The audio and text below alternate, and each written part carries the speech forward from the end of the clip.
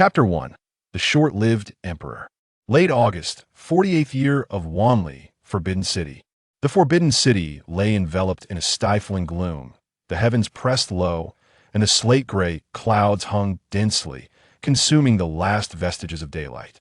The air was thick with oppressive heat, swirling as if thunder were brewing deep within the heart of the empire, carrying an ominous portent of impending storms. Within the eastern warm hall of the Palace of Heavenly Purity, the rich aroma of sandalwood intertwined with the bitter scent of medicine in the stagnant air, creating a suffocating haze. The 15-year-old crown prince, Zhu Youxiao, stood alone before the intricately carved window, his slightly oversized blue, round-collared robe soaked through with cold sweat, clinging to his frail back. The white jade ring on his finger spun rapidly, the joints turning pale from excessive pressure. Hasli Kajwa from the Ministry of Rites entered the palace. The boy's voice, devoid of inflection, shattered the almost frozen silence of the warm hall. The chief eunuch, Wang Yin, who stood by, trembled suddenly. He had indeed just received a clandestine report that an official named Li Kajwa, bearing a redwood box, was kneeling outside the gate of heavenly purity, but how could His Highness know? He had not stepped beyond the eastern warm hall all day. Replying to Your Highness, Wang Yin suppressed his rising panic. Bowing even deeper, there is such a matter. Li Sir is claimed to have received guidance from a celestial being, concocting a red pill elixir that could cure His Majesty's grave affliction. Just now, the elder Feng Xingzhe has sent someone to test the medicine at this moment. It is likely already delivered to the inner palace. The jade ring paused abruptly between the boy's fingers. Zhu Youxiao gazed out the window, where the twilight deepened. A withered leaf spiraled down with the wind, quietly resting against the window frame as if heralding some irreversible fate. He recalled the scene from 3 days prior when he visited his ailing father, Emperor Zhu Chongluo, whose waxen, slack face lay sunken within a bright yellow brocade quilt, skeletal and breathless, resembling a candle long extinguished. The once gentle gaze had faded into a vacant stare, leaving only the numbness of a life slipping away. An elixir? He scoffed coldly, The 30-odd eminent physicians of the Imperial Medical Bureau are at their wits' end, and this merely Kajwa can bring the dead back to life? Absurd. Has Prime Minister Feng Xingzhe and his cohort of ministers genuinely placed their faith in his claims? Wang Yin, drenched in cold sweat, spoke with a quiver. Your Highness, please quell your anger. His Majesty is blessed by heaven if that red pill truly possesses divine efficacy. Perhaps the heavens still show mercy and leave a sliver of hope. A sliver of hope? Zhu Youxiao suddenly turned, his gaze icy. Wang Dabin, you have served by my father's side for decades. Could it be that you have completely forgotten how Consort Zheng once whispered into the ears of my grandfather, Emperor Wanli, scheming to dethrone the heir and undermine the very foundations of the state? He stepped closer. If anything were to happen to my father, do you think those long-hidden remnants of the Zheng clan, those former minions, would acquiesce quietly? And you, as the chief eunuch, being a confidant of my father, do you think you are their target to eliminate? Or merely a new branch to cling to, under a collapsed nest? How can there be unbroken eggs? When chaos ensues, how long do you think your head, Wang Yin, can remain safe? Wang Anru was struck by lightning, and his knees could no longer support him, collapsing with a soft thud as his forehead met the cold, hard blue bricks, producing a dull sound. I dare not forget. I shall never forget. I have followed the late Emperor and Your Majesty for over 30 years. My heart is as transparent as the heavens. Should I harbor any treachery, may heaven and earth punish me. Your Highness, even if I were to be shattered to pieces, I shall ensure your safety. With his head pressed firmly to the ground, tumultuous waves surged within Wang Yin's heart. He was acutely aware of Emperor Taichang's grave illness ever since the onset of that relentless and devastating ailment. The physician's gazes had already conveyed everything. The dragon's reign was but a matter of days. A new emperor brings new ministers if this young man ascends to the throne. Will the supreme authority of the Grand Council, the position of the foremost eunuch among the tens of thousands in the Forbidden City, still belong to Wang Yin? Let it be so. Zhu Youxiao's voice returned to a calm, yet undeniably heavy tone. He lowered his gaze, looking down upon the figure prostrated on the ground. Wang Dabin, who holds the seal of the Grand Council and has witnessed my growth from childhood, shares a profound bond with me. You should know what must be done. I shall not treat you poorly." Every word struck the core of Wang En's heart. "I understand. Your Highness, please rest assured." Wang En bowed deeply, his expression one of utmost deference, daring not to utter another word. Dismissed, Zhu Youxiao waved his hand, his gaze once more drifting toward the palace grounds shrouded in a heavy gloom. Wang En slowly rose, bowed, and retreated step by step from the warm chamber. Before turning away, his peripheral vision lingered briefly on the slender figure still standing by the window. Within him, a tempest churned. Was this still the same timid and inarticulate crown prince? That gaze, those words, that presence, how had he transformed so completely? Upon exiting the palace doors, Wang En looked up at the iron-like clouds overhead, letting out a long sigh, filled with the weariness and vigilance of decades spent navigating the treacherous waters of court politics. A storm is brewing. During these times of uncertainty, with the dragon's favor uncertain and the new ruler yet to be confirmed, each of them, those courtiers dependent on imperial authority, walked precariously above an abyss. A single misstep could lead to ruin, an irretrievable descent. Outside the Qianxin palace, the autumn wind howled, sending yellow locust leaves cascading like rain. The ground was strewn with fallen leaves rolling across the blue bricks, whispering like the low moans of a long silent dream. The year 1648, destined to be etched into the annals of history. History is not always inscribed with earth-shattering clamor. Often, it quietly lays the seeds of dynastic downfall amidst the silence of autumn winds. In this year, the heart of the Ming Empire beat heavily and wearily. The lengthy reign of the Wanli era concluded. Zhu Youxiao Emperor Wanli, having ruled for 48 years, became the longest-serving emperor of the Ming Dynasty, leaving behind the most awkward legacy. The treasury was depleted, the central authority paralyzed for 30 years, factional strife deeply entrenched, governance corroded and decayed, and imperial power reduced to a mere shell. The long-anticipated Wanli revival had turned to illusion, sinking ever deeper into the mire. The brief reign of Taichang flashed by like a meteor, as Prince Zhu Youxiao endured 39 years before finally ascending the throne.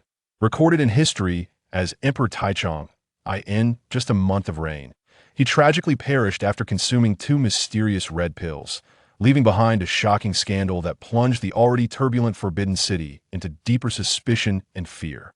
Empresses, court officials, eunuchs, and noble families' various factions lay in wait like wolves sensing blood, poised to act. That year, the border of Liaodong was perilously fragile following the catastrophic defeat of the Ming army at Salu. Nurhasai of the later Jin turned his gaze southward, revealing his formidable intent. Yet, within the imperial court, the bureaucrats, led by the Donglin and chief factions, were embroiled in a fierce struggle for power and pride. The soldiers at the frontier were scantily clothed and shivering in the autumn wind. The blood-curdling memorial from the Liaodong commander, Xiong Tingbai, fell into oblivion, his hoarse cries rendered powerless amid the cacophony of factional strife. More distressingly, that year, the foundation of the empire was quietly fracturing in the southwest. To replenish the seemingly insatiable depletion of troops in the northern frontier, the Ming court's large-scale troop mobilizations significantly eroded its control over the southwestern regions. This sudden loosening of control was akin to pressing a delayed explosive a year later. The Shannon Rebellion erupted, a 17-year-long insurrection led by local chieftains that engulfed Yunnan, Guizhou, Sichuan, and Guangxi, nearly draining the already exhausted financial and military resources of the southwest, tearing a fatal rift in the once resplendent tapestry of the 10th San Mile landscape. That year, the very foundation of the Ming Empire was undeniably shaken. Zhu Youxiao withdrew his gaze from the distant horizon. The heavy palace gate seemed to separate 2 worlds. Once, the grand vessels of the Yongle era sailed the 7 seas, with envoys from myriad nations prostrating at the foot of Jinling. Once, during the reign of Rinxian, the land was peaceful, and all sector scholars, farmers, artisans, and merchants thrived in their pursuits. Now, all glory seemed to crystallize in the deep autumn of the 48th year of Wanli, revealing a texture of decay akin to rotting wood, marred by fissures. He inhaled the stifling air deeply, the warm jade pendant in his fingers suddenly clenched tightly. His gaze traversed the eaves of the palace, locking onto the setting sun, sinking beyond the western mountains. It resembled a dying ember, exerting its last strength to stain the horizon in a tragic, viscous crimson.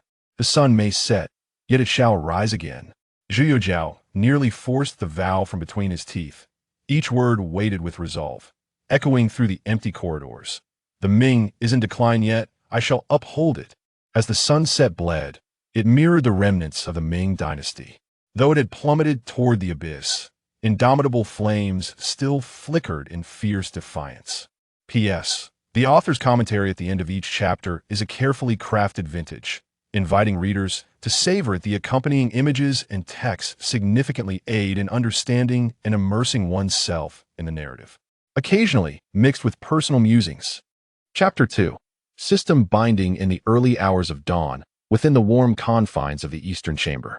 The tranquility of the night was abruptly shattered by a frantic knocking at the door, akin to an ice pick piercing a taut string. Your Highness, Your Highness, His Majesty urgently summons you. Outside, the voice of Wang En, the chief eunuch of the Imperial Secretariat, trembled with uncharacteristic alarm, betraying his usual composure. On the couch, Zhu Youxiao, who had just slipped into a light slumber, was jolted awake, his heart racing as if it would leap from his chest. Indeed, the Emperor Taichang had passed away on this very night. A chilling voice reverberated deep within his consciousness. He sat upright, inhaling the frigid air of the darkened chamber, forcibly suppressing the turbulent waves of emotion that surged within him, remnants of the soul of Yunfan. At this moment, the essence occupying this youthful body was no longer the naive crown prince, but rather a soul from a future era, Yunfan. Just 3 days prior, he had been an ordinary graduate student, fresh from his thesis defense, yearning to retreat to the laboratory to relive the experience of Age of Empires, Asian Dynasties, to alleviate his exhaustion.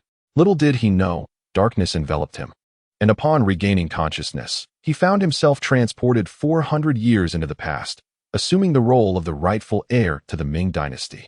3 days had elapsed since his transference, and he had swiftly adapted to his new identity, transitioning from initial bewilderment to calm resolve.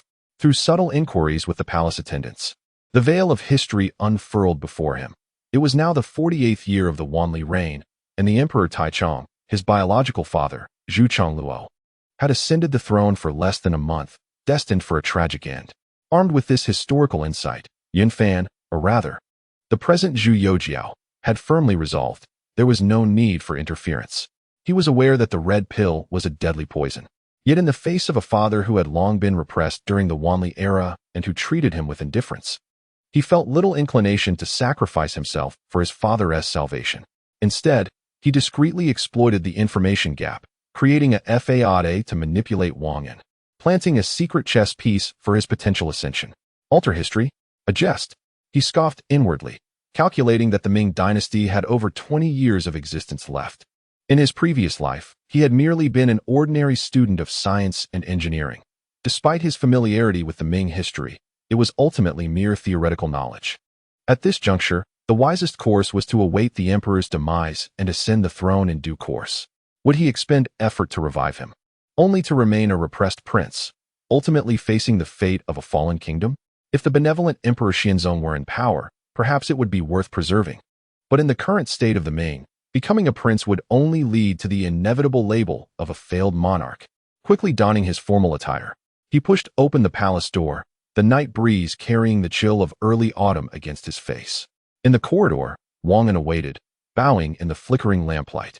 Upon noticing that Zhu Youxiao was fully attired and possessed a gaze as steady as a deep pool, Wang En felt an inexplicable awe deepen within him.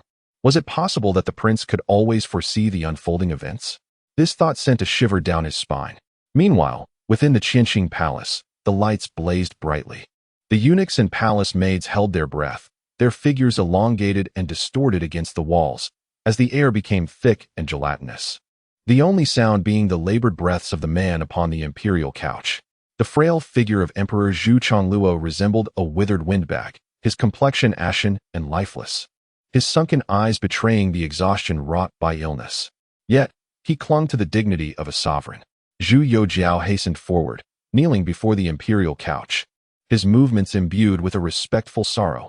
Father, you must take care of your health. I am but a child, still in need of your guidance and protection. His voice trembled, tinged with a genuine pang of affection. The emperor's bony hand struggled to rise, gently caressing the boy's drooping hair. In Zhu Chongluo's murky gaze, a rare flicker of mixed guilt and scrutiny passed. My dear child, my time may be drawing near. The empire entrusted to us must ultimately rest upon your shoulders. Zhu Youxiao's head snapped up, tears streaming down his face as he fervently shook his head. No, father, I do not desire the throne. I only wish for your well-being. This heartfelt sincerity momentarily left Yun Fan, who had traversed time, in a daze. Was it the lingering obsession of the original soul crying out? Yet, he had no time for such contemplations, wholly immersed in this final farewell between father and son. Zhu Chongluo struggled to gather his breath. His voice increasingly labored. You must heed the counsel of loyal ministers like Fang Tsongjia and Yang Lian, who are pillars of integrity in the court. Be wary of the treacherous hearts within the inner court. Wang An and Wei Chao are worthy of trust, but do not underestimate the lurking threats from Liaodong. Each word was punctuated by labored gasps, as he imparted his anxieties about securing capable talents and steadfast generals to safeguard the empire and ensure a proper succession. I shall remember your teachings, father. I will devote my utmost efforts to restore the glory of the Ming. Zhu Youxiao replied earnestly, bowing deeply. Zhu Chongluo gazed intently at the youth, as if seeking to penetrate the surface and discern deeper truths. Ultimately, it transformed into a sigh, a whisper of resignation flickering in his eyes before they slowly closed. Father! The anguished cry of Zhu Youxiao erupted, echoing through the hall like a heart-wrenching lament, igniting tears among all present. In the midst of this sorrowful atmosphere, the expression of Li Xian, the favored concubine, fluctuated between despair and anger, her face paling to a sickly hue. The emperor, even in death, had uttered not a single word of regard for her. She had endured the days waiting for the passing of Wanli, anticipating Zhu Chongluo's ascension, believing she would finally wield power akin to that of Consort Zheng. But who could have foreseen that her grasp on the throne would be so abruptly severed? As she observed the grieving Zhu Youxiao, a chilling dread coursed through her veins. She was not his true mother. In fact, she had often sought to undermine his birth mother, Wang. What awaited her once Zhu Youxiao claimed the throne? The cold palace? A ritualistic death? Or something even worse? Fear and resentment were swiftly supplanted by a venomous ambition and cunning. The look she cast upon Zhu Youxiao was devoid of sorrow, replaced instead by a calculating coldness and a burgeoning madness. She must seize control of the situation, confirming that the emperor had indeed drawn his last breath. Wang An's gaze sharpened, swiftly assessing the tear-streaked Li Xian. A flicker of shrewd calculation crossed his eyes. This woman might yet prove useful. He approached Li Xuanshir's side with a few measured steps, his voice lowered to a near whisper, yet each word resonated with clarity. Your Majesty, the emperor has ascended to the heavens. According to ancestral laws, the cabinet and the 6 ministries should be summoned immediately to discuss the matters of succession. Li Xuanshir's body trembled imperceptibly, her eyes shifting from a facade of sorrow to a moment of piercing clarity, tinged with a hint of ruthlessness. Absolutely not. Her voice, cold as steel, reverberated as she commanded, seal the gates of Qianqing Palace at once. All palace doors are to be barred. No one shall enter or exit without my decree. Wang An's face reflected his inner turmoil, his gaze instinctively darting towards Zhu Youxiao, only to quickly retract it. In an instant, he weighed the stakes, his expression a mask of conflict and struggle. Li Xianshi abruptly turned her head, her gaze sharp as a blade. Just that single utterance was laden with menace. Wang An felt a chill run down his spine and quickly bowed his head, murmuring, "This servant obeys." Without further hesitation, he bowed deeply and retreated swiftly, accompanied by several trusted eunuchs, hastily leaving the chamber. Li Xianshi stood alone before the cold dragon couch, gazing at the body of the late Emperor Taichang, still warm, yet with eyes slightly ajar. A somber expression enveloped her, as if in that moment she truly comprehended the irrevocable shift in the balance of power. Li Jinsheng, her voice, though not raised, was as frigid as ice. Your servant is here. A young, handsome eunuch dressed in formal attire stepped forward, standing at her side. From this moment forth, Li Xianshi pronounced each word with gravity. The crown prince is to be left in solitude for mourning. No one shall step outside this chamber without my express permission. Rest assured, Your Highness, I understand. Li Jinsheng replied respectfully, his lowered eyelids concealing all emotion, though his gaze inadvertently flickered towards the slender figure of the young prince within the chamber. At this moment, the 15-year-old crown prince stood silently in a corner, his expression vacant. He appeared ensnared in profound sorrow, motionless by the window's shadow, his complexion as pale as parchment. Lips pressed tightly together, his eyes hollow as if bereft of all vitality, resembling a soulless statue. Li Xuanxer's gaze swept over him, mistakenly believing him to be lost in grief, which offered her a measure of comfort. She feigned sorrow as she gently reassured him, "Shower, do not let your sadness harm your spirit. Remain here to keep vigil for your father." Yet, at that moment, Zhu Youxiao was oblivious to her words. Deep within that seemingly lifeless shell, a tempest unlike any he had ever experienced surged within his mind. For at the precise moment when Emperor Taichang had imparted his final instructions, a chilling and thunderous voice erupted within the depths of his consciousness. Detected host has acquired the identity of the crown prince of the Ming Empire. Binding Empire era system. Zhu Youxiao's gaze fixated on the transparent page visible only to him. Loading 100. The page abruptly transformed. Beneath the cloak of night, horns roared like a great beast. The bells chimed beautifully, a blood-red moon ascended, and the bricks of the Great Wall glimmered in gold. Amidst the formation of the Ming army clad in red and gold armor, the Musketeers fired in unison, sparks erupting, smoke intertwining with moonlight, as armored steeds whinnied and galloped. Stones flying. The scene shifted. In the southern region, merchant ships navigated between white walls and dark tiles, while, amidst the ink-wash clouds, a treasure ship cleaved the waves. In the distant Mediterranean, the Roman legions advanced steadily in their testudo formation, the phalanx of shield-bearers raising a unified battle cry. The clash of bronze shields resonating like a war drum. The French knights, clad in gleaming plate armor, charged forth on their majestic steeds, their lances resembling a forest, kicking up clouds of dust. Across the steppes, Mongolian cavalry brandished their curved sabers, reflecting the flames, while the golden domes of temples shimmered in the snowy plateaus.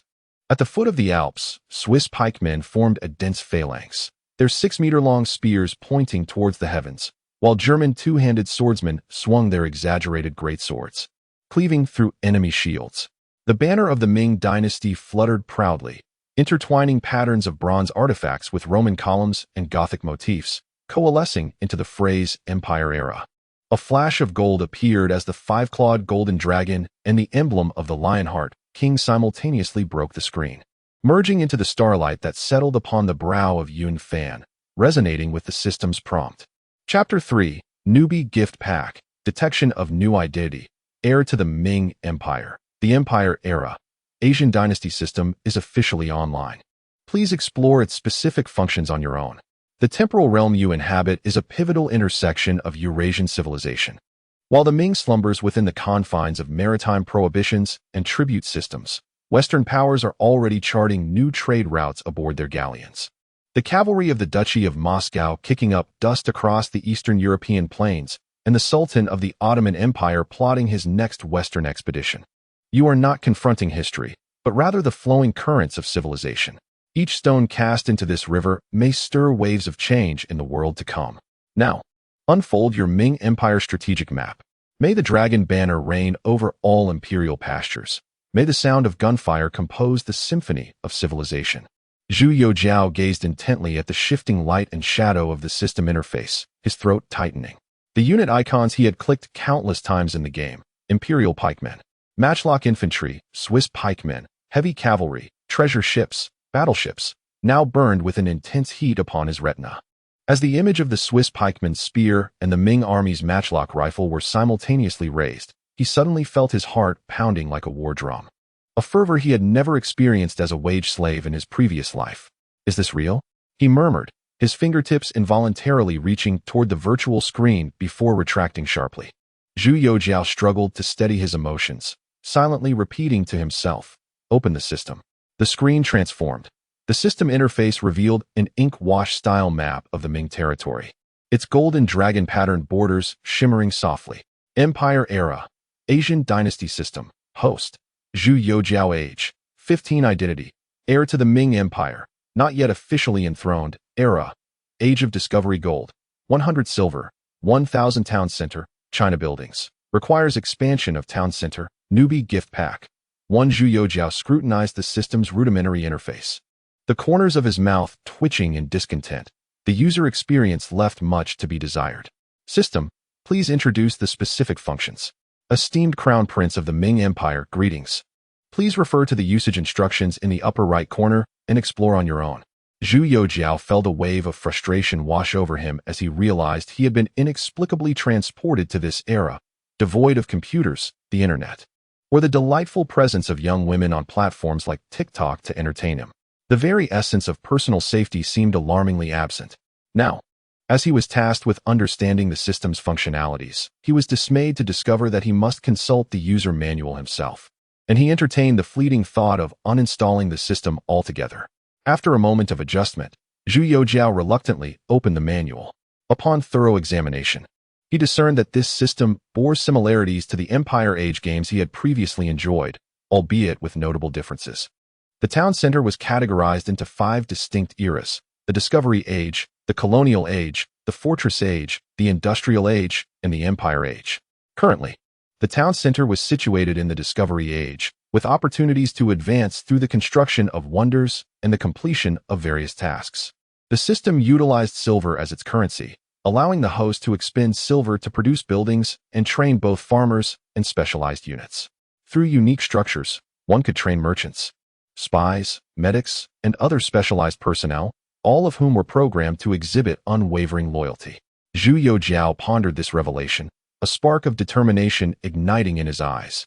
With sufficient silver, he could theoretically recruit unlimited elite units from the game: armored cavalry, disciplined flintlock infantry, and formidable artillery that commanded respect on the battlefield. He understood all too well the monumental cost of cultivating a seasoned army in the underdeveloped ancient world. The creation of equipment necessitated a vast military-industrial complex.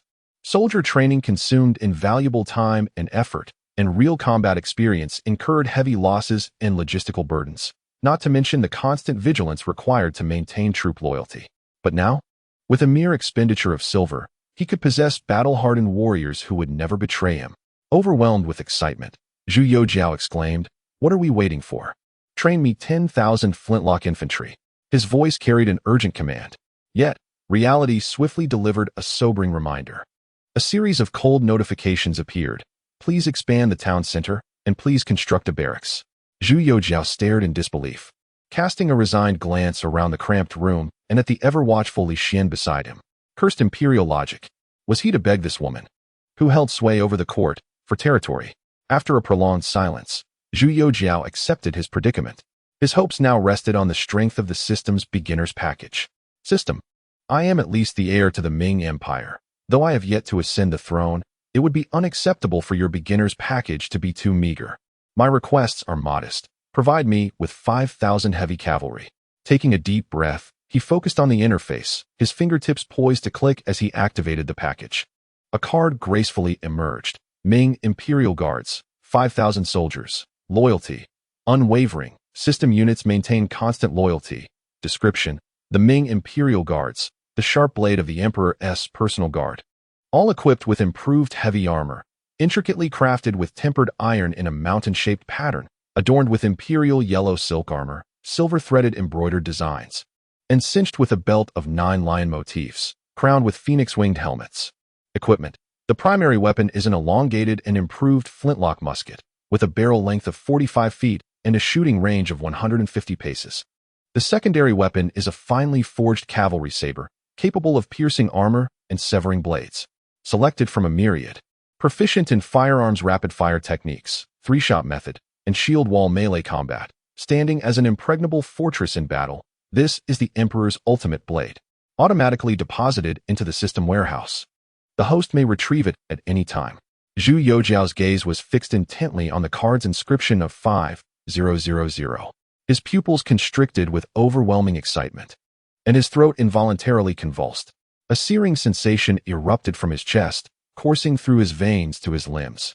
Upon closer inspection, the equipment description was extravagant, so exceedingly lavish. The gear of this ordinary soldier could easily overshadow 1,000 officials of the capital's army. The meticulously forged armor, the imperial yellow cloak, the 9 lions belt, the phoenix-winged helmet. Each was a pinnacle of military resources, requiring immense wealth and the strength of an entire guard to assemble, not to mention the elongated flintlock musket and the exquisite cavalry saber. With such equipment, commanding a full force of 5,000. He could almost envision the catastrophic impact when this iron army unexpectedly appeared within the depths of the palace, confronting the self-proclaimed master of all, Li Xianshi. Let alone the whispers of Li Xianshi, where Zhu Youxiao's knuckles turned pale from exertion. Even the sudden appearance of this spectacle before the court officials would surely leave them aghast. In his previous life, while studying the history of the Ming Dynasty, he learned that after the Gungshu incident, the Ming capital's army became a hollow shell, exploited by the powerful. The three great campaigns of Wanli relied on troops dispatched from the borders. Now, with the system delivering 5,000 fully armored elite soldiers directly to him, it was akin to placing a divine weapon into the hands of this powerless prince. There is a saying, the Son of Heaven soldiers are strong and robust. Since the victory in Yuzhou during the Zhengde period, the emperor's directly governed capital army had devolved into a mere facade due to the infiltration of the civil official group. During the Jiajing years, in the Gungshu incident, a mere 100,000 troops could not withstand the charge of 20,000 cavalry from the erupt. They had long since forgotten the art of warfare. Now, with such formidable troops at his disposal, he finally possessed the courage to overturn the table. After clarifying his cards, Zhu Youxiao finally raised his head to look at Li Xianshi. This woman might be fantasizing about exerting control over him, her eyes gleaming with intensity, her face flushed, and an enigmatic smile gracing her lips. Historical records state, the sudden demise of Emperor Taichang was orchestrated by this individual, who, under the guise of guardianship, seized the palace of heavenly purity and even concealed the young Zhu Youxiao within the warm pavilion, holding court officials hostage. Ultimately, this farce compelled the Donglin party to storm the inner palace, demanding a relocation of the court, a spectacle that showcased the fragility of imperial authority, where the inner sanctum resembled a market, allowing unrestricted access, an utter disgrace. Moreover, the eunuchs within the palace colluded with external officials, thoroughly shattering the civil officials' reverence for imperial power. This forced the later Tianqi emperor to rely on the eunuchs to divide and suppress the civil official faction, leading to the court's resources being consumed in endless party strife. But now, the advantage lies with me. Zhu Youxiao silently clenched his fist, his knuckles widening. Since his transmigration, the heavy oppression within his heart finally found a chance to breathe. He turned to Li Xianshi, his voice calm, yet laced with a chilling intensity. Li Xianshi, do you harbor thoughts of wielding power akin to Wu Zetian? The sudden revelation of her intentions sent a jolt through Li Xianshi's heart.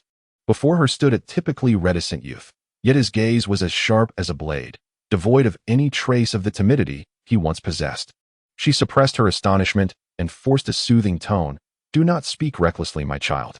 Your father has recently passed, leaving us, a widow and her son, to rely solely on one another. How could I possibly wish you harm? A mocking smile played on Zhu Youxiao's lips. If I recall correctly, there is but one daughter among the selected consorts. Where, then, is the notion of mother and son? I am the son of the late royal consort, the eldest son of the Ming Emperor. Before his passing, my father decreed that the throne was to be inherited by me. You, a mere consort, dare to imprison the heir apparent? What audacity possesses you? Or is it that your gaze has suddenly sharpened because someone supports you from behind? Li Xian's expression changed dramatically, her eyes flashing with a serpent-like chill, yet she maintained a strained smile.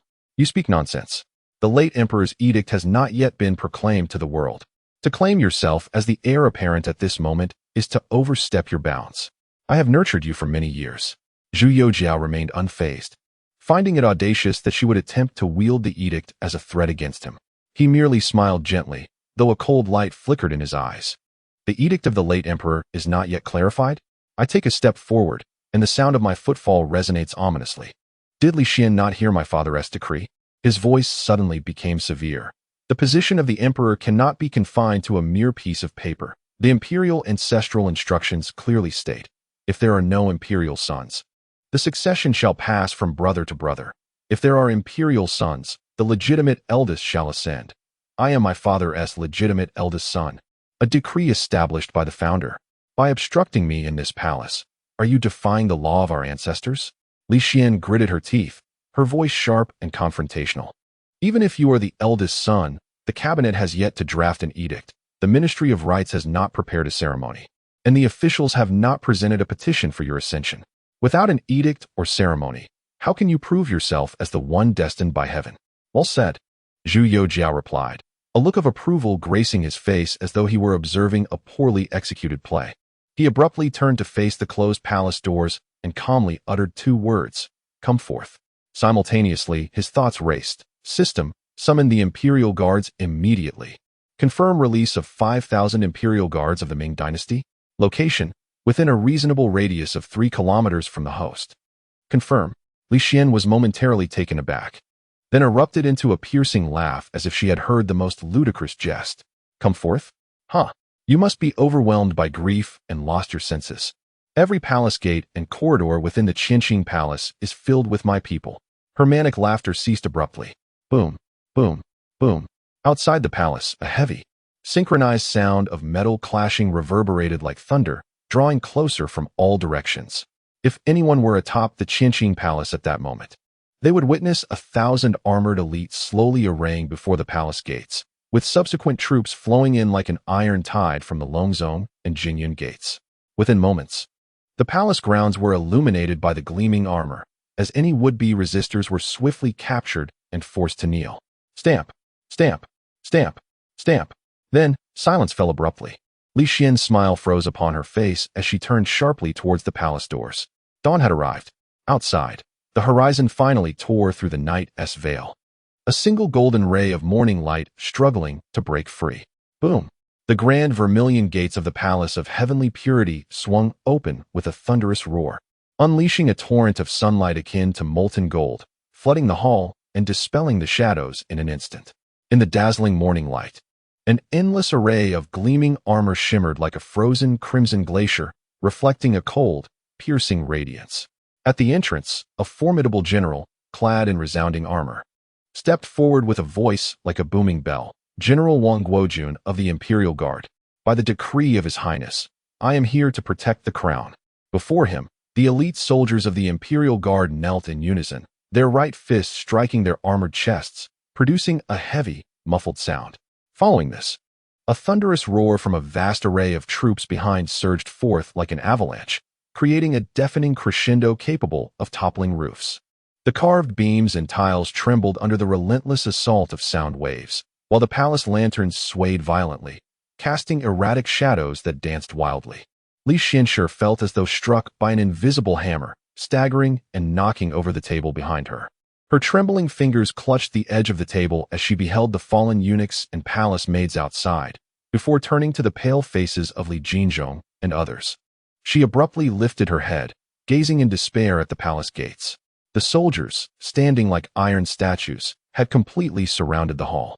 Beneath their helmets, pairs of indifferent, icy eyes fixated on her with a dispassionate gaze, devoid of anger or scorn, yet emanating a chilling essence that threatened to freeze her blood. No, it cannot be. She rasped, her throat constricted. When did you seal the palace? Zhu Youxiao stepped forward, towering over her, his hand lazily sweeping over the fallen eunuchs and maids outside. Are you referring to these? His gaze ultimately settled on the crumpled form of Li Xianxue, laced with unabashed contempt. Or are you referring to yourself, kneeling at my feet? The footsteps drew closer, each step pressing upon her nearly shattered heart. You may live a few more days, revealing your shortcomings at your leisure.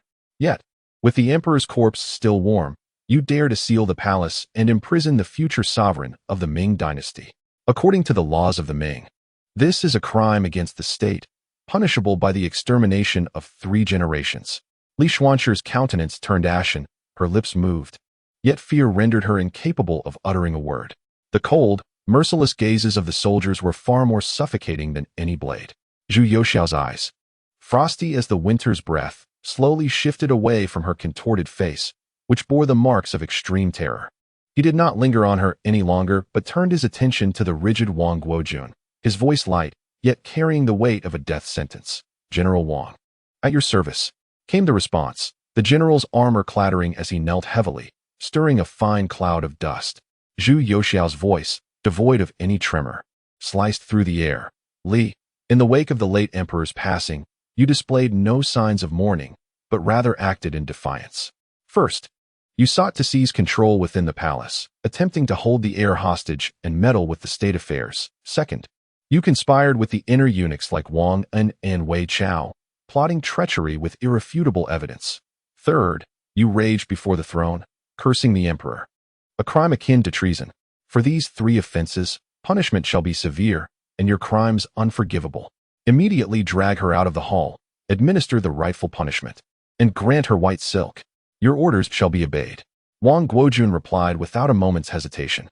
He abruptly rose to his feet, gesturing with a grand sweep of his hand.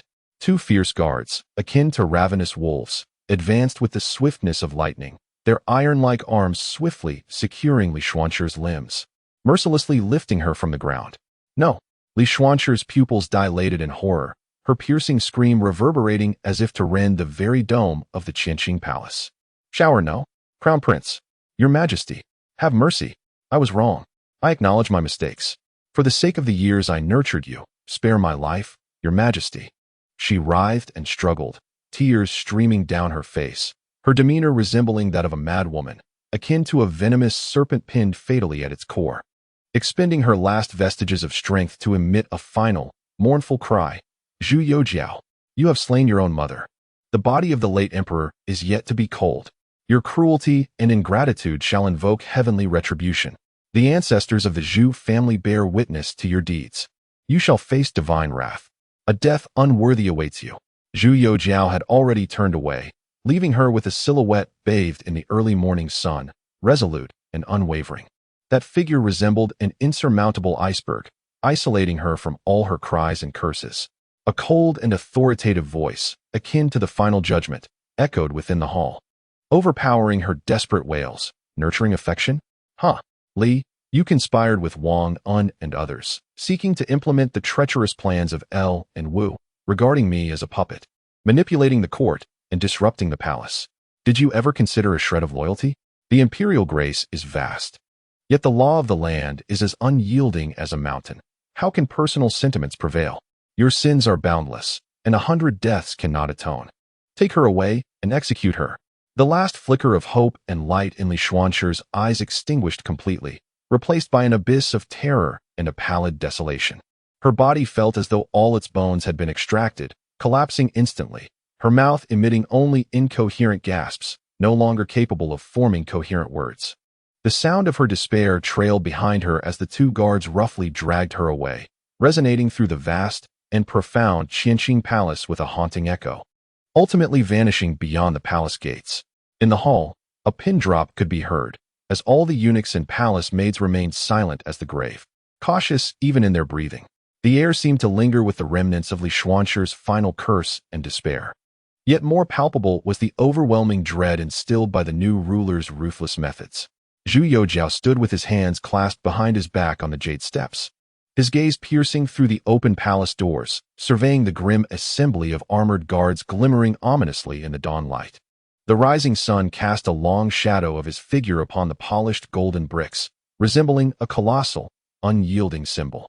A hint of a conqueror's smile finally graced his lips. The skies of the Ming Dynasty were about to brighten. Chapter 4. The initial command of the inner court having dealt with Li Xuanche, Zhu Youxiao stood on the crimson dais, his icy gaze sweeping slowly across the prostrate officials and palace maids scattered across the hall. The figures trembled under the flickering lantern light, their heads bowed deeply, not daring to breathe, the air within the chamber as stagnant as lead. Yet Zhu Youxiao, brimming with enthusiasm, turned his attention to the line of guards standing solemnly at the palace entrance, his eyes sparkling with fervor. A man remains youthful until death, especially in the face of this ironclad atmosphere, where the coldness of armor and the glint of spears loom like a forest. Particularly striking was the proud figure of the general standing at the forefront.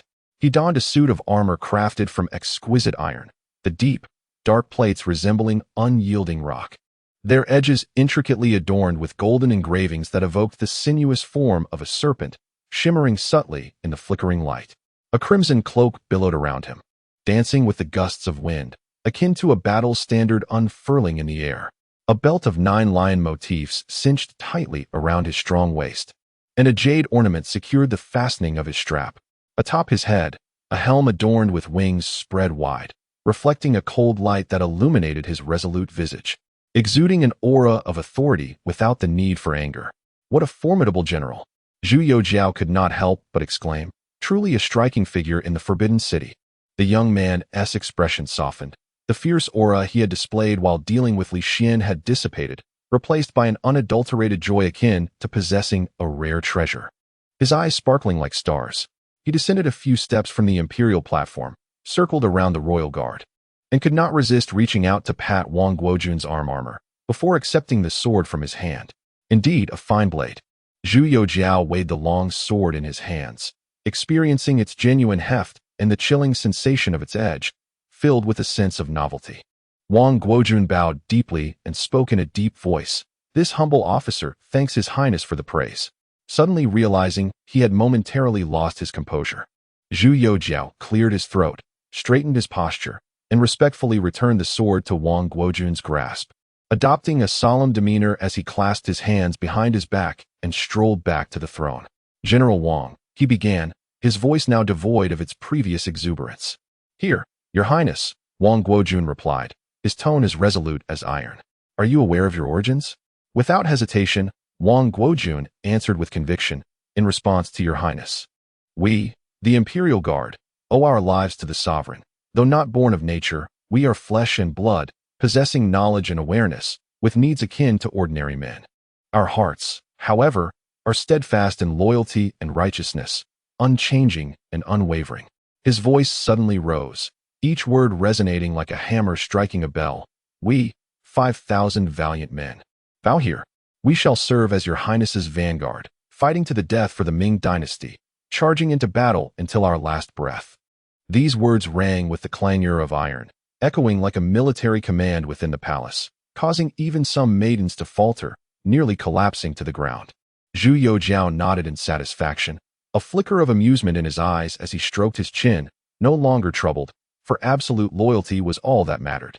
His gaze then shifted to the several young generals behind Wang Guojun, each clad in splendid armor and exuding an extraordinary presence. What are the names of these generals? What are their respective duties? The four commanders stepped forward, their armor clinking. This humble officer is Wang Zhongyi, a 1,000-man commander of the Imperial Guard, tasked with Your Highness's personal protection. This humble officer is Sun Tai, a 1,000-man commander of the Imperial Guard, responsible for the palace gates and various palace defenses. This humble officer is Zhou Mingyuan, a 1,000-man commander of the Firearms Division, overseeing the firearms battalion and military equipment. This humble officer is Wu Tsang, a 1,000-man commander of the Intelligence Division, in charge of palace surveillance and military intelligence. Excellent. Zhu Youxiao's eyes brightened. The system has indeed provided a complete array of forces, sparing him the burden of extensive arrangements. Yet, the joy of victory must not allow for any negligence. The remnants of the national turmoil and the specter of the coup still lingered within the palace. The roots of Consort Zheng's faction would not be severed merely by the demise of the Taichang Emperor. To celebrate prematurely was a grave error in military affairs. His gaze sharpened like a blade as he scanned the faces of the four men, commanding with authority. Wang Zhongyi, Sun Tai. Hold my token and immediately seal off the Donghua Gate for civil officials, and the Xuanwu Gate, the main entrance for the garrison. From this moment on, without my edict, entry is permitted, but exit is forbidden. Those who defy this order shall be executed. Zhou Mingyuan, you, the elite of the Qianhu, shall immediately take command of the Imperial Horse Monitoring Station, the granaries, and the inner court troops. Disarm and reorganize. Those who defy orders and harbor intentions of rebellion shall be executed on the spot. Wu Tsang, lead your subordinates discreetly to control the transmission of documents both within and outside the court of ceremonial and the Eastern Depot. Anyone found colluding with external parties or attempting to leak palace secrets shall be executed without mercy. Zhu Youxiao's voice was icy, filled with a murderous aura. Anyone who disobeys orders or attempts to communicate with the outside shall face immediate justice to serve as a warning to others. The four generals answered in unison. The sound of armor clashing resonated like thunder as they surged forth like arrows released from their bowstrings, exuding an aura of menace as they exited the gates of the Qianqing Palace. Within and outside the palace walls, 5,000 imperial guards followed suit. The rustling of armor and the thunderous sound of iron boots striking the ground merged with the low, urgent commands, creating a cacophony akin to the rumbling of countless thunderclaps rolling across the earth, swiftly spreading from the heart of the Qianqing Palace to every gate and forbidden garden of the Forbidden City. His Majesty has ascended and issued an edict to cleanse the palace. All must remain on standby. Those who act without orders shall be executed without mercy. The officials within the palace were thrown into a state of panic, each feeling the weight of impending doom. Inside the Qianqing Palace, Zhu Youxiao regarded Li Jinzong, the eunuch who would later refer to himself as the 9,000 years. Zhu Youxiao suddenly spoke, and the eunuch, kneeling in the corner, trembled, his forehead striking the blue bricks with a thud. A facade of ingratiating smiles adorned his round, plump face, yet could not conceal the fear lurking in his eyes. I am here. Zhu Youxiao, observing the quaking figure of Li Jinzong, felt a swell of emotion. This man, not entirely malevolent, had accepted the memories of his predecessor. He recalled that fateful snow-laden day when the original owner of this body, at the tender age of 7, had sneaked out to play and tragically fallen into the icy waters of the Imperial River. It was Li Jinzong, the stout eunuch, who, drenched in freezing water, had carried him back to the Qianqing Palace, his lips turning blue from the cold, yet he had only smiled foolishly, saying, "As long as the young master is safe. I remember you. You saved my life." The youth spoke suddenly, his voice as soft as a breeze caressing a flickering candle. Li Jinzong's head shot up, astonishment flashing across his murky eyes. He certainly recalled that incident, a moment when he nearly met his end, believing he had long been forgotten by the royal grandson. After all, life within the palace was as fragile as that of an ant, who would concern themselves with the fate of a lowly eunuch. "Your Highness," Li Jinzong choked, pressing his forehead heavily against the youth's feet, "I was blinded by foolishness and should not have heeded the slanders of the court. Rise. I have often been deceived by Li Xian, and I am grateful for your mediation," Zhu Youxiao said gently, kicking Li Jinzong lightly and tossing him a jade pendant inscribed with the character for loyalty. "Once you risked half your life for my survival. Today, I grant you clemency. From this moment forth, you shall revert to your original surname, Wei Zhongxian. With loyalty at the forefront, may you assist the state wisely and never tarnish this name." The name Wei Zhongxian struck Li Jinzong's mind like a thunderbolt. He trembled violently, a surge of ecstatic joy erupting within him, obliterating all fear. The overwhelming impact rendered him nearly speechless. His hands shook uncontrollably as he crawled to grasp the jade pendant, repeatedly rubbing his fingers over the character for loyalty, hot tears blurring his vision. The future emperor of the great Ming Dynasty graciously bestowed a name. What an extraordinary honor. This eunuch, born of humble origins and considered as insignificant as a blade of grass, has unexpectedly received such favor from the future sovereign. Suddenly, he recalls tales from his childhood, where only those truly close to the emperor were permitted to wear such imperial tokens. Servant Li Jinzong, overwhelmed, prostrates himself, his voice hoarse and choked with emotion, as he alternates between laughter and tears. "No, I am Wei Zhongxian, humbly thanking your highness for this immense grace." His forehead strikes the golden bricks, blood oozing forth. Yet he remains oblivious, his mind echoing with the name Wei Zhongxian. Zhu Youxiao observes the weeping and bowing Wei Zhongxian and nods slightly. Some seeds have already been sown. Since a name has been bestowed, one must diligently attend to royal affairs. He calmly states, "Come, accompany me." With that, Zhu Youxiao strides confidently out of the Xinyuan pavilion. Behind him, the newly named Wei Zhongxian casts a nearly greedy glance at the dazzling lights within the palace, swiftly rises, and follows suit with a bow and hurried steps. Outside the palace gates, a throng of palace attendants kneels on the ground, the atmosphere stifling like stagnant water. Surrounding the Qianqing Palace, the fully armed imperial guards stand in formation, their armor glinting in the morning light, reflecting a chilling brilliance, like frost-edged blades, exuding an air of lethal intent. "Your Highness, Wang'an has returned." A young eunuch rushes to the front of the palace, kneeling and proclaiming loudly. No sooner had the words left his lips than Wang'an staggered back into the Qianqing Palace, only to find that everything before him seemed turned upside down. The guards, clad in iron armor, loomed ominously, while eunuchs lay prostrate on the ground, and the palace was so silent that one could almost hear the flow of blood. His gaze swept over the unfamiliar and indifferent faces, finally settling on Zhu Youxiao, whose expression remained serene, a slight smile gracing his lips, causing Wang'an's complexion to drain to a ghostly pallor. "I humbly pay my respects to your highness," he stammered, kneeling with trembling knees, cold sweat trickling down his forehead. A tempest of fear surged within him. He had feigned compliance with the orders of Li Xianshi to seal the palace gates, all the while secretly dispatching trusted confidants to inform Yang Lian, Zhuo Guangdou, and other key figures of the Donglin faction. Their scheme was to leverage the frailty of the crown prince, rallying the ministers to support the emperor in purging the court of treachery and safeguarding the young sovereign, all under the guise of restoring honor while aspiring for the glory of establishing a new regime. He dreamed of emulating Feng Bao, who served the young Emperor Wanli, governing the inner court and standing in equal stature to the cabinet. Having arranged for a messenger to exit the palace, he hurried back, his mind consumed with dreams of power, unaware that the world around him had transformed dramatically. A battalion, armed to the teeth and donned in the splendid armor reserved for high-ranking officials, was swiftly taking control of every palace gate and thoroughfare with iron-fisted precision. These were individuals he had never encountered within the palace. Their existence was unfathomable. Having served Emperor Taichang for decades, he was intimately familiar with every garrison and commander within the palace. If such formidable troops were present, how could he have been oblivious?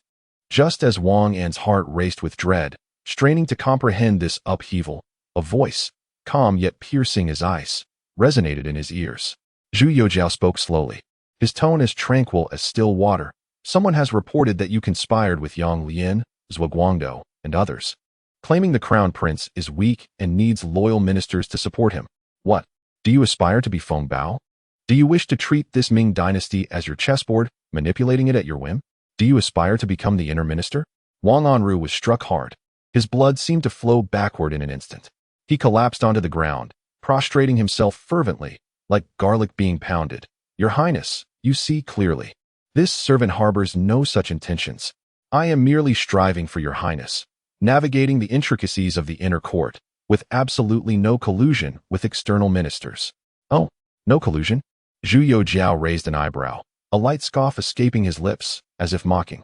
Wu Cong, who had remained a silent observer, stealthily advanced like a specter, brandishing several sealed wax letters containing confidential messages that had not yet been fully melted shut.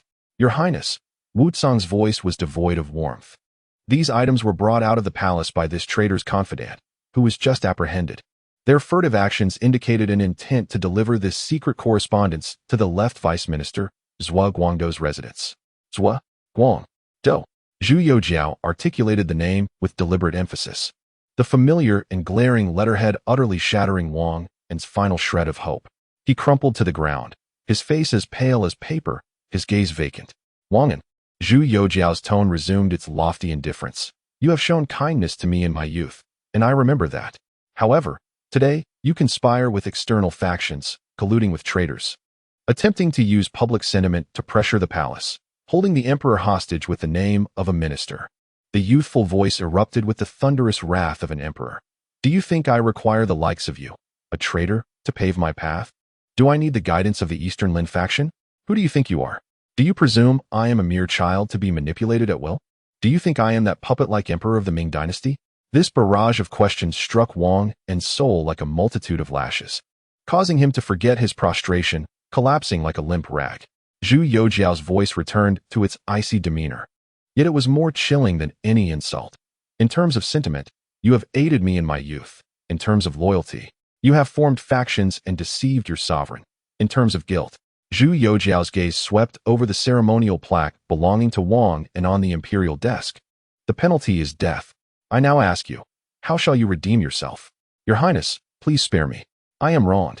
I truly acted for your Highness." Wang An's tears flowed profusely, his words incoherent, his last vestiges of spirit utterly drained, leaving only a desperate wail. "For your own sake," Zhu Youxiao declared decisively, terminating all excuses. He could not even spare a glance at the pitiful figure, casually directing his attention to the breathless and bowed Wei Zhongxian. "Zhongxian, do you recall the meaning of loyalty? Today, you shall rectify this character for me." The implication in his words was sharp as a blade. Wei Zhongxian understood immediately. This was the prince testing him, entrusting him with the task of establishing authority. "I shall obey." Wei Zhongxian stepped forward forcefully, his voice resonating nearly to a shrill pitch. His face devoid of any semblance of servility, replaced instead by a fierce determination to prove his loyalty. He resolutely commanded, "Bring this treacherous servant down. Execute him at once before the palace gates." 2 guards glanced at Zhu Youxiao, receiving a nod of assent, and like iron pincers, they seized the already limp Wang An. As they dragged him away, Wang An emitted a heart-wrenching scream that pierced the night air of Qianqing Palace, silencing any who dared to raise their heads to intervene. Zhu Youxiao indifferently withdrew his gaze, a eunuch intent on colluding with external forces to suppress the future sovereign. In a bid to regain control over the Grand Secretariat in the new dynasty, bypassed the cabinet, the nobility, and the genui, instead seeking out those within the court with tenuous foundations, yet adept at manipulating public opinion, the minor officials of the Donglin faction. Such foolish speculation and betrayal are deserving of death. If he is not executed before the transfer of power, how can one instill fear in the treacherous? He turned to Wei Zhongxian, his tone returning to the composed demeanor of an emperor, delivering a crucial command. "Wei Zhongxian, heed my decree. Your servant is present." Wei Zhongxian bowed deeply. "My father, the Dragon Emperor, commands the Ministry of Rights, according to protocol, toll the bells to announce the morning." The edict proclaimed, the chief minister, Fang Congzhe, the deputy minister, Han Luan, along with the cabinet ministers, the 6 ministers, and Duke Zhang Weixian, shall immediately enter the palace to express their condolences. Zhu Youxiao paused, adding a vital instruction. "Furthermore, summon the commander of the genui, Luo Sigong, to enter the palace without delay. Your servant shall faithfully obey the royal command." Wei Zhongxian responded with resolute clarity, bowing deeply. In that fleeting moment of reverence, Wei Zhongxian comprehended an undeniable truth. From this hour onward, the young man, who had just decisively purged the palace with a thunderous hand and bestowed upon him the name Wei Zhongxian, was no longer the taciturn crown prince of the Sinan Pavilion. He was the soon-to-be proclaimed new emperor of the Great Ming. Chapter 5. From darkness to light on the first day of September in the 48th year of Wanli. During the hour of the dragon, equivalent to October 6, 1620, at 8:45 a.m. for the sake of future reading. I will strive to standardize the time frame to modern conventions. Thank you all. The heavens were still tinged with the deep blue of twilight, a faint ray of dawn, akin to a delicate thread of gilded silk, quietly pierced the heavy night from the southeastern horizon. The glazed tiles of the Huangji Hall bore a thin layer of autumn frost, reflecting a cold and sharp radiance in the nascent morning light. Ding ding ding. The emperor has passed away. A heart-wrenching wail accompanied the sudden tolling of the bells, the resounding echoes penetrating every thick gold brick and imposing palace wall of the Forbidden City. The bell tolled. 33 mournful chimes. Each sounded like a weeping lament, swirling and resonating above the heart of the empire, announcing the end of an era. The Taichang Emperor, who had reigned for less than a month, with a cause of death shrouded in mystery, thus faded into the annals of history. Within the Qianqing Gate, the eunuchs scurried like startled birds. The imperial guards, clad in iron armor, stood in formidable formation. Above the bell tower, the echoes of the morning bells lingered. The ceremonial procession was solemn and dignified, and eunuchs, in mournful tones, recited the proclamation of the emperor's ascension to the heavenly abode, the sounds of grief and lamentation filling the air. Meanwhile, several riders dashed forth from the Donghua Gate like arrows loosed from their bows, their hooves shattering the morning's tranquility. Edict. The chief minister, cabinet ministers, and the 6 ministers, along with Duke Zhang Weixian, shall immediately enter the palace to discuss affairs. Edict. The Taichang Temple must swiftly prepare for the state funeral rites, to inform the ancestral temple and pay homage to heaven and earth. Before the Huangji Gate, Fang Congzhe hurried along, closely followed by Han Luan, Lu Yijing, Zhou Jima, and other esteemed ministers. The cold wind whipped through their robes, bringing a biting chill. How could His Majesty have passed so suddenly? Han Luan's voice was low, tinged with disbelief and tremor. Your Majesty's health has already deteriorated since ascending the throne, with continuous reliance on medicinal remedies. Zhou Jiama's countenance bore a profound melancholy. His voice strained, yet there were no final words or edicts left for posterity, nor had any close attendants witnessed the emperor's presence. Suddenly, Fang Congzhe interjected, his expression as grave as iron, stating that it was reported the crown prince had been summoned to the Qianqing Palace last night until dawn. The eyes of the gathered officials met, plunging them into a suffocating silence. They were acutely aware, Zhu Youxiao, as the eldest son of the Taichang Emperor, had an unquestionable claim to the throne. However, a successor summoned by the dying emperor, seemingly holding the edict, stood in stark contrast to a young sovereign who required the support of court officials to ascend. The foundations of their power and the future of the dynasty would be worlds apart. With a creaking sound, the heavy palace doors slowly opened, revealing 2 rows of armored imperial guards, standing like statues forged from iron, silently observing the ministers as they entered. Upon crossing the threshold, an invisible aura of solemnity enveloped them.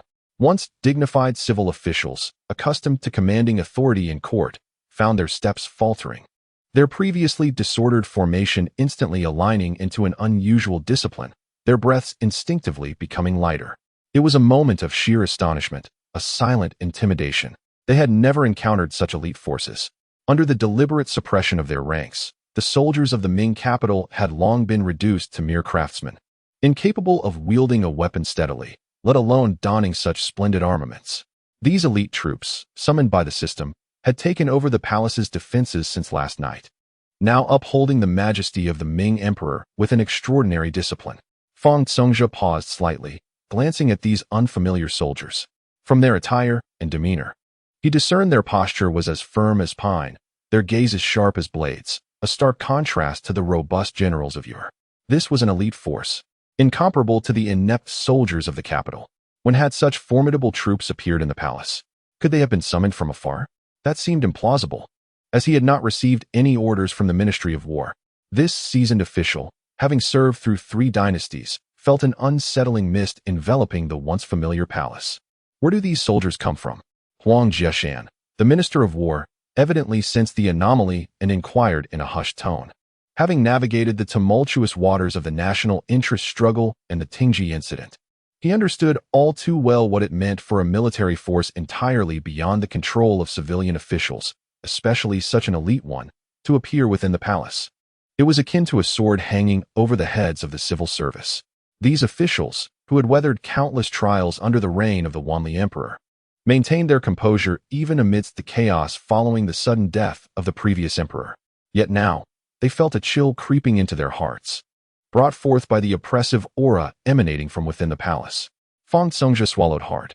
Recalling the confidential report received last night, thousands of armored soldiers had suddenly appeared in the Qinqing Palace, sealing all entrances. Initially, he had suspected a collusion between Li Xianshi and the eunuchs within the palace, but it now appeared that the 15-year-old prince had already set this scheme in motion. Silence, admonished Zhou Youxiao, the Minister of Personnel, though his gaze involuntarily fell upon the firearms. He had previously encountered the firearms of the capital's garrison, yet he had never laid eyes on such an exquisitely crafted flintlock musket. The trigger bore intricate anti-slip textures, and the barrel was conspicuously elongated, clearly a refined instrument of death. Each soldier was equipped with a firearm, and at their waists hung leather pouches brimming with lead pellets, presenting an image of an elite force poised for battle at any moment. The most astonishing sight belonged to the English Duke Zhang Weixian, whose gaze swept over the ranks of soldiers standing as statues, causing him to narrow his eyes. This hereditary duke, having journeyed thus far, felt a tempest of emotions churn within him. He understood warfare better than anyone. These armored men stood in formation like a wall, their breaths synchronized, their armor fitting seamlessly, exuding a fierce demeanor honed in the crucible of battle and an icy resolve in the face of death. What struck him even more profoundly was that every soldier donned heavy mountain armor, not the ornamental finery meant to impress the Ministry of Rights, but genuine battle gear. The leather linings at the joints of the armor were plainly visible, the blades were uniformly issued, and the firearms were uniformly excellent. This was not a haphazard assemblage, but rather a well-organized, uniformly supplied elite fighting force. This was no mere display. His heart sank. He scrutinized the scene, his throat tightening as he muttered under his breath. What in the world? They have stood armored in silence for nearly an hour without a trace of sweat, their breathing steady and calm. Are these men made of iron? Zhang Weixian could not suppress a shiver. This was not a ceremonial guard, but a lethal force, ready to crush any opposition with ruthless efficiency. To nurture such a formidable army in the depths of the Forbidden City, right under everyone's noses, what manner of individual was this 15-year-old imperial grandson? He cast a gaze towards the Donghuan Pavilion, filled with profound awe and trepidation. Thus, a group of cunning old foxes, each harboring their own tumultuous doubts and calculations, approached the Donghuan pavilion with solemn expressions. "We humbly request an audience with your highness." Fang Congzhe inhaled deeply and called out, as the officials followed suit, clasping their hands and bowing in unison, deeply bending their bodies. Before the Donghuan pavilion, 2 rows of imperial guards stood solemnly, their armor gleaming coldly, and in the silence, only the soft sound of official boots echoed against the ground. As the door opened, Zhu Youxiao, clad in plain white mourning attire, stepped forth with a grave demeanor, his gaze calm like a deep ancient well. Wei Zhongxian stood by his side, head bowed and eyes discreetly lowered, ever present like a shadow. Zhu Youxiao uttered not a word. With a barely perceptible gesture of his eyes, he turned and entered the pavilion. His tranquil bearing subtly conveyed an aura of authority and control over the situation. Once everyone had entered in succession, hushed conversations emerged from behind a screen as eunuchs quietly offered tea. Inside the Donghuan pavilion, the lingering scent of sandalwood had not yet dissipated, but it was soon replaced by an invisible heaviness, a weight of power transitioning. The body of Emperor Taichang lay upon the royal couch, covered by a bright yellow brocade quilt, surrounded by the stifled sobs of those unable to contain their grief. As the ministers entered, regardless of their internal thoughts, they all knelt in unison, prostrating themselves to the ground, weeping and lamenting, their sorrow palpable. Zhu Youxiao did not hasten to take his place upon the throne, the symbol of power. He first displayed an expression of deep sorrow, personally guiding the ministers to pay their respects to the late emperor with 3 kneels and 9 prostrations, embodying the rights of a dutiful son. After the formalities, he did not take his place at the head of the assembly. Instead, he wore a solemn expression and quietly seated himself on a simple couch set against the eastern wall. The atmosphere within the chamber grew instantly still, akin to a lake frozen in winter. Fang Congzhe exchanged swift glances with several ministers, and ultimately, the prime minister inhaled deeply, stepped forward, and clasped his hands. Speaking in a grave tone, "Your Highness, please accept my condolences. The sudden demise of the late emperor has shaken the realm. Affairs within and beyond the palace remain unsettled, and we are consumed by anxiety and fear. I dare to inquire, as your highness served the late emperor until his passing last night, did he leave any final instructions? In this precarious moment for the state, I implore your highness to prioritize the nation's affairs and grant us your decisive guidance to soothe the hearts of the people." Han Luan followed closely, bowing in agreement, his words earnest. "Your highness is the eldest grandson of Emperor Shenzong, the rightful son of the late emperor, and the legitimate heir by the mandate of heaven. Now, with the foundations of the state in jeopardy and the imperial authority unclaimed, the ministers are in dismay. The capital observes in anticipation, and the populace awaits with bated breath. We beseech your highness to adhere to ancestral precedents and ascend to the throne, to stabilize the realm and ensure the safety of the state." Zhu Youxiao calmly surveyed the elder ministers without immediate response, merely stating, "What you say is already enshrined in the imperial ancestral instructions of Emperor Taizu. The Ministry of Rites and the Grand Ritual Institute must faithfully uphold the ancestral customs and act accordingly." Seeing the hesitation upon Zhu Youxiao's countenance, Lu Yiren promptly bowed deeply, his voice resonant and resolute, echoing throughout the warm chamber. "Your Highness, please recognize that the Grand Ritual Minister and the Minister of Rites have already convened to verify the genealogical records. According to the imperial ancestral instructions, the legitimate heir must be established, and if there is no legitimate heir, the eldest son shall be proclaimed. The Crown Prince, Zhu Youxiao, the eldest son of the late emperor, is now 15 years of age, wise and benevolent, and fit to govern. In this time of instability, only your highness can swiftly ascend to the throne to restore order, deter any treachery, and unify the realm, ensuring tranquility for all. This is the law of our ancestors and the hope of the people. I, Lu Yiren, implore you once more with tears of blood." This eloquent appeal, rich in references to ancestral laws, elevated the notion of succession to a matter of adhering to tradition and securing the realm, effectively silencing dissent and providing Zhu Youxiao a pathway forward. The gazes of the other ministers upon Lu Yiren were multifaceted, filled with admiration for his cleverness as well as a quiet lament for his eagerness to claim credit. "We humbly request your highness to inherit the great mandate and continue the legacy." With Lu Yiren's influence, the ministers within the hall shed any hesitation, bowing in unison. Their voices rising like the surging tide. "Please ascend to the throne, Your Highness. Please ascend to the throne." Zhu Youxiao remained silent. This silence stretching on for what felt like an eternity. The air in the chamber nearly solidified. At last, he slowly rose. The slender figure of the youth, clad in plain garments, exuded a chill, yet at the moment he stood, an invisible, compelling authority emanated from his straightened back and tranquil gaze. He walked steadily down the symbolic low steps, coming to a halt before the prostrate ministers. He gazed slowly across each bowed head, and after a brief moment, raised his hand in a gesture of support. His voice, though soft, carried a penetrating strength, resonating clearly in every ear. "You ministers are devoted to the nation, united in your request. Although I am overwhelmed with sorrow, I cannot forget the legacy of my ancestors and the welfare of the people." He paused momentarily, his voice suddenly resolute, resonating like the clash of gold and jade. "I vow to uphold the constitution established by our great forefather and ascend to the imperial throne. I implore all ministers to unite and diligently support the state." The ministers echoed in unison, their voices reverberating through the hall, as the new sovereign ascended. This declaration was of utmost importance. Zhu Youxiao nodded slightly, his gaze shifting to the loyal Wei Zhongxian standing beside him. Wei Zhongxian, already attuned to the moment, promptly produced a roll of bright yellow edict from his sleeve, raising it high with both hands in a posture of reverence and solemnity. "This is the edict conveyed by the late emperor last night at the third watch, recorded by the director of ceremonies." His voice was loud and clear, resonating in the quiet, warm chamber as he proclaimed the late emperor's decree.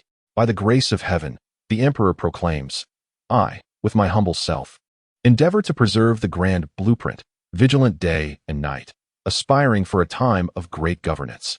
Unforeseen illness has swiftly overtaken me, and my time draws near. Considering the significance of the state, I must contemplate the entrusted authority.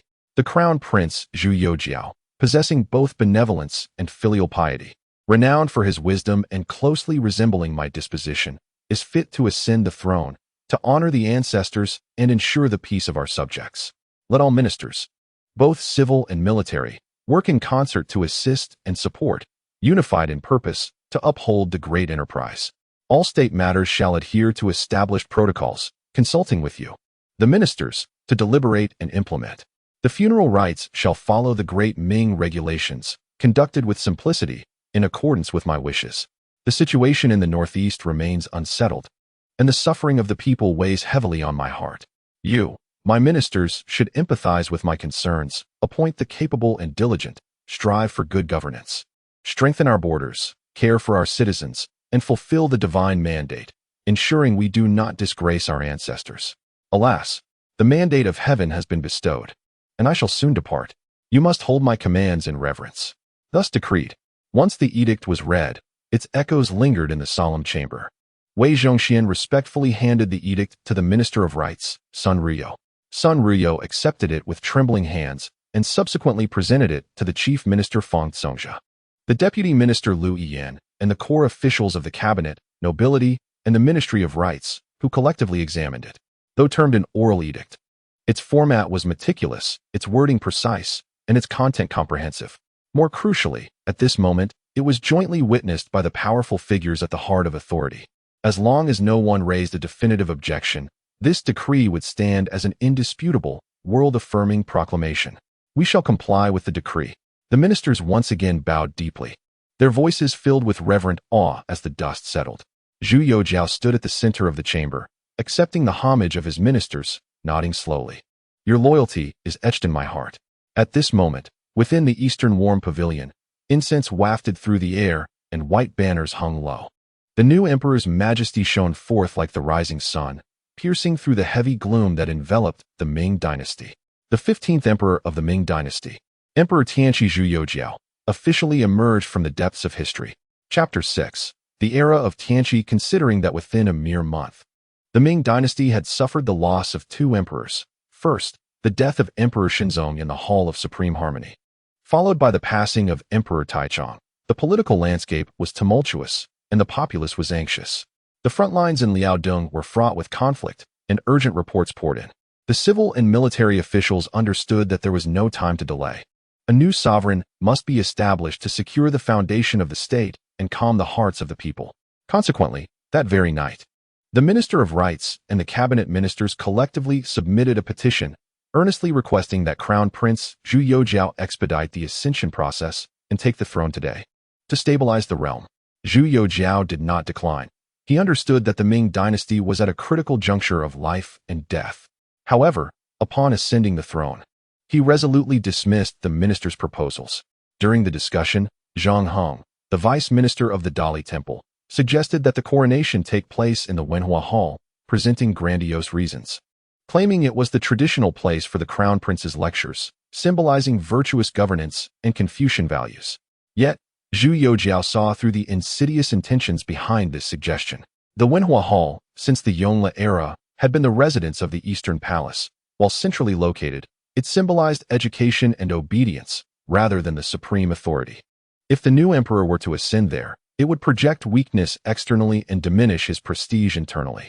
Such a move would implicitly suggest that the emperor was a ruler who needed education rather than one who commanded authority, revealing a malicious intent. Zhu Youxiao was incensed and declared sternly, "I am the direct descendant of my ancestors, inheriting the rightful rule of the Taizu. How can I bow to the Eastern Palace's lecture hall and become the subject of ridicule?" He demonstrated the resolute demeanor befitting an emperor by immediately ordering Wu Tsang to apprehend Zhang Hong, the instigator of this proposal.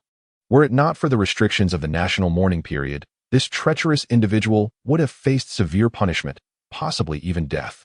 The ministers were taken aback, realizing that although the crown prince was young, he was not as feeble as rumored, and thus dared not voice further dissent. Consequently, the coronation ceremony was moved to the Qianqing Palace, the place designated by the Taizu as the supreme seat of the emperor, where he would reside, hold court, pass on the throne, and issue edicts, symbolizing celestial mandate and authority, perfectly aligning with Zhu Youxiao's intentions.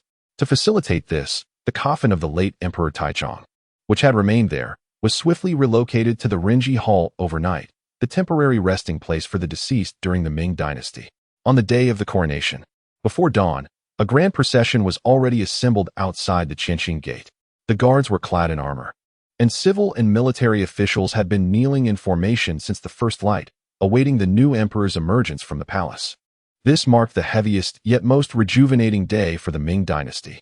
As the Qianqing Palace doors creaked open, a procession of inner palace attendants emerged, bearing incense burners and ceremonial banners. The smoke spiraled gracefully, enveloping the palace like clouds. Zhu Youxiao, not adorned in a dragon robe, but rather in a simple silken garment, stepped forth with a solemn demeanor. His pace was measured yet powerful, and with each step, eunuchs knelt and proclaimed, "His Highness the Crown Prince approaches the ancestral temple to pay homage." The words reverberated through the hall, echoing throughout the palace. Inside, the incense wafted gently, and the spirit tablets of the ancestors lined the sides, exuding an air of solemnity and reverence. Zhu Youxiao held 3 sticks of incense, ardently burning them as the Minister of Rights, Sun Ruyo, chanted the ceremonial commands, "Bow, rise, bow again, rise again." Zhu Youxiao knelt, his forehead touching the ground. Within him surged a tumult of emotions, whether excitement at becoming emperor or anxiety over the weight of responsibility. However, as someone who had studied the rise and fall of Chinese dynasties, he understood better than anyone that the Ming Dynasty could not falter. The flame of Chinese civilization must endure and never be extinguished by the hands of outsiders. The people of this land deserved a prosperous and peaceful era, not one marred by bloodshed and calamity. May my Father in heaven be aware. Today, I, Youxiao, inherit the heavenly mandate and ascend the throne. I vow, I shall offer my blood for the preservation of the realm, to solidify the stability of the kingdom, and to protect the livelihoods of the common people. The youthful voice resonated through the hall, each word as resolute as iron. To ensure that the grandeur and might of the great Ming shine forth like the sun and moon, compelling the barbarian tribes and distant foes to submit. To command the banners where they are pointed, so that the winds of the 4 seas may obey, and all nations may come to pay their respects.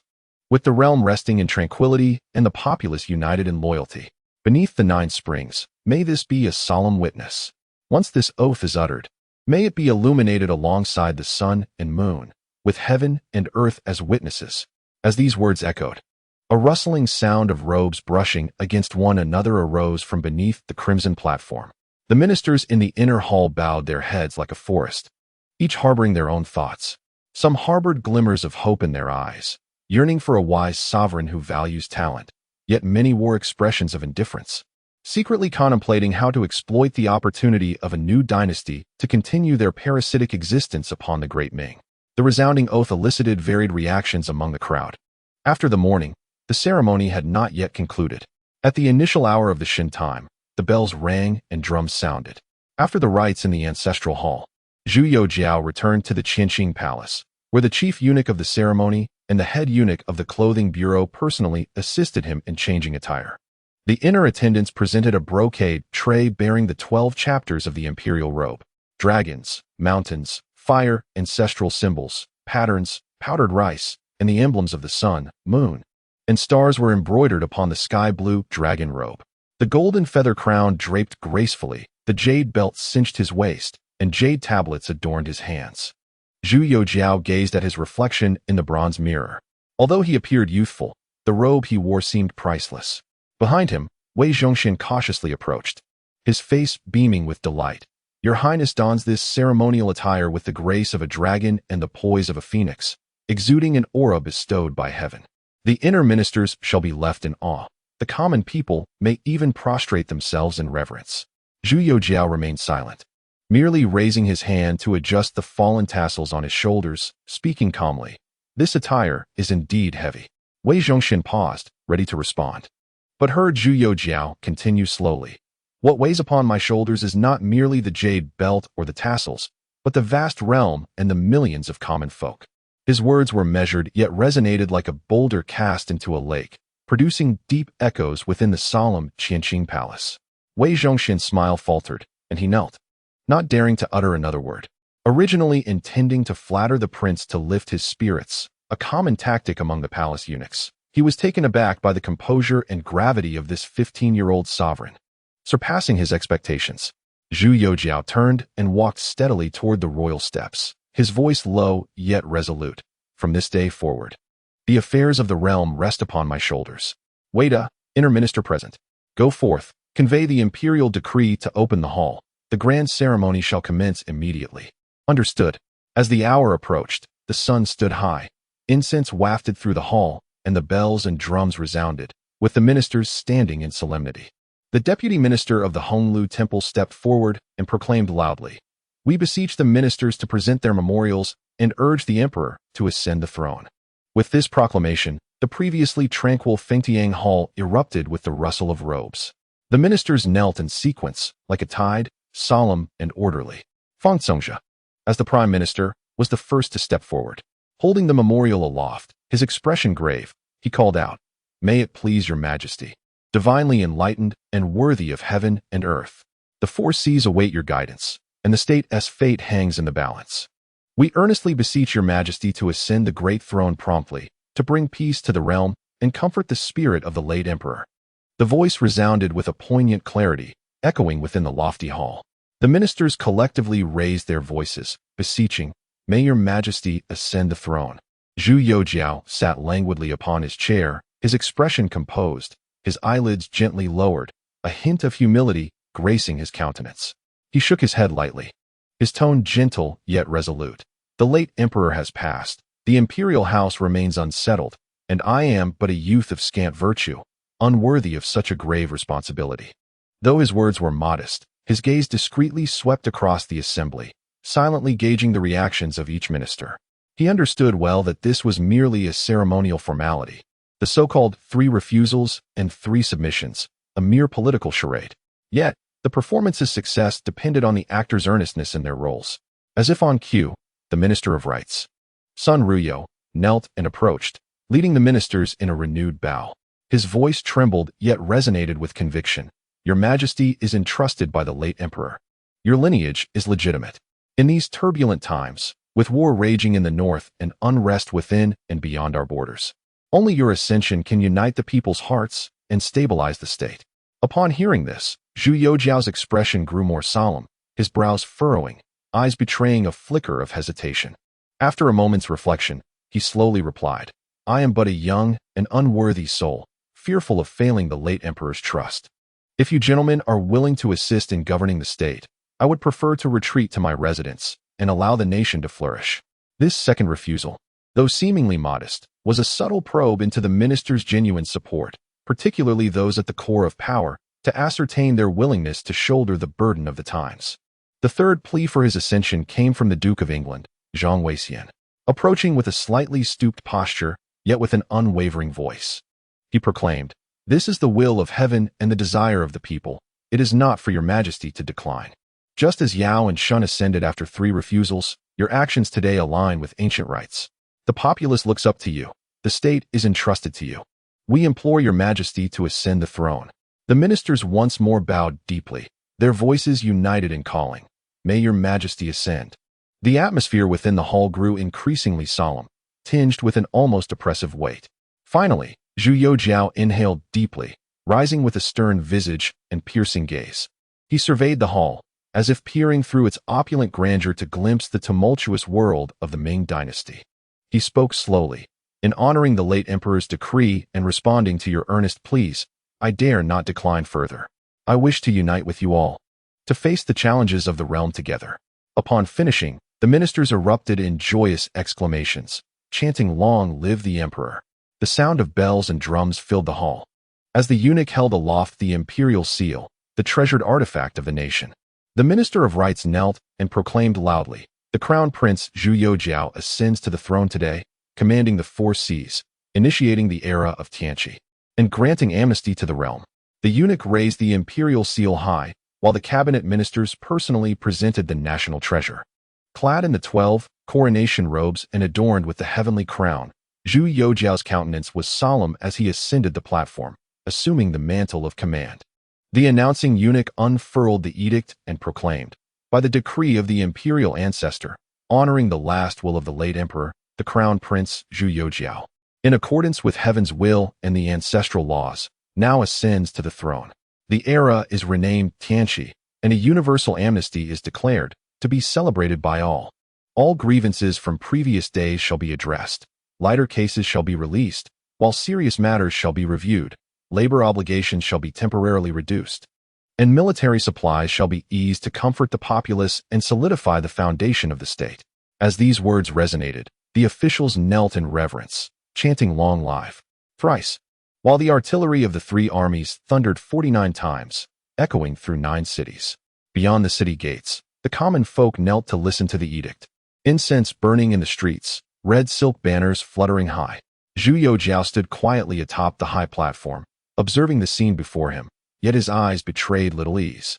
He was acutely aware that these formalities were merely the prelude. The 48 years of the Wanli era had accumulated a mountain of issues. The Taichang Emperor had ascended the throne for merely a month before his untimely demise, and now he, the Tianqi Emperor, was faced with an extremely dismal hand. The fires of war in Liaodong had yet to be extinguished, with the Jianzhou cavalry lurking menacingly within the court. The Donglin faction engaged in overt and covert struggles for power. Meanwhile, the populace lamented under the weight of years of calamity and heavy taxation. Zhu Youxiao gazed at the sky beyond the forbidden city, where the setting sun bled crimson, casting a fiery hue upon the glazed tiles, as if heralding some portentous omen. "Tianqi," he murmured softly, "if this truly is a divine revelation, then allow me to orchestrate the unfolding of these celestial events." As evening descended, the ceremony finally concluded. The ministers, weary and fatigued, departed the imperial city. From dawn, they had bowed and prostrated thrice before the Hall of Supreme Harmony, the Wenhua Hall, and the great ancestral temple, changing into ceremonial robes and presenting memorials, scarcely pausing to sip water. Yet, they understood well that although the coronation appeared settled, the storm brewing behind it had only just begun. This year had witnessed the demise of the empress, followed by the passing of 2 emperors, leaving the Ming court in a state of disrepair. The ascension of the new sovereign, though a cause for celebration, left everyone uncertain whether the name Tianqi could genuinely herald a new dawn. Returning to Qinxing Palace, Zhu Youxiao felt as though the very essence of his strength had been drained. He had initially intended to seize the momentum and investigate the status of the imperial system, eager to see if the construction of town centers could commence. However, as he lay upon his bed, Fatigue washed over him like a tidal wave.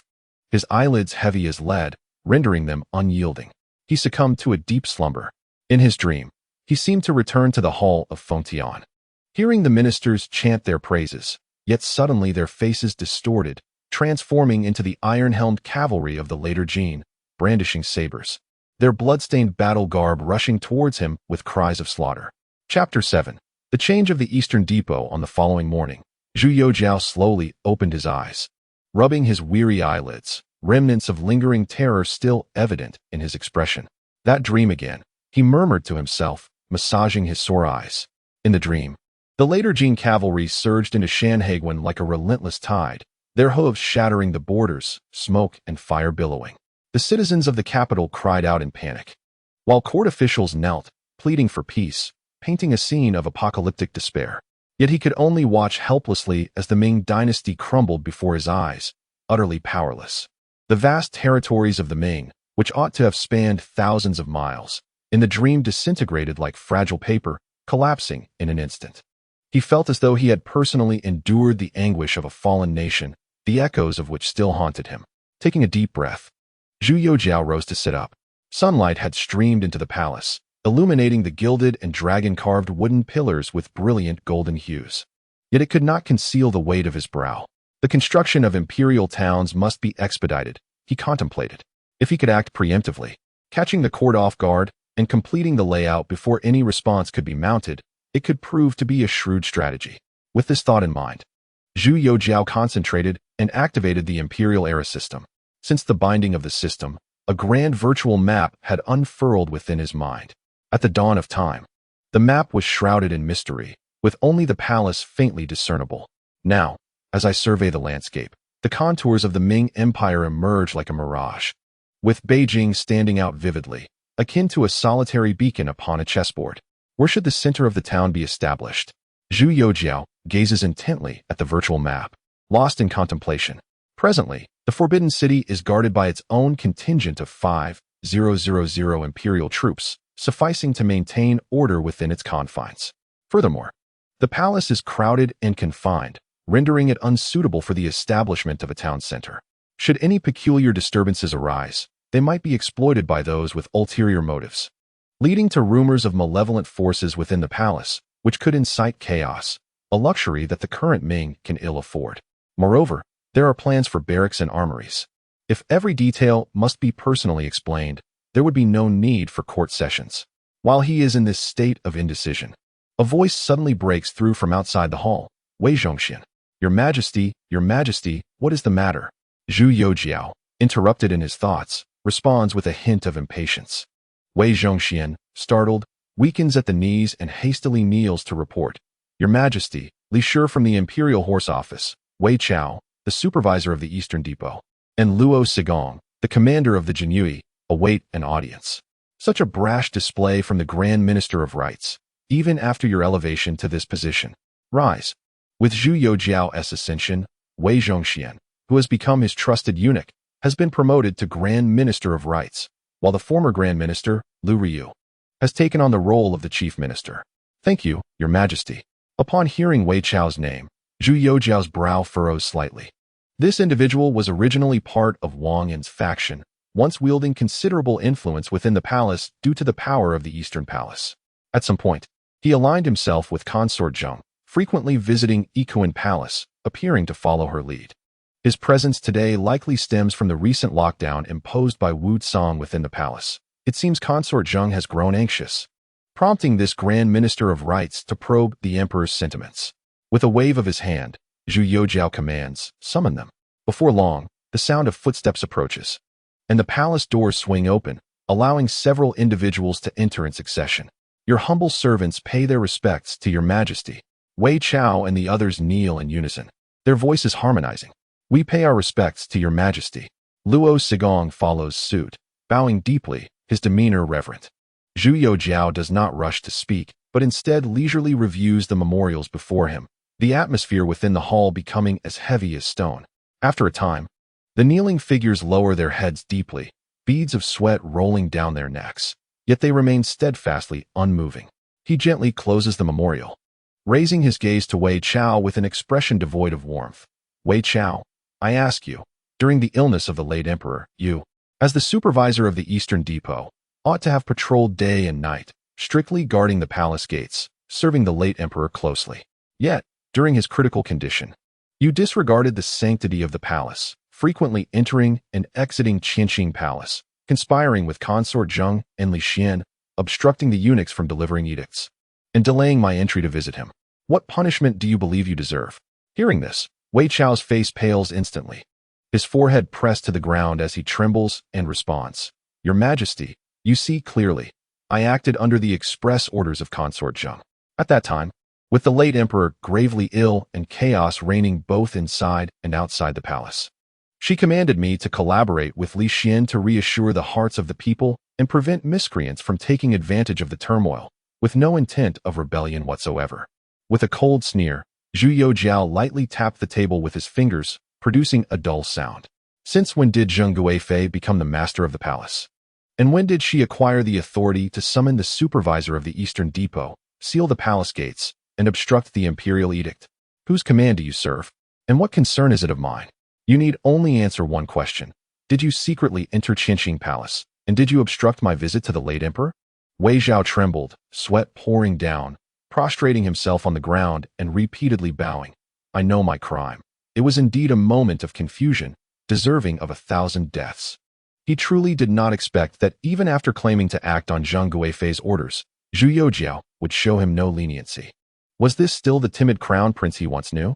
It must be noted that Zheng Guifei, as the most favored consort of the Ming Xinzong during the Wanli era, wielded influence that spanned over 30 years. Many court officials had either benefited from her favor or were under her thumb, wielding power that surpassed that of Zhu Youxiao, the newly ascended emperor. If it were not for an unexpected elite force that swiftly took control of the palace, sealing off Ikuan Palace and the Sili Jian, one can only wonder how the situation might have unfolded. Otherwise, why would the historical incident of the palace relocation escalate to the point of ministers besieging the palace, compelling Li Xian to be summoned from Qinqing Palace? Zhu Youxiao's gaze was sharp as a blade as he slowly rose, surveying the people in the hall, and coldly remarked, the Eastern Depot was originally an agency for intelligence. How dare you wield authority under false pretenses, forming factions? In the past, you acted recklessly under Wang An's protection, and now you have turned to Zheng Guifei, yet you remain oblivious to whom this realm truly belongs? I dare not. Wei Zhao bowed repeatedly, his voice tinged with a sob. Zhu Youxiao, with his hands clasped behind him, walked slowly, his tone growing increasingly icy. You dare not? You are quite bold. The late emperor was gravely ill, and you dared to obstruct me. Before Ikuan Palace, you dared to conspire. Now you even dare to seek my intentions. Wei Zhao, truly a dog that bites its master. His gaze fixed on Wei Zhao. His tone suddenly turned neutral. You say Zheng Guifei sent you? Wei Zhao was taken aback, hesitating before nodding. I was indeed ordered by the consort. Zhu Youxiao smiled faintly, relieved that he did not deny it, for he had finally grasped a hold over her. He then turned his attention to Wei Zhongxian. Convey the edict to Zheng Guifei of Ikuan Palace from this day forth. She is confined to the inner courtyard and shall have no contact with the outside world. Wei Zhongxian, you are responsible for the Eastern Depot.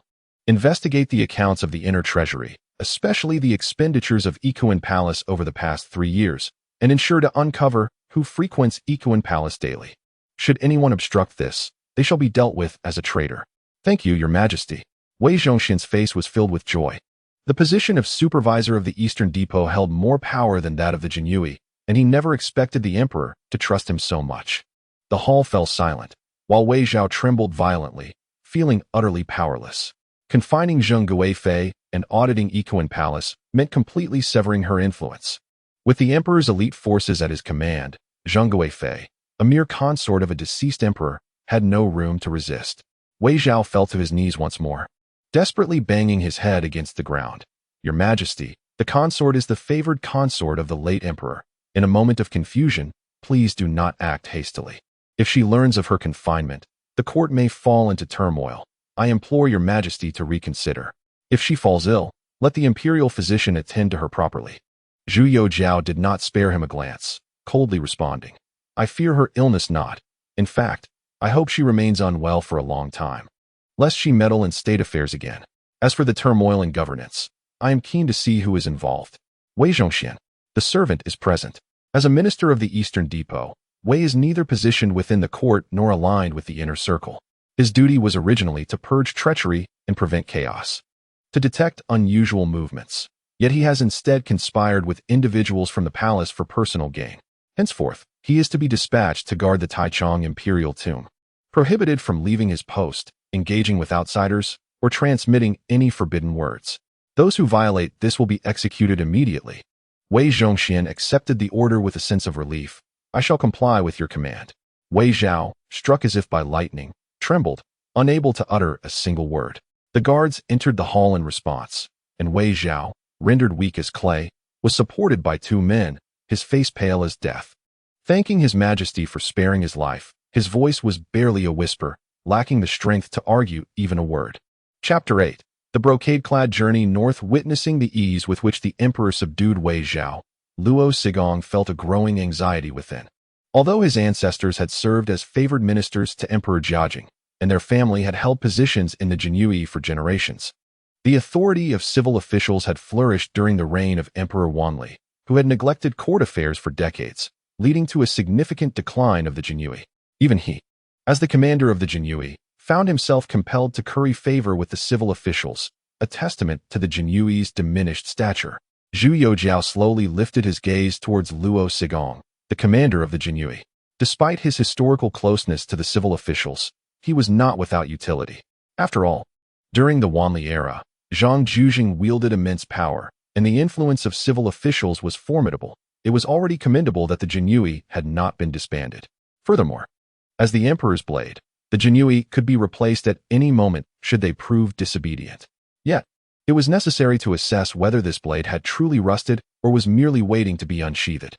Commander Luo, I recall that your ancestor, Luo Ting'an, served as a Jini Qianhu during the Jiajing period, earning the rank of third-class Jinyue commander for quelling the rebellion of the firearms camp within the palace. Luo Sigong was taken aback and hastily bowed his head. Indeed, your majesty, that is my ancestor. Correct. Zhu Youxiao nodded. Once the Jinyue wielded the embroidered spring blade, instilling fear across the realm, treacherous officials would tremble at its mention, and when the imperial guards emerged, all officials fell silent. But what of the present? His tone shifted sharply, growing cold. I ask you, when did the Jinyue become mere pawns of the civil officials? Luo Sigong's expression changed dramatically. Cold sweat trickling down his brow, he could only bow deeply. I am incompetent, unworthy of your majesty's trust. Zhu Youxiao smirked icily. How much capability does the Jinyue possess now? You rely on the Eastern Depot spies for investigations, local couriers for apprehending thieves, and the Wuqing army for escorting you. Even the palace's patrols require assistance from the Imperial Horse Office. Were it not for the title of commander inscribed upon the edict, I would think you were merely an aide to some minister in the Ministry of Revenue. Luo Sigong's face turned crimson, yet he felt a tinge of injustice. Their family had been a lineage of the Jinyue. He too yearned to restore its former glory, but what could be done when his grandfather and father had failed? Your Majesty may slay me, but cannot humiliate me. The Jinyue has always been the Emperor's personal army, a blade in your Majesty's hand, not mere pawns of those civil officials. Luo Sigong raised his head, his eyes reddened, his voice booming like thunder. I, Luo Sigong, though lacking in illustrious military achievements, refuse to tarnish the name of my ancestor, Luo Ting'an, nor further sully the reputation of the Jinyue. Zhu Youxiao remained silent, observing him quietly, his gaze as cold as water. The hall was enveloped in silence, save for the sound of the wind whispering through. After a long pause, Zhu Youxiao finally spoke. Your ancestor served as the deputy of the embroidered uniform guard, leading 36 horsemen into Datong at night, slaying 13 traitors and capturing Li Longchuan alive. A historical event known as Blood Swallow's fatal strike. And you? What deeds can you, Luo Sigong, boast of that rivals such martial prowess? This statement struck like thunder. Luo Sigong's expression changed dramatically, his mind swirling as a wave of shame and indignation surged within him, rendering him nearly breathless. He attempted to retort, yet found himself at a loss for words, for Zhu Youxiao was undeniably correct. In recent years, the embroidered uniform guard had not only failed to achieve glory, but had instead become a mere laughingstock in the eyes of the eunuchs. Zhu Youxiao's tone suddenly softened, yet it bore an irresistible authority. I do not take your life because I still believe there is a shred of honor left in your heart. Do you know why I have chosen to speak to you today? Luo Sigong lowered his head and replied solemnly, Please enlighten me, Your Majesty. Because the surveillance agency serves as the emperor's eyes and hands, Zhu Youxiao replied slowly, his voice deep as a drum. If I cannot even see or steady my own hands, how could I possibly govern the realm or command respect from distant lands? The situation in Liaodong is urgent. Our Ming Dynasty has just suffered a defeat at Saru, losing our elite forces and morale. The number of capable individuals I can rely on is scant. If you, Luo Sigong, still possess any iron will, then prove yourself to me in Liaodong. Show that the embroidered uniform guard is worthy of the honor of wearing this feathered robe. Luo Sigong prostrated himself, his voice resonating like a thunderous bell. I accept the decree. I, Luo Sigong, am willing to use the blood and bones of the embroidered uniform guard to gather intelligence on the enemy, sever treacherous connections. Should I show even a hint of cowardice or deceit, I shall gladly accept the punishment of death. Zhu Youxiao's gaze remained steady as he calmly declared, Very well. I command the commander of the embroidered uniform guard, Luo Sigong, to immediately select the elite of our ranks and hasten to Liaodong. Assist Xiong Tingbai in strategizing for Liaodong. Probe into the enemy's movements, identify spies, and thoroughly investigate those who collude with the enemy. His voice suddenly rose, infused with a chilling intent. Once verified, there shall be no mercy. Furthermore, I appoint your son, Luo Yanxing, as a 100-man officer of the embroidered uniform guard, to accompany you and remain attentive to orders. If you fall in battle in Liaodong, I shall personally compose a eulogy to honor your spirit in the shrine of loyalty for the embroidered uniform guard, where you will forever enjoy the offerings. Should you return alive, I shall bestow upon you a ceremonial robe and jade belt. Luo Sigong's blood surged with fervor as he bowed deeply once more. I shall obey your command. Zhu Youxiao regarded the suddenly upright figure, slowly turning to return to his throne. During your absence in Liaodong, the affairs of the embroidered uniform guard will be temporarily overseen by Deputy Commander Su Xianchun. The duties of the Southern Pacification Office will be entrusted to my guard captain, Wu Tsong. To control the embroidered uniform guard, mere admonition of Luo Sigong would not suffice. In this world, he placed his utmost trust in the system's soldiers.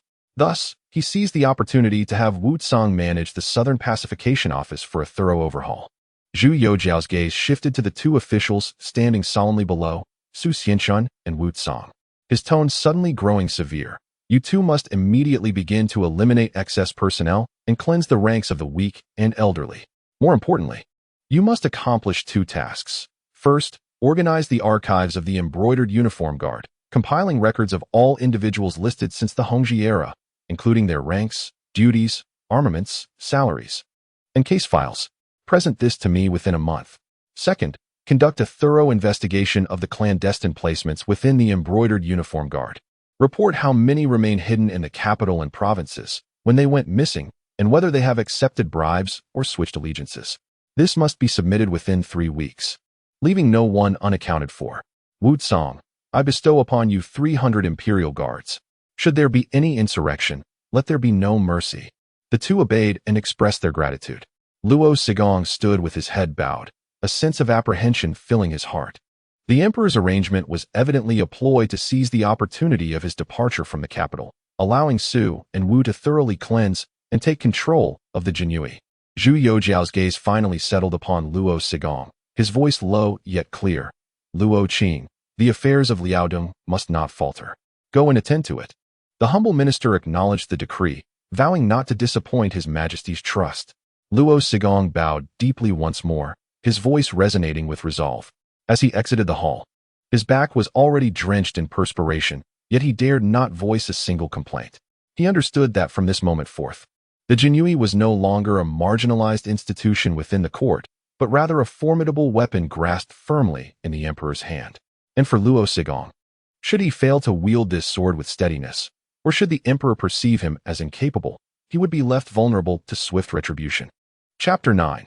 The journey to Nanhai. Observing the few individuals retreat one by one, Zhu Youxiao lifted his teacup to soothe his throat. At that moment, before he could utter a word, the remaining chief eunuch of the Imperial Horse Bureau, Li Shi, trembled as he knelt, his voice tinged with trepidation. Your Majesty, this old servant is nearing 60 this year, and in my old age I find it increasingly difficult to serve you. I humbly implore your majesty to show mercy and allow this old servant to return home to enjoy my twilight years." Zhu Youxiao regarded him thoughtfully, recalling his memories, yet found no substantial impression of Li Shi. It seemed he had never made a noteworthy appearance before him, nor was he known for any significant malevolence. His decision to resign voluntarily now appeared astute. Moreover, the Imperial Horse Bureau was no ordinary equestrian establishment. As the sole military department among the 24 bureaus of the inner court, it commanded the Taichang 4 guards and concurrently managed pastures and royal estates, as well as diplomatic missions and supplies, wielding authority second only to the Bureau of Rights. Thus, for one in such a pivotal role within the inner court to request resignation was a testament to Li Shi's perceptiveness. In just 3 months, the Ming Dynasty had lost 2 emperors, the political landscape was tumultuous, and the palace was fraught with peril.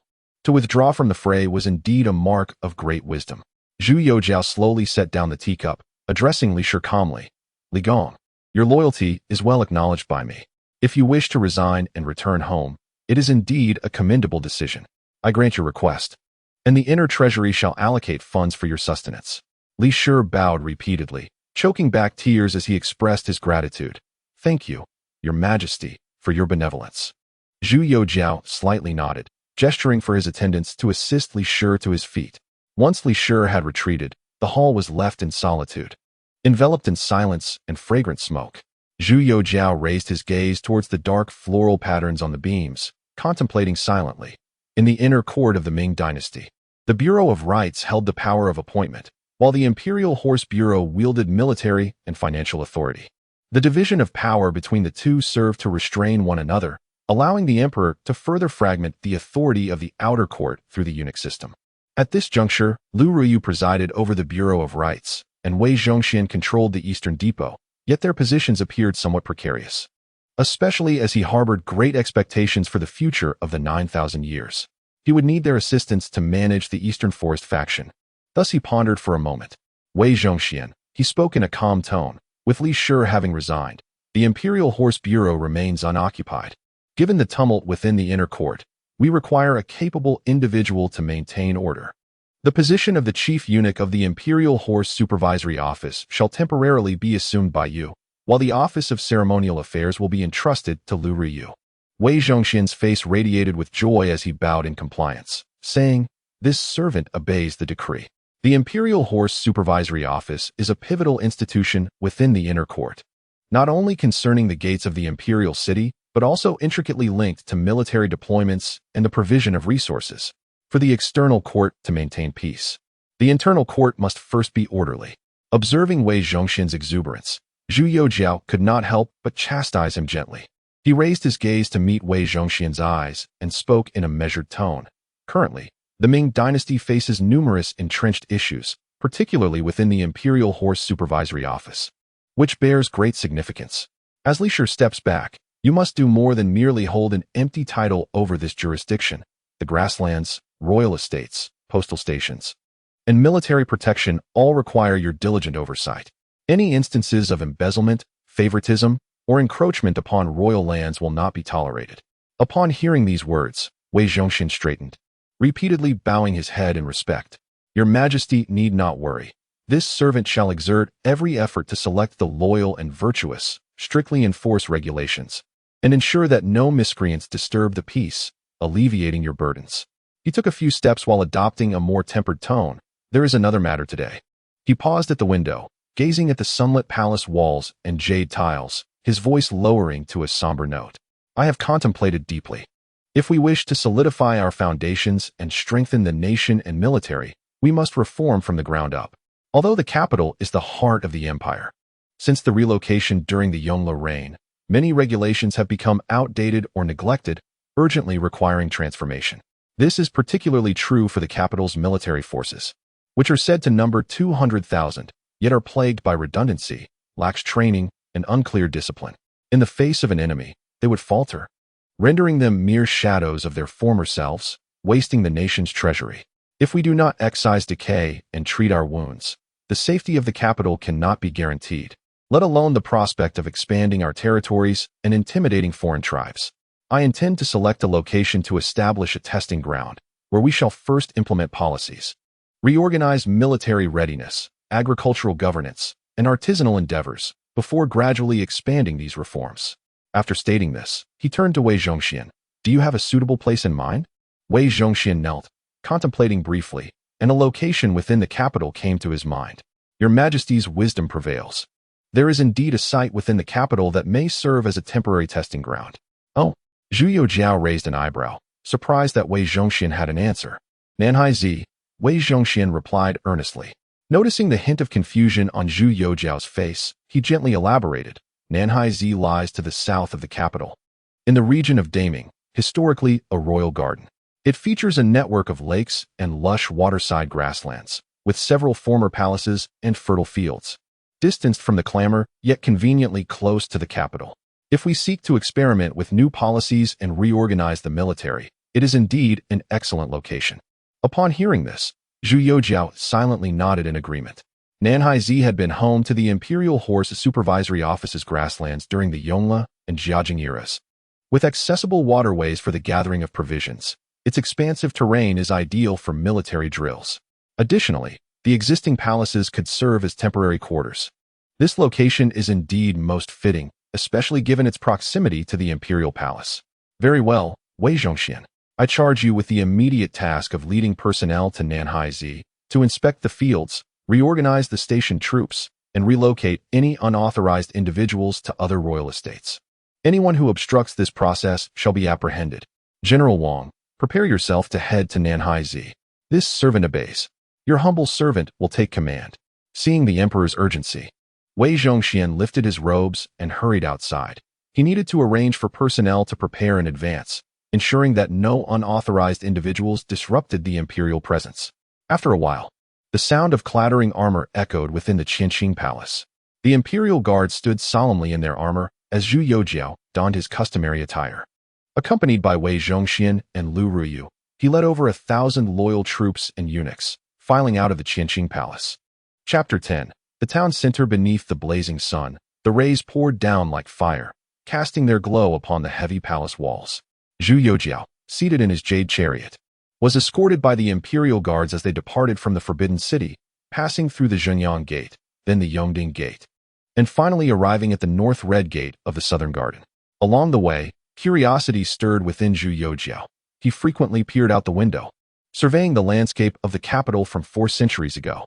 The straight and broad imperial road was flanked by towering city walls, with the moat's azure waters encircling them, and willow branches swaying gently in the breeze. In the streets, residences of blue bricks and gray tiles stood in succession, varying in height, with deep and shadowy alleys. Porters hurriedly carried their burdens, and the nearby taverns and tea houses still exuded a hint of liveliness. However, the superficial bustle of life could not conceal the underlying decay and desolation. Bricks were crumbling, roofs sagging, and in the corners, impoverished souls huddled in the shadows, their gazes vacant. Occasionally, young maidens clad in colorful silk skirts emerged from the grand estates, surrounded by their attendants, laughter and chatter resonating like echoes from another realm. Noble scions rode magnificent steeds, adorned in resplendent garments, attended by retinues who shouted at passers-by, fearful of obstructing their master's path. The proud laughter starkly contrasted with the gloom of the streets, accentuating the glaring disparity between wealth and poverty.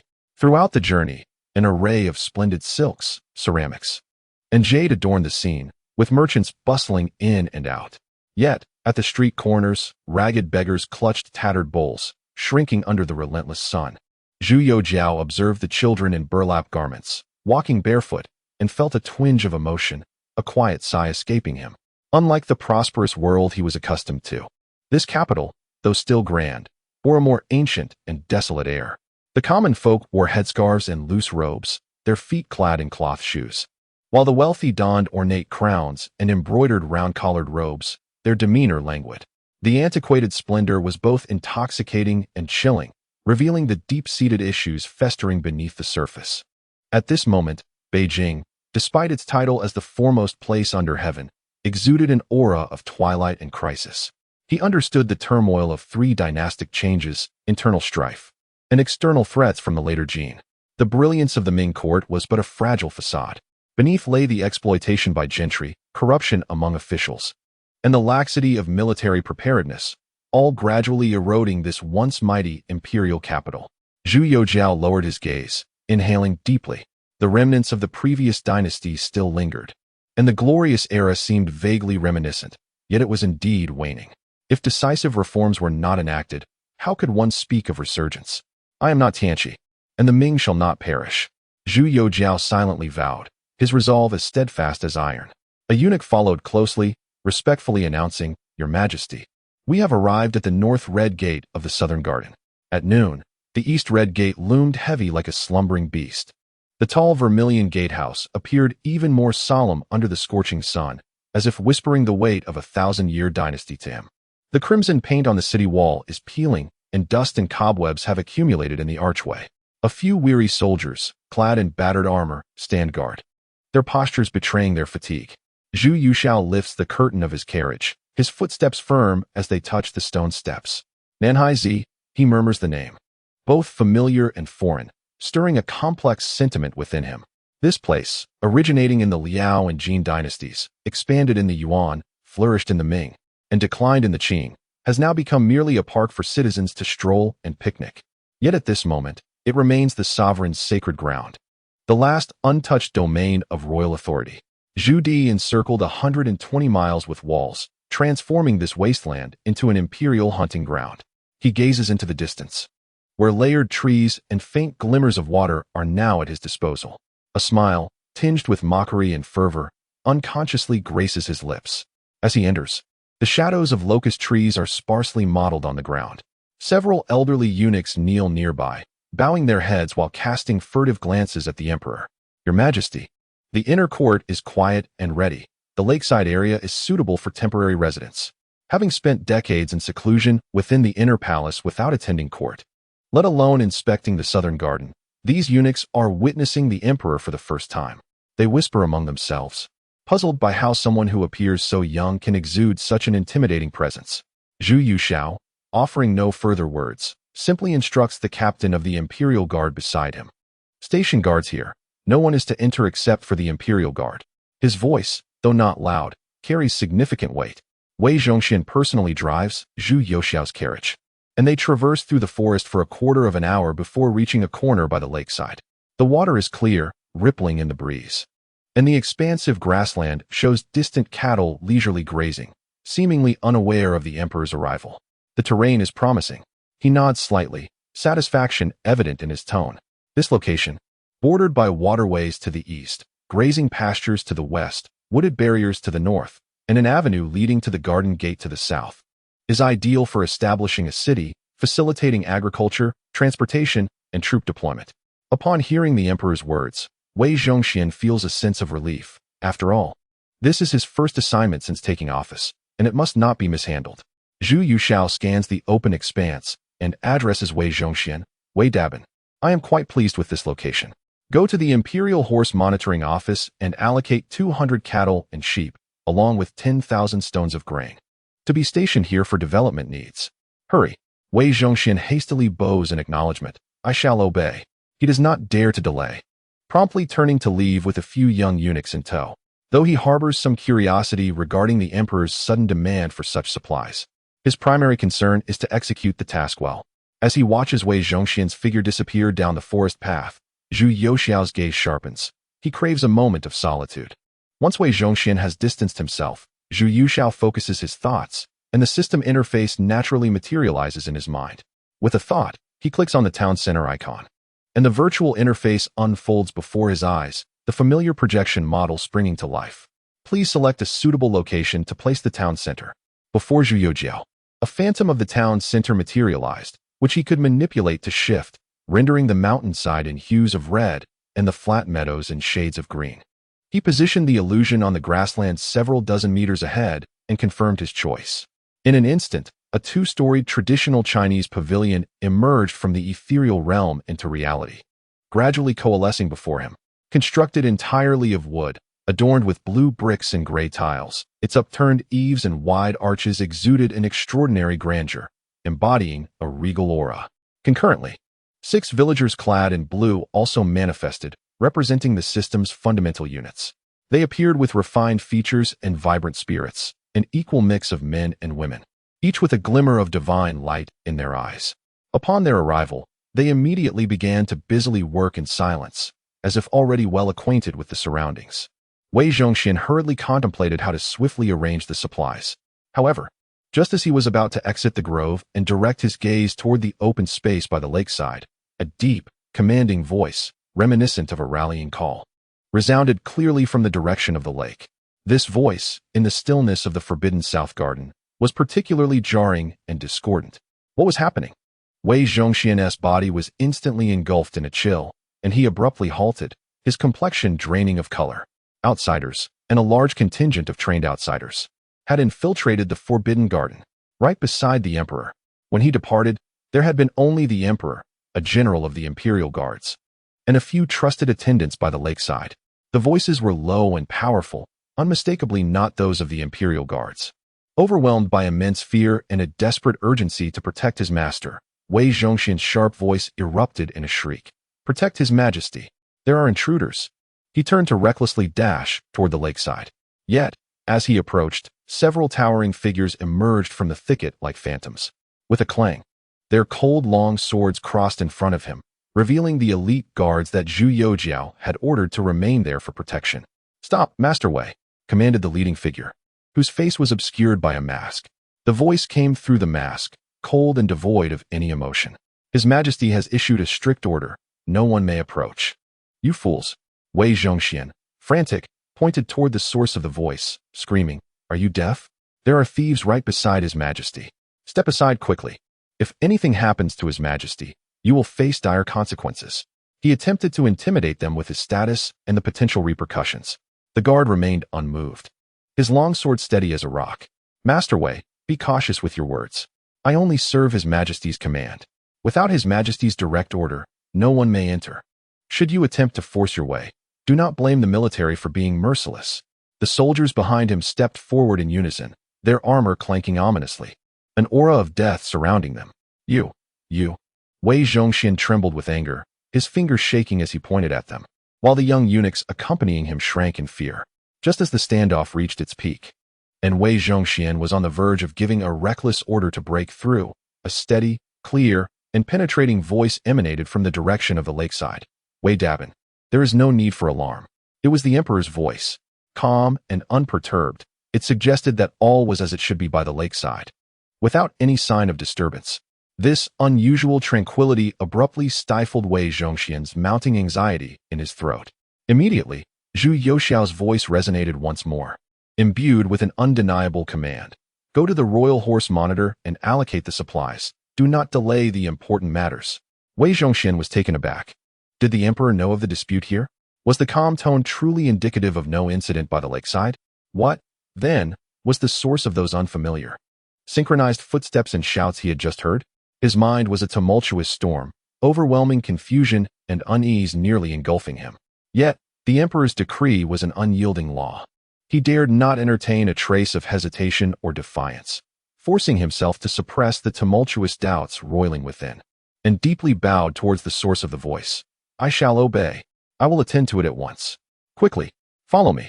He feigned composure, commanding the already petrified young eunuch behind him, and turned, nearly stumbling as he dashed towards the courtyard exit, the Imperial Guards silently sheathing their swords.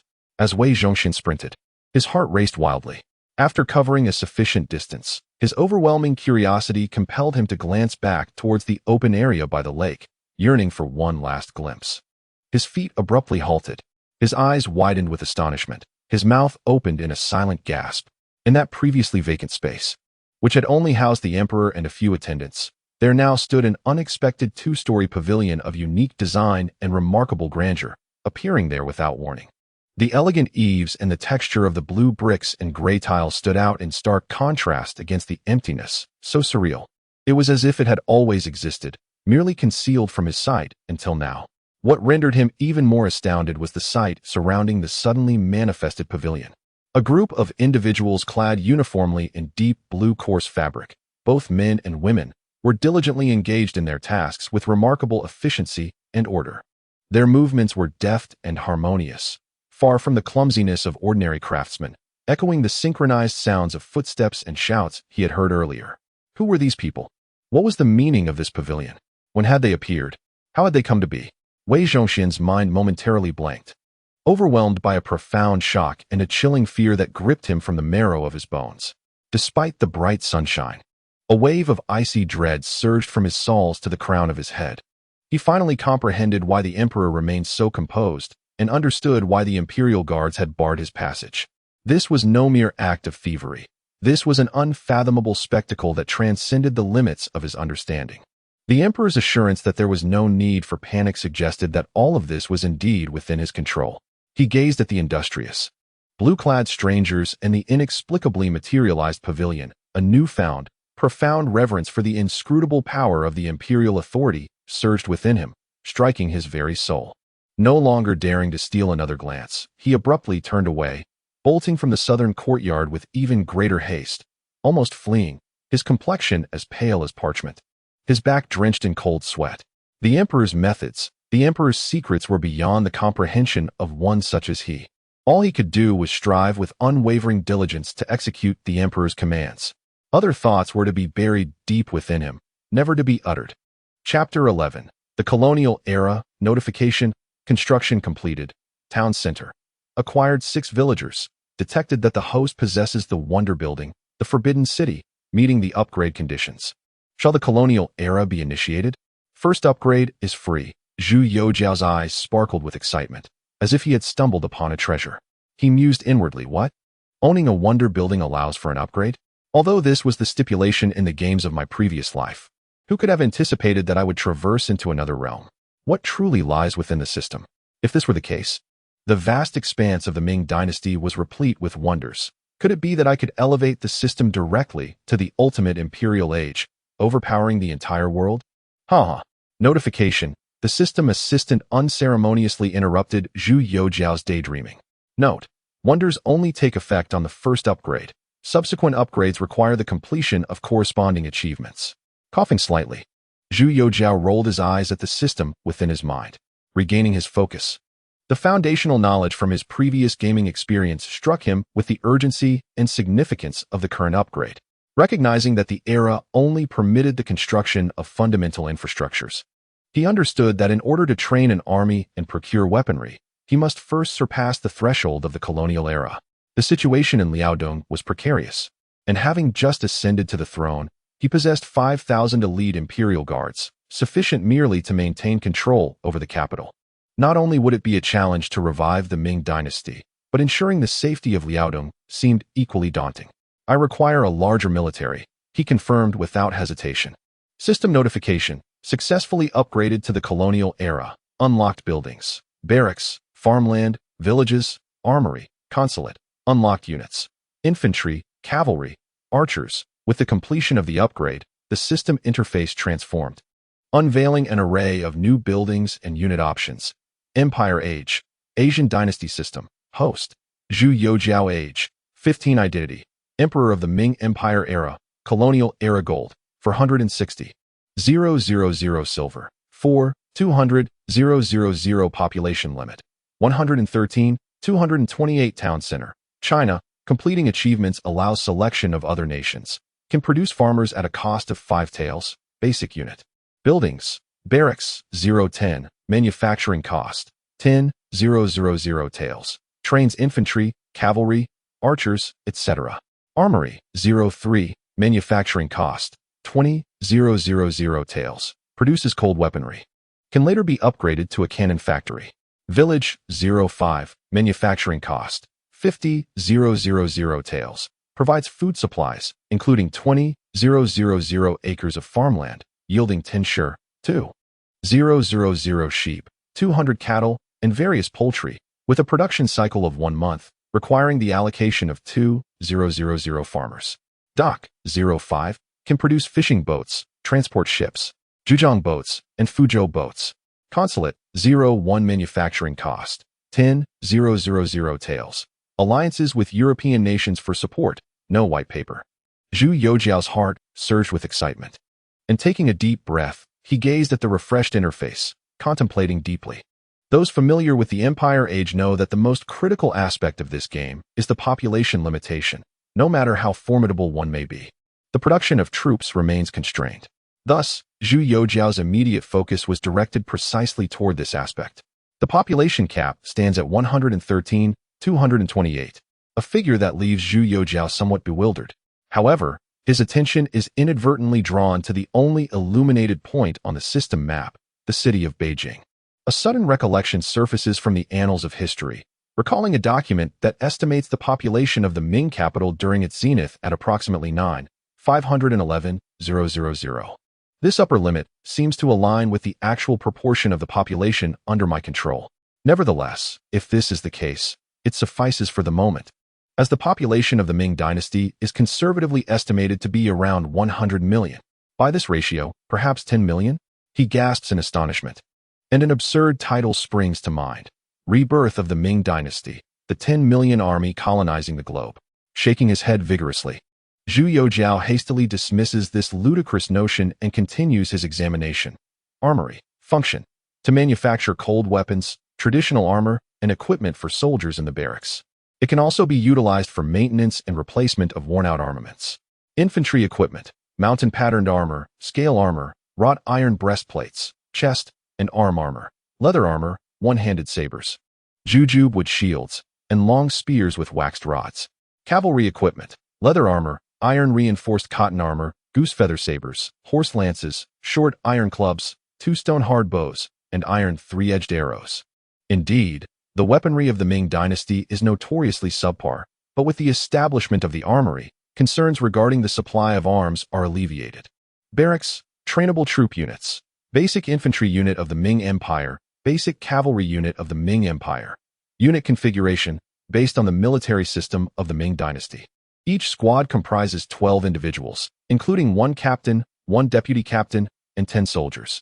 Basic infantry unit of the Ming Empire composition, 12 individuals per squad, cost per squad. 600 taels captain, 9th grade official, equipped with a goose feather saber, a 6-petal iron helmet, and mountain-patterned armor. Deputy captain, 10th grade official, donned in mountain-patterned armor, wielding a goose feather saber and a hand crossbow. Shield bearers, for equipment includes wrought iron breastplates, chest and arm armor, one-handed sabers, and jujube shields, the shield face covered with cowhide, adorned with a white tiger pattern. Advantages: proficient in close combat. The shield formation can withstand arrows and mitigate cavalry charges. Pikemen, for equipped with wrought iron breastplates and long spears with waxed rods, 35 meters. Iron spearhead with blood grooves.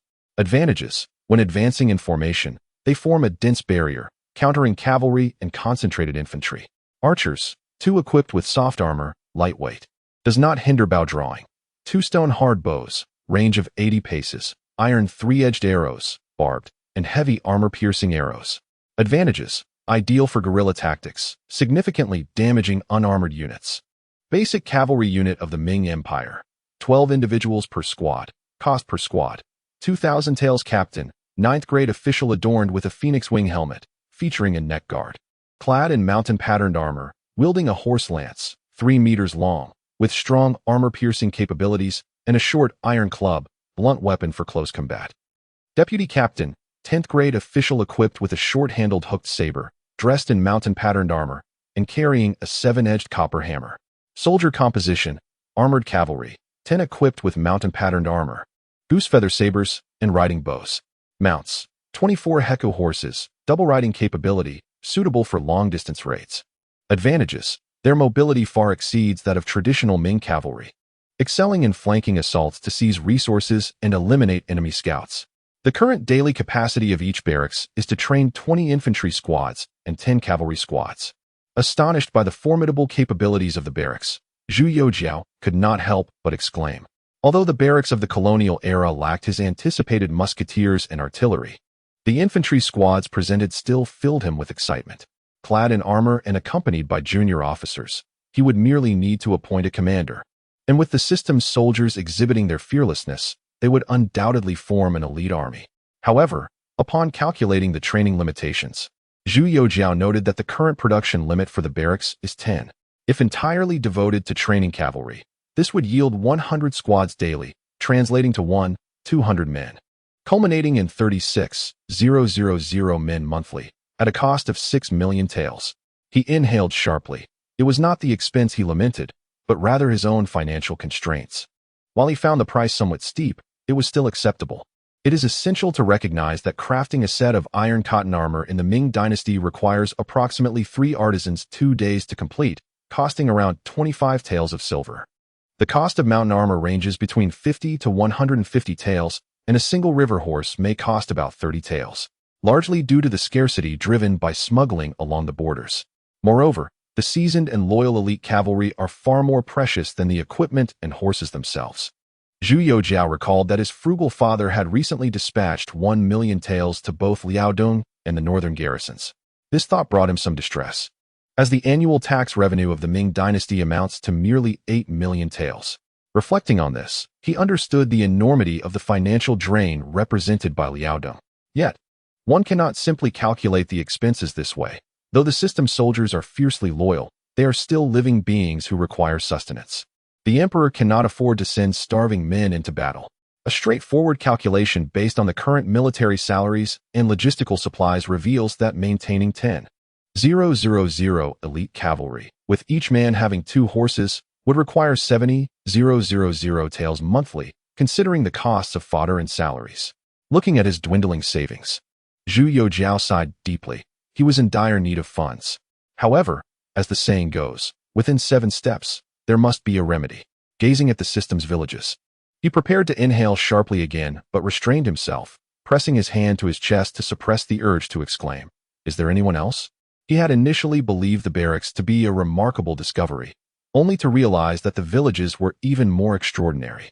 The introduction revealed 20,000 acres of farmland, yielding 10 stones per acre, 2,000 sheep, 200 cattle, and numerous chickens and ducks, with a growth cycle of merely 1 month. 1 month. 1 month. 1 month. He finally grasped a sense of extraordinary opportunity. This meant that Zhu Youxiao could construct 5 villages for 250,000 taels and train 10,000 farmers for an additional 50,000 taels, allowing him to obtain 12 million stones of grain, 120,000 sheep, and 12,000 cattle within a year. Perhaps it may not seem significant at first glance, yet it is essential to recognize that during the mid to late Ming Dynasty, the national tax collection of grain stabilized at approximately 26 million shur. This figure represents the entirety of the nation, suggesting that once the system of construction was completed, Zhu Youxiao would indeed possess wealth rivaling that of a nation. Moreover, the late Ming period coincided with the Little Ice Age, resulting in widespread calamities throughout the Ming realm, where even the abundance of grain proved insufficient for sustenance. Observing the shipyard, Zhu Youxiao felt a mix of joy and numbness. However, after years of maritime prohibition, the imperial navy was depleted, lacking both personnel and vessels, and the shipyard would aptly address this deficiency. As for the subsequent emergence of the consulate, it pleasantly surprised Zhu Youxiao, alleviating the current absence of artillery. He could invest 50,000 taels to forge an alliance with one of the following 3 nations: England, Germany, or France. England offered 1,000 riflemen, 1,000 light cavalry, and 30 eagle cannons, which fired shot pellets weighing 1,800 jin with a range of 700 meters. Germany provided 1,000 dual-sword warriors, 1,000 flintlock shooters, and 20 heavy cannons, which fired solid projectiles weighing 4,000 jin with a range of 2,000 meters. France presented 1,000 cuirassiers, 1,000 grenadiers, and 20 long cannons, which fired solid projectiles weighing 2,000 jin with a range of 2,000 meters. Please select a nation for alliance. Cost: 50,000 taels. Note: support can be summoned once a month. Cost: 100,000 taels. Given the current deficiency of firearms and the presence of the Ming army's close-range Tiger squat cannon, he decisively chose France and utilized the month's summoning opportunity. Summoning successful. Arrival time of aid: 55959. Chapter 12. Internal reforms. Upon comprehensively understanding the system's functionalities, Zhu Youxiao immediately commenced an extravagant expenditure, initiating construction and deployment. For the village and town, he allocated 525,000 taels, along with an additional 10 villagers at a cost of 50 taels. It was imperative to maximize the village and town, and after accounting for the necessary population of 10 he would have a total of 100 individuals available for training. For the barracks, he invested 100 taels to train 20 squads of infantry and 10 squads of cavalry, totaling 800 individuals at a cost of 160 taels. For the armory, he allocated 60 taels, converting 3 villagers into craftsmen, totaling 150 taels. For the consulate, he spent 10 taels, with an alliance fee of 50 taels and a summoning cost of 100 taels. Additionally, he produced 2 extra villagers, converting them into construction workers at a cost of 10 taels. The system automatically prompted for confirmation. Do you confirm the construction? Confirmation. As the screen flickered, the system interface instantly deducted 650 taels. Moments later, the sound of rustling echoed as a procession of blue-clad villagers emerged from the town center, robust and lean, their ages ranging from 18 to 40. Both men and women donned standardized blue short garments, simply secured with a hemp rope at the waist, and wore cloth shoes. Their gazes akin to ordinary folk. Equipped with tools, they emerged to collaborate in various tasks. Some were selecting sites and laying out plans, while others were constructing foundations. Resources such as timber, stones, clay, and grass ropes were continuously drawn from the town center, which were then assembled and constructed with remarkable efficiency. The entire Nanhai appeared to awaken from slumber, bustling into action. Buildings were rapidly taking shape at an astonishing pace. Zhu Youxiao found himself utterly mesmerized, his heart overwhelmed by the formidable power of the system, rendering him speechless. As evening approached and the sun began to set, the once desolate land had transformed, with numerous barracks rising majestically from the ground, arranged in a symmetrical and orderly fashion. The villagers were diligently engaged in construction, erecting wooden beams and stacking tiles. A scene of delightful chaos harmonized by their routine preparations for meals. Standing atop a high slope, Zhu Youxiao gazed at the boundless labor before him. Suddenly struck by a sensation akin to being transported to another era, his heart swelling with ambition and a profound sense of accomplishment. This place would become the heart of the Ming Dynasty, destined to infuse new vigor and hope into a realm that had been ravaged by internal strife, torn by external foes, and drained of its vitality by the bureaucratic elite. He then turned, gesturing with a wave of his hand. His voice calm, yet authoritative, returned to the palace. The entourage promptly mounted their steeds and galloped towards Qianxing Palace. Having just ascended the throne, he was acutely aware of the myriad responsibilities awaiting his attention. Observing the seeds of his endeavors taking root, he felt an invigorating surge of confidence. Meanwhile, Nanhai continued its thunderous construction under the setting sun, as if heralding a new chapter for the Ming Dynasty, sprouting forth from this very wilderness. As night enveloped the capital, the soft glow of lanterns illuminated Qianxing Palace, where the flickering shadows danced within the imperial study. Zhu Youxiao changed out of his travel-worn garments, bathing and donning fresh attire before reclining upon the imperial throne, perusing a detailed list pertaining to the inner court presented by Lu Riyu, the chief eunuch. The thick scroll was densely packed with names, causing him a headache as he read. Among them were not only the associates of Wang An, but also those loyal to consort Zheng and Li Xian, including several infamous names that would haunt history. Standing nearby were Wei Zhongxian and Lu Riyu, both displaying utmost respect, their hearts tightening at the fleeting shadows of displeasure that crossed the emperor's face. Clearly, Zhu Youxiao harbored significant dissatisfaction with the inner court. In truth, by the year 1620, his ascension year, the Ming Dynasty, despite its outward grandeur, was fraught with peril. Within the palace, power-hungry eunuchs thrived, with the eastern and western factories mingling amidst the intricate web of the inner court. On the political stage, factions such as Donglin, Zhidong, and Qidong were embroiled in fierce disputes, with the Donglin faction engaged in both overt and covert battles against the eunuchs. The court's appointments had devolved into a mere allocation of factions, disregarding merit. Coupled with the rising threat from the north, as the later Jin steadily emerged, The military leaders like Xiong Tingbai struggled to contain the border troubles. Zhu Youxiao often pondered in bewilderment. Were these scholars truly blind to the current circumstances? Upon returning to the palace from Nanhai, he brushed aside his fatigue and summoned the chief eunuchs responsible for various matters within the inner court. With Wang and executed and Wei Zhao dispatched to guard the imperial tombs, the factions led by them were now leaderless. With 5,000 imperial guards under his command, he seized the opportunity to cleanse the Ming palace and put it to good use. He meticulously considered the contents of Lu Ruyu's list, noting that the inner court was organized into 24 offices, divided among 12 monitors for departments and 8 bureaus, each tasked with managing the affairs of the palace both within and beyond its walls. At its inception, the system was deemed comprehensive. However, as time progressed, these bureaucratic entities gradually became bloated and convoluted, with overlapping functions and diminished efficiency, ultimately becoming a hindrance to the emperor himself. This was untenable and warranted reform. The inner court was established to serve the emperor. If operations were cumbersome, they ought to be streamlined for ease of governance. Zhu Youxiao took up his pen and, addressing Lu Ruyu's list, began to dictate. By imperial decree, the 24 offices of the inner court shall be restructured due to their overlapping roles and muddled responsibilities. The eunuchs are vying for power, leading to chaos within the palace and rendering edicts difficult to enforce. Henceforth, the old system shall be abolished, and 4 principal offices shall be established, each with distinct duties, consolidating power centrally.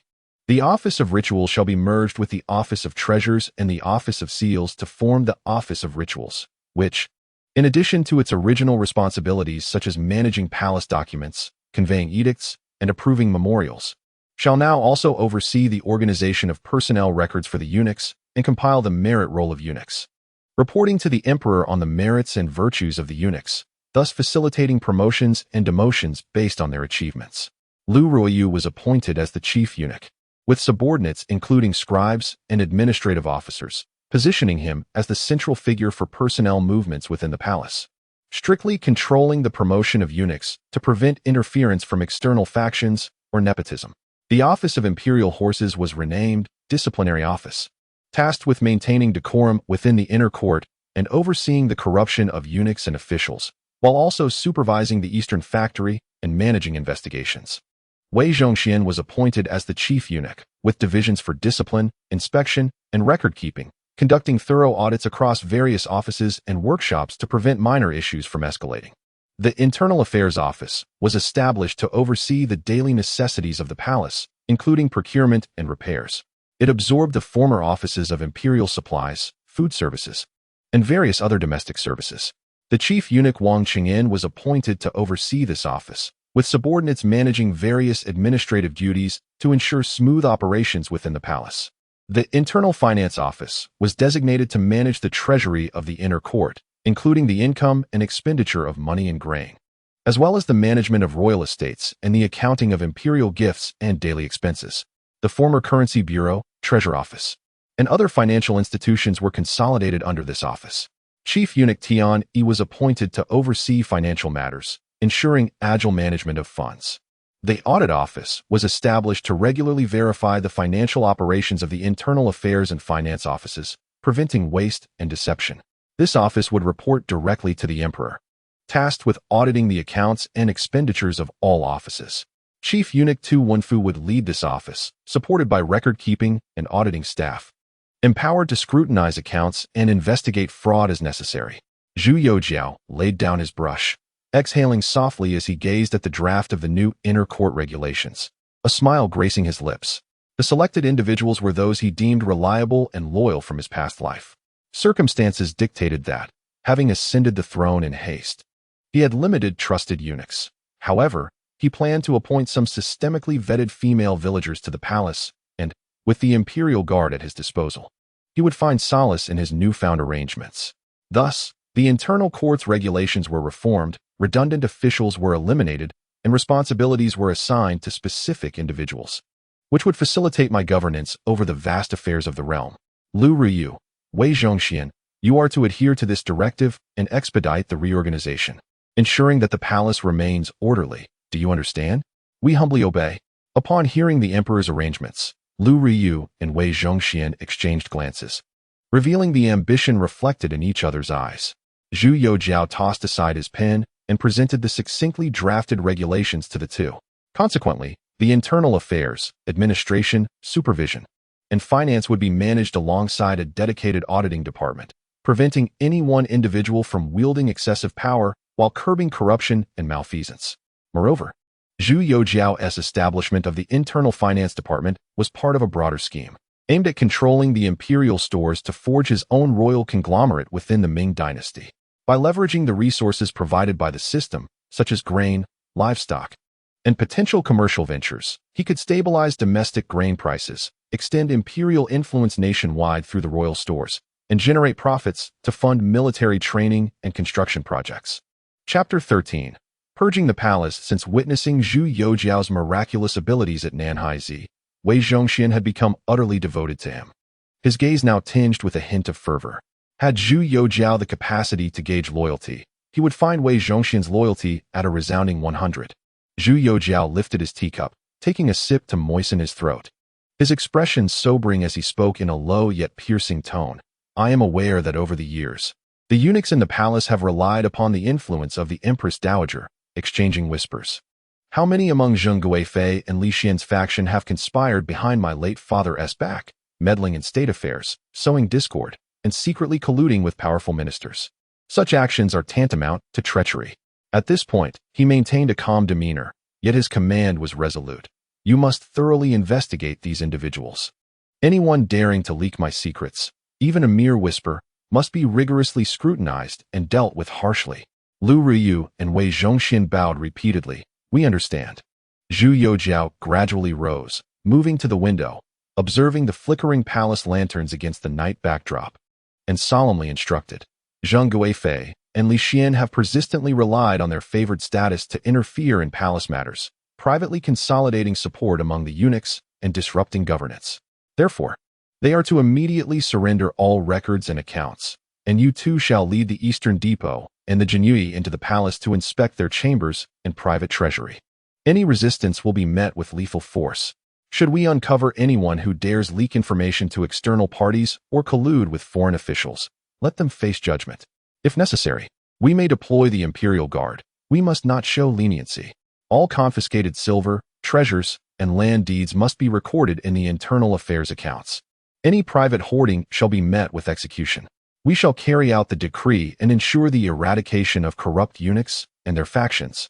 Wei Zhongxian's voice was low, his face revealing a fierce determination. Yet, how could there be those who dare betray the emperor, favored by the heavens? Such actions would be a rebellion against fate, leading to their own demise. Zhu Youxiao slightly nodded, his gaze fixed upon the imperial city shrouded in night, his tone calm yet authoritative. Remember, externally, I am the son of heaven of the Ming Dynasty, the sovereign of all. Internally, I am the ruler of the inner court, your master. You must take this as a lesson, acting without favoritism or sentimentality, remaining solely loyal to me and to the Ming Dynasty. We shall diligently uphold the sacred decree. The two individuals bowed their heads in unison, their hearts filled with tension and foreboding. Very well, go forth. Let me witness your capabilities and loyalty. The two exited reverently. As the doors of the Qianqing Palace slowly closed, enveloped by the deepening night. Upon leaving the palace, they encountered Wang Qingyan, Tian Yi, and Tu Wenfu, who had been summoned. A complex expression flickered in their eyes. During the reign of the late emperor, they had been mere obscure eunuchs within the inner court. But now they had transformed into the 5 most powerful figures in this realm, all due to a decree from the emperor. The two were the first to bow and congratulate the trio, then prostrated themselves in reverence to the emperor's edict. The 3, taken aback, hastily knelt to the ground. They had merely heard from the young eunuch that the emperor wished to see them and rushed over, only to be met with congratulations from these 2 prominent eunuchs, leaving them bewildered. His Majesty has issued a command. It must not be mistaken. After hearing the decree, the faces of Wang Qingyan, Tian Yi, and Tu Wenfu were illuminated with ecstatic joy. What did it mean to ascend to greatness? It was nothing less than this. Wei Zhongxian stepped forward, assisting the 3 to their feet, and gently reassured them. The affairs of the inner court are intricate. We are the emperor's eyes and trusted confidants. From today onward, we shall be the heads of the 5 divisions of the inner court. The responsibilities are immense, yet we must rely on one another, remaining vigilant against external prying. To safeguard the emperor's domain, gratitude and exhilaration radiated from Wang Chengyin, Tian Yi, and Tu Wenfu, who repeatedly extolled the emperor's magnanimity. After a round of mutual flattery, they conferred and decided that Lu Ryu would oversee the Li Fu, coordinating information from various sources and organizing the accounts and documents obtained. Wei Zhongxian and Tu Wenfu would personally lead the Eastern Depot's agents to purge the palace of Wang Yan's faction, as well as the confidants of Consort Zheng and Li Xian. Meanwhile, Wang Qingyin and Tian Yi would take charge of the Jinyue, securing the crucial storage facilities and ledgers of the inner palace. With their roles delineated, they wasted no further time, each leading their respective teams towards their objectives. By 9 o'clock in the evening, the Forbidden City remained ablaze with light. The Jinyue and the guards dispatched by Zhu Youxiao, under the guidance of Wei Zhongxian and Tu Wenfu, stormed into the various offices of the inner court, swiftly securing the supervising eunuchs and all relevant files and ledgers to prevent any desperate actions. Outside Ikuan Palace, after dealing with Li Xian, Wei Zhongxian personally arrived with a contingent of imperial guards and Eastern Depot agents to pay his respects. Having once been a lowly eunuch within the palace, Wei Zhongxian was acutely aware of Consort Zheng's formidable power and cunning, far surpassing that of Li Xian. For 20 years, she had wielded the favor of Emperor Wanli, inciting chaos that fractured both court and nation, and was suspected to be the mastermind behind the assassination plot. Yet, even after the death of Emperor Wanli, she had been bestowed the title of consort, a testament to her immense influence. Countless civil officials and eunuchs had either benefited from her favor or found themselves ensnared by her machinations, compelling Wei Zhongxian to regard her with utmost seriousness. However, Wei Zhongxian did not request an announcement. He had come as the representative of the emperor to deliver punishment to Consort Zheng. Accompanied by a group of attendants, he marched directly into Ikuan Palace, apprehending all the eunuchs and palace maids encountered along the way, who trembled and knelt on either side. Those eunuchs, who usually relied on Consort Zheng's domineering nature, initially showed defiance, but Wei, eager to establish his authority, saw their heads as a splendid opportunity. Upon entering the main hall, Wei Zhongxian beheld Consort Zheng seated in a position of honor, leisurely savoring a cup of tea. He could not help but scoff internally.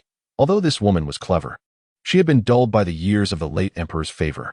The current sovereign was not the indecisive Wanli emperor, who had long retreated to the harem, lost in his romantic pursuits, but rather the young and resolute Emperor Tianqi, Zhu Youxiao. Your servant pays her respects to the empress. I bear a royal command and cannot perform the customary greeting. Please forgive me, your ladyship, Wei Zhongxian said, clasping his hands in salute.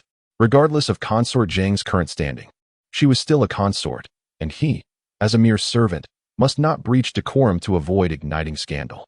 The torches illuminated the hall brightly, revealing Consort Zheng dressed in a gown of pale moon white, her demeanor still exuding a semblance of dignity. She lifted her gaze slightly, coldly regarding Wei Zhongxian. A royal decree? I have merely been confined by the emperor for a few days. Who would dare intrude upon Ikuan Palace and speak of a royal edict? She said softly, a hint of sarcasm lacing her tone. Wei Zhongxian, upon hearing her words, slowly raised his head to meet her gaze, yet his eyes bore no trace of mirth. Your ladyship has misunderstood. I have not intruded without permission, but have come on imperial orders. There are traitors within the palace, colluding with outside forces, inciting the emperor's wrath, who has decreed a thorough investigation of the inner court's corruption. Your ladyship has always maintained a reclusive lifestyle. Thus, you are naturally innocent. However, should any scoundrels exploit your name to conspire in secrecy, it would tarnish your reputation and disrupt the harmony of the imperial family. Consort Zheng's expression shifted slightly as she placed her teacup down, her tone softening. Since the passing of the late emperor, I have shut my doors to guests and have not meddled in external affairs. All within Ikuan Palace are loyal servants bestowed by the late emperor. How could there be any talk of conspiracy? Yet, Wei Gonggong, she smirked slightly, today you burst into the harem, claiming to act on orders, yet without an official decree. Do you presume to deceive the young emperor, attempting to emulate Lu Jin's treachery of yore? Wei Zhongxian's gaze darkened, internally cursing her tenacity. Your ladyship's words are harsh. I merely serve the emperor's command to investigate treachery within the court, he replied, slightly bowing, his tone growing colder. His Majesty, mindful of the Duke of Fu's position, fears that your ladyship may be misled by treacherous individuals within the palace. Thus, a thorough examination of Ikuan Palace's accounts and correspondence is necessary to restore your ladyship's honor and that of the Duke of Fu, ensuring the integrity of the imperial family. Upon hearing the Duke of Fu's name, Consort Jing's expression hardened, her fingers trembling slightly. She understood that, concerning the princely family, Wei Zhongxian would not dare to act without sanction. This message was undoubtedly Zhu Youxiao's intent. Though she possessed considerable cunning, she could not dismiss the possibility of Zhu Youxiao taking action against the Duke of Fu. As a mother, she could not afford to be complacent, thus her tense demeanor relaxed, signaling a semblance of concession. Wei Gonggong, her voice softened further. Wei Zhongxian observed this shift, slightly bowing his hands in acknowledgement, his tone becoming more conciliatory. Your ladyship need not misunderstand. Simply provide the list of those who have been misleading you, and His Majesty will certainly take into account your previous favor, choosing not to pursue the matter further. After a moment of silence, the chamber was so still that even the flickering of the candlelight could be distinctly heard. Zhang Guifei slowly raised her gaze to Wei Zhongxian and inquired, "If I were to heed your counsel, would His Highness the Fortune Prince remain unharmed?" Wei Zhongxian lowered his eyelids and replied in a somber tone, "The Fortune Prince is the Emperor's beloved uncle. How could His Majesty not cherish him? As long as your Highness comprehends the situation, the Emperor will naturally safeguard the Fortune Prince." The hall fell into another profound silence. Zhang Guifei's expression was frost-like, and after a long pause, she finally exhaled softly, "Very well. In that case, I shall comply." She gradually retrieved a neatly folded yellow paper list from her sleeve and gently placed it on the small table before her. Wei Zhongxian's eyes brightened slightly as he reached for it and bowed deeply. "Rest assured, Your Highness, I shall faithfully report to His Majesty." Zhang Guifei closed her eyes and nodded slightly, appearing to age considerably in that moment. She uttered not another word, remaining seated. Her face, once exuding unparalleled nobility, now bore traces of weariness and resignation. Wei Zhongxian cradled the list in his hands, his heart swelling with elation, and turned to depart with the Eastern Depot guards. Soon, a commotion erupted within Ikuan Palace, as numerous eunuchs and maidservants were summarily taken away, while their mistress, Zhang Guifei, remained oblivious to the chaos. In accordance with the list, a sweeping purge commenced. Implicated eunuchs and palace maids were seized, with those guilty of lesser offenses subjected to flogging and exile, while those with more grievous charges were imprisoned and ruthlessly interrogated. In the night breeze, the palace reverberated with cries and wails, mingling with the sounds of whips cracking and muffled groans, as if echoes from the depths of hell. Wei Zhongxian personally oversaw the interrogations alongside Tu Wenfu, while the captains of the Jinyi maintained their indifferent demeanor, skillfully employing various methods to extract confessions from these sycophants of the palace. Even the closest eunuchs, who once enjoyed Zhang Guifei's favor, now found themselves bound and dragged into dark chambers to await their reckoning. In the Directorate of Ceremonial Affairs, Wang Qingyin and Tian Yi patrolled the Internal Affairs Office and the Treasury, apprehending the chief eunuchs one by one, conducting overnight interrogations to eliminate future threats. Eunuchs came and went in swift succession, hastily presenting transcripts and ledgers before the emperor's desk. Lu Ryu organized personnel to meticulously compile the seized records throughout the night, personally reviewing and scrutinizing them, striving to ensure every account was accurately tallied. He summoned nearly all the accounting eunuchs of the inner palace, filling the room with the clatter of counting beads. It is no wonder that ancient emperors favored eunuchs. These individuals, driven by ambition and desire for power, would go to any lengths to appease the emperor's demands. Such matters, if entrusted to civil officials, would likely take an eternity to yield results. As the night deepened, flickering flames illuminated the forbidden city, ensuring that for some, this night would be a restless one. Chapter 14. The Code of Conduct for Eunuchs in the Inner Court. The following day, the fourth since Zhu Youxiao ascended the throne, having no court to attend, Zhu Youxiao indulged in a leisurely slumber, his mind still in a haze. At that moment, a female villager from the system, also his personal female attendant, approached to report that the 5 chief eunuchs from the 4 offices of the inner court were already waiting at the palace gate. Zhu Youxiao couldn't help but be taken aback. So soon? Is this truly the Ming Dynasty? Their efficiency surpasses that of the overworked laborers. He casually instructed, "Let them wait." Our esteemed officials have toiled through the night. Provide seats and tea. Observing the female attendants, whose beauty rivaled that of future stars, Zhu Youxiao began to experience the initial joys of being an emperor. In a bid to ensure his safety, he meticulously selected several strikingly attractive individuals from the existing village populace to attend to his daily needs. Although Zhu Youxiao had commanded Wei Zhongxian and others to cleanse the inner court, the imperial palace, being the focal point of ambition for many, had harbored secrets beneath its seemingly tranquil surface for over 2 centuries. As one endowed with the imperial system, it was paramount for Zhu Youxiao to safeguard his own life. Under the attentive care of the female officials, Zhu Youxiao refreshed himself, donned his customary attire, and walked in to find 5 individuals standing, their eyes reddened like rabbits, their faces betraying an unrelenting fatigue. Having spent the night without sleep, they clutched ledgers in their hands, despite their exhaustion. The thrill of wielding power was unmistakably evident in their eyes.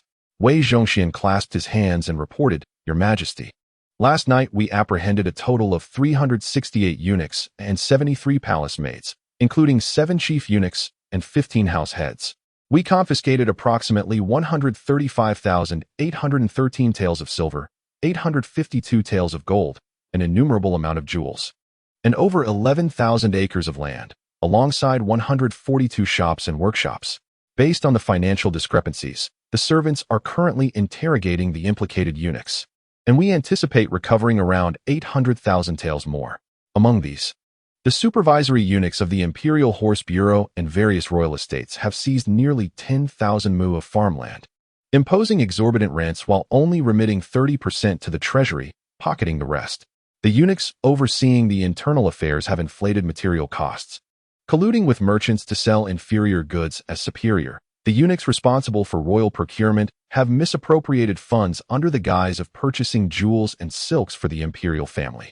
Though Zhu Youxiao had been mentally prepared, the staggering figures and the litany of egregious offenses ignited a fire of indignation within him.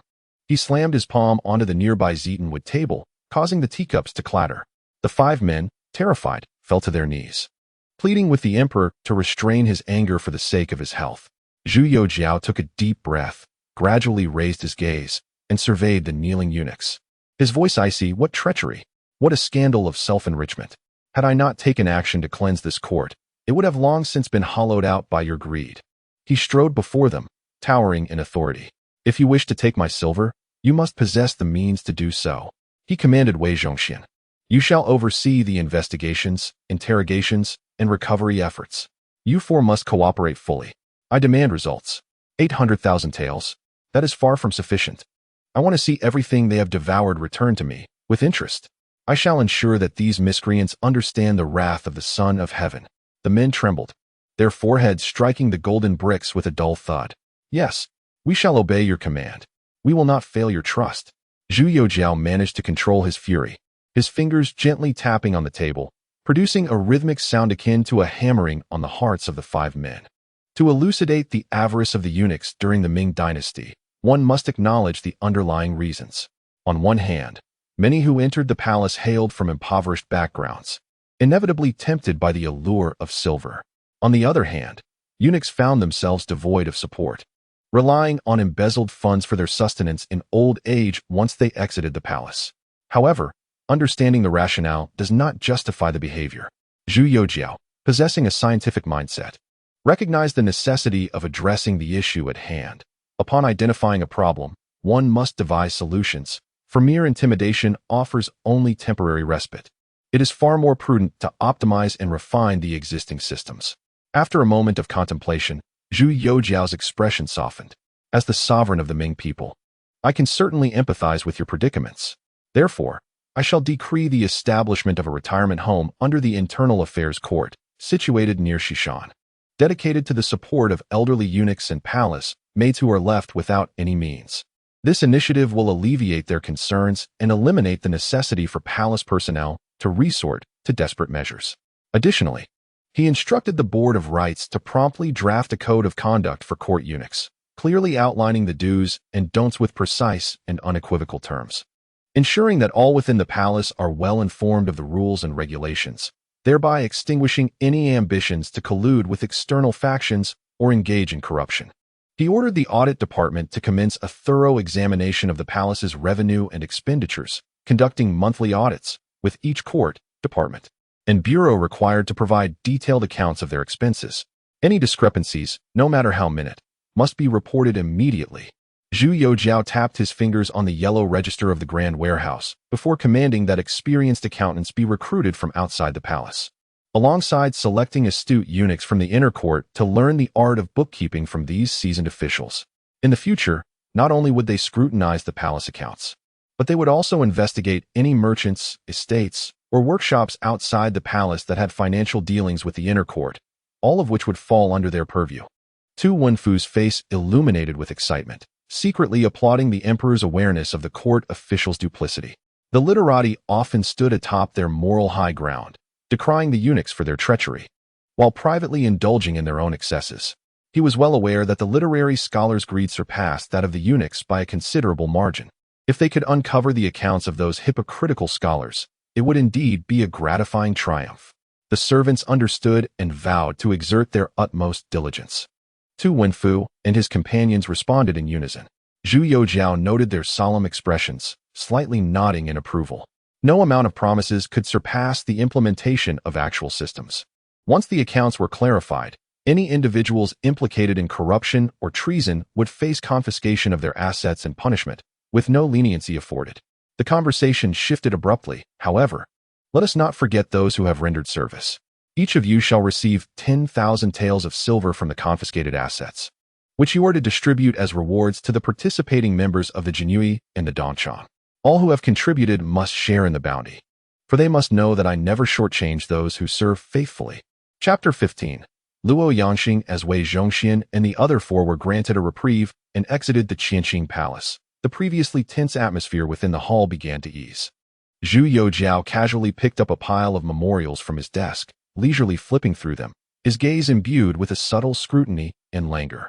In the shadowed corner of the hall, Luo Yangxing stood erect as a pine, his eyes fixed downward, observing with a sense of introspection.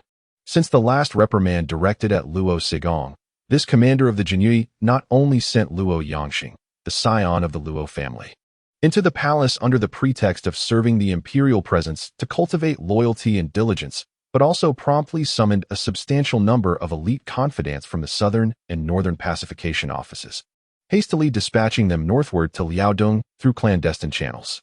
Zhu Youxiao set aside the memorial and turned his gaze towards Luo Yangxing. The young man, clad in the ceremonial robe of the Jinui and adorned with an embroidered spring knife at his waist, possessed distinct facial features and sharp, restrained eyes, exuding an aura of astuteness typical of hereditary nobility and the composure of a scion from a distinguished family, standing in the hall with a palpable gravitas. Luo Yangxing, present. Luo Yangxing stepped forward, bowing to receive orders. Your movements are quite swift, Zhu Youxiao remarked with a knowing smile, inquiring whether he understood the true purpose behind sending his father to Liaodong. Although young, Luo Yangxing, as the son of the Jinui commander, had absorbed much from his surroundings and was quite perceptive. The night before Luo Sigong's departure for Liaodong, he had summoned his son to the study, holding his hand with gravity. Although His Majesty ascended the throne at a tender age, his decisive measures to rectify the inner court reveal a ruler of great talent and ambition. Tomorrow, as you accompany the emperor into the palace, remember this principle: observe all directions and heed every sound. Should there be any summons, you must fulfill your duty at all costs. If I can rebuild the intelligence network in Liaodong and uncover the true nature of the Jianzhou bandits, it will pave the way for the Luo family's enduring legacy of loyalty and valor. Lowering his head, his voice resolute and clear, he ventured a guess. Firstly, Your Majesty seeks to reform the Jinui and establish new regulations. My father, having deep roots within the guard, if left in the capital, may inadvertently entangle with those harboring discontent, thus hindering Your Majesty's formidable reforms. Your mind remains quite clear, Zhu Youxiao acknowledged with a nod, continuing, Thank you, Your Majesty. Luo Yangxing paused and elaborated. Secondly, it reflects Your Majesty's trust and reliance on both my father and myself. The situation in Liaodong is dire, with the Jianzhou bandits rampant. In the past, during the three major campaigns of the Wanli era, the Ningxia, Guozhou, and Korean campaigns, The Jinyui played a crucial role in probing military intelligence, relaying confidential reports, monitoring generals, and investigating treasonous dealings. At the onset of the Korean conflict, with the Japanese threat unclear, it was my ancestors and my father's generation who ventured deep into enemy territory, clarifying the enemy's strengths and weaknesses and providing essential insights for military decision-making, even tracing back to coastal merchants involved in collusion with the Japanese pirates.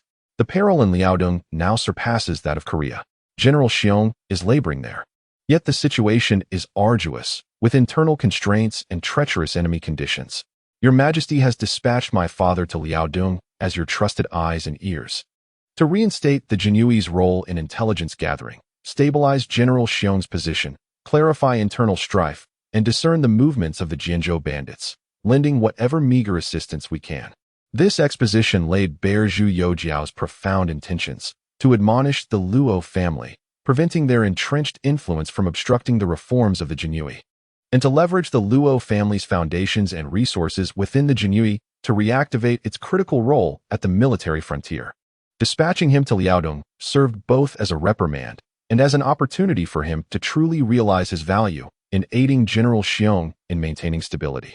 Zhu Youxiao, non-committal yet acknowledging, nodded and casually instructed, "Go to the Huangji Gate and convey my edict.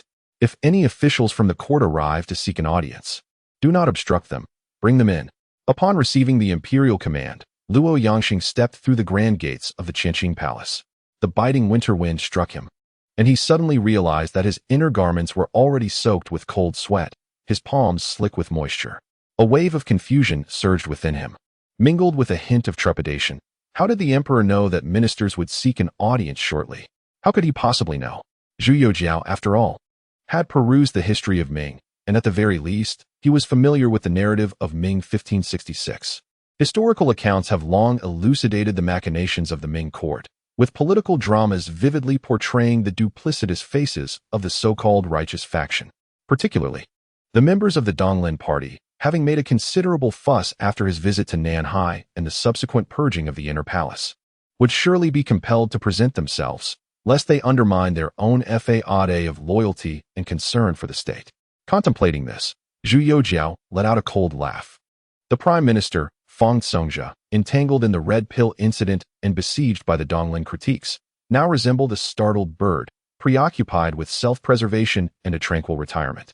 He would never voluntarily approach the new emperor to invite misfortune upon himself. He would be more inclined to avoid such peril altogether. Given his conduct during the red pill affair, Fang Songjia likely harbored thoughts of returning to his hometown and would certainly not wish to provoke the ire of the newly ascended emperor. However, figures such as Han Luan, Liu Yizhen, Zhuo Guangdou, and Yang Lian would not miss the opportunity to demonstrate their loyalty and enhance their political stature.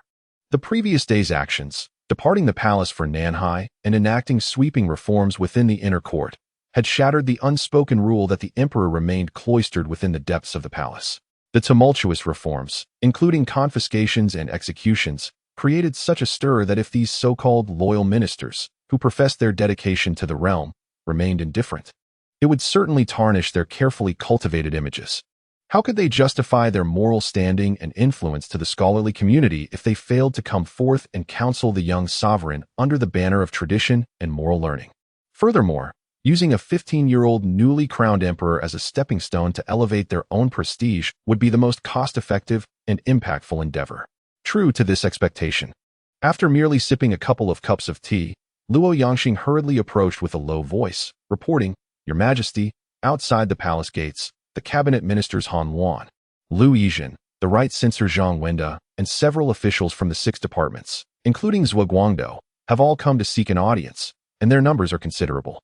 Upon hearing this, Zhu Youxiao did not exhibit urgency. Instead, his brows arched slightly and a playful smile graced his lips, though his gaze remained sharp as a blade. "Oh, they have arrived even sooner than I anticipated. It seems these gentlemen are not only adept in rhetoric, but also quick on their feet. How astute they are." This unabashedly acerbic remark startled Luo Yangxing. It was evident that the emperor was genuinely displeased. "Let them in," Zhu Youxiao stated, setting down his teacup, his voice calm and devoid of any discernible emotion. Moments later, the palace doors slowly opened. A procession of censors and officials entered in an orderly fashion. each bearing a solemn demeanor. Upon reaching the inner hall, they collectively knelt and offered their respects. Chapter 16. The Ministers' Council. The ministers Han Luan, Liu Yin, and Zhu Guangdou humbly approached His Majesty. At the forefront stood the current cabinet advisors, Han Luan and Liu Yin, their countenances grave, reflecting the weight of their responsibilities for the state. Behind them, the younger officials, including Zhu Guangdou, wore taut expressions, embodying the resolute spirit of reporting matters and upholding the sovereign. Zhu Youxiao's gaze calmly traversed the faces of each individual, meticulously observing their subtle expressions. After the formalities, it was indeed Han Luan who first spoke.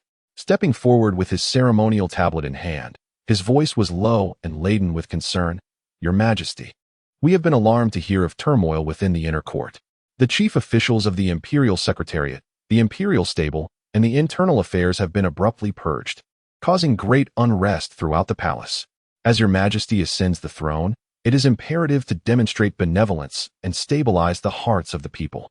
Even if the eunuchs have committed transgressions, it is only fitting to adhere to the ancestral laws, allowing the Ministry of Justice, the Inspectorate, and the Supreme Court to conduct thorough investigations and carry out just punishment. You, as the supreme ruler, possess a body of unparalleled worth. Why must you personally involve yourself in such sordid affairs? He paused, speaking with earnest gravity. The ancestral system has been established over generations. It is a tradition that should not be altered lightly. Your Majesty, in your youth and inexperience, should devote yourself to learning and cultivate virtue in the inner palace.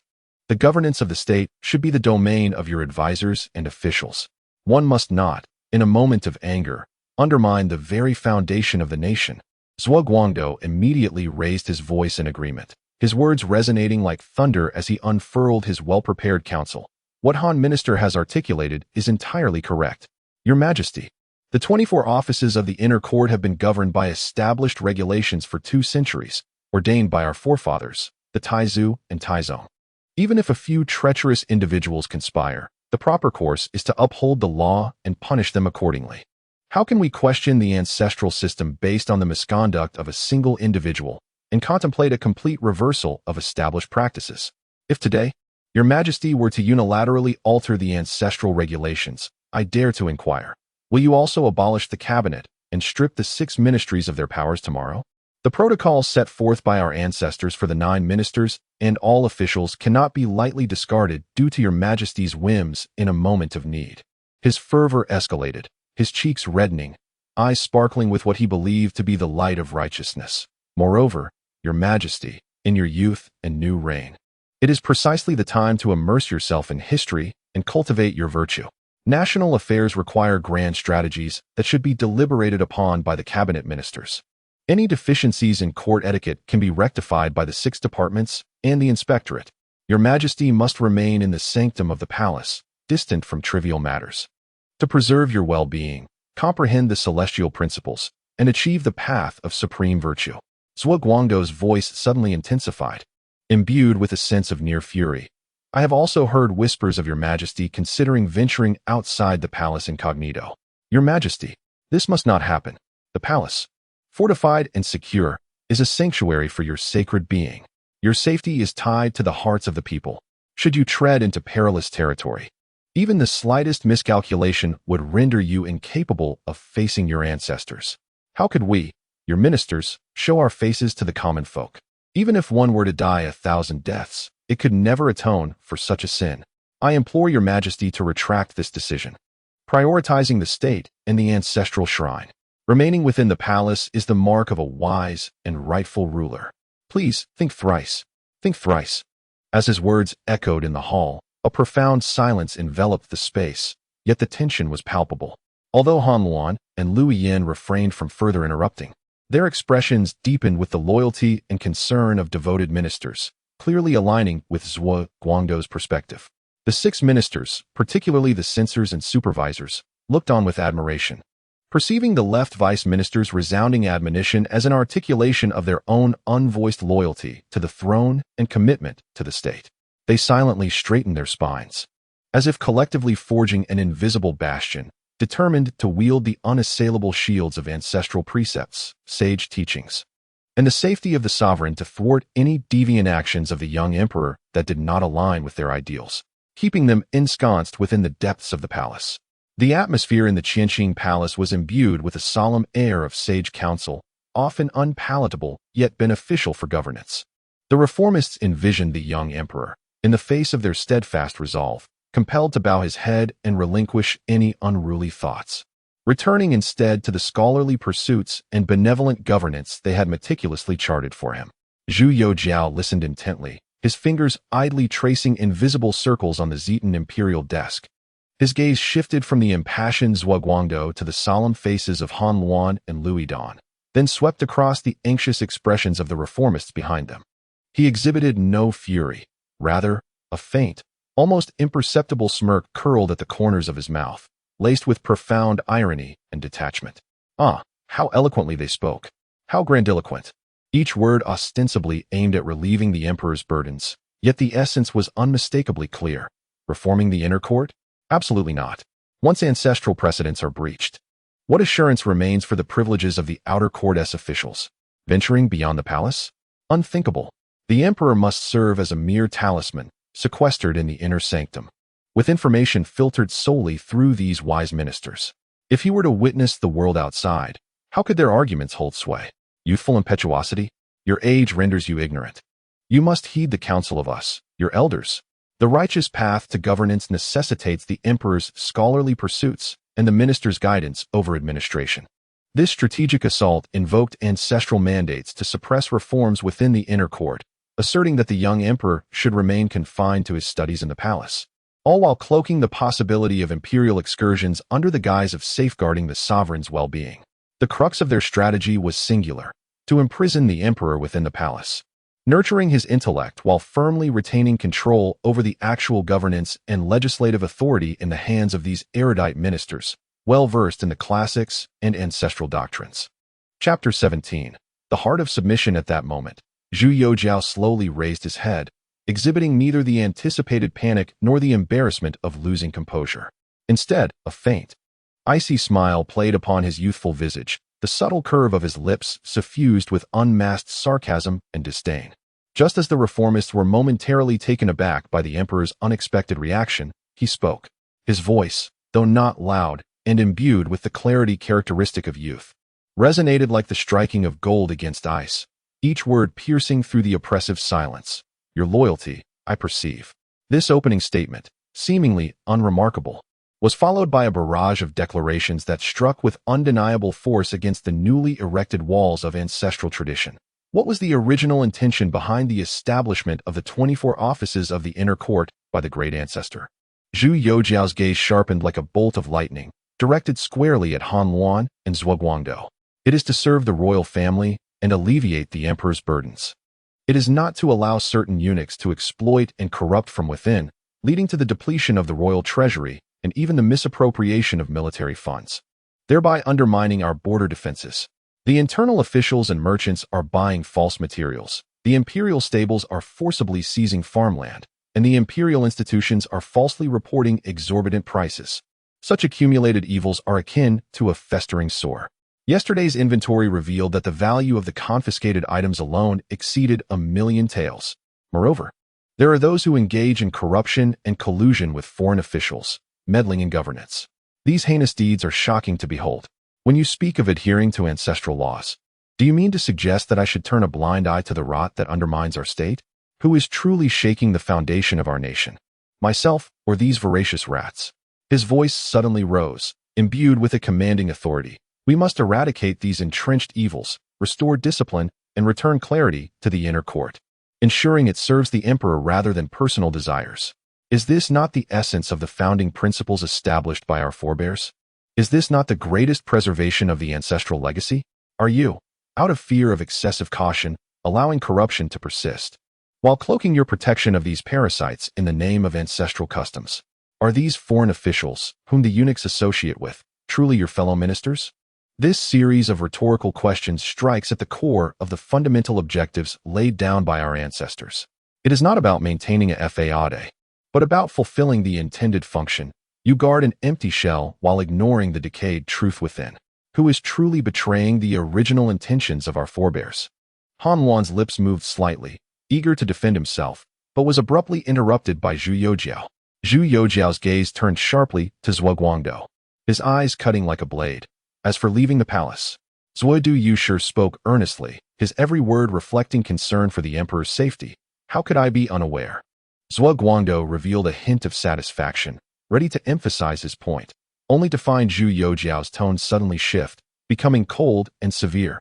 Indeed, I ask you, did Emperor Wuzong, during his numerous inspections of the 9 borders, not endure the elements, worrying for his own safety? Was not Emperor Shizong's initial tour of the imperial tombs and observation of the people's conditions a display of foresight?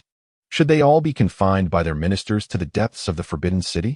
If the ancestral spirits were to hear your claims today, cloaked in the guise of safety, but in truth imprisoning the emperor and isolating him from the world, what would they think? He rose abruptly, no longer seated, his seemingly frail figure casting an oppressive shadow as his gaze swept the room. I am but 15 years old. My knowledge naturally pales in comparison to that of you esteemed ministers. Precisely because of this, my voice is resolute, each word like iron. I must personally witness, to see whether the citizens beyond the city live in peace and contentment, to ensure that the troops are well equipped and spirited, rather than merely remaining within the depths of the palace, perusing the memorials you have meticulously selected for me, and believing in the peace you describe to be genuine. He locked eyes with Zhu Guangdou, his gaze nearly aflame, demanding, while studying in the inner palace is indeed significant. Reading 10,000 volumes of books without traversing 10,000 miles is merely an exercise in futility. If I do not personally witness the sufferings of the people, if I do not hear the voices of the soldiers, how can I comprehend the sentiments and military affairs you mention in your reports? Can I rely solely on the assurances of a few ministers in Qianqing Palace that all is well, and that our military is robust enough to depend upon? If the commanders ahead are akin to those greedy officials who exploit military supplies and trade horses, then the Ministry of War may boast of great achievements to mask their failures. How can I discern the truth from within the depths of the palace? Shall I wait until the enemy has truly besieged the capital before you submit your urgent appeals? Your Majesty, left Guangdou, visibly flushed and disregarding his status, argued vehemently. Your words, Your Majesty, subtly imply that we have deceived your sacred ears. We are entirely devoted, considering your Majesty's interests and the well-being of the state. Your youth renders you susceptible to misleading rumors and the machinations of treacherous individuals. To leave the palace at this time is not only contrary to propriety, but should an unforeseen calamity occur, it would shake the very foundations of the realm. We would be utterly unable to bear the consequences. Youth. Zhu Youxiao's voice suddenly crescendoed, echoing like thunder within the grand hall, as the formidable imperial presence erupted forth for the first time without restraint. Since I ascended the throne, I have borne the weight of the nation. How can I be regarded as an ordinary youth? Today, you perceive me as young and wish for me to remain in the palace. Tomorrow, will you deem me too youthful to govern? Once I have completed the rites of coronation, will you then argue that I am still inexperienced in state affairs and require your guidance? Is it I who shall rule the Ming Dynasty, or is it you, the so-called advisors, who usurp my authority? This final query struck like a bolt from the blue, rendering the hall into an unsettling silence. All the ministers, including Han Luan and Liu Yidian, were visibly shaken.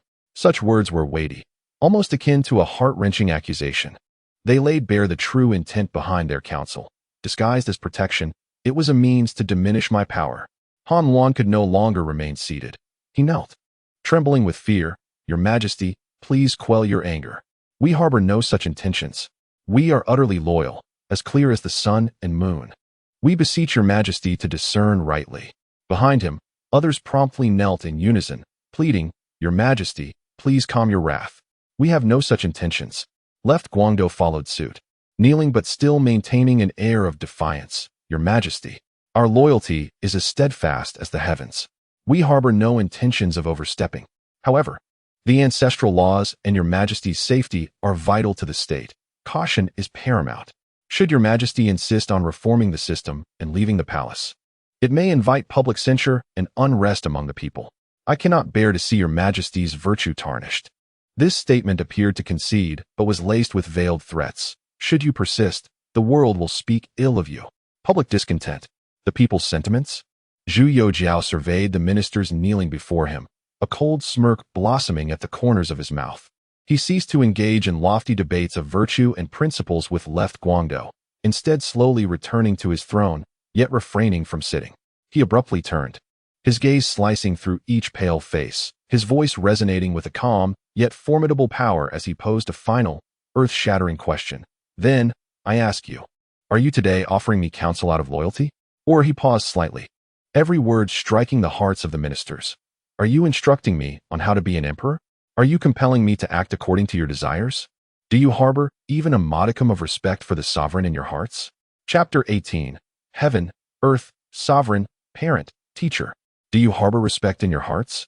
The phrase respect in your hearts reverberated like thunder, exploding within the Qianqing palace. This is no longer a debate of reason. It is the most unabashed wrath of a sovereign. This young emperor, Zhu Youxiao, delivers a direct counterstrike against the violation and usurpation of royal authority. He questions, do you presume to take advantage of my youth and force me into submission? The hall falls into an eerie silence. Zhu Youxiao's inquiry, imbued with a spirit of obedience, strikes like a boomerang, landing a precise blow on the vulnerabilities of Han Luan, Zhuo Guangdong, and their ilk.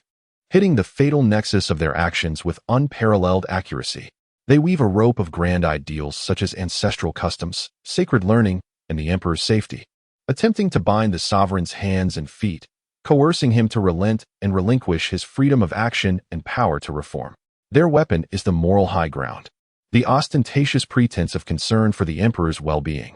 Yet, the Emperor Zhu Youxiao counters with their own spear, employing the most fundamental and irrefutable tenets of Confucian ethics, the profound duty between ruler and subject, to deliver a soul-piercing retort.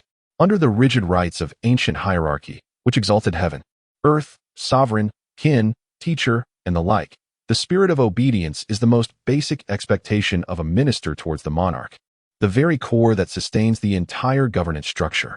Zhu Youxiao's question transcends the mere discourse of whether the inner court should undergo reform or whether he should venture beyond the palace walls. It thrusts their actions into the abyss of treachery and a loss of ministerial decorum. This is a blow that severs the very roots. Han Luan feels a darkness envelop him, as if struck with great force to the chest. His so-called earnest counsel regarding ancestral customs and stability has turned pale and hollow in the face of the emperor's simple yet devastating inquiry. His pride in the identity of a principled scholar and his lifelong adherence to the path of loyalty now seem to mock him. An ineffable wave of fear and despair engulfs him in an instant. He senses Louis Huan beside him trembling violently. Zhuo Guangdong feels as if he has plunged into an icy abyss. His neck, once held high, is now forced down by an invisible hand, and the righteous indignation he once felt is frozen by an overwhelming chill. The emperor's inquiry casts a glaring question mark over all his loyalty and integrity. Is your loyalty genuine, or does it conceal treachery? Is it concern for the emperor, or do you seek to usurp his authority? He attempts to articulate a defense, yet his throat feels as though it is filled with gravel, rendering him mute. A metallic taste rises in his throat, which he struggles to swallow, his complexion shifting from ashen to a desperate gray. In retrospect, his earlier eloquence now seems to affirm the emperor's doubts with every word. The other officials, who moments ago had exhibited glimmers of admiration and private exhilaration, are now utterly terrified, their spirits fleeing in panic, cold sweat pouring down. They have witnessed the emperor's fury, but to have their actions elevated to the fundamental question of whether they uphold the essence of loyalty is a weight capable of grinding them and their families into dust. The air within the hall feels as if it has solidified into a palpable substance, heavy enough to stifle their breath. The rigidity of ritual transforms into an invisible guillotine. Poised above each individual's head, they attempt to morally bind the emperor, yet he reciprocates with moral questioning, employing the very principles upon which their existence relies. This is nothing short of a lethal strike. Zhu Youxiao observed the reactions of those around him with keen acuity. Han Luan's precarious state, Zhuo Guangdong's ashen complexion, Lu Yiren and others trembling in fear, and the palpable panic in the eyes of the officials. His expression bore no hint of triumph, only an icy calmness. It appeared that there was no sense of submission within them. Zhu Youxiao's voice, though flat and unwavering, resonated like the tolling of a funeral bell, proclaiming that their actions today have thoroughly trampled upon any semblance of obedience. He slowly returned to his throne, his movements deliberate yet imbued with a stifling sense of oppression. "Your Majesty." Han Luan mustered his remaining strength, his voice hoarse as he attempted to defend himself, but his mind was a tumult, rendering him incapable of articulating coherent thoughts. "Enough!" Zhu Youxiao interrupted sharply, his tone suddenly fierce, akin to a sword drawn from its sheath. "I have only ascended the throne for 4 days. Yet you are impatiently invoking the so-called ancestral laws and sacred teachings to force my hand. You dare to criticize me, to interfere with my reforms, to bind my feet. Such behavior betrays not a shred of the deference expected of a minister. It is a blatant disregard for the sovereign. Your intentions are nefarious." He rose abruptly, the force of his action sending a tremor through the assembly. "Summon them." At that moment, Luo Yangxing, witnessing the emperor's vehement rebuke of the officials, felt a surge of exhilaration. He swiftly entered the hall with several elite guards of the Jinyui, moving with the silent swiftness of a predator preparing to pounce. "Luo Yangxing, at your service." Cabinet Minister Han Luan, Chief Supervisory Censor Zhuo Guangdou. Zhu Youxiao's gaze, as piercing as ice, swept over the 2 senior officials, who were now pale and speechless. These 2, who have received the nation's grace, occupy the core of the court.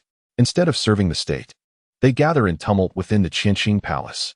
Under the guise of advice, they engage in treachery, coercing the sovereign. Their hearts warrant punishment. Their actions merit retribution. Zhu Youxiao's voice thundered with authority. Immediately strip Han Luan and Zhuo Guangdou of their official robes. Confine them in the Northern Pacification Office's prison. Ensure they are closely guarded. Command the Jinyui to conduct a thorough investigation. Let me know who is inciting this insurrection from the shadows. Who has emboldened them to defy me so brazenly at the dawn of my reign? Root them out. Uncover their conspirators. Let us see if there remain more such ministers within the Ming court, who, while professing virtue and righteousness, harbor treasonous intentions. The final words, "such ministers," were articulated slowly by Zhu Youxiao, laden with boundless mockery and chilling malice. "I obey your command," Luo Yangxing replied, his eyes sharp as an eagle. With a wave of his hand, the fierce guards of the Jinyui advanced without hesitation. Han Luan, feeling utterly defeated, seemed to have all strength drained from his body. As his official hat was roughly removed, a despairing whimper escaped him. "Your Majesty, I am wronged. Wronged. Without mercy." The guards seized the limp figure and began to drag him away. Zhuo Guangdou, however, lifted his head with the last vestiges of defiance burning in his eyes and shouted, "Zhu Youxiao, you are condemning me for my words. You are silencing me. Enough." Luo Yangxing barked, and in an instant, a rag was thrust into Zhuo Guangdou's mouth, stifling his final curse. Zhuo Guangdou struggled violently, his eyes filled with panic, emitting muffled sounds as he was dragged away by others. Only 2 trails remained on the ground where he had been pulled. The remaining ministers in the hall were already pale as death, trembling like chaff. Emperor Zhu Youxiao's cold gaze once again fell upon Lu Yidan and several other officials who had fervently echoed Zhuo Guangdou, their words impassioned and unyielding. They were mere sycophants, lacking independent thought and loyalty. Though not the principal conspirators, they were nonetheless accomplices. Their crimes are unforgivable. Your Majesty, show mercy. Have compassion, Your Majesty. Lu Yidan and his companions, terrified beyond measure, prostrated themselves in abject apology. Zhu Youxiao snorted coldly, his voice akin to a judgment. "Lu Yidan of the cabinet, your salary shall be suspended for a year. You are immediately dismissed from your position. Confined to your quarters for reflection, you are forbidden to leave without my express permission, should I discover that you dare conspire again." Upon hearing this, Lu Yidan resembled a defeated rooster, bowing his head in gratitude for the emperor's grace. "I shall humbly obey the imperial edict. You, as officials, are tasked with reporting matters, and yet today's actions were not of council, but rather a factional alliance, fostering rebellion. Such conduct is despicable." Zhu Youxiao pointed towards the group of officials, commanding, "Hand these individuals over to the Northern Town Pacification Office. Conduct a thorough investigation. Scrutinize their past memorials, their daily actions, ascertain whether they have colluded with Han Luan, Zhuo Guangdou, and others, and examine their integrity. Whether they have engaged in corruption or formed cliques for personal gain." His voice abruptly turned sharp. "Investigate. Uncover the truth. If no other crimes are discovered, and it is merely today's foolish acquiescence, they shall be stripped of their positions and never considered for service again." They will be sent back to their hometowns, where local officials will impose strict oversight. If any corruption, dereliction of duty, or factional collusion is found. A glint of cold light flashed in Zhu Youxiao's eyes, his tone grave. All will face severe punishment according to the law. Those deserving confiscation shall be confiscated. Those to be exiled shall be exiled. Those deserving of execution shall receive no leniency. I obey the command. Luo Yangxing clasped his hands in salute, his sharp gaze sweeping over the group of feeble officials, akin to looking at a herd of lambs awaiting slaughter. With a wave of his hand, the waiting officers of the Jinui advanced, herding the group away as one would drive off chickens and dogs. Awaiting them would be the fearsome interrogation and rigorous investigation of the Northern Town Pacification Office. Chapter 19. The Peril of Donglin. The Qianqing Palace finally regained its tranquility. Zhu Youxiao returned to the throne, exhaling a long breath, his gaze lingering on the spot where Zhuo Guangdou's official cap had fallen, his expression profound. Luo Yangxing, your servant is here. Luo Yangxing stood at attention. Convey my orders to Su Xianchun and Wu Tsong, instructing them to keep a close watch for me. Zhu Youxiao's voice was low and icy. Conduct a thorough examination. Investigate the interactions and conversations between Zhuo Guangdou and Han Luan, as well as their connections with the Donglin Academy and other factions within the court. I wish to uncover the hidden malevolence lurking beneath the surface. Yes, rest assured, Your Majesty. A glint of cold light flickered in Luo Yangxing's eyes. Go. Zhu Youxiao waved his hand. As he watched Luo Yangxing depart, Zhu Youxiao's taut spine finally relaxed. Heavily leaning back against the chair, the countenance that had earlier appeared as if encased in eternal ice softened slightly, revealing a hint of the weariness that belonged to a 15-year-old youth, difficult to conceal. He raised his hand and vigorously massaged his throbbing temples. Just 4 days into his ascension, he felt a fatigue 100 times greater than the sleepless nights spent writing papers in his previous life. This role of emperor was truly not meant for a mere mortal.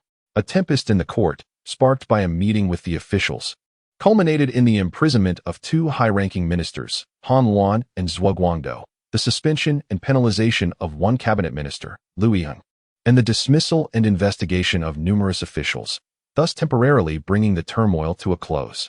Employing the very ancestral traditions favored by these literati, he turned their own tactics against them, launching a devastating counterattack with a heart full of deference, leaving the self-proclaimed virtuous ministers utterly defeated and in disarray.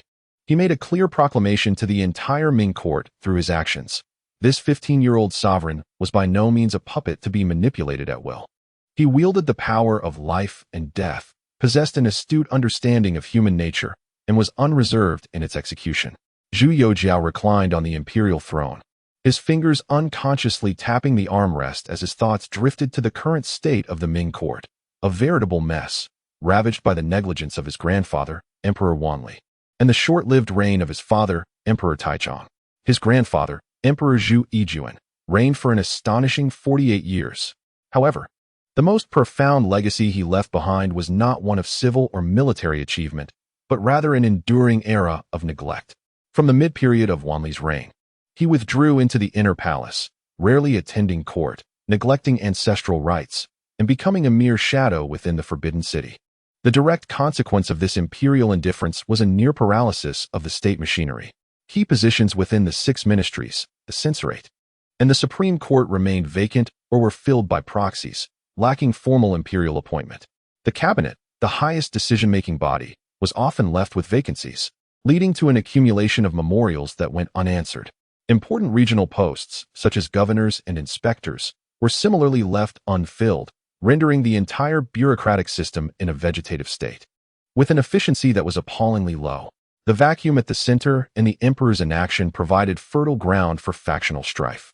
The Eastern Learning Party, epitomized by figures like Gu Xiancheng, gradually took shape, advocating for moral integrity and criticizing current affairs, while engaging in fierce rivalry with other factions such as the Zhujiang, Chu, Qi, and Kuan parties. Both sides expended immense energy in their feudal squabbles, rather than focusing on governance and national stability. It can be said that the prolonged negligence of his grandfather, Emperor Wanli, had hollowed out the very foundations of Ming rule, leaving behind a dysfunctional institution plagued by intense factional conflict, financial distress, and emerging border troubles. The assertion by later historians that the Ming Dynasty fell due to Wanli's reign is far from mere hyperbole. And as for his stepfather, Emperor Guangzong Taichang, Zhu, his brief tenure was even more tragic, an ephemeral reign reminiscent of a lamentable farce. After enduring nearly 20 years as the apprehensive crown prince, he finally ascended the throne in July of the 48th year of Wanli, upon the emperor's passing. At the outset of his reign, faced with the mess left by his grandfather, Emperor Taichang did harbor aspirations for rejuvenation. However, his efforts were akin to those of a bewildered child. Initially, under the fervent counsel and pressure from the Donglin party, an edict was issued to dismiss the tax officials dispatched across the nation during the Wanli era. This action, while undoubtedly aligning with public sentiment, given the detrimental impact of these officials on local governance, earned the Donglin party much acclaim and a reputation for rectifying past wrongs. However, it struck a severe blow to the finances of the state. Although the tax officials were indeed avaricious, the wealth they extracted constituted a vital source of revenue for the imperial treasury during the latter part of the Wanli reign. By this decree, the Taichang Emperor effectively severed this tainted yet flowing financial vein, failing to propose any viable alternative to replenish the national coffers. Consequently, Emperor Zhu Youxiao found himself ensnared in a fiscal quagmire, desiring to enact reforms but discovering his coffers alarmingly bare. Simultaneously, propelled by the Donglin party's influence, the Taichang Emperor ordered the reinstatement of numerous officials who had been demoted or dismissed during the Wanli era, most of whom were either Donglin members or their sympathizers. Figures such as Zhou Yuanbiao, Wang Ji, Gao Panlong, and Sun Xinxing were swiftly restored to prominence. This maneuver significantly bolstered the Donglin party's power within the court, tipping the already contentious balance of factional strife.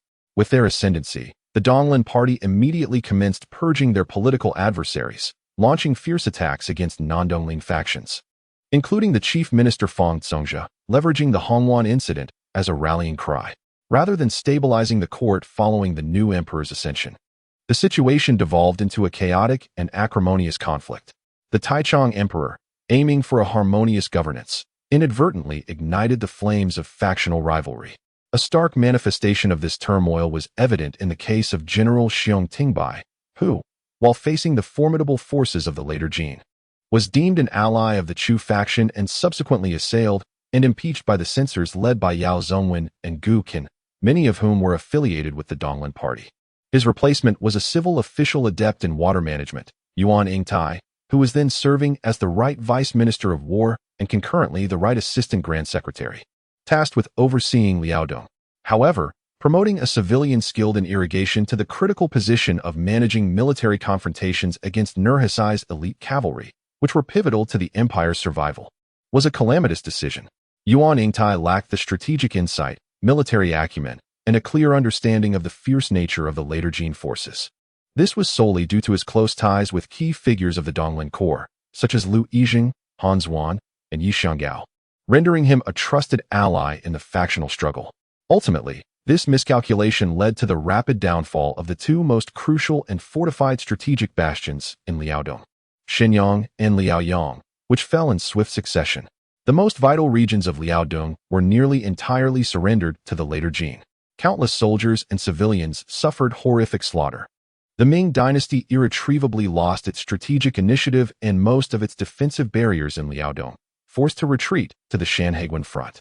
The diligent efforts of Xiong Tingbai over the course of more than a year were obliterated in an instant, plunging the entire Liaodong situation into a dire abyss. Chapter 20. The hopes of the realm with the imprisonment of Zhuo Guangdou and Han Zuan, and the suspension and penalty of Liu Yijing, news spread like thunder, causing a stir throughout the imperial court. The intense scrutiny and swift actions taken in the Qianqing Palace ignited a conflagration within the bureaucratic circles of the capital. The news took flight with astonishing speed, reaching various offices, residences, tea houses, and taverns in a matter of moments. At first, there were vague fragments, soon pieced together to reveal a breathtaking panorama. The second in command, Han Luan, and the Minister of Justice, Zhuo Guangdou, were imprisoned. The elder statesman, Liu Yan, was suspended and penalized.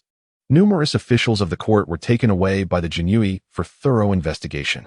The spark that ignited this turmoil was none other than the newly ascended youthful emperor, who thunderously inquired, Do you hold any sense of obedience in your hearts?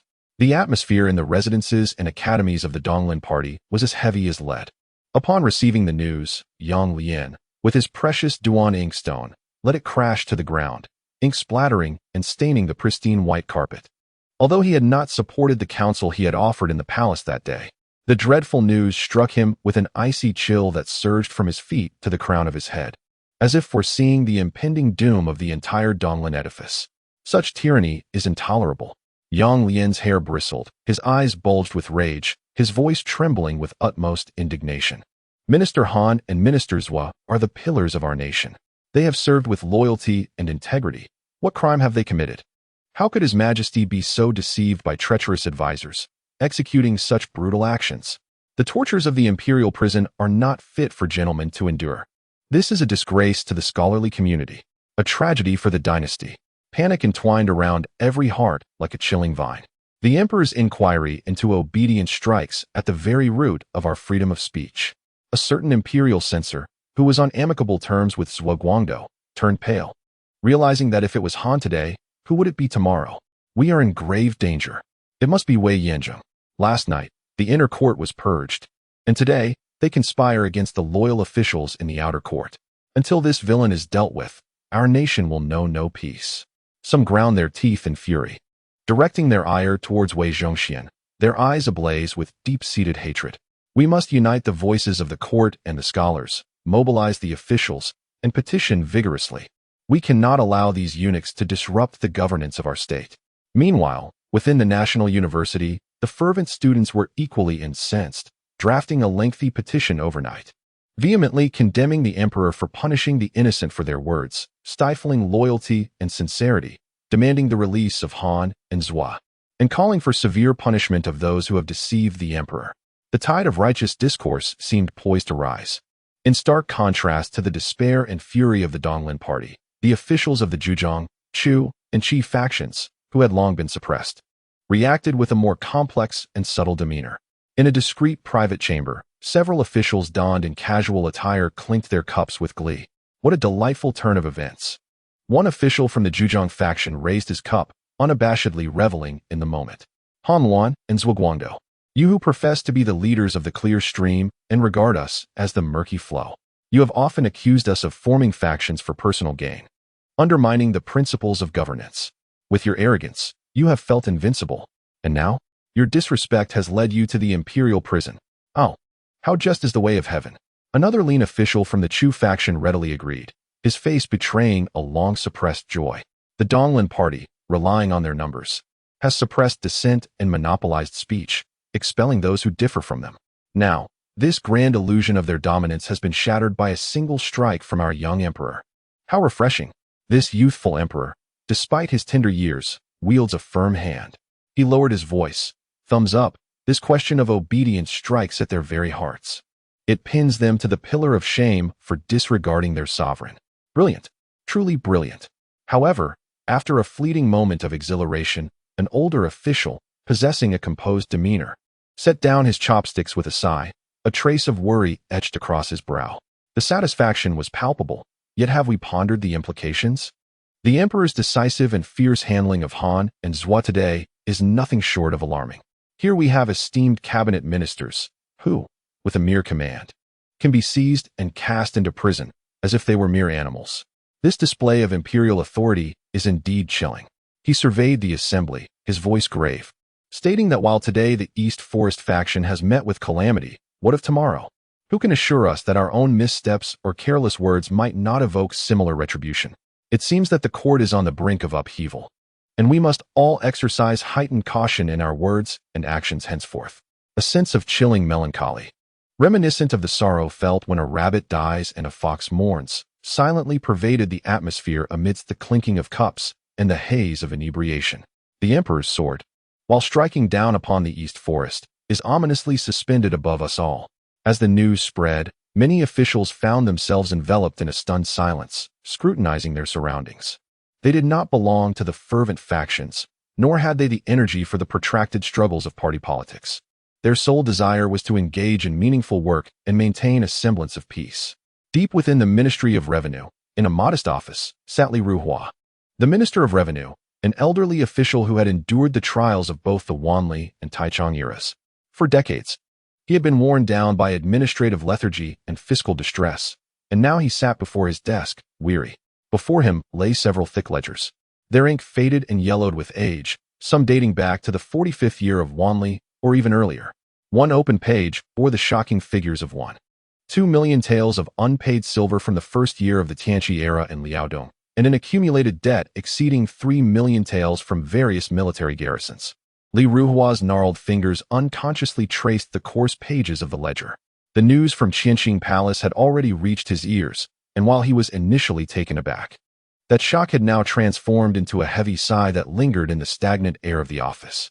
Han and Zhua have been sent to prison, he murmured softly, his murky old eyes reflecting a complex array of emotions. There was a sense of compassion for the fate of his colleagues, yet more prevalent was a weary numbness. Over the course of 40 years in the Wanli court, he had witnessed too many memorials sink into oblivion. Too many urgent matters concerning the nation's finances and the people's livelihood endlessly postponed due to vacancies or partisan strife. He had once welcomed the Taichang Emperor's efforts to restore order with great hope, only to see the abolition of the mining tax sever the source of revenue, exacerbate factional conflicts, and ultimately leave a situation worse than at the end of the Wanli reign.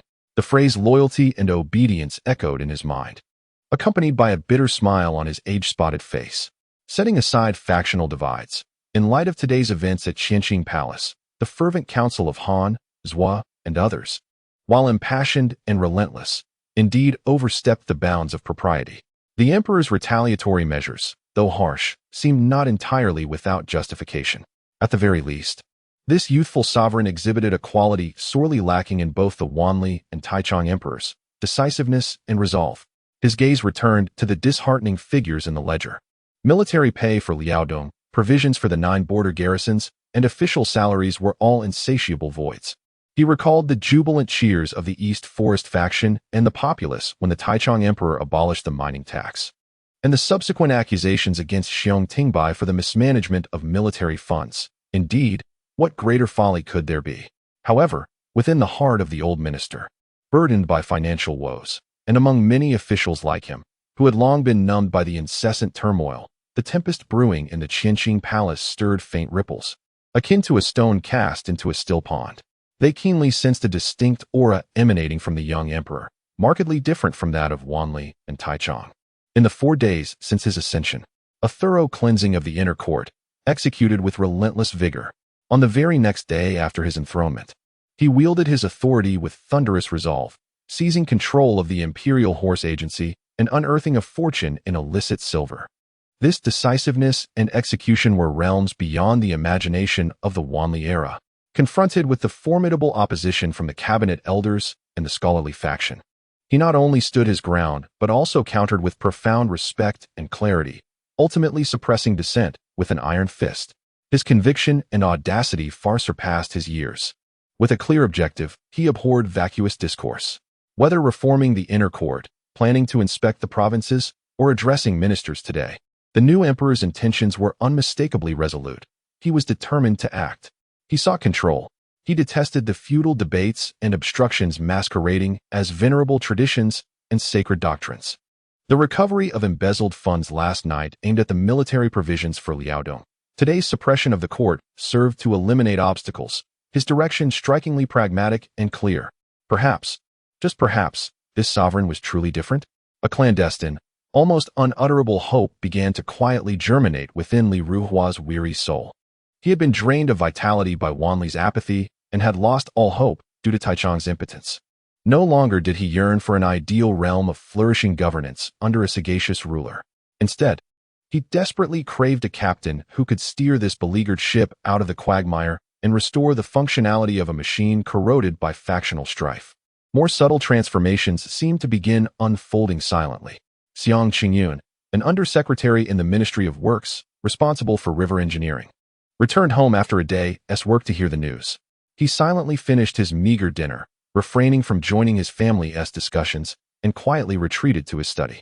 From the depths of an old bookshelf, covered in a thin layer of dust, he cautiously extracted a document. The cover boldly proclaimed, Emergency Reinforcement Proposal for the Taoyou section of the Jiun River in Yongping Prefecture. This document, crafted through months of meticulous field surveys, detailed the existing cracks and ant nest hazards of the dam, assessed the risk of collapse, and proposed reinforcement plans, accompanied by intricate diagrams. After it was submitted in the 45th year of Wanli, it had vanished into the abyss of silence. In the brief atmosphere of hope during Taichang's reign, he had sought information, only to be told that the cabinet elder was preoccupied with impeaching consort Zheng. After a prolonged period of contemplation, the undersecretary finally unfurled the document, his gaze traversing the slightly yellowed pages and the familiar phrases. He took up a brush, dipped it in the ink at his desk, hesitated for a moment, and ultimately inscribed a few lines in neat script at the bottom of the proposal. Addendum for the first month of the first year of the Tianqi era. Last winter's unprecedented cold revealed 3 new frost-induced cracks on the east dam of Taichang, each a finger's width, plunging over a foot deep, the underlying earth being loose and presenting even greater hazards. With the upcoming spring flood expected to exceed last year's water level by 30%, the threat of collapse looms imminent. This concerns the livelihood of over 110,000 souls across the 3 counties under Yongping and dozens of acres of fertile land. I earnestly beseech your majesty to grant your discerning attention, to urgently allocate funds and mobilize labor, as delay is not an option. Having finished his writing, he carefully rolled up the documents, eschewing his usual habit of casting them aside. Instead, he solemnly placed them at the very top of the satchel he would carry the next day. Above all his routine papers, the flickering light illuminated his tranquil visage, which concealed a glimmer of hope. A faint ray of light quietly flickered to life amidst the stagnant waters of the court.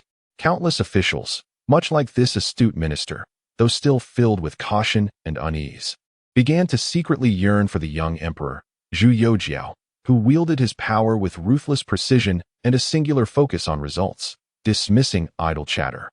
Perhaps he could indeed bring something different to the moribund Ming Dynasty? Nonetheless, undercurrents of turmoil continued to surge. The Donglin faction had not relinquished their efforts. Clandestine discussions were underway, seeking to connect with local censors to exert pressure through public discourse. They even plotted to exploit the old red pill incident to stir the waters and divert attention in a desperate attempt to rescue Han and Zhua.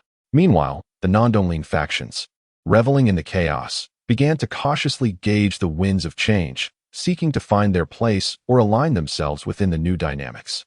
A greater number of officials opted for silence and observation. The court of the Ming Dynasty, having weathered the storm of the Qinqing Palace, fell into an eerie, brief silence, akin to a mountain storm brewing. Various factions held their breath, re-evaluating the figure seated upon the throne in the Qinqing Palace. The mere 15-year-old who had already demonstrated iron-willed authority and remarkable insight, Emperor Zhu Youxiao. The Ming Dynasty had long remained stagnant, accumulating too much filth in its still waters, now finally disturbed by a massive stone. The young man, with his cold and resolute gaze, awaited the arrival of the next tempest, or perhaps intended to ignite it himself. Chapter 21.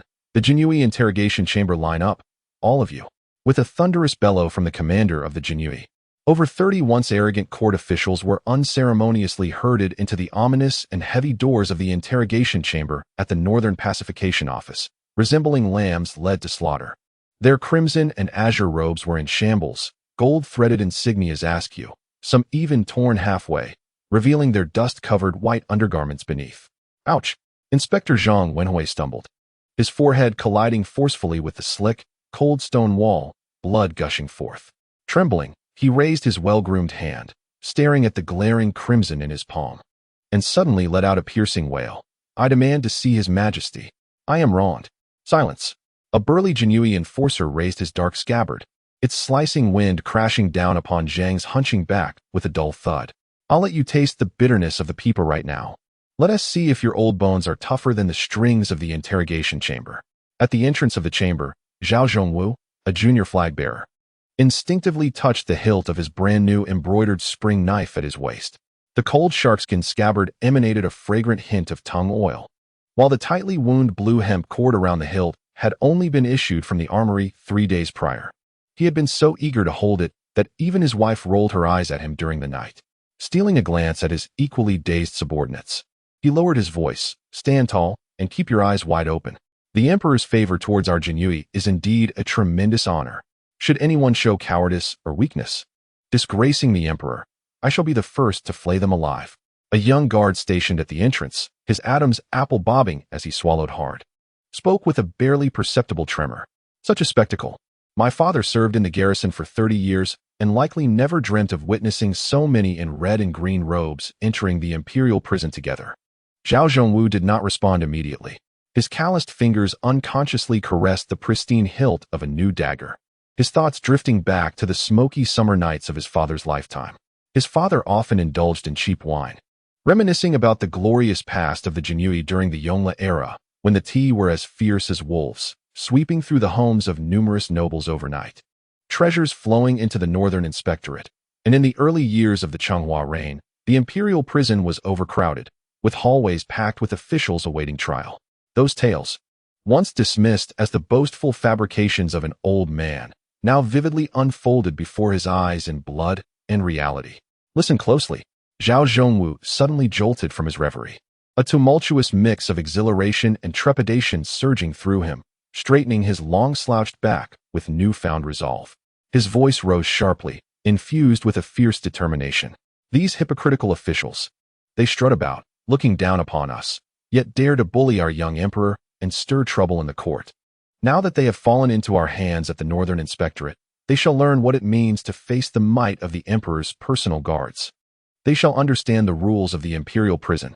After his impassioned declaration, Zhao Zhongwu felt a long-lost, almost unfamiliar vigor coursing through his limbs. He instinctively puffed out his chest, relishing the unprecedented support from the newly donned cotton armor.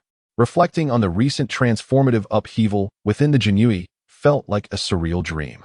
Since the Changhua years, the Jinui had waned like a river receding, losing its former glory. The Xichang was established by Emperor Xianzong to diminish the power of the Jinui, while the Danchang seized the opportunity to grow stronger, intensifying the rivalry. By the time of the Wanli reign, the Jinui had long lost the splendor of the Hongwu and Yongle eras, where the embroidered uniforms and spring blades instilled fear throughout the land. From the commanding officers to the ordinary lieutenants, most were sycophants who had purchased their positions, with few truly capable individuals remaining. The office was rife with procrastination and blame-shifting. During investigations, officials either accepted bribes or performed their duties with scant diligence. In the Northern Inspectorate's imperial prison, torture devices lay dusty and rusted. Once feared methods of interrogation, now mere props meant to intimidate. Even more absurdly, the esteemed commander of the Jinui, Luo Sigong, relied on delivering notes to the Donglin party and sending congratulatory gifts just to keep the office afloat. The underlings, the lieutenants and guards, were in dire straits. Their meager salaries were siphoned off by superiors, barely enough to feed their families. The once mighty personal guards of the emperor had fallen to the depths of extorting merchants and seizing peasants' lands just to scrape by. As they traversed the streets, the citizens of the capital beheld their garb of flying fish attire not with reverence, but rather with an aversion akin to fleeing from a plague. Their gazes rife with scorn and disdain. Behind their backs, they derided them as the court's vile hounds, blood-sucking parasites. It was only through the humiliation of the powerless commoners that these figures could tenuously reclaim a semblance of their once pristine, albeit now distorted, authority. It was not until the recent ascension of Zhu Youxiao that the Jinui found a turning point. With the arrival of the stern and imposing Shui Xianshun and the pallid, formidable Wu Tsang, the once dusty training grounds of the southern provincial administration transformed into a battleground. 3 days prior, under the watchful gaze of the 300 ironclad imperial guards, Wu Tsang's presence commanded attention, while Shui's countenance was resolute, summoning every Jinui officer in the capital, be they hereditary young lords or lethargic old hands, to the training ground. The scene was indelibly etched into Zhao Zhongwu's memory. Shui stood upon the podium, flanked by Wu and his formidable guards clad in heavy armor, wielding their Yinling knives. Clutching a thick stack of documents, Shui's voice, though not loud, pierced through the air like an icicle. He methodically recited the names of those who had betrayed their posts, which captain had melted down precious iron to mint counterfeit coins, which hundredman had profited from the sale of military arms, which flag officer had indulged in empty salaries. For each name he uttered, a member of the Imperial Guard stepped forward to drag the accused away. The cries for mercy and wails of despair resonated throughout, yet Shui's eyelids remained unflinching. Ultimately, the severed heads of 3 captains and 1,200 men, along with the bloody remnants of dozens of flag officers, rolled upon the yellow earth of the training ground. Following this, over 800 old, weak, and infirm were ruthlessly dismissed, their names struck from the roster. The once mighty Jinhui was reduced to a mere 5,130 capable men.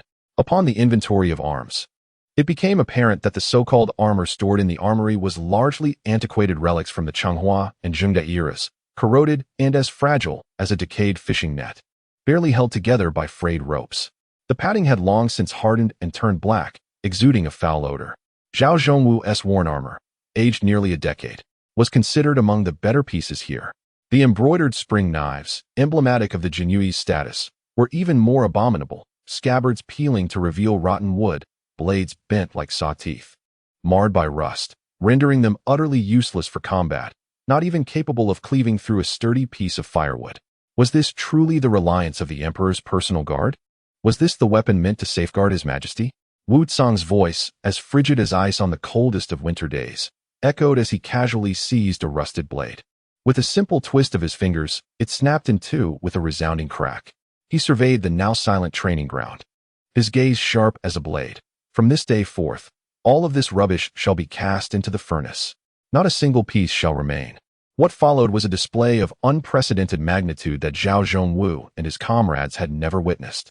Each soldier was outfitted with a brand new padded armor. Exquisitely crafted spring knives, crossbows, and arrows, flowing forth from the southern seas like a rushing stream. Under the guidance of the Imperial Guards, rigorous training ensued daily, and soon, the members of the Jinyui donned their uniforms with newfound precision, exuding an air of elite prowess. The announcement by Lord Su, declaring the royal decree to release the overdue salaries and an additional 2 stones of grain for each soldier, brought tears of joy to the eyes of the lower-ranking soldiers like Zhao Zhongwu. Whispers spread through the crowd, suggesting that these provisions had been squeezed from the Emperor Zhu Youxiao's personal treasury after his ascension. In a moment that ignited their desires, Lord Wu pointed at the Imperial Guards he had brought, clad in splendid armor and wielding exquisite weapons, resembling statues forged from iron. He bellowed to the eager Jinyui below. Are you envious? Do you wish for this? The Emperor has decreed that if you pledge your loyalty and train diligently, deserving of this splendid uniform, those who excel shall rise while the weak shall fall. You too may don such armor and wield such blades.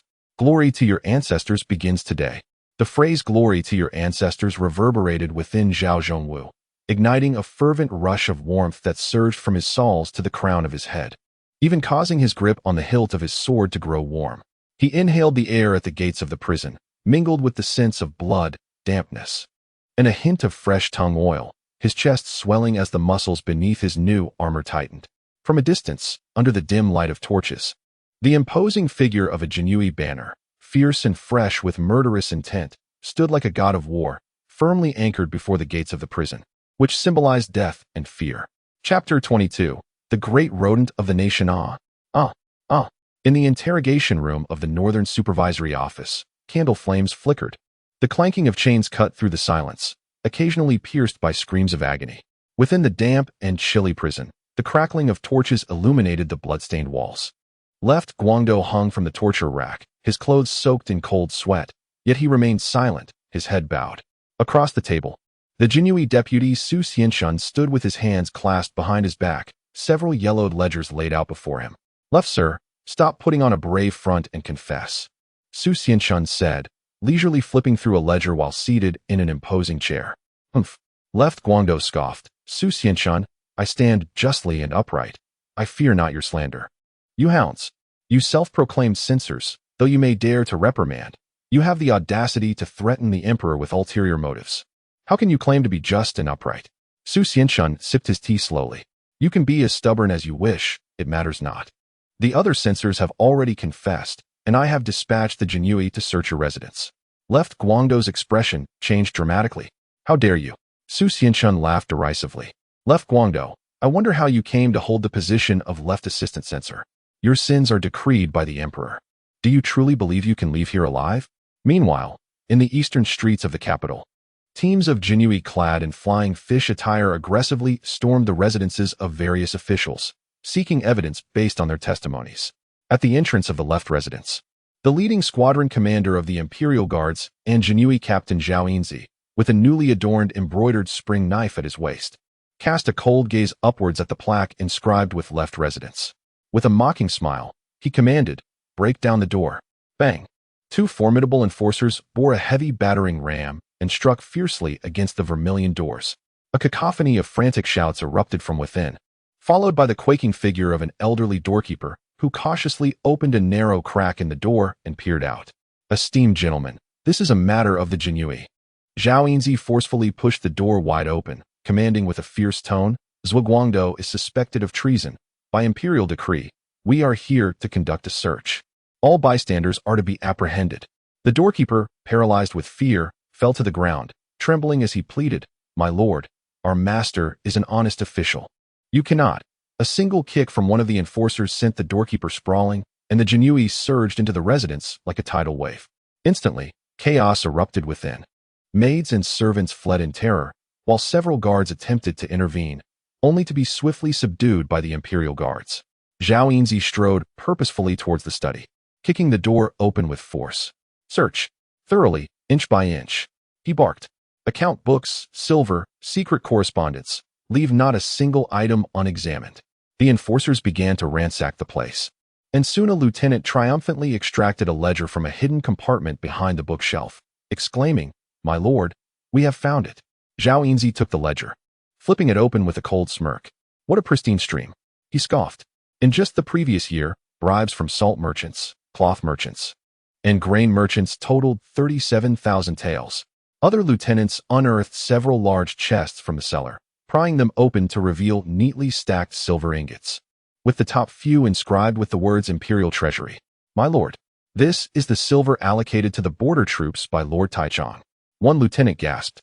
Zhao Yinzi seized an ingot, weighing it in his hand before sneering, daring to appropriate the emperor's funds for the soldiers' hard-earned money, transforming it into their private wealth. He turned sharply, commanding, "Seal it." All involved parties are to be taken away and escorted back to the Northern Judicial Office. By the time Zhu Guangdou was dragged back to the interrogation chamber, his face was ashen. With a resounding thud, Su Xianshun slammed a blue ledger onto the table, causing the tea to splash from the cups. His icy gaze swept over the kneeling Zhu Guangdou. "Lord Zhu, do you have anything to say now?" Su began reading from the ledger, item by item. On September 18th of the 47th year of the Wanli era, received 5,000 taels from the Minister of War. On October 5th, received 3,000 taels from the Ministry of Revenue. On November 20th, shared 8,000 taels of salt tax with colleagues from the censorate. On May 8th, from the silk merchant Li in Nanjing, received 800 taels as AT tribute. On June 15th, from the steward's son of the Grain Guild, received 500 taels as transportation fees. On July 3rd, from the tea merchant Hu in Huizhou, received 1,200 taels as scholarly supplies. Such extensive income in a single year. And yet there are also the soldiers' wages from Lord Taichang. What a pristine stream indeed. How dare someone of your ilk advise the emperor? Who granted you such audacity? Zhu Guangdou's pupils constricted, his throat tightened, and his lips trembled, yet he feebly protested, "Nonsense. I have lived an upright life. How could I possess ill-gotten silver?" With a forceful slap on the table, Su Xianshun retorted sharply, "At this juncture, you still dare to quibble?"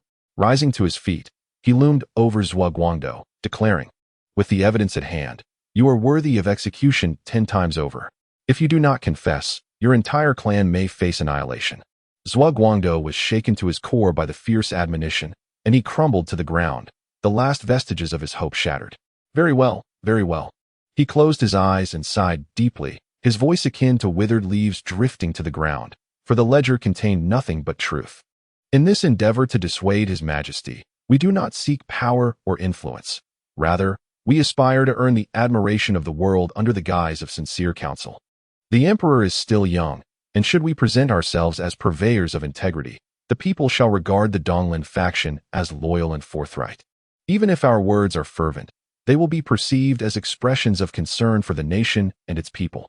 Thus, we may leverage His Majesty's authority to expel the likes of the Qi, Chu, and Zhujiang factions from the court, paving the way for the Donglin to reclaim the court in due time." Han Luan asserted that remnants of the Chu faction, such as Xiong Tingbai, should be left to their own devices in Liaodong. Once the borders are threatened, His Majesty will come to understand that only the Donglin can be relied upon. Su Xianshun scoffed. Loyalty and integrity? You dare speak of such virtues? Your actions threaten to cut off our border forces supplies and undermine the very foundation of the Ming Dynasty. Zhuo Guangdou's throat quivered, a flicker of shame crossing his eyes, quickly replaced by stubbornness. We Donglin pride ourselves on our integrity, yet in the court. If we lack the art of political maneuvering, how can we implement the sage's path?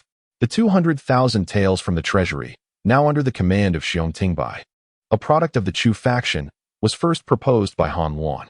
He suggested that if the emperor insists on employing Xiong Tingbai despite our warnings, then let Liaodong receive insufficient military funds. Isn't Xiong Tingbai capable? Let him lead starving soldiers into battle against the Jianzhou bandits, those involved in the distribution of silver.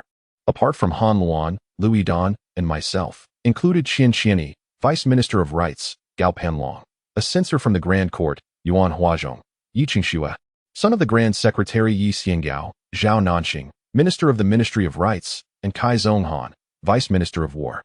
The Ministry of War first withdrew 50 taels under the pretext of supply losses. The Ministry of Personnel subsequently deducted 300,000 taels for transportation fees. The Ministry of Works, for munitions repairs, consumed another 300,000 taels. The remaining silver was borrowed from salt merchants, effectively lining their own pockets. In the end, we divided the remaining 50,000 taels according to ranks, barely leaving enough for the border forces. Su Xianshun let out a cold laugh and turned to the nearby Jinyue. Take them away and keep them under strict watch. Once the testimonies of Han Luan, Yang Lian, and the others are presented, let His Majesty make a decision. If there is blame to be placed, let it fall upon His Majesty. Blame him for ignoring counsel and for heavily favoring the Chu faction. If only he had employed members of the Donglin, we would not have arrived at such a dire situation. By the end, Zhuo Guangdou's voice had dwindled to a mere whisper, his body collapsing to the ground, his lips still moving involuntarily as if to continue his defense. Chapter 23. The Emperor's fury in recent days. Zhu Youxiao had enjoyed a rare tranquility. For following his verbal clash with the scholars, the court had quieted somewhat. During this time, he had been dispatching provisions and supplies to Nanhai, witnessing the steady expansion of the empire's base there, which filled him with a sense of joy reminiscent of his previous life's growth. He silently recited, System, Ding, Empire Age, Asian Dynasty System, Host, Zhu Youxiao Age, 15 Identity, Emperor of the Ming Dynasty Era, Colonial Era Gold, 440,000 silver, 4,300,000, of which 1,350,000 was acquired from the inner court. Population cap, 225,001, 132. 228 Town Center, China. Other nations may be chosen upon achievement completion, capable of producing farmers at a cost of 5 taels, basic unit. Constructing buildings, barracks, 1,010, armory, 33. Villages, 55, dockyard, 05, consulate, 11. Population, 15,000 villagers. Equipment, 1,000 sets of armor, 1,500 scales of armor, 2,000 goose-feathered sabers, 2,000 fine iron long spears, 300 bows, and 100,000 arrows. Military, infantry, 3,000, cavalry, 1,500, support, 3,000, 1,000 armored cavalry, 1,000 grenadiers. 20 long cannons. Zhu Youxiao gazed at the bustling interface before him, a sense of accomplishment swelling within. In merely 5 days, Nanhai had trained over 7,500 soldiers, with sufficient equipment to arm an additional 3,000. However, the expenditures had already surpassed 1.3 million taels. Looking at the remaining 4.3 million taels, he silently calculated. Now, the construction required no further investment. The barracks incurred a daily expense of 90,000 taels, while the armory consumed another 6,000. As the numbers swelled, it would take another 25 days for the system's towns to yield profits. Thus, he still had to provide provisions for over 30,000 men, necessitating 5,000 taels each day. Zhu Youxiao grimaced. Had it not been for the recent influx from the imperial court's confiscations, he might have faced an economic crisis by now. By month's end, He anticipated having 18,000 elite infantry and 9,000 iron cavalry, in addition to the existing forces from Liaodong. Reflecting on this, he could not suppress a soft hum. Steady now, patience is paramount. With the system at his disposal, strength only grows with time. This advantage is mine.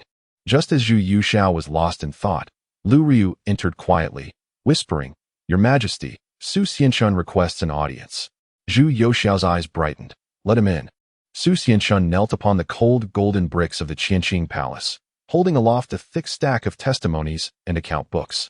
Sunlight streamed through the window, casting mottled shadows upon his attire. "Your Majesty, I have been commanded to investigate the case involving Zhuo Guangdou, Han Luan, and others. I have ascertained."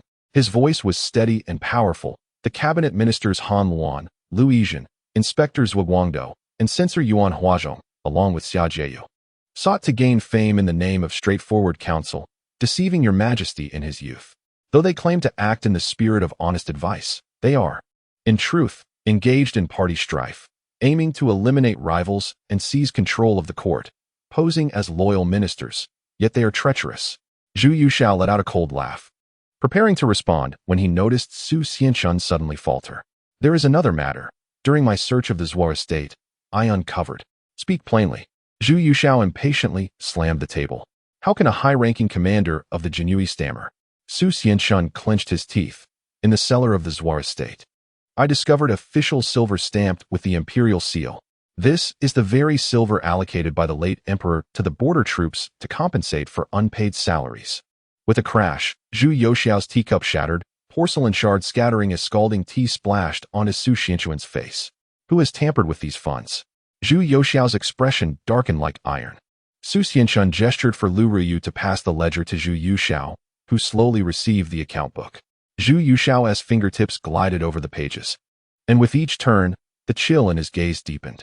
"I have verified that in addition to Han Puan, Lu Yan, and Zhuo Guangdou, there are also the Vice Minister of Rights Qian Xini, the Censor Gao Panlong, Yuan Huazhong, the son of the Grand Secretary Yishangao, Yi Qingshu, the Left Minor Minister of the Ministry of Rights Zhao Nanxing, and the Vice Minister of War Kai Zhonghan, who collectively divided a sum of 1,500,000 taels from the treasury. However, after layers of deductions by the Ministries of War, Personnel, and Works, the amount that ultimately made its way to Liaodong was less than 500,000 taels. Good, very good." The emperor's voice was so soft, yet it echoed with the ominous calm before a storm. "These are my trusted ministers, the elite of the Ming Dynasty. They dare to embezzle military funds. What else would they not dare to do?" He abruptly closed the ledger and raised his gaze toward the palace doors. "Issue a decree at once to summon the Grand Secretariat, the ministers of the 6 ministries, the censors from both sides of the censorate, the office of the Grand Minister, and all third-rank officials and above in the capital to come to Qianqing Palace for an audience. Your command shall be obeyed." Lu Ryu accepted the order and departed. Half an hour later, Qianqing Palace was shrouded in silence. Zhu Youxiao sat upon the dragon throne, his expression as grim as iron. The hall was filled with high-ranking officials, from the Grand Secretary to the ministers of the 6 ministries, all sensing the emperor's dark countenance, lowering their heads in trepidation, not daring to utter a sound. "My esteemed ministers," Zhu Youxiao's voice was steady yet imbued with an undeniable authority. "Today, the Jinui interrogated Han Puan, Lu Yan, Zhuo Guangdou, and others, uncovering some intriguing revelations. I am perplexed and have summoned you all here." He then cast his gaze upon a frail, yet spirited elder statesman in the assembly. "Minister Li, as the Minister of Revenue, you are undoubtedly well acquainted with matters of silver. Please assist me in discerning the origin of this silver." Beside him, Lu Ryu presented a tray containing treasury silver seized from Zhuo Guangdou's residence to Li Banghua. The elder, renowned for his astuteness in financial matters, stepped forward, taking a silver ingot to examine closely. Upon noticing the distinct treasury seal on the bottom, his hand trembled, nearly dropping the ingot. "Why, Your Majesty? These ingots bear the inscription Baoyuan Bureau." Li Banghua's voice quivered. "This is the official silver from the treasury, specially allocated by the late emperor." A shudder coursed through Li Banghua. He had not anticipated such audacity from these individuals, daring to embezzle military funds allocated by the late emperor from the treasury. Utterly outrageous. "Oh." Zhu Youxiao raised an eyebrow. Then, "Minister Li, pray tell, Why is the treasury's silver found in the residence of the left censors Guangdong? The hall fell into a hushed stillness, and the faces of several officials turned ashen, their guilt palpable. Li Bonghua's forehead beaded with cold sweat. I do not know. Do not know? Zhu Youxiao scoffed. Allow me to enlighten you. He slammed his palm onto the table. That silver comes from my father's treasury. It was intended for the soldiers at the 9 borders to save their lives. 200,000 taels. A full 200,000 taels. Tell me, how much have the soldiers in Liaodong received? 50,000 taels. Zhu Youxiao extended his hand. Fingers splayed, then slowly clenched, as if to crush the hearts of the greedy rats. The Ministry of War siphoned off 100,000. The Ministry of Personnel withheld 40,000. And the Ministry of Works devoured 15,000, leaving only 50,000. Zhu Youxiao held the confession and ledger, commanding them to be presented to his ministers. Behold the loyal subjects of our Ming Dynasty. Behold the virtuous Gao Panlong. How much have you embezzled? Yuan Huazhong. You submitted a petition against the border generals for withholding military salaries. Yet when you pilfered silver, did you not consider issuing an indictment? Gao Panlong, as an inspector of the supervisory court, had conspired with the corrupt. Such actions were utterly reprehensible. Each inquiry struck like a heavy hammer, causing the named officials to tremble uncontrollably. The legs of Qian Qiani, the vice minister of rights, quaked beneath his official robe. Cold sweat dripped into his eyes, blinding him with pain. The ledger circulated among the officials, eliciting expressions of shock and anger from some, while others wore faces of relief at finding their names absent from its pages. Your Majesty, Yang Lian, an inspector from the supervisory court, suddenly stepped forward, declaring, "This is merely the testimony of the Imperial Guard. How can we know it is not a frame-up?" Frame-up? The young emperor, filled with rage, laughed scornfully. The silver from the imperial treasury is already in the cellar. Could it be that Su Xianshun has removed it from my treasury? A suffocating silence enveloped the Qianqing palace, broken only by heavy breaths and the chattering of teeth. Sunlight streamed through the tall windows, casting the ministers' pallid faces into stark contrast. Half were ashen with despair, the other half struggling against their imminent demise.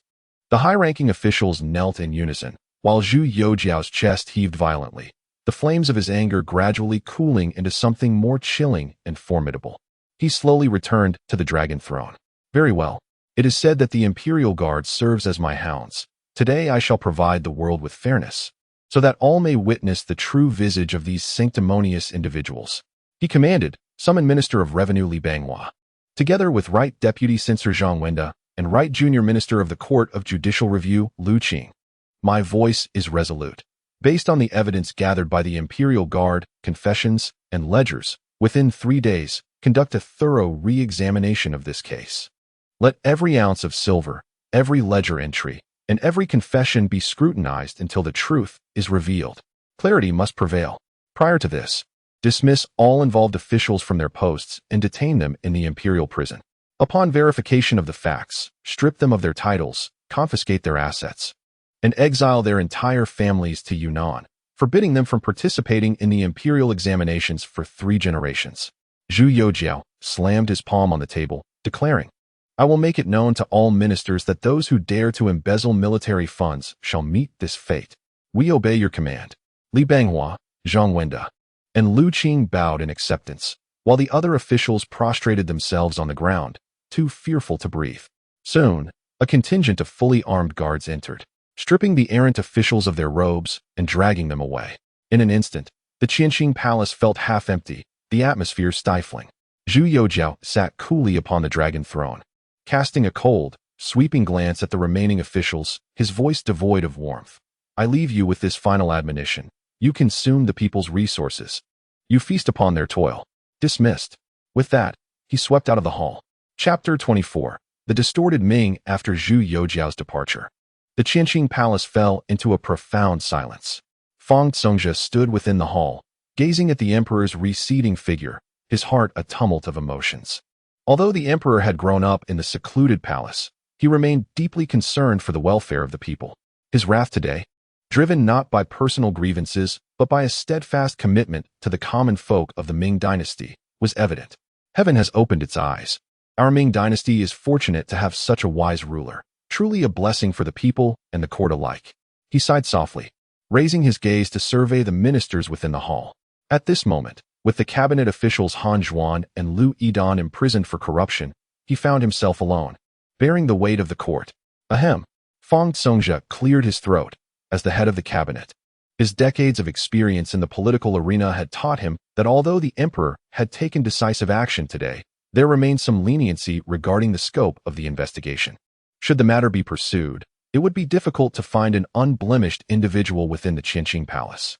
Observing the expressions of those present, some fearful, some bewildered, and others anxious, all eyes were fixed upon him in expectation. Fang Songjia spoke slowly, his voice steady and powerful. Esteemed colleagues, you have witnessed the emperor's wrath today. Such a grave corruption case has emerged within our court, and as loyal ministers, our failure to detect the signs beforehand constitutes a dereliction of duty. Minister Zhou, presiding over the supervisory court, is renowned as the foremost official of moral integrity. Yet, why do the censors continually raise objections, yet fail to address this egregious case of embezzlement? Minister Zhou Yuangbio, beads of sweat forming on his brow, lowered his head and replied, "This is due to the rising tide of factionalism, where censors often gauge the emperor's sentiments, daring not to offend their peers." His voice grew increasingly faint. Fang Songjia seized the opportunity to admonish these members of the Donglin faction, confident that his position as head of the cabinet would not be challenged. He continued to soothe the assembled ministers. In these times, rather than cowering in fear of the emperor's might, we must reflect deeply and strive to redeem ourselves through merit. The situation in Liaodong is dire, and the soldiers at the borders await the court's provisions. The operations of the 6 ministries must not be allowed to falter for even a moment. His gaze swept across the crowd as an autumn breeze swept into the hall, causing the cloud and swan embroidery on his crimson robe to flutter gently. Since the late Ming period, the discussion of integrity had flourished in the court. Yet empty rhetoric had led to national ruin, and factional strife had hindered governance. Today's calamity serves as a cautionary tale. The emperor has bestowed upon us the people's provisions. Each word carries great weight. We, as scholars, must not forget the ancient teaching that the people are the foundation of the state, and we must uphold the principle of worrying before the people do. He sighed lightly, his tone softening. Although the emperor is angered, he remains just. He has ordered the 3 judicial branches to thoroughly investigate this case, aiming to restore justice for the realm. As subjects, we must take this as a lesson and henceforth engage in diligent governance, lest we betray the emperor's grace. The ministers within the hall displayed a range of expressions. Some pondered deeply, others appeared ashamed, while a few calculated in silence, yet all acknowledged his words with respectful bows. Li Benghua, having only seen Zhu Youxiao on the day of his ascension, noted that despite the young emperor's age, he spoke with authority. He stepped forward and said, "What the Prime Minister has stated is indeed correct. However, the current court is severely lacking in officials. The Minister of Works has retired to his hometown, leaving only the Ministry of Personnel, the Ministry of Revenue, the Ministry of Rights, and the Ministry of War with active heads, while the Censorate and the Supreme Court are largely vacant. If we do not swiftly fill these positions, we risk delays in governance that could jeopardize national affairs." Meng's words held merit, yet given the emperor's current anger, it was unwise to discuss this matter. "Let us submit a petition tomorrow, urging the emperor to expeditiously select capable individuals to fill the vacancies." His gaze was profound as he continued, "But you must remember, the emperor seeks ministers who can accomplish real work, not mere eloquent talkers." Silence once again enveloped the hall, save for the sound of the wind, which seemed to remind everyone that after today, the atmosphere of the court would undoubtedly change. Upon returning to the Donghuan Pavilion, Zhu Youxiao wore a tranquil expression, as if he had not just rebuked the court officials, and if one looked closely, a hint of a smile graced his lips. Lu Ryu initially contemplated persuading His Majesty to temper his anger, yet upon raising his head to observe the expression of the emperor, he could not help but click his tongue in disbelief. The emperor bore no resemblance to a mere 15-year-old youth. He resembled a cunning old fox, seasoned and astute. Lu Ryu found himself comparing the present young ruler with several preceding emperors, and suddenly felt that even the late emperor and Emperor Shenzong paled in comparison to the current sovereign. Was Zhu Youxiao angry? Indeed, he was furious. At this moment, Liaodong faced the formidable threat posed by Nurhasai's troops, with Xiong Tingbai exerting every effort merely to maintain the precarious situation. Simultaneously, He had to withstand the unfounded accusations from a group of well-fed sycophants. It was one thing to be criticized, but now they even dared to embezzle funds meant for the troops dispatched to Liaodong. 200,000 taels. That constituted 1/3 of the Ming's annual tax revenue. Such a significant sum had circulated among these civil officials, and upon reaching Liaodong, only 50,000 taels remained. Would the officials in Liaodong remain unaffected? Would the generals, captains, and commanders not covet this sum? Ultimately, what might reach the soldiers could very well amount to not a single coin. In his later years, he often heard the saying that without adequate pay, the Ming army could not be expected to fight effectively. He had never understood this concept. Why was the invincibility of an army tied to the fundamental issue of pay, while armies of other dynasties seemed unburdened by such concerns? The iron cavalry of the Han and Tang dynasties, the armored soldiers of the Song, none seemed constrained by financial remuneration. It was only today, upon witnessing the hypocritical demeanor of those self-righteous officials and the grotesque nature of the Ming court, that he began to grasp the underlying truth. These officials, who proclaimed their loyalty to the nation, indulged daily in lavish feasts while audaciously mocking the frontline soldiers. It is an honor for soldiers to die in battle. Who needs bountiful provisions? Those generals, holding power and authority, shouted for the glory of the Ming while surreptitiously lining their own pockets. In the end, the most tragic fate awaited the ordinary soldiers, clad in tattered armor, subsisting on sand-mixed rations, their stomachs empty, receiving meager pay, yet compelled to risk their lives on the battlefield to defend a realm that did not belong to them. Contemplating this, Zhu Youxiao felt as though a massive stone weighed heavily upon his chest, rendering him breathless. He clenched his fists, recalling a phrase he had learned in later studies. A hopeful nation cannot lack heroes. A promising country cannot be without pioneers. The Ming must transform. Those who sacrifice their lives for the realm should not enter the battlefield with empty stomachs, nor should their families weep in the cold of night. Those willing to contribute to the Ming must have the might of the Ming behind them, the countless armored soldiers and heavy cavalry at my disposal, and the unwavering support of their emperor, Zhu Youxiao. Exhaling deeply, Zhu Youxiao suppressed the turmoil within and softly commanded, "Go. Summon the Prime Minister and the 3 ministers to me." As you command. Chapter 25, Conclusion. This is certainly not a remedy for a misplaced scroll. Haha.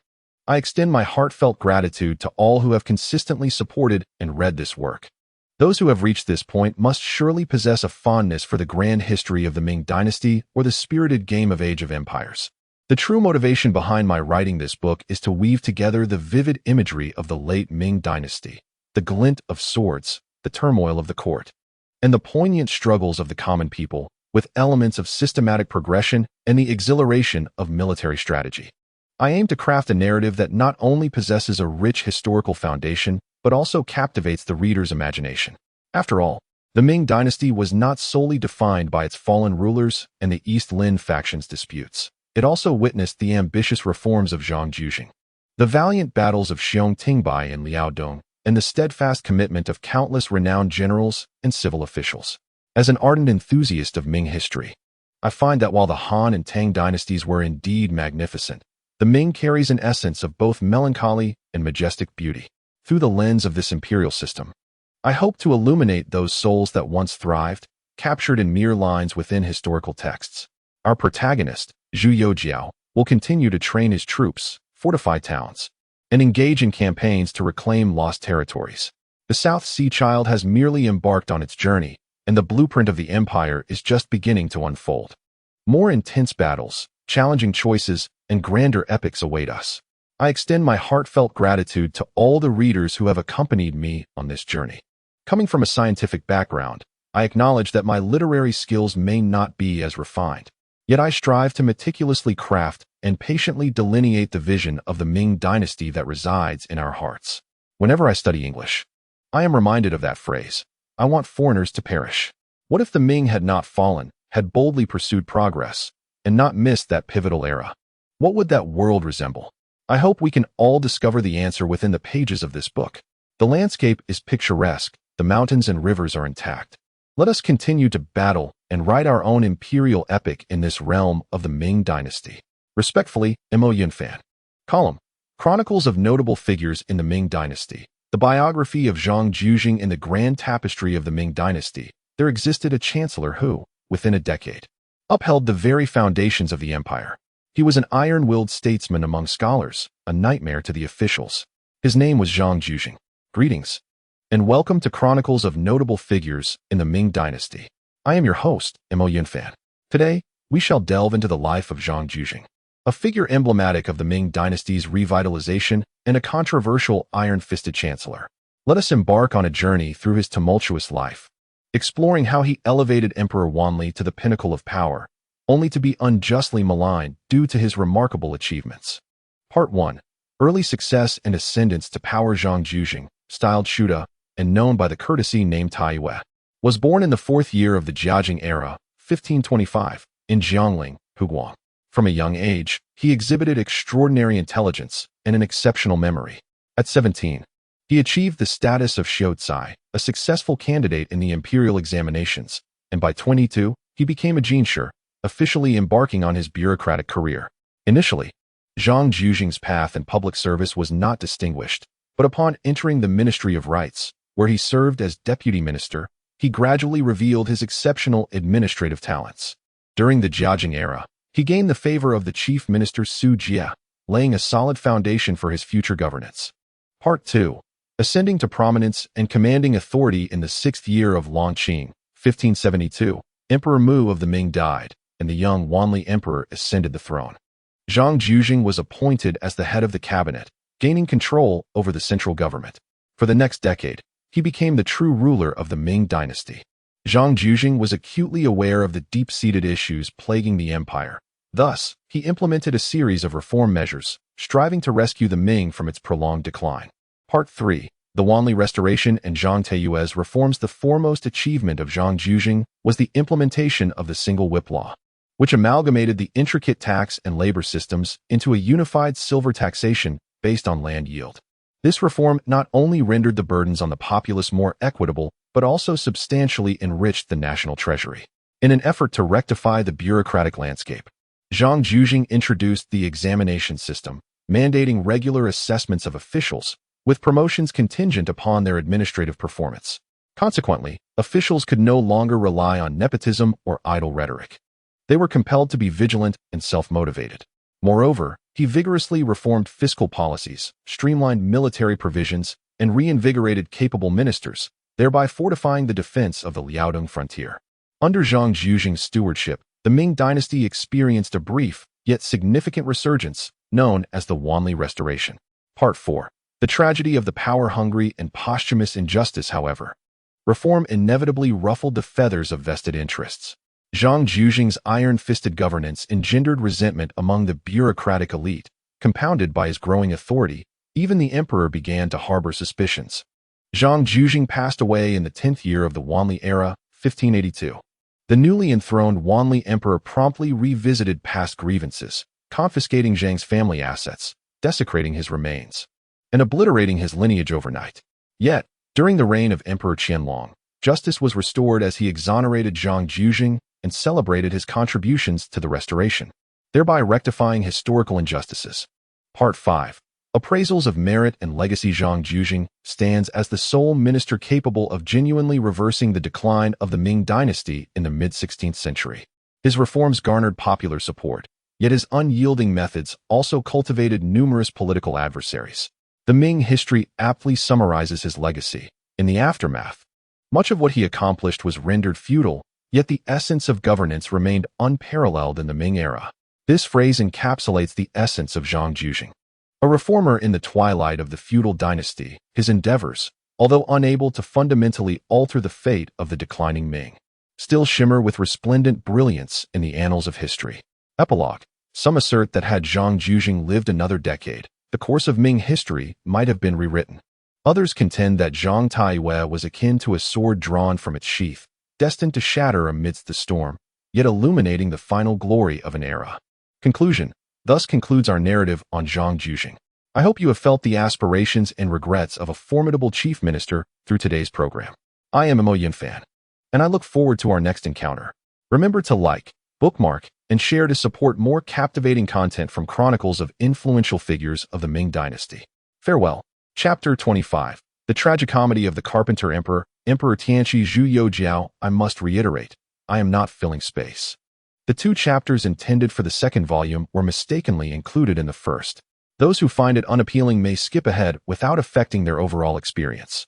Alas, let us appreciate together the tragicomedy of the Carpenter Emperor, Emperor Tianqi Zhu Youxiao. He was an emperor of humble origins, born a carpenter, characterized by his innate simplicity. Yet he existed in the tumultuous twilight of the Ming Dynasty. Uninterested in political machinations, he became a puppet, though he crafted exquisite wooden creations. He was powerless to salvage the crumbling empire. Today, let us delve into the life of Emperor Tianqi Zhu Youxiao. In 1620, at the tender age of 15, Zhu Youxiao ascended the throne, becoming the 15th emperor of the Ming Dynasty. The Ming, on the surface, still projected an image of propriety. Yet beneath this facade lay a realm riddled with decay. Zhu Youxiao was inherently taciturn and disinterested in political affairs. Faced with the complexities of governance, he naturally placed his hopes in the Donglin party, who prided themselves on being the righteous elite, claiming to rectify the times and save the nation. Initially, the Tianqi emperor held a favorable view of Donglin figures like Yang Lian and Zhuo Guangdou, perceiving them as upright, pure, and capable of managing the realm on his behalf. However, the stark reality proved to be far more brutal than idealism. Zhu Youxiao discovered that these Donglin scholars often engaged in grandiloquent discourse, professing to serve the nation and its people, yet frequently indulged in empty rhetoric and factional strife. They either pursued verbal victories or prioritized moral integrity over the stability of the state. Even more troubling was their discord in the face of the crisis in Liaodong, as the borders grew perilous, leading to indecision that hampered military efforts. Zhu Youxiao, already of a weak disposition and lacking resolve, grew weary and powerless amid the incessant bickering he heard around him. As the emperor's disappointment reached its zenith, Wei Zhongxian adeptly seized the opportunity. Originally the chief eunuch, Wei had earned the trust of the Tianqi emperor. In contrast to the pedantic rhetoric of the Donglin scholars, Wei's sycophantic and obsequious demeanor provided a sense of relief and compliance to the emperor. Gradually, Zhu Youxiao entrusted more of his administrative duties to Wei Zhongxian, who exploited the Dongchang and the Jinyue to eliminate rivals and curtail the influence of Donglin. Although the Tianqi emperor was not inclined towards violence, he subconsciously acquiesced to the eunuch's assault on Donglin, for they were decisive and resolute. Unlike the Donglin scholars who merely engaged in idle talk about virtue and criticized the emperor's failings. For Zhu Youxiao, who was mired in woodworking and lacked political tenacity, the eunuch faction appeared manageable. Wei Zhongxian's tyranny temporarily cleared the court. On the surface, order seemed to be restored, and military leaders such as Xiong Tingbai and Yuan Chongwan were dispatched to the Liaodong front, suggesting a potential turnaround in national affairs. Yet, this was merely an ephemeral illusion. Wei's insatiable greed and the collusion of the eunuchs plunged the political landscape into deeper darkness. Although Donglin was weakened, public resentment towards the eunuch's corrupt governance surged like a tidal wave. As for the Tianqi emperor, he became increasingly absorbed in carpentry, spending his days constructing exquisite small pavilions in the palace, all the while neglecting state affairs.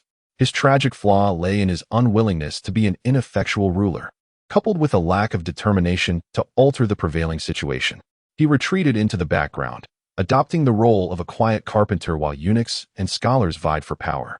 In 1627, the 7th year of Tianqi, Zhu Youxiao passed away at the tender age of 23. With his offspring having died young, the throne was passed to his brother, Zhu Youjian, who became known as Chongzhen. His life was brief, yet he left a complex imprint on history, a sidelined Carpenter Emperor, a tragic monarch ensnared in the whirlpool of factional strife. Some deemed him weak, others called him benevolent. Still, many asserted he was merely a craftsman ensnared in the imperial trap. In conclusion, from trusting the Donglin to being manipulated by the eunuchs, Zhu Youxiao's inner world may have been a prolonged act of evasion. Although his carpentry skills were adept, they ultimately proved inadequate to carve out order in a chaotic era. He bequeathed to the Ming Dynasty not merely a few remnants of wooden craftsmanship, but rather a dire predicament, ripe for exploitation, emblematic of a fallen nation. His tragedy became the most poignant footnote of the Ming Dynasty. Chapter 25. Chronicles of Notable Figures of the Ming. The tragic General Xiong Tingbai, besieged at the frontier amidst the flames of war on the battlefield of Liaodong. The Ming forces faced relentless defeat, and the fate of the nation hung by a thread. Was there anyone who could stem the tide, vowing to defend the borders at all costs? Today, let us draw near to the man celebrated for his martial prowess and unwavering loyalty, the tragic hero Xiong Tingbai. Part 1. Ancestral Legacy and Lofty Aspirations. Xiong Tingbai, 1573 to 1625. Courtesy name Fei Bai and alias Jigang, hailed from Jiangxia in Hubei province. Born into a scholarly family, he exhibited remarkable intelligence from a young age, steeped in profound family learning. In the 29th year of the Wanli reign, 1601, Xiong Tingbai achieved the degree of Jinshi, ascending to the position of a scholar in the Hanlin Academy. His beginnings were indeed illustrious, indicative of his literary talent and exceptional abilities. Xiong Tingbai was resolute and daring, harboring grand ambitions since youth. Despite his scholarly origins, he possessed the mettle of a warrior. Part 2. An exceptional career in advocacy for border defense. At the outset of his career, Xiong Tingbai served as the supervisor of the National Academy in Nanjing and held various positions within the Ministry of War. During this time, he repeatedly petitioned, candidly addressing the vulnerabilities of border defenses and the increasingly audacious actions of the Eastern Tartars, later Jin. He asserted that the peril in Liaodong could not be alleviated through mere peace negotiations. It necessitated a thorough overhaul of military preparedness and strict enforcement of military discipline. Regrettably, many officials in the court preferred empty rhetoric, and Xiong Tingbai's pragmatic proposals went unheeded. Part 3. Assuming command in the wake of the catastrophe at Salhu in 1619. Following the catastrophic defeat at Salhu, where 4 armies were annihilated, the gates to Liaodong lay wide open, and the Ming court was enveloped in shock. At this juncture, Xiong Tingbai, having dedicated years to studying border defenses and adeptly managing troops, was summoned to oversee Liaodong's military affairs. In the first year of the Tianqi reign, 1621, he officially took office, pledging to restore order in Liaodong. Part 4. Reforms in Liaodong, balancing military and civilian needs. Upon his arrival in Liaodong, Xiong Tingbai promptly undertook rigorous military reforms, reducing superfluous troops and enforcing strict military discipline. He broke away from the previous civil officials' reluctance to engage with military matters, personally reviewing troops and conducting training. Understanding the vital importance of military funding, he tirelessly sought resources while safeguarding against corruption. Moreover, he took significant measures to pacify the populace of Liaodong. Xiong Tingbai recognized that the local civilians were foundational to stability. Without them, no strength could endure. He often traversed the border walls, inquiring about the people's ailments and empathizing with their plights, earning the heartfelt gratitude of the masses. Part 5. Growing apart from the Donglin Party initially, Xiong Tingbai maintained a decent rapport with the Donglin Party, which championed reform. As a scholar, he was naturally favored due to his reputation for forthrightness. However, as the situation in Liaodong fluctuated and losses mounted at the borders, the Donglin faction increasingly leaned towards theoretical discourse, while Xiong Tingbai advocated for practical military action to save the nation. The ideological rift between them widened.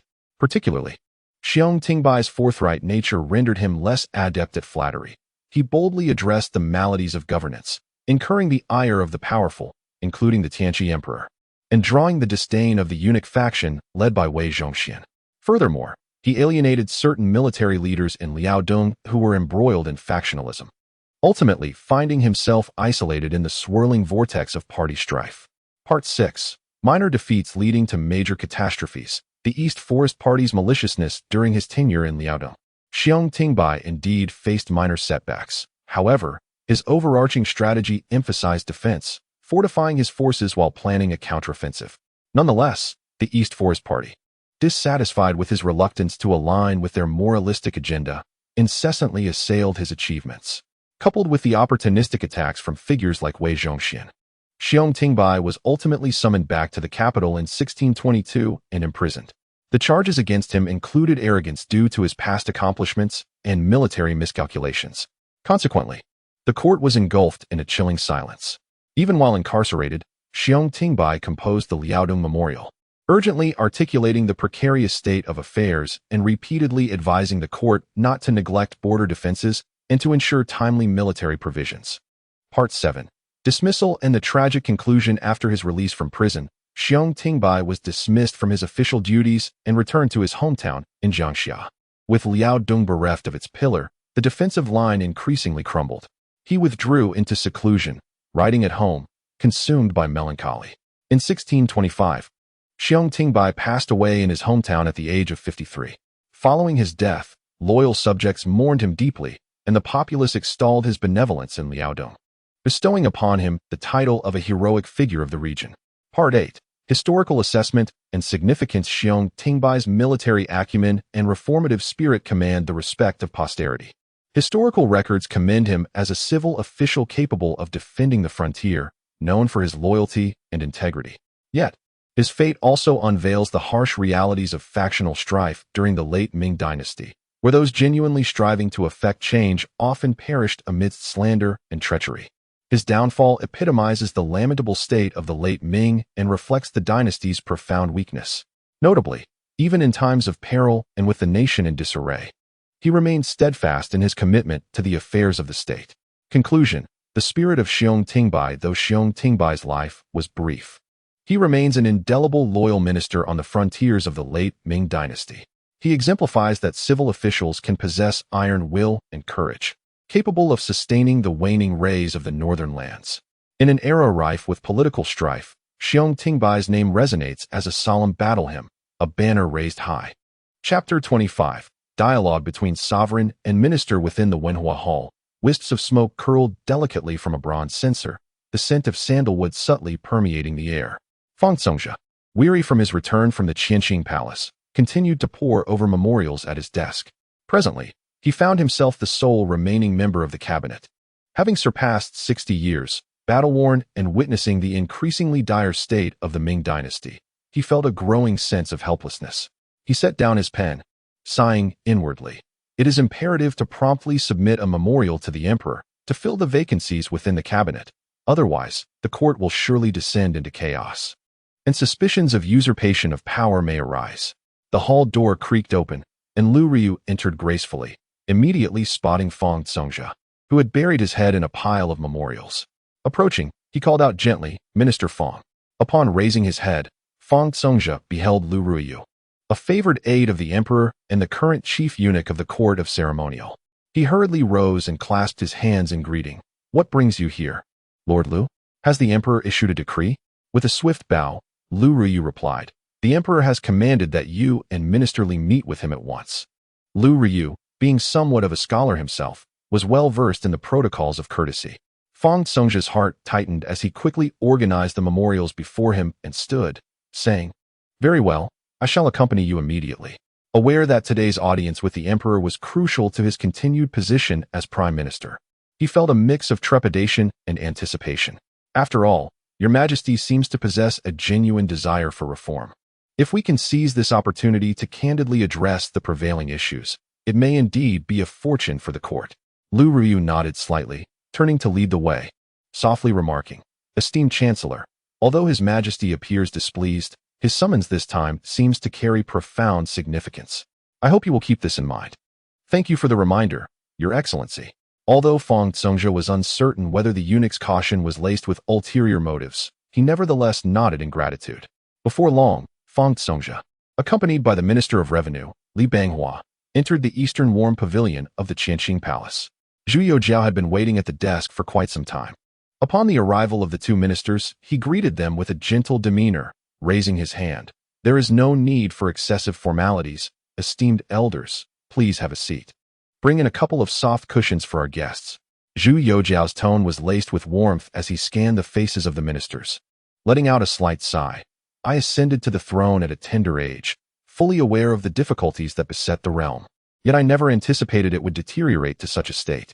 In the days when my father still resided in the Eastern Palace, during court discussions, officials would often assert, as long as the sovereign and subjects maintain harmony and the court remains untainted, the resurgence of the Ming Dynasty is just around the corner.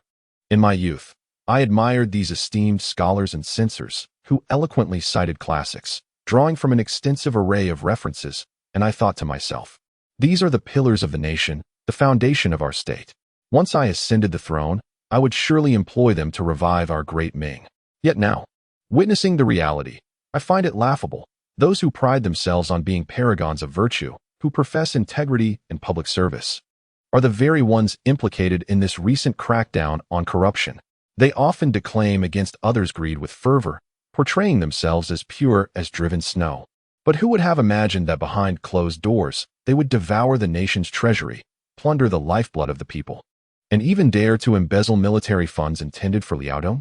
It truly fills me with a mix of rage and amusement, as if I am observing a grand farce.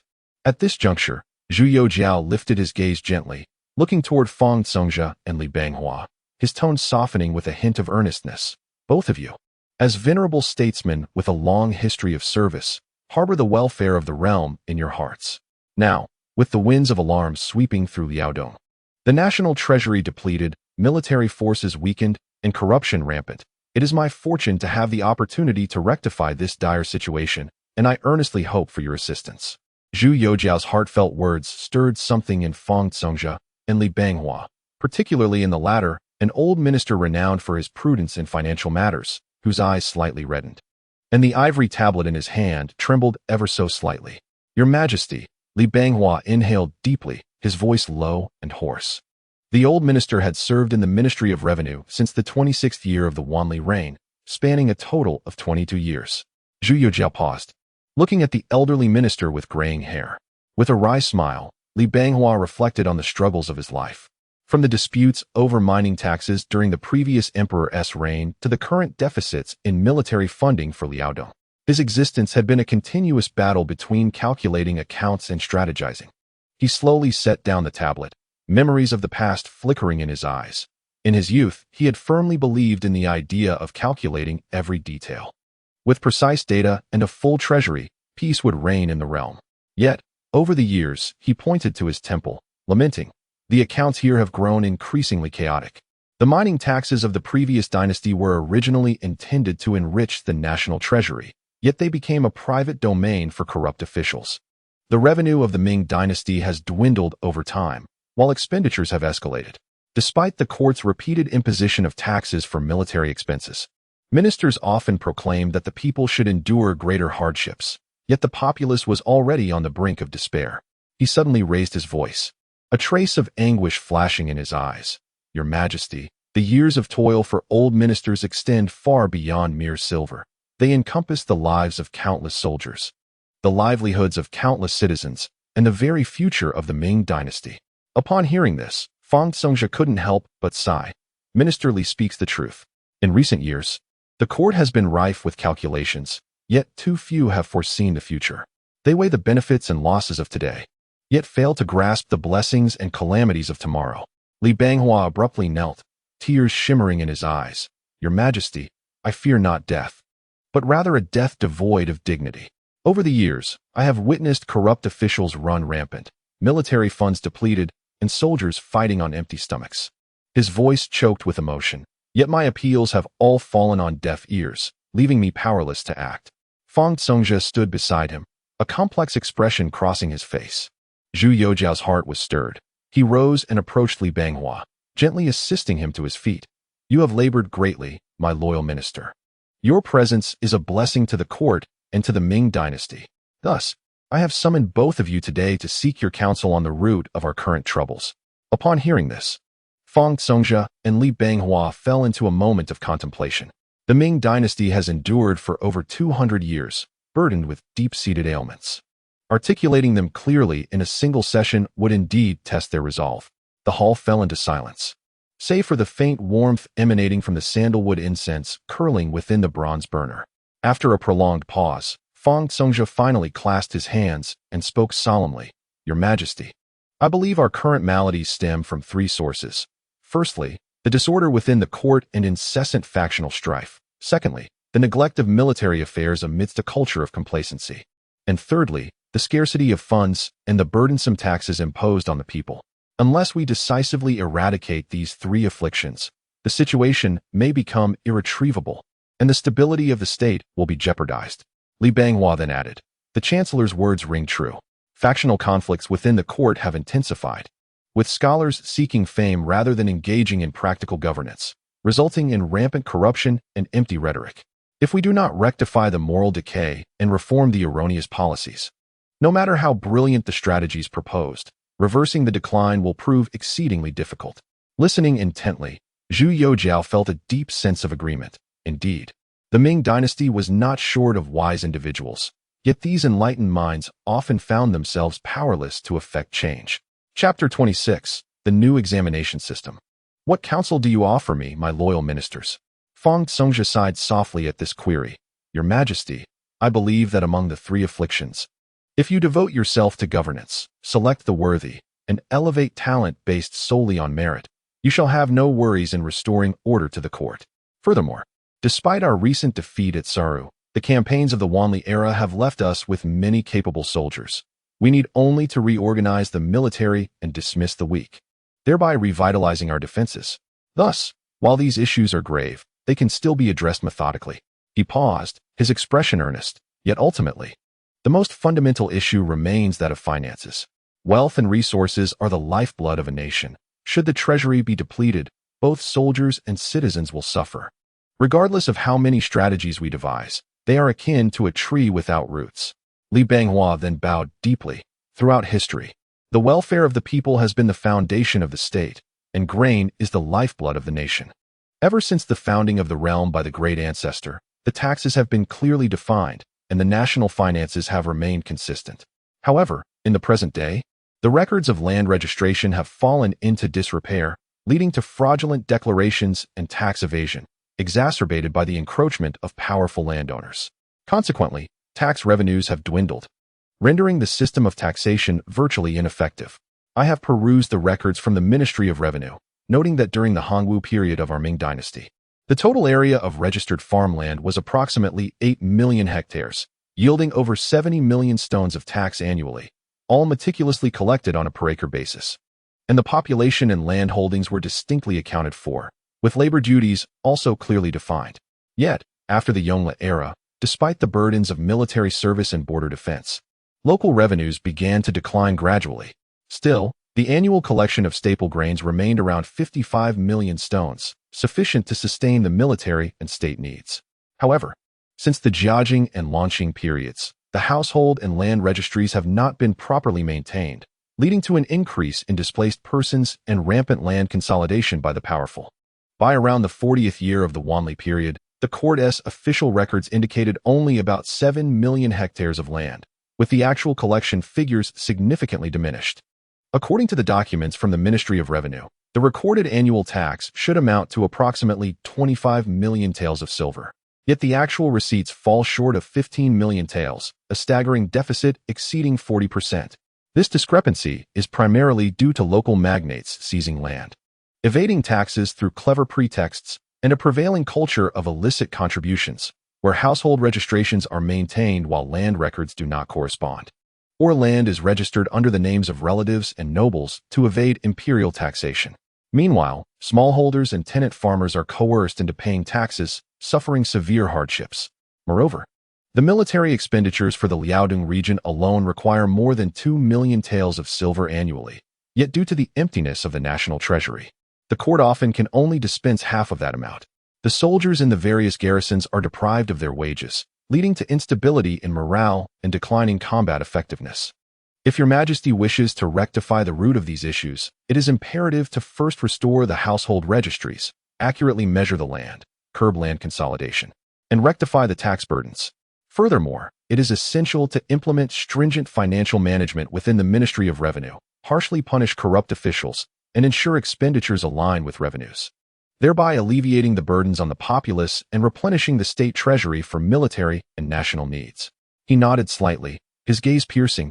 Your Majesty, the realm cannot afford to be without troops for even a single day, nor can the troops be without provisions for a day. If the source of funds and grain is not secure, even a million-strong army cannot be sustained.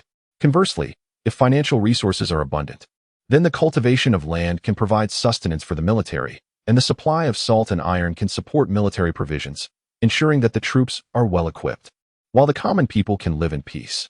This is the foundation of governance and must not be overlooked.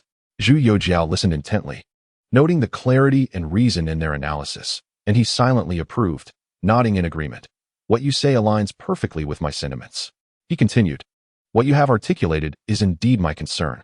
In the past, Zhang Jiangling assisted in governance by personally measuring the land and reviewing the household registrations, implementing a system of accountability that prevented fraudulent declarations, thereby revitalizing the court and ensuring sufficient state resources. Alas, following his demise, the factional strife led to his policies being misconstrued as oppressive, resulting in his unjust demotion. At this point, his expression darkened as he spoke with gravity. I have reviewed his political legacy and understand that his true intent was to suppress the powerful and rectify the land tax system, and to alleviate the burdens on the populace. Without Zhang Jiangling's strategies, how could the treasury support the three major campaigns? How could it quell internal and external turmoil? He was indeed a pillar of the state, and such contributions cannot be lightly dismissed. Fang Congzhe repeatedly affirmed, "Your Majesty's insight is indeed profound." Zhang Jiangling's system of accountability encompassed all 6 ministries, with the Daziyuan overseeing the registration of affairs, distinguishing between urgency. Routine official duties were prioritized, followed by pressing matters. And finally, those of imperial decree. He pointed to the marked entries in the ledger. At the end of each month, the 6 sections would submit their reports, and the Ministry of Revenue would reconcile the income and expenditure of grain and money. Any unresolved matters were noted in yellow ink. Those outstanding for 2 months were annotated in black, and those overdue by 3 months faced dismissal and investigation. Thus, the administration can be rendered stringent, with the Ministry of Revenue reporting figures and the National Treasury gradually flourishing. Although harsh, such measures could remedy the prevalent issues. Alas, in the absence of successors, corruption reignited, rendering the achievements of Jiangling as mere fleeting shadows. Zhu Youxiao grasped the essence. This essentially equated to assigning projects to each department, establishing deadlines, and enforcing mutual oversight among multiple departments, with the constant threat of dismissal or even capital punishment. This was undoubtedly more severe than the treatment of civil servants in later years. It is no wonder that after Zhang Jiangling's demise, not a single voice was raised in his defense. Wanli regarded him, his mentor, as an adversary, and the ministers unanimously concurred, completely overturning the new policies, leading to a decline in governance.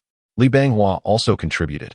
If the court wishes to rejuvenate the national finances, it should adopt the strategies left by Jiangling as its law.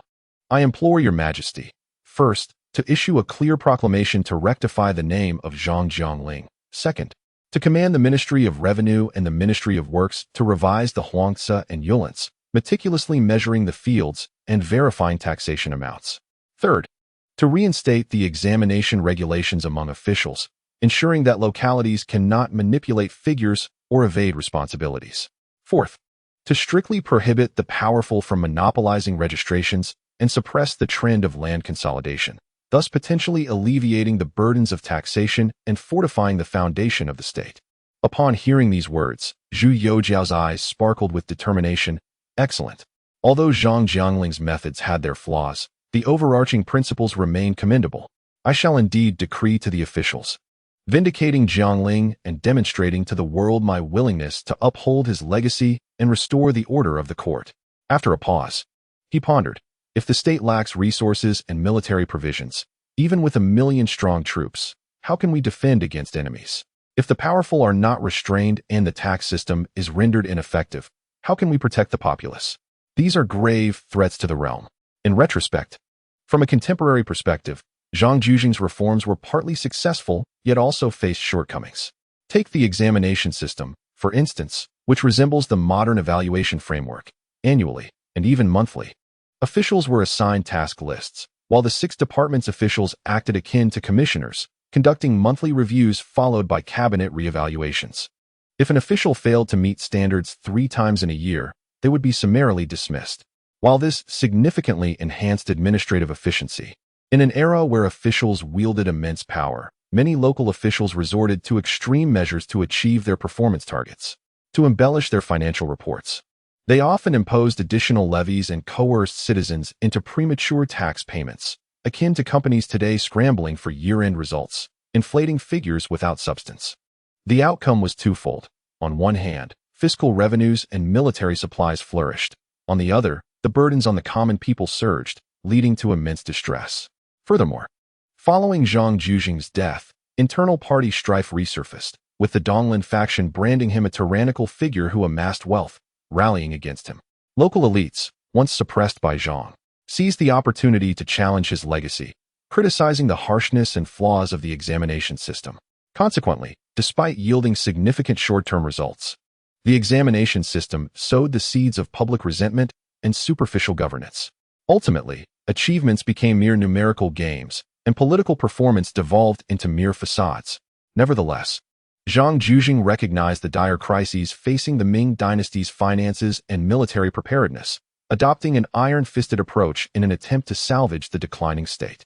This historical narrative not only epitomizes the Ming era, but also encapsulates the perennial dilemmas of bureaucratic systems in subsequent ages: how to ensure assessments do not devolve into superficialities, how to prevent governance from becoming a calamity for the populace. Upon hearing Li Banghua and Fang Congzhe's counsel, Zhu Youxiao was inevitably plunged into deep contemplation. He understood that to inherit Zhang Zhuzhing's legacy, it was essential to draw upon the merits of the examination system while simultaneously circumventing its propensity to exacerbate conflicts. Most crucially, he needed to uphold the original intention of serving the people, ensuring that numbers did not become a tool for the oppression of the populace. After a moment of reflection, Zhu Youxiao identified the flaws within this system. While the examination method indeed enhanced the efficiency of the court, it also harbored significant drawbacks. Local officials, driven to meet performance standards, often resorted to unscrupulous means, extracting wealth from the common folk or falsifying reports to claim undeserved rewards. When those in power favor certain outcomes, those below tend to exceed expectations, leading to a situation where a mechanism intended to regulate governance and uphold integrity instead becomes the root of harsh policies, causing the people to suffer. Furthermore, the original intent of the examination system was to provide a structured approach to governance, with monthly assessments and annual evaluations overseen by the 6 departments. However, due to the system's excessive rigidity, any minor misstep could result in demotion or dismissal. Over time, this instilled a pervasive fear among officials regarding their performance evaluations, fostering a culture of inflated achievements and the suppression of negative reports.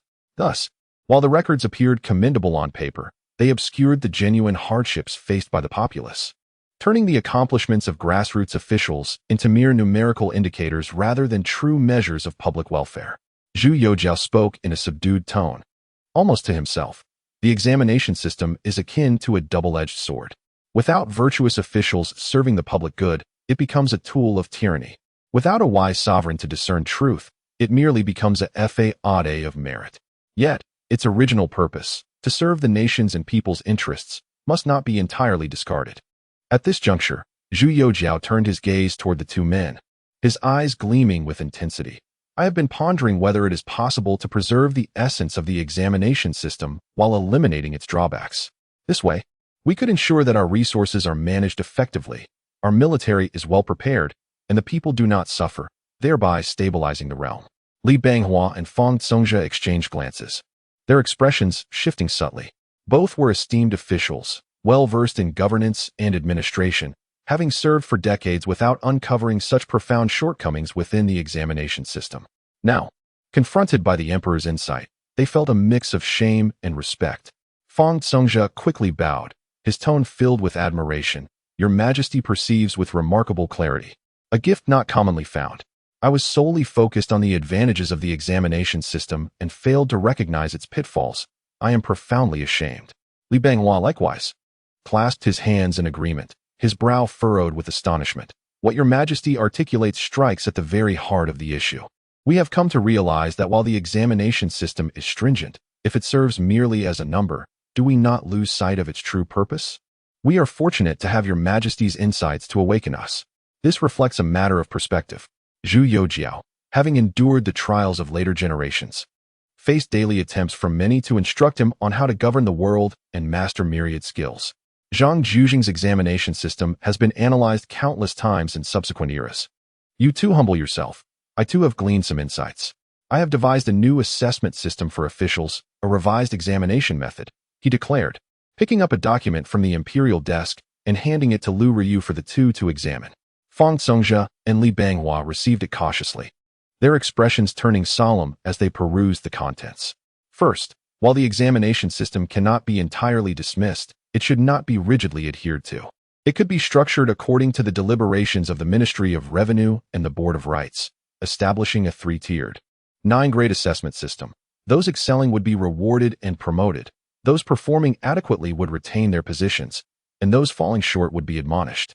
Any administrative violations would be addressed based on their severity, with initial reprimands followed by potential demotions, thereby alleviating the fears of local officials and motivating their progress.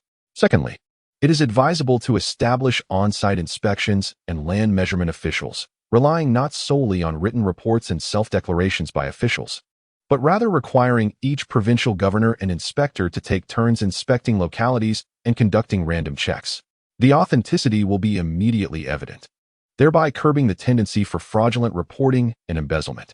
Thirdly, the Ministry of Revenue could create a comprehensive registry for accurate taxation, regularly compiled by local authorities, verified by inspectors, and subjected to random checks from the capital. This triple verification process ensures that figures do not merely circulate without purpose and must yield tangible results. Fourthly, and most crucially, is the consideration of the people's livelihood.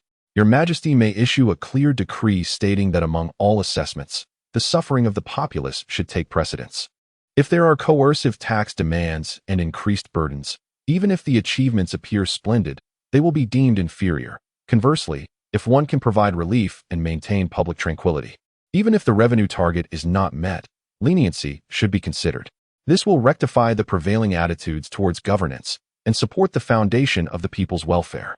Fang Songjia quietly remarked, Your Majesty's measures truly penetrate the heart of current issues, maintaining discipline while embodying benevolent governance, thus ensuring the stability of the state and the welfare of the populace. Li Banghua also sincerely expressed, Your Majesty, with your enlightened heart, has established such commendable laws. We shall wholeheartedly assist in perfecting them. Zhu Youxiao nodded, his demeanor solemn. Indeed. However, this law is still in its preliminary stages and has yet to be promulgated.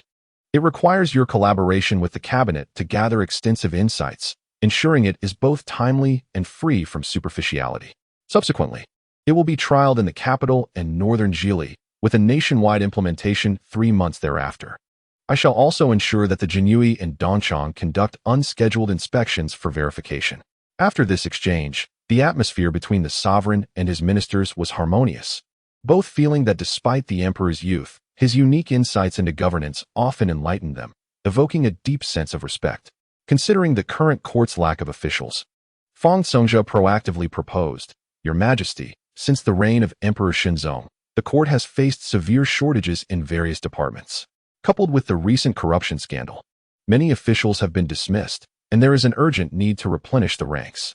Zhu Youxiao nodded, acknowledging that it was indeed necessary to promote and supplement officials. Otherwise, not only would reforms falter, but even basic operations would be compromised. It was also an opportunity to elevate talented officials he was familiar with, thereby transforming the court's atmosphere. The immediate priority for the court is to stabilize the situation in Liaodong. I propose to appoint Xiong Tingbai as the left vice minister of the Ministry of War, concurrently overseeing military affairs in Liaodong, and grant him the imperial sword to manage military and political affairs in the region. During the tenure of the former Liaodong governor, Zhou Yongchan, efforts should be made to strengthen logistics to bolster troop morale, secure strategic points for border defense, and repel formidable enemies to protect the homeland. Accordingly, I decree his promotion to left vice minister of war, responsible for Liaodong's civil administration and logistics, with the governor assisting in matters of military strategy. Right Censor Yuan Kelly will be promoted to Right Censor and concurrently serve as the governor of Denglai, overseeing logistics in Liaodong. While the former deputy general of Jijin East Road, Shen Yurong, will be appointed as the general of Denglai, tasked with reorganizing the Denglai naval forces and investigating maritime smuggling. What do you esteemed ministers think? In light of the current shortage of officials, Zhu Youxiao has proposed these individuals, who have proven themselves throughout history, ensuring that Liaodong will remain secure under their stewardship. Fang Songjia and Li Banghua reflected on the backgrounds of the aforementioned officials, exchanged glances, and nodded in agreement, secretly admiring that the emperor's selections were all capable and diligent officials, many of whom had garnered achievements in localities or military service. Noticing their consensus, Zhu Youxiao slightly inclined his head and then spoke solemnly. Furthermore, regarding the vacancies within the court, I express my desire to appoint Prime Minister Fang Qing as Grand Scholar of the Wenhualan Hall and Minister Li as Grand Scholar of the Wuying Hall, while additionally promoting Zhou Jiama to the post of Grand Scholar of the Eastern Pavilion. Together, these three esteemed officials shall lend their strength to support the central authority. Upon hearing this proclamation, both individuals swiftly rose, clasped their hands in salute, and collectively expressed their gratitude. We shall diligently obey your Majesty's decree and devote ourselves to serving you with unwavering loyalty. This is a reciprocal gesture of goodwill. Particularly, upon receiving his appointment, Li Banghua could not suppress his joy. He had long harbored aspirations of entering the cabinet to assist in governance. Yet years of experience had tempered his expectations. Now, with the emperor's recognition, he felt a profound sense of duty, as if the sovereign regarded him as a national treasure, compelling him to repay this honor with his very life. Additionally, the former minister of the imperial household, Bai Zian, has been appointed as Minister of Revenue, while Li Changgang takes on the role of Left Deputy Minister of Revenue. Former Deputy Minister of Justice, Wang Jiqiang, has been reinstated as Left Deputy Minister of Justice, and Hong Chengqiu has ascended to Right Deputy Minister of Justice. Wang Zai, formerly Left Deputy Minister of War, has been promoted to Minister of Personnel, and Yang Yingping, a junior minister of the Supreme Court, has been elevated to Left Deputy Minister of Personnel, while Cui Qingxiu, an inspector in Huaiyang, has been promoted to Right Deputy Minister of Personnel. Sun Qingzong has been appointed Minister of War, and former Governor of Shuanda, Cui Jingrong, is now Left Deputy Minister of War. Zhang Heming, Right Assistant Commander, has been elevated to Right Deputy Minister of War. Sun Chuanting, the County Magistrate of Yongcheng, has been promoted to Chief Officer of the Military Selection Department, while Chen Qiyu, the County Magistrate of Luoyang, has been elevated to Officer of the Department of Military Affairs. Former Left Deputy Minister of War, Su Guangqi, has ascended to Minister of Works, and Right Assistant Commander Yuan Ingtai has been promoted to Left Deputy Minister of Works, overseeing the nationwide water conservancy efforts. Li Zhizhao has been elevated to Right Deputy Minister of Works, while scholar Sun Yuanhua, awarded the same rank as Jin Shi, has been appointed Chief Officer of the Nanhai Military Factory, starting at the 5th rank. Former Right Counselor of Liaodong, Wang Huazhen, known for his diplomatic talents, has been reassigned as Minister of the Honglu Temple. Furthermore, Wang Sanxian, an upright junior minister of the Grand Temple, has been promoted to Left Chief Inspector of the Supervisory Court, tasked with the reform of the institution, while Deputy Minister of Justice Wang Mingxian has been appointed Right Chief Inspector of the Supervisory Court. As a torrent of appointments cascaded forth, Fang Zongzhe and Li Banghua exchanged glances, both reflecting the shock and reverence they felt in each other's eyes. Chapter 28. The external assignment of court officials. Indeed, it is true that a new emperor brings forth new ministers, and such a significant reshuffle of personnel suggests that His Majesty had prepared well in advance. Finally, Li Banghua cautiously spoke. Your Majesty, with so many official appointments, it is likely to provoke discussions among the court. Should we convene a grand court assembly to announce these decisions and deliberate on their implementation? Zhu Youxiao's originally gentle demeanor abruptly turned cold, his brow furrowed, and his voice resonated like thunder. The court is beset by turmoil, and the situation in Liaodong remains unresolved. If I were to hesitate any longer, how can I secure the realm? I shall not tolerate indecision among my ministers. At once, Fang Zongzhe and Li Banghua bowed their heads, silenced by the gravity of the moment. Recently, the emperor had exerted his authority over the court, and while this arrangement may seem illogical, it was not entirely unfeasible. However, the emperor's sweeping changes could lead to overlapping responsibilities within the court. Li Banghua astutely articulated the crux of the matter, plunging the warm chamber of Qianqing Palace into a hushed stillness, broken only by the crackling of the silver-bone charcoal in the brazier. Fang Zongzhe quickly recognized the severity of the issue, with the elevation of individuals such as Sun Chuanting and Chen Qiyu directly from local magistracies to critical positions within the Ministry of War, and Wang Huazhen's reassignment from Liaodong to the Honglu Temple, alongside Hong Qingqiu's remarkable leap through the ranks. It was evident that the influx of so many newcomers would inevitably lead to a scarcity of positions within the 6 ministries of the capital, resulting in a conundrum regarding the placement of existing officials. More crucially, this profoundly unsettled the entrenched, unspoken rules of the bureaucracy. Only those from the Hanlin Academy may enter the cabinet. Only those with experience in the 6 ministries may grasp the winds of governance.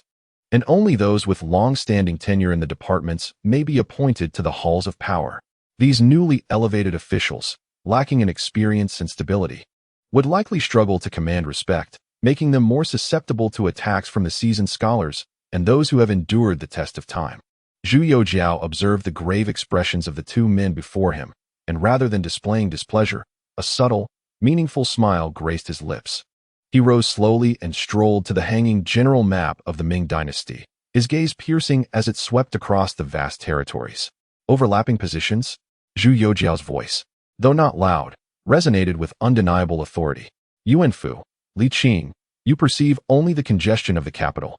But have you considered how many prefectures and counties beneath this vast expanse lack capable officials?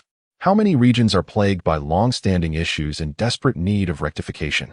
He abruptly turned, his gaze ablaze as he addressed the two senior ministers. The officials I have promoted predominantly hail from local experiences, well-versed in the sentiments of the people and adept in practical affairs. Therefore, I shall grant them an opportunity to prove their worth. Zhu Youxiao paused momentarily, released those long-sitting officials in the capital, accustomed to clerical tasks yet oblivious to the hardships of the populace. All mid-level officials, such as physicians and clerks, who possess vigor and potential for development, shall be dispatched to local prefectures and counties to assume substantive roles. Wherever there is a shortage of governors, magistrates, or county officials, we shall fill those vacancies. Ranks may be retained or slightly adjusted as deemed appropriate, but they must vacate the comforts of the capital. Upon hearing these words, Feng Congzhe and Li Banghua were taken aback, scarcely believing their ears. Exile? For many officials in the capital, particularly those who have toiled to reach the upper echelons, eagerly awaiting cabinet positions or promotions, being sent to localities was akin to demotion. It was a setback in their careers. Your Majesty, Li Banghua found himself momentarily speechless. This idea was indeed astonishingly unconventional. What is there to oppose? Zhu Youxiao's gaze sharpened, asserting that the esteemed officials of the capital and the practical governance of the provinces should be mutually beneficial. Yet, for far too long, capital officials have viewed local postings with trepidation, while local officials have regarded entry into the capital as a lofty aspiration, creating an impenetrable barrier. This is a grave error. Consequently, the central authority remains ignorant of local realities, while the provinces struggle to communicate central directives. Moreover, it must be made clear that being dispatched is not a demotion. The term of service shall be limited to 3 years. After this period, based on their abilities, contributions, and the urgency of their experience, they may be promoted to key positions. Those with outstanding performance will be elevated by 2 ranks and recalled to the capital. Those with commendable performance will rise by 1 rank and either return to the capital or be promoted in another province. Those with average or poor evaluations will be subjected to scrutiny by the Board of Censors and the Ministry of Personnel, facing admonition or demotion if found lacking, and in severe cases, dismissal and prohibition from future service. Feng Congzhe was moved. This fortunate bureaucrat of the Wanli era was touched by Zhu Youxiao's ambition for progress. Alas, had Your Majesty implemented such reforms a decade earlier, how different would the Ming Dynasty be? His previously cautious mindset began to shift. Meanwhile, Li Banghua, a pragmatic individual, recognized the benefits of the Emperor's arrangement and wholeheartedly supported it. After all, who would dare oppose? That would place them in direct opposition to the countless grassroots officials of the Ming, effectively isolating themselves from the world. Your Majesty's new policies aim to select the virtuous and capable, elevating talent above all else. I humbly request your decree, henceforth. Any individual who has served in an official capacity for 3 years and has excelled in their evaluations shall be promoted without regard to their origins as a Hanlon scholar, the qualifications of a jinshi, or the customary seniority of court officials. Promotions shall solely be determined by the merits and demerits of their governance in external appointments. This serves to inspire scholars and officials across the realm, emphasizing that fame and fortune arise from practical duties rather than mere rhetoric within the halls of the academy. Li Banghua's remarks directly challenge the elitist conventions that exclude non-Hanlon scholars from the cabinet, thereby paving a pathway for diligent officials to ascend to the highest ranks. Excellent. However, the Ministry of Personnel and the Censorate must dispatch capable individuals for regular inspections and reviews to prevent localities from falsifying or exaggerating accomplishments. Rewards must be given for merit and penalties for transgressions, ensuring genuine respect and adherence to the new system. I shall also commission the Jinui for random inspections. An edict must clearly state, 3 years of external service is a profound strategy for nurturing the nation's pillars. Those with remarkable achievements, even if of humble birth, may rise to the rank of minister. Those who merely occupy their positions without contributing shall be regarded as worthless, regardless of their Hamlin status. Let all officials understand my unwavering commitment to appointing talent based solely on merit, and my determination to govern diligently. This matter shall be entrusted to the Cabinet, the Ministry of Personnel, and the Censorate to draft detailed regulations within 10 days and submit them for my review before they are promulgated to the realm. Zhu Youxiao decisively concluded this dialogue between sovereign and minister. Outside the Qinqing Palace, the winter wind howled. Yet, within the warm chamber, with the establishment of the evaluation system and new appointments, alongside the formulation of a transformative protocol for external postings of court officials, a subtle yet potent breeze of reform began to take shape between the sovereign and his ministers. Those officials who once perceived external postings as demotions are about to face a true test, while the pathway for promotion within the Ming court, under Zhu Youxiao's careful design, is quietly expanding towards a more pragmatic direction. Chapter 29. Clearing the clouds to see the sun by the grace of heaven. The emperor decrees, the presence of virtuous ministers ensures national stability. Formerly, Zhang Zhuzhing, in his capacity as Grand Secretary, adeptly managed state affairs, regulated taxation, and upheld moral standards. Truly a minister of national revival. Yet, unfounded rumors clouded his reputation, leading to slander against him posthumously. I have now personally reviewed historical records and investigated past events. The decrees issued by Zhang Zhuzhing were beneficial to the state and cannot be tarnished by malicious gossip. I hereby exonerate him, proclaiming to heaven and earth, and restore his titles, bringing honor back to the court. May the spirits above bless this nation. Furthermore, I recognize that the evaluation of officials is crucial to national affairs. The previous evaluation system was rigid and overly reliant on documentation, failing to adequately assess the quality of governance. Therefore, I hereby promulgate the Ming official evaluation system, aiming for fairness and diligence, to enlighten all officials on the importance of their efforts. The system is as follows. By the grace of heaven, the emperor decrees, the northeastern territories are in peril. I deem that the situation in Liaodong relies on capable generals and officials. Thus, I appoint Xiong Tingbai, the left vice minister of the Ministry of War, as the commander of Liaodong, overseeing military and political affairs, and I grant him the imperial sword, allowing him to act as he sees fit. The former governor of Liaodong, Zhou Yingchun, has diligently safeguarded vital regions and cared for the populace, earning notable accolades. Therefore, I elevate him to the position of left vice minister of the Ministry of War, tasked with managing civil affairs and logistics in Liaodong. In times of conflict, the commander will make decisive choices while the governor assists, ensuring coordinated efforts to stabilize the borders. Yuan Kelly, the right associate censor, has demonstrated significant achievements. He is hereby promoted to right censor and concurrently appointed as the governor of Denglai, overseeing logistics in Liaodong, diligently coordinating and supporting border defense. The former deputy general of the Eastern Route, Shen Yorong, is elevated to the position of general of Denglai, charged with reorganizing the naval forces and combating maritime smuggling, leaving no room for oversight. By the mandate of the emperor, it is decreed, I, mindful of loyalty and virtue, strive for peace and order. Therefore, to fill the vacancies in the court, I appoint the Chancellor Fang Zongjia as Grand Scholar of the Wenhua Hall, and Li Banghua enters the cabinet as Grand Scholar of the Wuying Hall. Additionally, Zhou Jiama is promoted to cabinet member as Grand Scholar of the Eastern Pavilion, establishing a triad of councils to support the central authority. Furthermore, former Minister of the Imperial Stable Bai Ziyan is appointed as Minister of Revenue, and Li Changjin as left Deputy Minister of Revenue. The Emperor proclaims, I believe that governance thrives only when there is seamless communication between the upper and lower echelons. Officials from the capital should gain experience in the provinces, thereby broadening their knowledge and understanding of the people's suffering. Historically, ministers entrenched in bureaucratic duties, having never tread the fields, may devise national strategies but remain ignorant of the populace's sentiments. This is not a sustainable approach to governance. Henceforth, I hereby enact the regulations for the external experience of Ming officials to elucidate this to the realm. hoping for a harmonious alignment of intentions between the authorities and the citizenry, allowing for the smooth transmission of edicts. With each issuance of these imperial decrees, the once stagnant court of the Ming Dynasty was suddenly invigorated. The new examination system, the emperor's series of appointments, and the regulations for the external experience of Ming officials. Any one of these measures could have caused a tremor in the court, let alone when implemented collectively. In a moment, the court was starkly divided.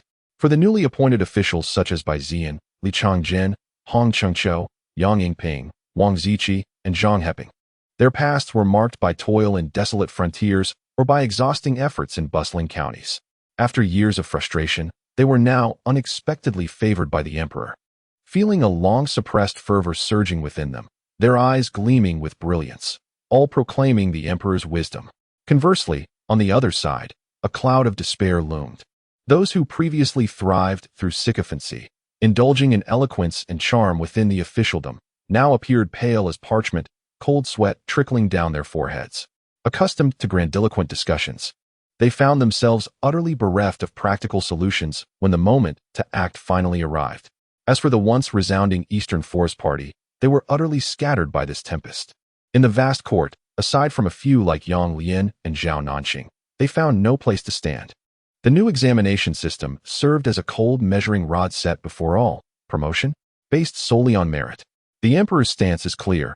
He favors those who can cultivate wastelands, quell bandits, and refill the national treasury.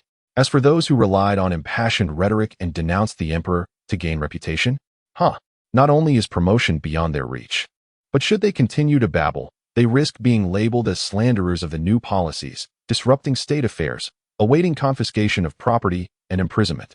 The Eastern Forest? It has become a relic of the past.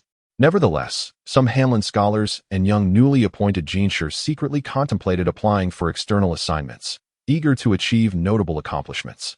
It is worth noting that during the reign of Emperor Wanli, while official appointments were scarce, the imperial examinations had been conducted regularly, yielding a considerable number of candidates. After years of waiting, the dawn of opportunity had finally arrived, prompting many to eagerly submit their applications. In no time, before those seasoned officials could organize a formal opposition, countless Hanlon scholars and capable individuals sought external assignments. What? Opposition to external assignments? Do you dare to defy the decree? Seize them, and let the Jin Yi investigate for any wrongdoing. The consequences could range from dismissal to imprisonment and confiscation of property. What? Is it not possible to transfer you from Shaanxi to Jiangsu?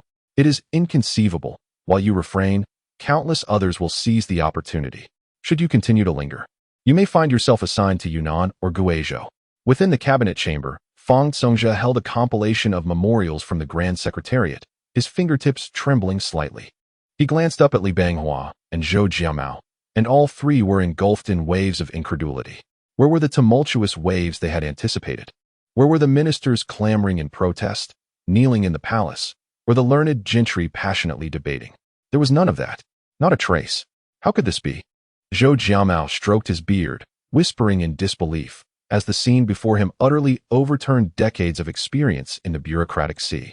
The memorials cascaded into the Grand Secretariat like snowflakes, yet they were not the anticipated barrage of accusations. Rather, they were a dense collection of petitions, nearly drowning out all other voices, beseeching for official appointments to local governance. A certain Hanlon Academy editor requests a transfer to serve as a deputy magistrate in Henan. A certain probationary censor from the censorate volunteers for duty at the salt fields of Lianghuai. A certain official from the Ministry of Rights seeks to experience governance on the borders of Shaanxi. Although the content varied widely, their essence was astonishingly uniform. A heartfelt plea for His Majesty to adhere to the regulations for local appointments and dispatch officials for practical experience.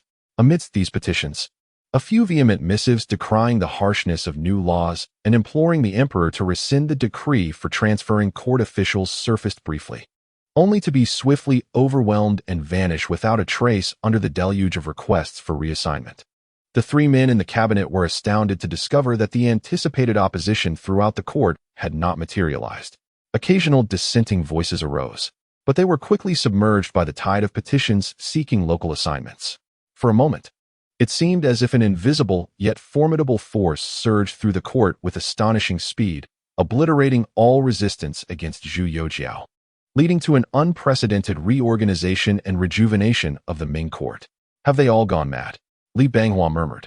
Yet he could not conceal the flicker of exhilaration ignited by the shock in his eyes. He picked up several petitions for reassignment, noting that the words, while not entirely fearless, were infused with a desperate yearning for upward mobility after prolonged suppression. No, they were not mad. Fong Tsongzhe exhaled deeply, his eyes gleaming with insight as he finally discerned the underlying rationale. Firstly, the court had long been plagued by vacancies, a rarity in a century. How many scholars had languished in the selection halls after their examinations, and how many had spent years, even over a decade, in the bureaucracy, wasting their talents and longing in vain? With the introduction of the local appointment regulations, it was as if His Majesty had opened countless doors to substantial positions. The esteemed scholars of the Hanlin Academy? Currently, the prospect of serving as a sixth-rank deputy magistrate in the prosperous Jiangnan region, thus securing a favorable starting point for their evaluations, was a shortcut they could scarcely resist. He picked up a memorial pinned in a somewhat vigorous hand. Secondly, consider this letter from a veteran official of the Water Conservancy Bureau, suppressed for 15 years. Adept in river management, but relegated to a subordinate position due to his lack of political maneuvering. With His Majesty's recognition of local talents like Hong Chengqiu and Sun Chuanting entering the central government and wielding power, was it not a beacon of hope illuminating all those struggling in the mire of local governance? They had been repressed for far too long. Now, with the new assessment system emphasizing actual achievements, this was their opportunity for redemption. Zhou Jiama interjected, his tone heavy with a hint of cruel satisfaction. Thirdly, Your Majesty, previously leveraging the thunderous methods against Yang, the old cases, and the corruption scandal, executions, confiscations, exiles, and neglect, how many remain unshackled by fear? Those bold enough to challenge Your Majesty's new policies have dwindled significantly. Under such intimidation, who would dare to stand against the tide? Li Banghua, filled with elation, struck the table forcefully. Indeed, vacancies must be filled, true talent sought, dissent silenced. Your Majesty's three interconnected strategies have remarkably unraveled decades of bureaucratic entanglement from the Wanli era. This surge for external appointments and tangible achievements has become an unstoppable wildfire that mere words cannot extinguish. Ha! Truly, we have pierced through the clouds to behold the sun. Suddenly, a hearty and uninhibited laugh resonated from the intricately carved window frames of the cabinet's office. Initially tinged with suppressed tremors, it erupted like a brook breaking free from ice, resonating with the sound of bells beneath the eaves, reminiscent of the liberation felt when long-standing afflictions finally glimpsed the light. It was the euphoric delight of an old plum tree, burdened by frost and snow, awakening to the caress of spring winds, and the hope of a colossal pillar emerging just as a grand edifice teeters on the brink of collapse. Chapter 30. The blade of the empire, the Ministry of Personnel, burned brightly through the night. Minister Wang Zijin, Yang Yingpin, and others, bearing dark circles under their eyes, directed a flurry of clerks as they sorted and registered the mountain of transfer requests with the fervor of battle. The storeroom's supply of blank appointment documents was rapidly depleted. Seals were stamped with astonishing speed, and ink was in short supply. The long-rusted, creaking bureaucratic machinery of the Ming Dynasty, driven by internal competition, began to operate at a frenzied pace, reorganizing and rejuvenating itself. In just 5 days, the first batch of reviewed, registered, and confirmed transfer lists was neatly arrayed in the prescribed format upon Zhu Youxiao's imperial desk. The sheer volume and diverse destinations, from remote military towns to the picturesque waters of Jiangnan, along with the complex identities of the officials involved, from seasoned bureaucrats to newly minted scholars, left Lu Ruiyu, the chief eunuch of the imperial sacrificial office, gasping in astonishment. A faint smile graced Zhu Youxiao's lips as he marked several lists with a vermilion brush. Glancing at Wei Zhongxian beside him, "My dear companion, do you see? The hearts of the people yearn for but a single path. Block their way, and they will surely fight to the death. Open a breach, and they shall rush towards that light." Wei Zhongxian flattered, "All is illuminated by Your Majesty's divine will." "Stop the flattery," Zhu Youxiao interjected, tossing the approved lists to Lu Ruiyu. "Dispatch them promptly. Inform them. 3 years. I await their remarkable achievements. Those who excel significantly shall be granted an audience in the Qianqing Palace's study after 3 years." His gaze suddenly sharpened like an eagle's. piercing through the palace gates and beyond, as if transcending mountains and rivers to alight upon the officials destined to venture forth. Keep your eyes wide open. Ministry of Personnel and the Censorate. The Jinui must also dispatch personnel. Anyone who believes that external appointments equate to unbridled freedom, engaging in deception, or exploiting local officials. His voice turned frigid, echoing within the warm chamber. My sword shall not be ineffective. For Zhu Youxiao. The utmost priority in the matter of appointing officials externally was oversight. However, relying solely on the Censorate and the Ministry of Personnel would inevitably lead to collusion among officials. He needed his own channels of information. Go, summon Su Xianshun and Wu Tsang. Zhu Youxiao instructed Wei Zhongxian nearby. As he completed the restructuring of the Ming court, he unexpectedly unlocked an achievement reward within the system. Ding! Congratulations to the host for completing the achievement of Reformer. Reward, Special Chinese Building, Temple. In his previous life, the temples in Chinese towns primarily served the function of recruiting random special troops at a cost. Zhu Youxiao found this somewhat lacking. He already possessed barracks, rendering the temple's utility rather trivial. However, upon opening the interface, he was pleasantly surprised. Though it still presented 5 types of troops like in the game, the temple required no training time and operated akin to summoning. Only money was necessary. Yet, the 5 troop types made him chuckle at his earlier naivety. He had been too simplistic in his thinking and needed further contemplation. The system was indeed impressive. He fixated on 5 gleaming troop cards, suddenly captivated by one that resembled cavalry. The knight and his steed were enveloped in finely crafted polished armor, with overlapping plates resembling tightly woven fish scales. The deep gray hue emitting a cold blue glow. The helmet shielded the head, featuring a diamond-shaped viewport at the faceplate, revealing eyes ablaze with fierce battle intent. As white breath billowed from the grills like the exhalation of a furious beast, the warhorse donned interlocking chainmail, with its neck and chest covered by solid iron plates, and its hooves wrapped in leather protection, making no sound as it trod upon the snow. The knight gripped a lengthy iron spear, its 3-edged tip reflecting a chilling brilliance under the sunlight, while the crimson mane entwined around the grip exuded an air of ruthless ferocity. This was indeed heavily armored cavalry. Zhu Youxiao felt his throat constrict, his fingertips nearly piercing through the card. Upon closer inspection, the fabric revealed between the gaps in the armor was not Western chainmail, but rather a lining of bright yellow cotton armor embroidered with python patterns, with a gilded beast motif embedded in the horse's forehead, clearly custom-made for the Ming royal court. Should the half-armored Jianzhou cavalry clash with this mobile iron wall, both man and horse would likely be impaled by the spear's tip. Aside from this, the other troop cards included Jinui, Mongolian cavalry, pirates, and merchants. Except for the pirates, the remaining cards were quite valuable.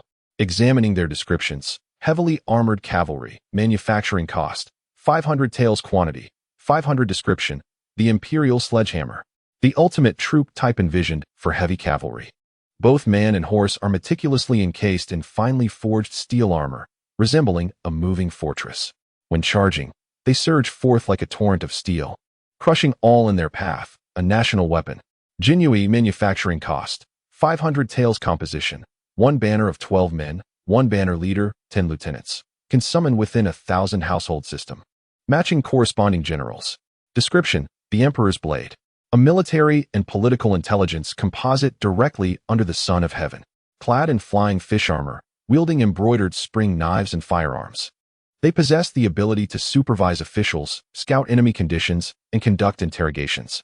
In battle, they transform into a battlefield oversight team and elite assault force, inflicting suppressive damage on civilian units and triggering morale penalties labeled fear of punishment on fleeing soldiers.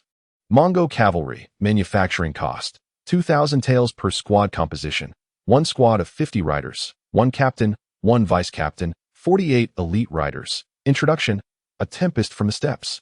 The naturalized Mongolian heavy cavalry is clad in iron armor, wielding composite bows, curved sabers, and riding endurance-bred Mongolian horses. Merchant caravan manufacturing cost, 200 taels per squad composition, 1 leader manager, 3 accountants, precise in financial affairs, 20 merchants. Introduction, trade spans the globe, and profits accumulate from all directions. Merchants are capable of managing inns, taverns, pawnshops, and warehouses, as well as forming caravans to traverse the world. thereby creating sources of wealth and enhancing income for their host. Upon reviewing the introductions of these units, Zhu Youxiao could not help but feel elated. He had long grappled with a dilemma: the scarcity of resources versus the exorbitant costs of military units. He had contemplated solutions, one being the restructuring of the Internal Affairs Office to increase income through the imperial shop, yet he doubted the business acumen of the eunuchs. The other option was to wait until his imperial army was trained. Then, with a single stroke of power, he could procure wealth far more swiftly than through legitimate means. However, he wished to avoid excessive confiscation, as the fragile economy of the Ming Dynasty could easily spiral into chaos. Now, seeing the potential of merchants, he envisioned replacing the eunuchs and establishing a commercial empire under his reign as the Ming Emperor Zhu Youxiao, extending beyond the Ming territory to Annam, the western regions, and even the entire world. Detected host identity as Emperor of the Ming Empire. Training costs for the Jinyui are halved. At this moment, the most cost-effective option was indeed the Jinyui, especially with the benefits of his identity boost. With these elite guards, no whisper of unrest in the Ming Dynasty would escape his notice. He glanced at his remaining balance on the system panel. Imperial Era, Asian Dynasty System, Host, Zhu Youxiao Age, 15 Title, Emperor of the Ming Empire Era, Colonial Era Gold, 420,000 Silver, 3, 150,000 Population Limit, 315,001, 132. 28 Town Center, China. Achievements can unlock other nations. Can produce peasants at a manufacturing cost of 5 taels. Basic unit. Construct buildings. Barracks, 1010. Armory, 33. Village, 55. Dock, 05. Consulate, 11. Special buildings. Temple, 11. Peasants, 15,000 Equipment. 3,000 sets of Shanwen armor, 4,500 scales of armor, 6,000 goose feather sabers, 6,000 white wax iron lances, 1,000 bows, 60,000 arrows. Army, infantry, 9,000, cavalry, 4,500, support, 3,000, 1,000 armored cavalry, 1,000 grenadiers. 20 long cannons. Zhu Youxiao gazed at the system panel displaying less than 2 million taels of silver, his fingertips unconsciously tapping on the imperial desk. In the face of the court's vast expenditures or his ambitious military expansion plan, such a sum felt utterly inadequate. In the past, this modest fortune would have kept him awake at night in worry. Yet at this moment, a fierce and exhilarated smile crept upon his lips as he surveyed the complete and formidable data of the Jinyui and Mongo cavalry displayed on his virtual panel. Previous concerns and constraints seemed to be swept away by the sudden emergence of magnificent wings. It was time to embark on a grand venture. Zhu Youxiao roared within, a sense of unprecedented control and exhilaration coursing through his entire being. As a time traveler with a profound interest in Ming history, a name etched in his memory like a festering wound remained indelibly present: the 8 great families of Shaanxi. These colossal merchants, the apex of Jin commerce, appeared outwardly as benevolent benefactors of immense wealth, yet behind the veil, they were the most insidious parasites feasting on the very fabric of the Ming Empire. Engaging in clandestine dealings with the enemies beyond the borders, they supplied resources to the invading Manchus and smuggled arms, iron, grain, and textiles. Utilizing their merchant caravans as a facade, they wove an extensive web of influence and capital that permeated the heart of the Ming Dynasty, infiltrating both court and frontier. Countless military leaders, local officials, and even certain factions within the court had their share of this nefarious bounty. They incessantly funneled the lifeblood, strategic resources of the Ming to the predatory Nurhasai, receiving not merely gold and silver, but trading for the very blades that would one day slaughter the people of Ming. When Zhu Youxiao first ascended to the throne, he had not been devoid of intentions to act against them. At that time, he was beset by the formidable Zheng Guifei, Wang Un, and other power-hungry eunuchs. While the political landscape was rife with turbulence, externally, the situation in Liaodong was dire, with the morale shattered post the disastrous Battle of Salhu, and elite forces rendered extinct, leaving the Manchu cavalry poised to breach the gates at any moment. Most critically, he was devoid of troops. There existed no truly reliable, unyielding soldiers who could cleave through the intricate local entanglements and wield their blades against their own kin. The connections of the 8 great families of Shaanxi ran too deep. Reflecting on that period of helplessness, a chill settled deeper in his gaze. The wealth amassed by those Jin merchants not only fattened the Manchus, but also corroded the very sinews of the Ming, with smuggling routes inevitably traversing the fortified strongholds. How many military officers stationed in the border towns of Yuanfu, Datong, and Taiyuan had become their protectors, or even partners, deploying the imperial troops? Who could assure that there were no spies among them? Should they stir the hornet's nest, those commanders wielding military power, driven by greed and the fear of retribution, might take desperate measures, turning traitor at the critical moment. At that juncture, the already precarious defense line in Liaodong would likely collapse instantaneously, endangering the capital. Thus, he had to endure. He must wait until he firmly established his footing, commanding an independent military force, loyal solely to him, Zhu Youxiao, capable of sweeping away the entrenched interests. Now, Zhu Youxiao's gaze fell upon those system-generated, unwaveringly loyal and valiant Jinyu and Mongolian cavalry. Shangxi indeed. An expression akin to that of a famished wolf upon spotting a plump sheep crossed his face. My Mongolian cavalry, my new Jinyu, yearn to alleviate your burdens and contribute to the resurgence of the Ming. Your demise is nigh. Chapter 31. Army Exchange System. Exchange for 5 complete 1,000 households. Deploy to the Imperial Guard Camp. Ding. Costing 125,000 taels. Successfully exchanged for 5,000 households of Jinyu, triggering the Guard Commander's organization. Would you like to upgrade to a full complement? Confirm. Zhu Youxiao glanced briefly, hesitated for a moment, then clicked confirm. Deducting the upgrade cost of 10,000 taels details, the command system comprises 1 commander, 2 deputy commanders, 4 assistant commanders, 5 chief captains, 10 vice captains, 50 captains, 100 total flags, 500 small flags, and 5,600 regular soldiers. Upon reviewing the structure, Zhu Youxiao expressed his astonishment at the system's generosity. Just 10,000 taels to acquire a complete command system, and what he currently lacks is a general capable of leading troops. He then exchanged for 200 merchant caravans, temporarily stationed in the town of Nanhai. Ding, expenditure of 40,000 taels. Considering the situation in Shangxi, it was evident that the local merchants had colluded with the border towns, necessitating military intervention if required. This offensive must be decisive, serving to intimidate the court officials as well. He proceeded to exchange for 5,000 Mongolian cavalry, 100 units of Mongolian cavalry, and deployed them to the Imperial Guards camp. Ding, expenditure of 200,000 taels, successfully exchanged for 100 Mongolian units, triggering the establishment of the Ming Army's 3,000 camp guard command system. Would you like to upgrade to full capacity? Confirm. He decisively selected confirm. Deducting the upgrade cost of 10,000 taels details, the command system comprises 1 commander, 2 deputy commanders, 4 assistant commanders, 5 chief captains, 10 vice captains, 50 captains, 100 total flags, 500 small flags, and 5,600 regular soldiers. After the expenditure, Zhu Youxiao closed the panel with satisfaction, finally experiencing the joy of troop expansion. Although the barracks were not slow, they could never provide him with the sensation of wielding an army with a mere wave of his hand. The only limitation now was his lack of funds. Time to make money. Time to make money. Eventually, he would exchange for 100,000 or 80,000, forcefully pushing against the Jurchens, the grasslands, and the western regions to seize their wealth and build his own army. Your Majesty, Su Xianshun and Wu Tsong have arrived, Lu Ruyu announced as he bowed upon entering. Come in, Zhu Youxiao beckoned. Minister Su Xianshun pays his respects to Your Majesty. Minister Wu Tsong pays his respects to Your Majesty. The 2 generals, clad in newly tailored fish-scale uniforms, deeply bowed on the polished golden brick floor, their demeanor both respectful and poised. Once they rose, they stood with their hands at their sides, heads slightly lowered, eyes cast downward, maintaining the requisite respect before the throne.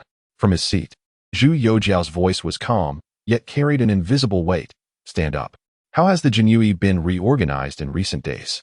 Su Xianshun immediately stepped forward, his expression serious, his voice clear and steady, imbued with the pragmatism forged through years of experience. Reporting to Your Majesty, he spoke at a measured pace, enunciating each word without hesitation or rush. Thanks to Your Majesty's blessings and the authority of the Imperial Guard's reformation, the personnel within the command have not dared to slacken. Since receiving our orders, we have diligently reviewed the accumulated records, verified the troops, and eliminated the redundant and weak. He reported the crucial figures with unwavering certainty. Presently, there are 6,517 combat-ready Jinui in the capital, along with 725 undercover agents.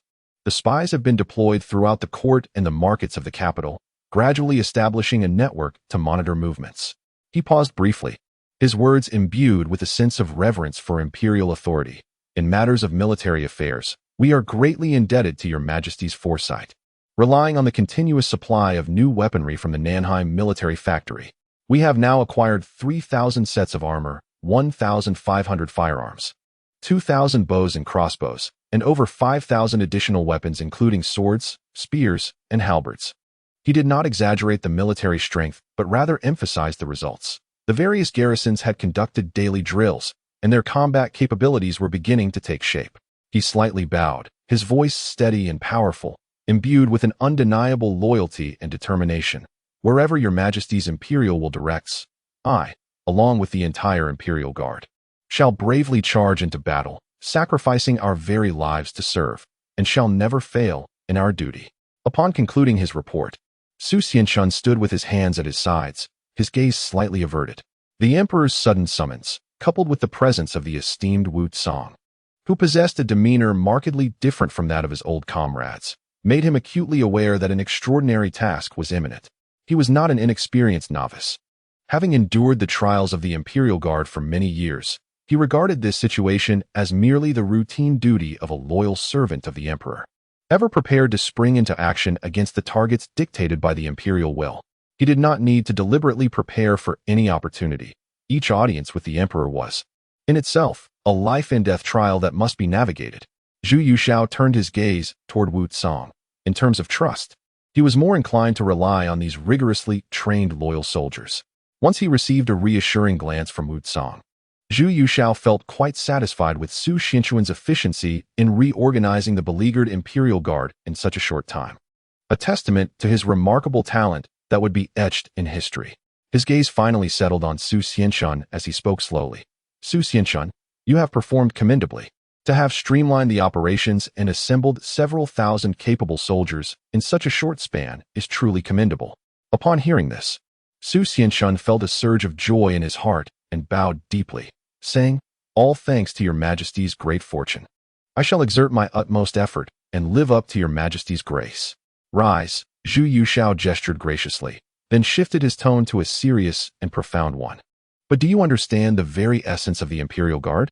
After a moment's contemplation, Su Xianshun cautiously replied, "To be your Majesty's eyes and ears, to investigate unlawful activities, and to oversee the officials?" "Yes, but not entirely." Zhu Youxiao rose and paced the hall, his voice resonating with clarity and strength. "The capital is indeed of utmost importance. Yet my Ming Dynasty is vast, with vassal states scattered like stars. To the north, the Jurchens eye us with malice. To the west, various factions harbor ulterior motives. Beyond the seas lie many unknown realms. To confine our vision solely to the capital or merely this tiny court is to be a frog in a well, binding oneself hand and foot." He suddenly turned, his gaze piercing as he fixed it upon Su Xianshun and Wu Tsang. "The Imperial Guard is my sharp sword. How can it be used merely for internal purges? It must reach far and pierce the hearts of our enemies. What I desire is not an institution that merely apprehends a few corrupt officials or interrogates the populace. I seek a true and unparalleled intelligence network that can comprehend the shifting tides of the world and monitor movements 1,000 miles away." Chapter 32. The Imperial Guard Military Academy. In later years, when Zhu Youxiao read the history of the Ming, he felt a sense of regret regarding the Imperial Guard's inception.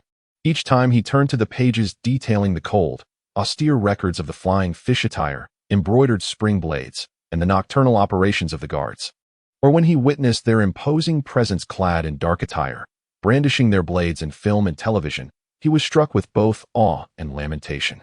Such a formidable and professional institution, if only it could be truly employed for the safety of the empire rather than merely as the internal watchdog, would indeed be a magnificent sight. Yet, throughout the dynasties, this vast intelligence network has often been wielded as a tool for suppressing dissent and purging court officials. The Jinui, while undoubtedly instrumental in purging corrupt officials and safeguarding imperial authority, often served merely as a lethal instrument wielded by monarchs and powerful ministers. Were it not for this, how could it be that beneath their brocade garments, rivers of blood flowed, instilling terror among the populace? Zhu Youxiao lamented inwardly, such a national asset, confined to internecine strife, purges and literary inquisitions, is indeed a gross misuse of resources. He recognized that the security apparatus of future generations would be an extension of the empire's iron will. It should not only probe foreign espionage and monitor enemy movements to protect the borders, but also cleanse internal corruption, uphold law and order, and fortify the foundations of the state. This, he believed, was the true embodiment of the empire's invincible force, operating in silence yet with profound impact. Thus, Zhu Youxiao resolved to transform the Jinhui from a mere instrument of oppression into a national security entity for the Ming Dynasty, one that adeptly balanced internal and external intelligence operations. Externally, it would be tasked with gathering intelligence on the Mongolian steppe, understanding the true nature of the Manchu rulers, uncovering the schemes of Japanese pirates and foreign maritime trade, and anticipating the movements of the vassal states in the western regions, preparing for victory from afar. Internally, it would root out corruption, investigate treason, and cleanse both the court and border garrisons, while also intimidating those high-ranking officials who, under the guise of imperial authority, engaged in predatory practices. Silence enveloped the hall as Su Xianshun felt a profound shock, while Wu Cong's eyes sparkled with eager anticipation. They had never envisioned such a potential evolution for the Jinhui. Zhu Youxiao's words seemed to illuminate their horizons. Consequently, I have decided to reform the Jinhui, clarifying its functions to truly serve as the empire's eyes and ears. Zhu Youxiao declared with unwavering resolve. Firstly, the establishment of an internal affairs office. This body shall oversee all actions that threaten imperial authority and undermine the nation's foundations, be it treason, corruption, factionalism, or the hoarding of resources and collusion with border garrisons by unscrupulous merchants. Any unusual movements must be thoroughly investigated at their roots, with conclusive evidence reported directly to me. Secondly, the formation of an external affairs office. This is of paramount importance. Zhu Youxiao's tone intensified, urging them to extend their vision far and wide. The primary focus: the Manchu rulers, the Mongolian tribes, the southwestern chieftains, and neighboring vassal states. I wish to know their geographical landscapes, military deployments, internal conflicts, and royal movements. Additionally, for the distant merchants and envoys from Portugal, the Netherlands, England, and Spain, whose origins remain unrecorded, comprehensive registers must be compiled. Their backgrounds, intentions, vessels, cargo, national strength, and cultural practices must be meticulously examined. I desire a detailed cartography of the world's contours, to grasp the magnitude of our realm and the lurking ambitions that covet the Ming Dynasty from the shadows. The External Affairs Office must not only observe, but also comprehend stealth, penetrate lines, and excel in intelligence transmission. Thirdly, a dedicated action bureau shall be established, utilizing the existing structures of the Qianhu and Baihu to form a foundation. There will be a Qianhu overseeing the provincial capitals, with Baihu offices established in state capitals. Significant counties, strategic passes, marketplaces, and key locations, all endowed with independent decision-making authority and the power to respond decisively in emergencies. Whenever local officials engage in unlawful acts, when powerful factions create turmoil, when border troops exhibit unusual movements, or when unscrupulous merchants hoard goods and disrupt the livelihoods of the people. Indeed, even upon discovering infiltration by vassal states or foreign spies, there is no need for layers of reporting. Armed with verification from 1,000 households or 100 households, and the collaboration of internal and external intelligence agencies, the local command of 100 households, or the main banner, is authorized to respond swiftly according to the gravity of the situation and their available strength, whether to apprehend, suppress, or conduct covert operations, and if necessary, to act decisively before reporting. Abroad, merchants and caravans serve as bases, directly accountable to the external intelligence agency, receiving their directives and intelligence simultaneously through multiple encrypted channels, special carrier pigeons, coded letters, and disguised messengers. They maintain close contact with headquarters and neighboring outposts. Zhu Youxiao paused, gazing at the two generals before him, acutely aware that to realize such an ambitious vision, talent is paramount. Thus, He declared the immediate establishment of the Jin Yiwei Military Academy. His voice resonated with both anticipation and determination. Talent is fundamental. Relying solely on the existing forces is utterly insufficient. The Academy's students must be selected from the descendants of the loyal and valiant. All orphans of those who perished on the battlefield for the Ming Dynasty, as well as the exceptionally gifted among the loyal subordinates of the Jin Yiwei, and indeed, those with remarkable talent from the populace, are eligible candidates. Remember, the primary criterion for selection is not merely martial prowess, but rather loyalty to the Ming Dynasty. The foremost teachings of this military academy will be the principles of loyalty to the sovereign and devotion to the nation, instilling in them an unwavering loyalty to the Ming that is etched into their very bones. Following that, they must acquire practical skills, intelligence analysis and assessment, interrogation techniques, infiltration and counter-surveillance, and relentless reconnaissance, proficient map reading and interpretation. They must also be well-versed in the history of the Jin Yiwei, from its founding by the great ancestor to the establishment of the northern command by the Qingzu, with every act of merit and glory that has upheld the dynasty's honor. They should take pride in being part of the Jin Yiwei and dedicate their lives to safeguarding the Ming Dynasty. Only by continuously cultivating successors who identify with their role, are loyal and reliable, and possess exceptional skills, can my Jin Yiwei truly fulfill its purpose, thrive, and become the ever-watchful eye of the empire. Having finished his impassioned address, Zhu Youxiao turned to the two men, Su Xianshun and Wu Tsang. This reform pertains to the security of the empire and the longevity of the nation. It is of paramount importance. You two must work in unison, with Su Xianshun at the helm and Wu Tsang assisting from the side, selecting and training the most elite and loyal individuals, establishing a core strength within the military academy. I grant you 1 year to lay the initial framework. Is that feasible? Su Xianshun was profoundly moved by the grand vision and far-reaching strategy, feeling a surge of passion. Has the Jin Yiwei ever been entrusted with such a sacred and significant responsibility? He bowed deeply, his voice filled with excitement and resolve. Your Majesty is wise. This is a deafening call to action, a strategy of far-sighted insight. I, Su Xianshun, shall devote myself wholeheartedly, working in concert with Commander Wu, ensuring that both internal and external agencies operate seamlessly and that the foundation of the military academy is firmly established within a year. This is to repay your Majesty's recognition and trust. The Jin Yiwei vows to be your Majesty's eyes and ears, tirelessly safeguarding the Ming Dynasty. Wu Tsang also stood resolutely, clasping his fists, affirming, I accept the command. I shall pledge my life to loyalty, training an invincible force of elite soldiers and spies. Zhu Youxiao regarded his trusted ministers with a slight nod, his eyes gleaming with sharp anticipation. Excellent. Proceed with determination. Lacking manpower, resources, and territory, report directly to me. What I desire are results. From this day forth, let the malevolent spirits of the realm experience the omnipresence of my Jinyui, the Imperial Secret Police. Chapter 33. The Merchant's Betrayal of the Nation. Moreover, I shall dispatch a fully staffed Jinyui command to assist you in swiftly reorganizing the Jinyui. Zhu Youxiao's tone was calm, yet his words fell like a boulder into a tranquil lake, creating ripples that spread far and wide. Thank you, Your Majesty. Su Xianshun bowed respectfully, his voice low but brimming with excitement. At this moment, his heart surged with joy at the prospect of the fully equipped command bestowed by the Emperor, which could restore the Jinyui to its former glory and strengthen its grip on the realm.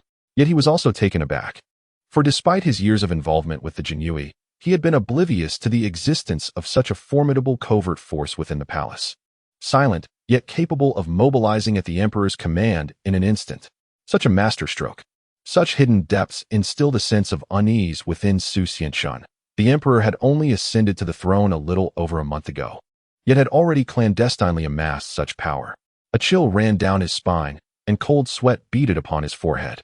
Though the court appeared tranquil, he could only wonder how many tempestuous undercurrents lay hidden beneath its surface. Zhu Youxiao observed Su Xianshun's unmistakable shock and trepidation with a cold smile in his heart. It was precisely his intention to keep these ministers perpetually guessing, to instill in them a sense of caution, as if walking on thin ice. Only then could he remain securely seated atop this lofty throne. He paced a few steps, his gaze sharp as a blade, refocusing on Su Xianshun. Su Qing. You oversee the Jinyui and are responsible for investigating unlawful activities. Thus, are you familiar with the merchant forces within our Ming territory, particularly the merchants from Shaanxi, such as the renowned 8 great families? Su Xianquan's heart skipped a beat. The emperor's sudden mention of the 8 great families was indeed significant. He immediately suppressed all extraneous thoughts, adopting a solemn demeanor as he cautiously replied, "Your Majesty, I have heard some rumors. The Shaanxi merchants are exceedingly wealthy, especially the Wang, Jin, Fan, Liang, Huang, Zhai, Kong, and Wang families, whose commercial endeavors span the north and south.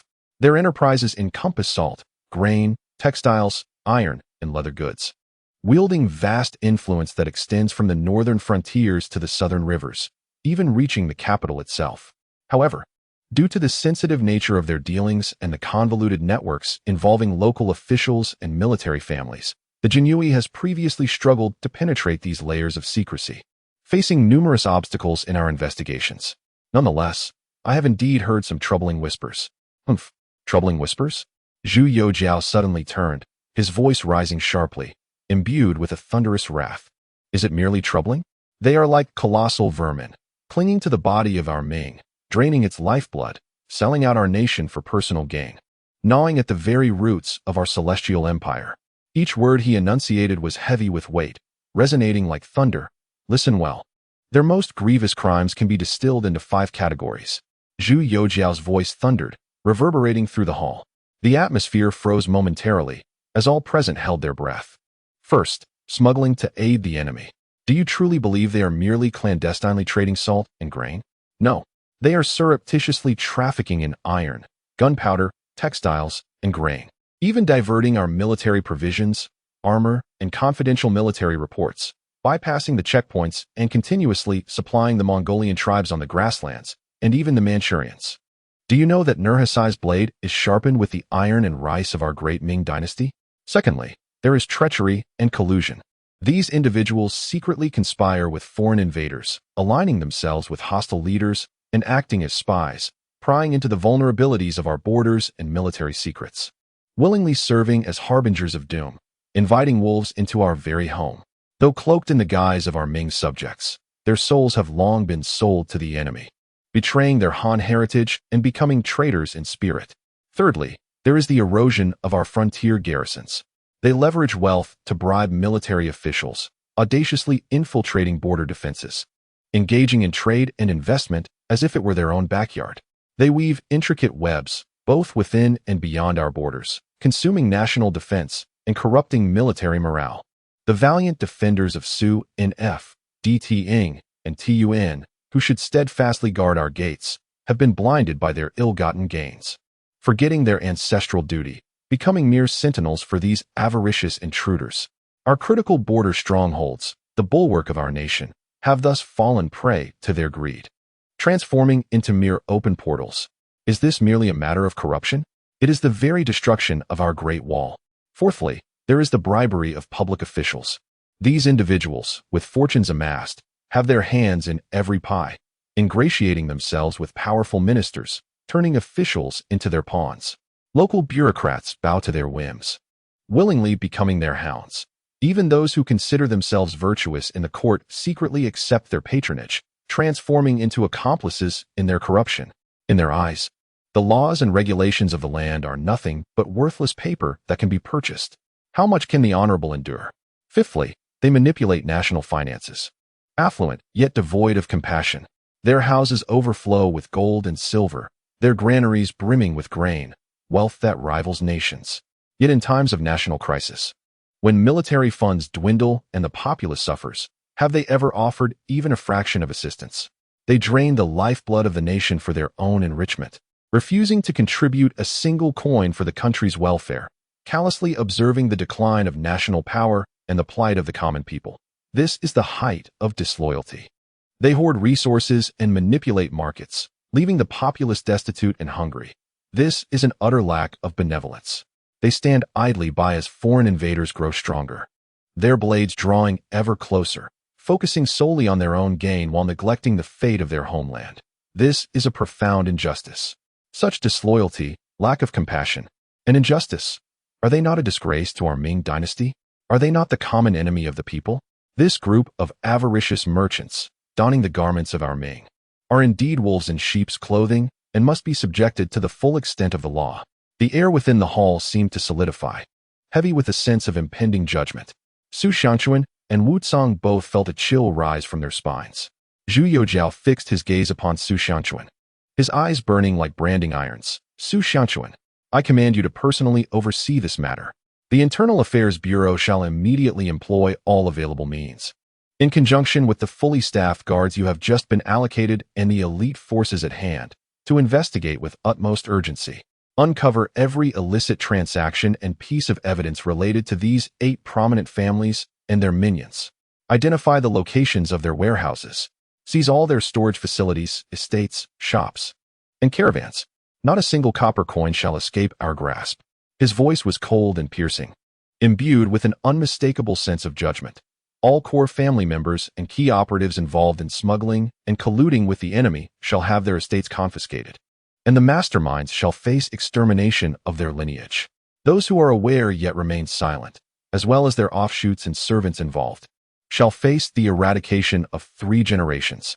Their descendants shall be relegated to perpetual servitude, forever barred from civil service or commerce, condemned to a life of servitude to atone for their ancestors' sins. Establish yet another monument to the traitors, inscribing their names upon it. For I wish to make these individuals acutely aware of the price of treachery. I shall ensure they are forever scorned by society. Moreover, a glint of cold light flickered in Zhu Youxiao's eyes. Follow this line meticulously.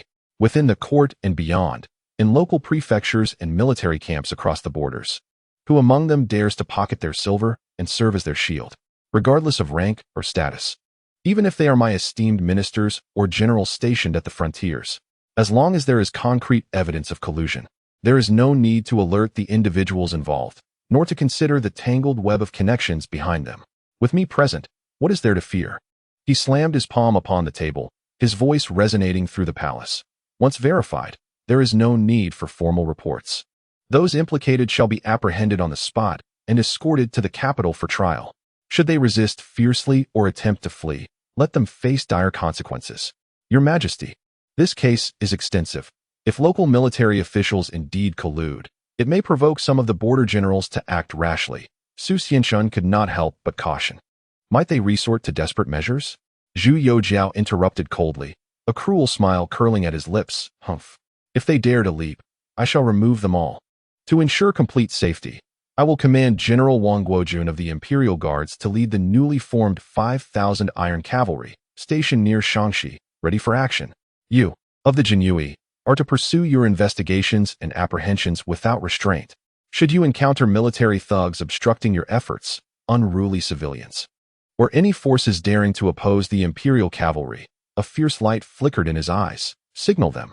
Let Wang Guojun and my Iron Cavalry demonstrate what true might entails. Let them taste the price of betraying the Ming. I shall see whose neck is sturdier, theirs or the sharpness of my blade. Su Xianquan felt a surge of heat rush to his head, mingled with overwhelming pressure and unparalleled excitement. His Majesty intends to shatter the heavens. He suddenly knelt on one knee, his voice trembling slightly with fervor and determination. I, Su Xianquan, humbly accept the decree. I shall not fail the sacred mission. The Jinyue will act as a comb, sifting through the filth of Jin and severing all ties to the treasonous factions. We shall eradicate these national traitors and their sinister networks, annihilating their kin and obliterating their legacy, capturing their accomplices in a single sweep. I vow to fulfill your Majesty's will unto death. Wu Cong. Zhu Youxiao turned to his military commander. Your orders, Commander. You shall immediately assemble the elite troops of the new Jinyue to cooperate with Commander Su's actions. Proceed to Nanhai to take control of the merchant convoy I have prepared, and fully seize all warehouses, shops, and banks of the Jin merchants. We must not allow these pests to harm the populace in their final throes or resort to desperate measures that might disrupt the market. Understood. I shall carry out the decree. Wu Cong clasped his fists, his eyes devoid of emotion, filled only with absolute resolve and intent to execute. Swiftly, accurately, and ruthlessly.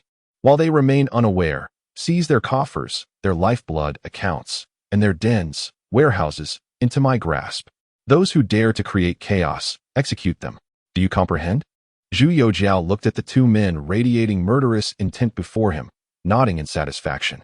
A tempest aimed at the most potent malignancy of the Northern Empire was brewing within his cold commands, as if a storm was about to break. Go forth. Let those rodents, feasting upon the blood of my Ming, understand the wrath of the Son of Heaven.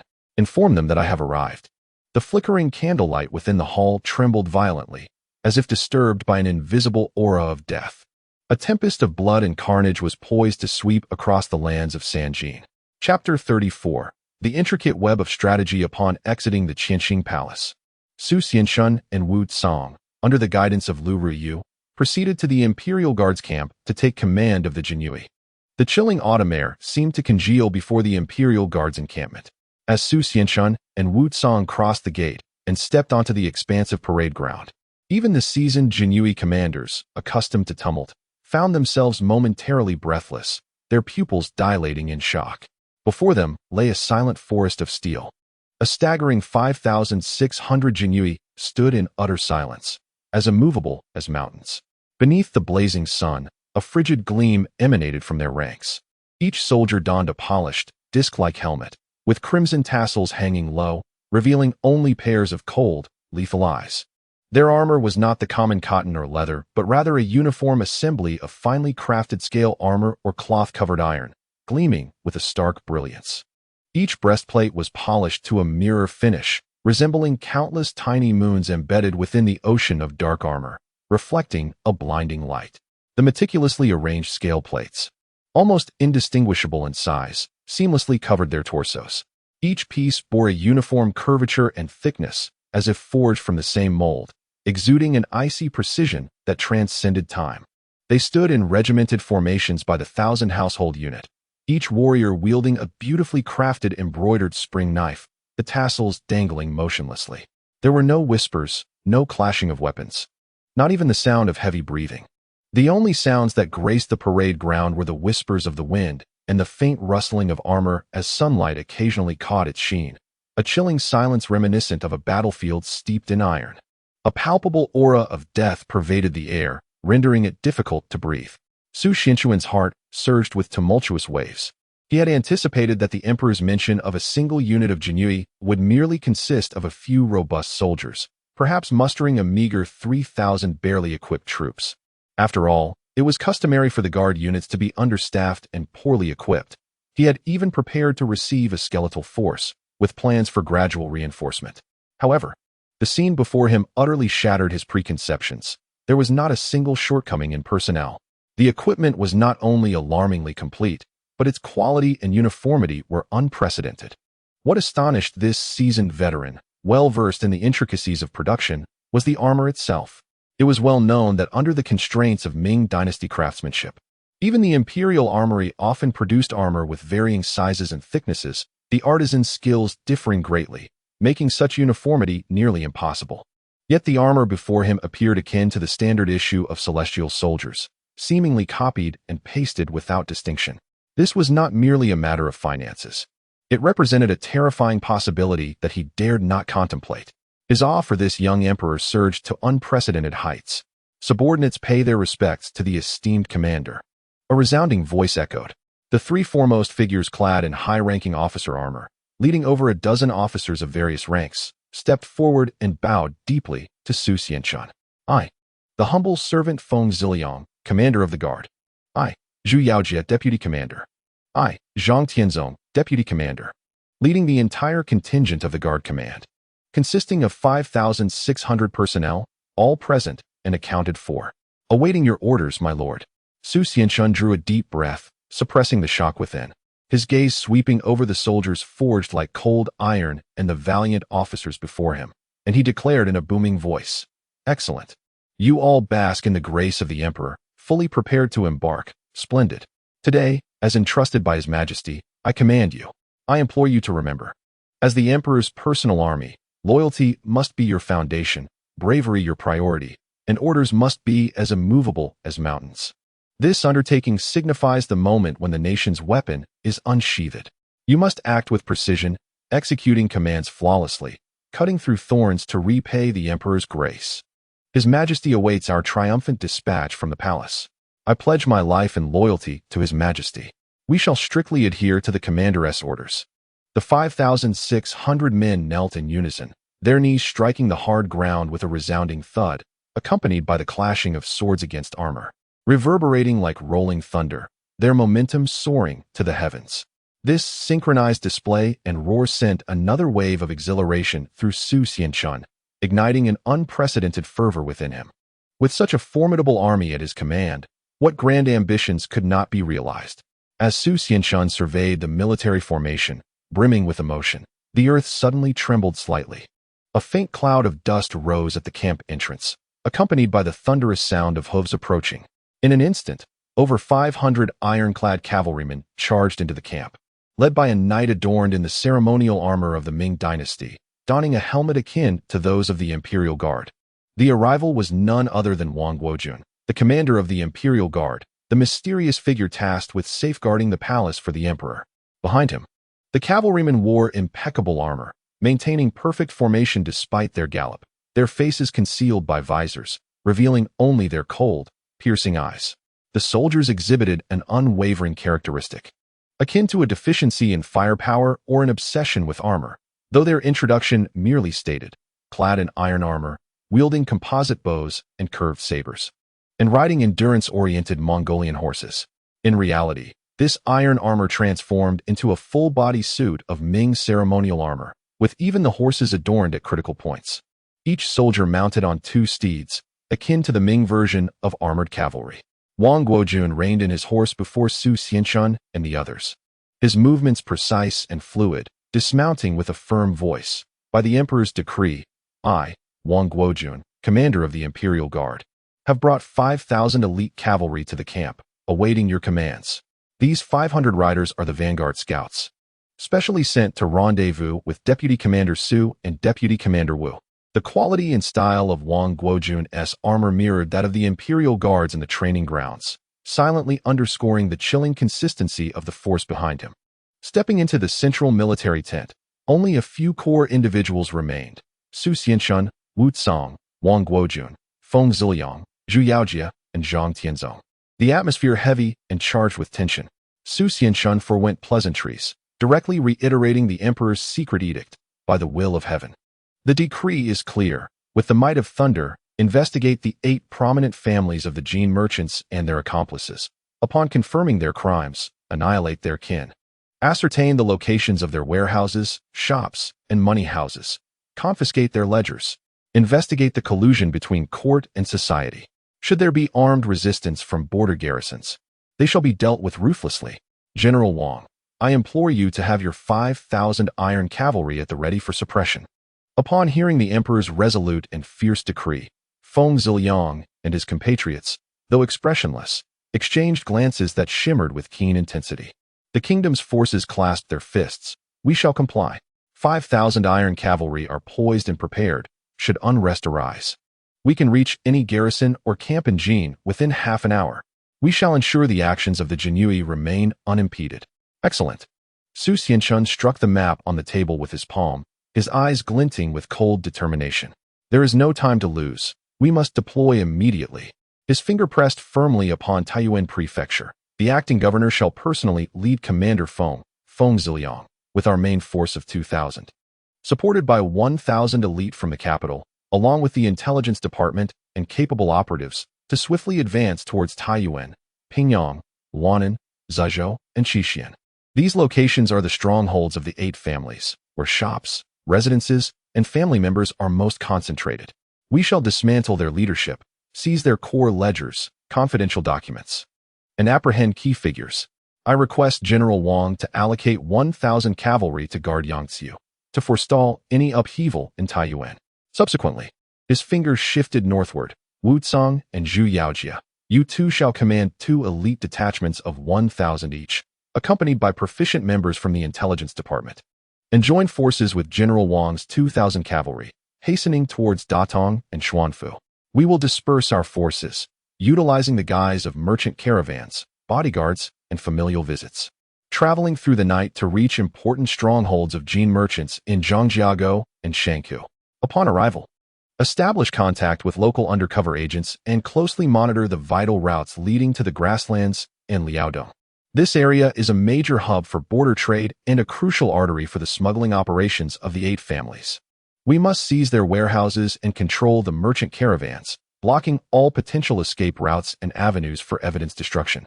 Stringently investigate any traitors within the border military garrisons who collude with Jin merchants. Upon receiving my signal, act immediately to commandeer shops, seal warehouses, and apprehend the Jin merchants' external operatives.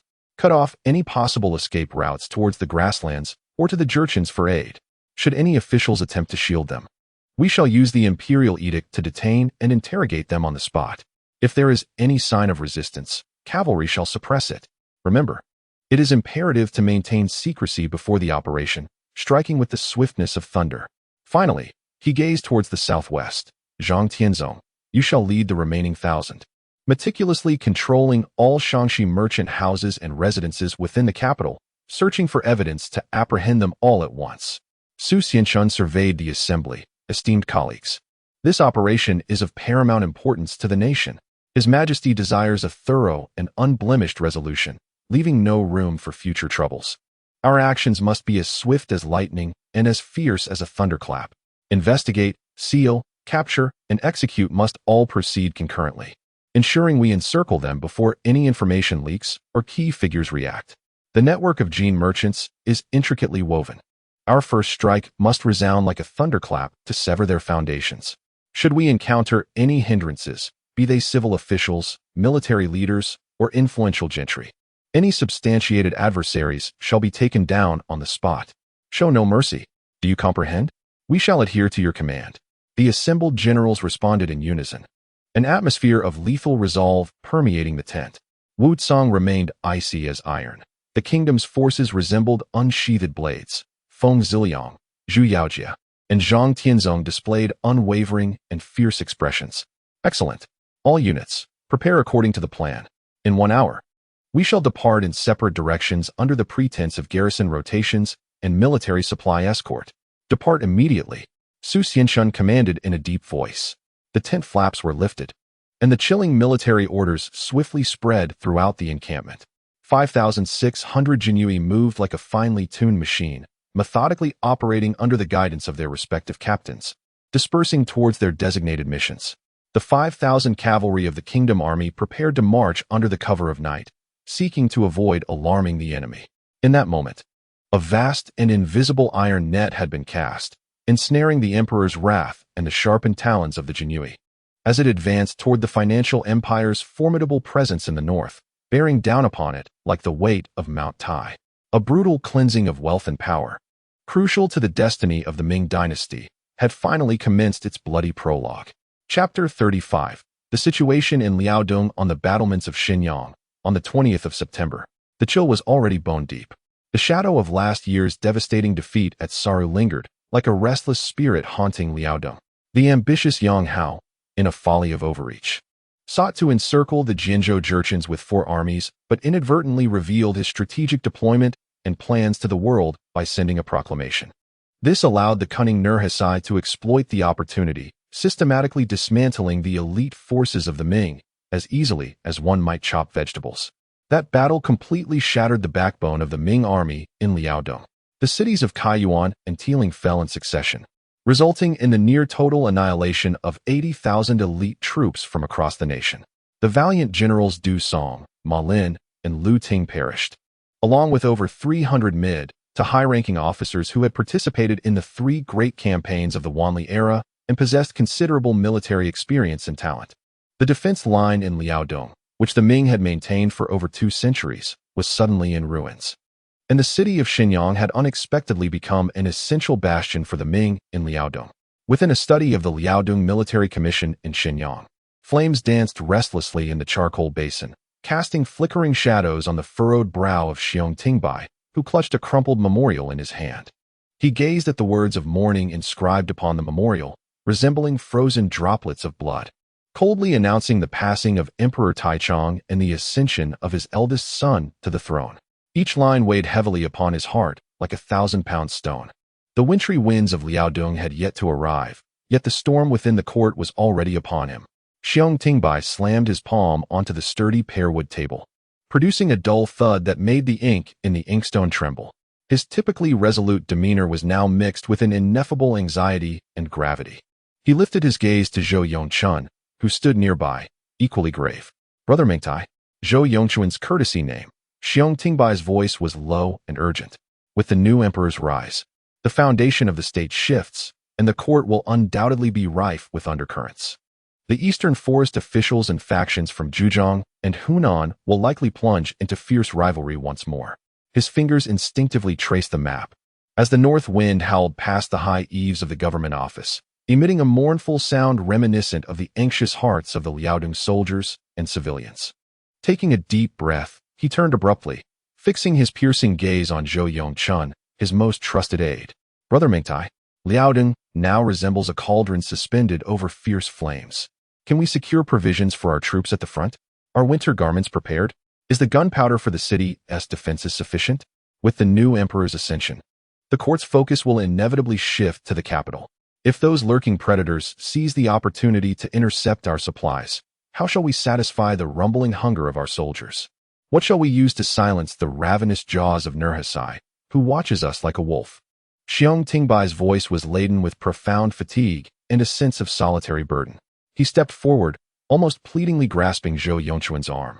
His palm was broad and strong, yet trembled slightly due to the urgency in his heart. What a tumultuous time. Indeed, a truly tumultuous time, he repeated, each word seemingly squeezed from between his teeth. Imbued with anxiety over the uncertain political landscape and the heavy burden of safeguarding this territory, the young emperor was unseasoned, and it remained unclear who would assist in governance.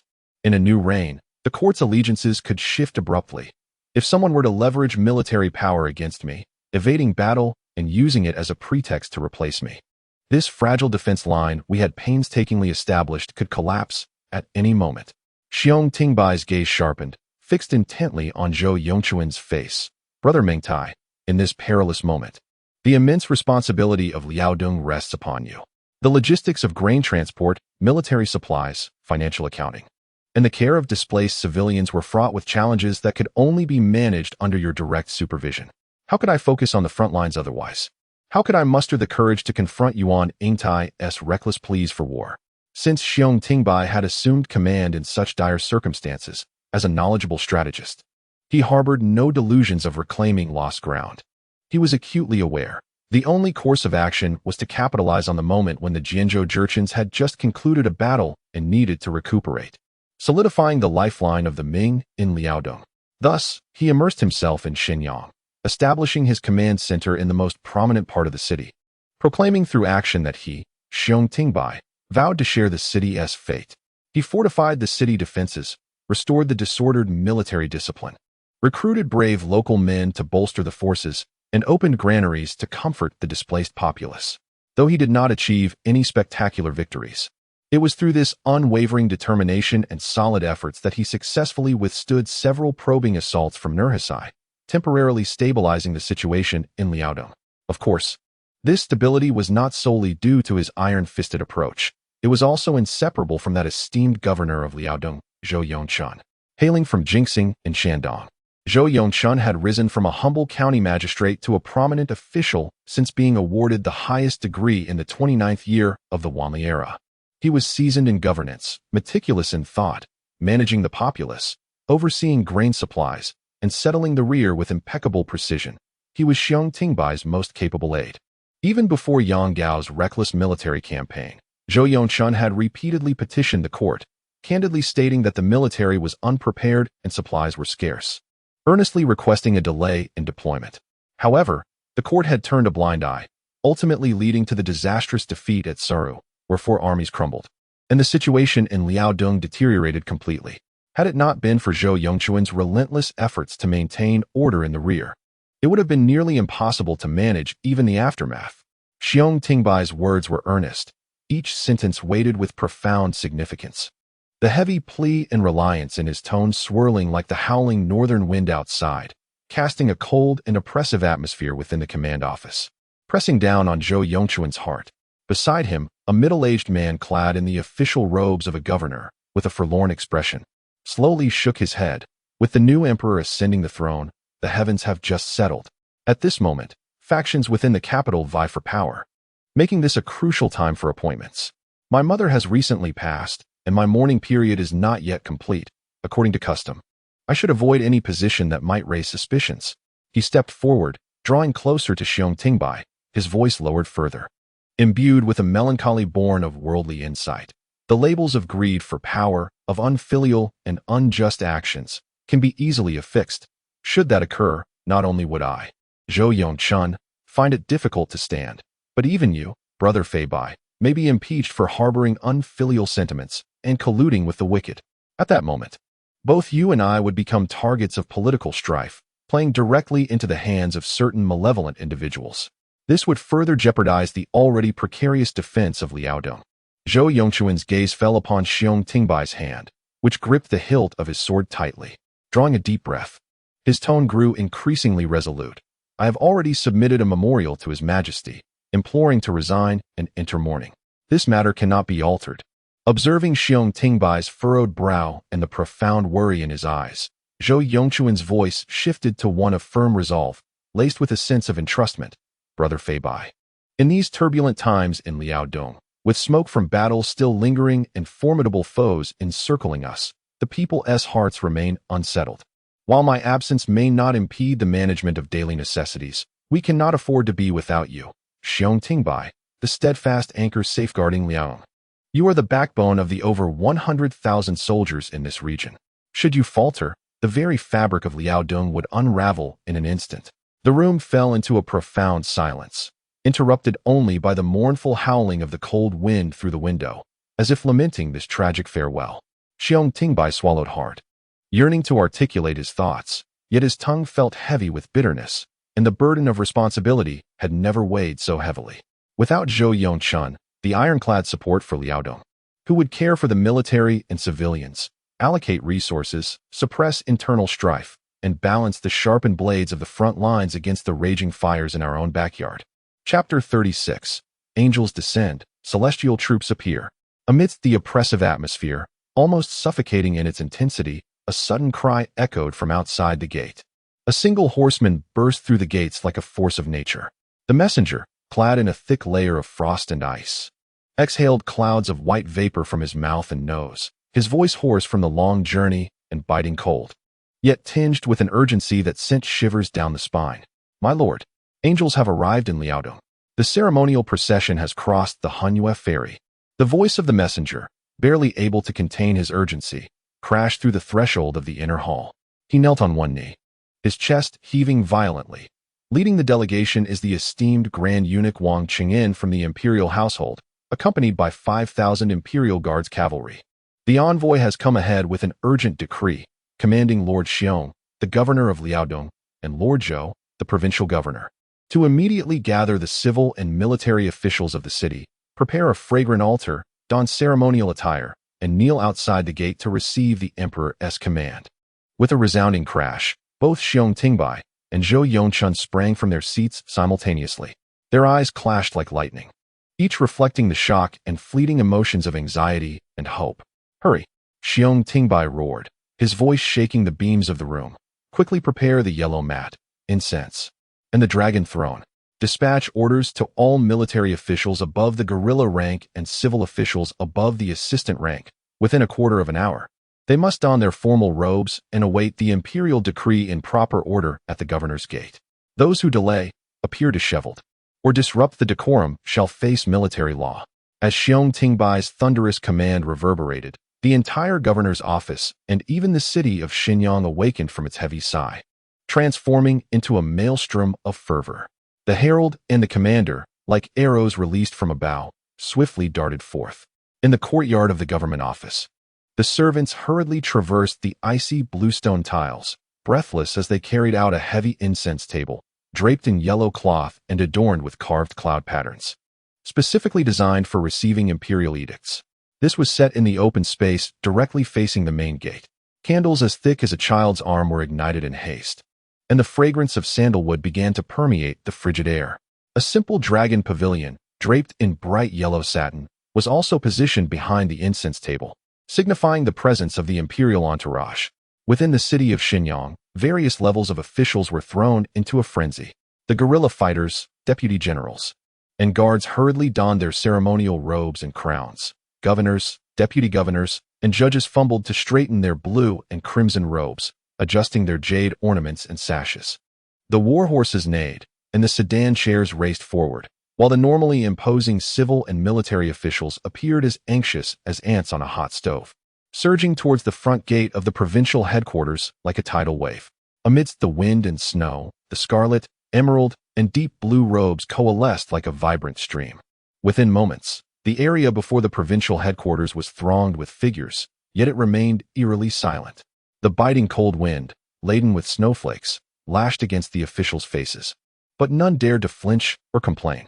Xiong Tingbai, clad in the second-rank brocade robe, with a jade belt at his waist, stood resolutely at the forefront, while Zhou Yongchan, in his own second-rank attire, stood behind him, with the ranks arranged in 2 lines according to their status.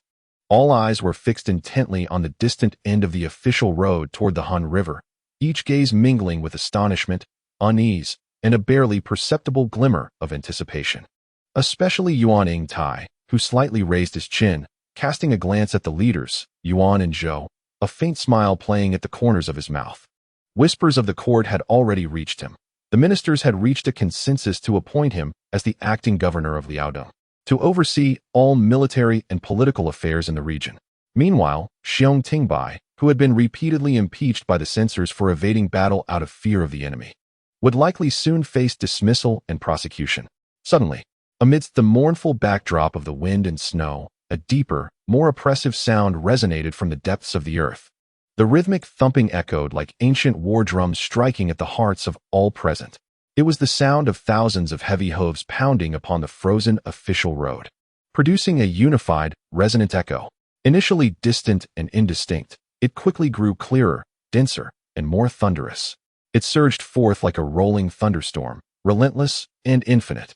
The very ground trembled to this terrifying rhythm. The colorful banners before the gate buzzed mournfully, while icicles cascaded down from the eaves. The mist at the edge of the wind and snow was torn asunder. First, a golden, imposing tiger head insignia pierced through the chaos, followed by a surging wave of deep black. 5,000 heavy cavalrymen, clad from head to toe in black lacquered iron armor, emerged as if summoned from the snowstorm.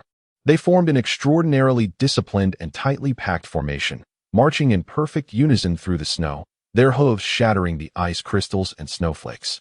Advancing like a moving iron wall imbued with destructive power, the knights wore rounded helmets with visors that concealed their faces, revealing only their cold, unfeeling eyes. Their steeds were similarly adorned with woolen blankets and iron plates, exhaling thick clouds of vapor. Thousands of standardized thick-backed sabers were sheathed on the sides of saddles, rising and falling in perfect unison with the undulations of the horses' backs, reflecting a cold, eerie metallic glint under the dim light of the overcast sky. There was no clamor, only the sound of iron armor grinding and the thunderous resonance of hooves striking the icy ground, akin to a muffled roar rolling across the earth. The oppressive weight of the atmosphere rendered the air almost palpable, as if the sounds of wind and snow were instantaneously devoured by this torrent of steel. Just as this silent tide of death was about to surge into the open space before the gate, an abrupt transformation occurred. With a sudden, sweeping motion, the black flags adorned with golden patterns held by the front ranks were forcefully slashed to the sides, as if cleaved by an invisible divine axe with unparalleled precision. This formidable ironclad formation, merely 100 paces from the gate, split abruptly along its central axis. The thunderous clamor of iron surged to a crescendo, yet it conveyed an overwhelming sense of order. The cavalry formations on either flank, like black fabric torn asunder by a colossal hand, surged straight along the official path, moving with a heart-stopping synchronization and an astonishing precision, deftly veering towards either side of the gate. There was no chaos, no hint of sluggishness. Each knight operated as a meticulously interlocking cog, driving their armored steeds to trace textbook-perfect diagonal lines. The heavy hooves pounded upon the icy surface, producing a deafening resonance that maintained a terrifying rhythm. The 2 great steel serpents, akin to torrents of black steel bursting forth, surged along the edges of the square with an unstoppable momentum. Boom! As the last warhorse firmly planted its front hooves in position, 5,000 iron riders stood frozen as if sculpted from stone. The thunderous clamor of iron hooves came to an abrupt halt. Only the shrill wail of the wind and snow remained, as the once surging black tide transformed into two immovable, solemn walls of iron. The knights sat resolutely upon their mounts, gripping the reins with their left hands, while their right fists pressed firmly against their left breastplates, executing a simple yet powerful military salute towards the direction of the incense altar. Their eyes, visible beneath their visors, remained icy, their postures as rigid as stone carvings, emanating an inhuman aura of chilling discipline and lethal intent. In this imposing and silent corridor formed by the steel cavalry, a carriage draped in red and black fabric, surrounded by several officials clad in indigo robes, slowly passed by the silent avoidance markers, making its way with unhurried grace toward the altar. The 5,000 iron riders stood as if they were thousands of cold metal statues, silently guarding the arrival of the heavenly messenger upon this frozen ground. This absolute stillness, more profound than the earlier thunderous advance, imparted an overwhelming, suffocating pressure that penetrated to the very marrow of one's bones. Chapter 37. The Majesty of the Son of Heaven. Mandated by heaven, the wind and snow whirled and wailed in the vast space before the gate. Yet the profound silence before the strategic office was even more piercing than the biting wind. The recent split, encirclement, and sudden halt of the ironclad formation struck like an icicle piercing the apex, each precise and ruthless movement deeply imprinted upon the souls of the officials present, shaking their very essence. In the brief moment of stillness, as if even the wind and snow had been frozen, gasps of astonishment began to rise, coalescing into an oppressive wave of chill. The esteemed old ministers and seasoned generals, who usually maintained an air of composure, suddenly lost all color from their faces. Some had bulging eyes, as if they were about to escape their sockets. Others instinctively covered their slightly parted mouths, their knuckles turning pale from the pressure, while many emitted a series of short, rasping breaths, a reflection of shock so profound that even complete inhalation was stifled. Faces weathered by time, either turned a ghastly blue or etched with loose wrinkles, now resembled rigid masks. In their frozen pupils, only profound fear and disbelief were discernible, tightly locking onto the flanks of the gate. There, two silent formations of cavalry rose like a wall of steel from the swirling snow, their dark armor absorbing light and leaving only heavy outlines and the occasional glint of cold steel. Countenances obscured by fearsome visors revealed no trace of emotion, save for pairs of cold eyes that scanned indifferently through observation slits. Below, the warhorses anxiously pawed at the frozen earth, their large nostrils exhaling puffs of dense white vapor that instantly crystallized in the biting wind. This tableau of ironclad menace and inhuman silence, combined with a palpable sense of power, inflicted a visual impact that choked every throat and froze all thoughts. Their mouths filled with wind and snow, mingling with an indescribable bitterness that seeped from their very bones, a bodily response to intense emotional turmoil. At this moment, the once distant might of the emperor loomed ominously close. Was this the imperial army of the emperor? Observing our so-called elite troops in Liaodong, who were often touted as the finest, they appeared as mere straw dolls in the face of this silent iron tide. Had the 80,000 troops at Saru possessed even a fraction of this strength and military bearing, the battlefield would not have been littered with corpses. A sudden jolt brought General He Shirxian back to reality, a gasp of cold air nearly draining his lungs, his tightly clenched fists cracking like thunder.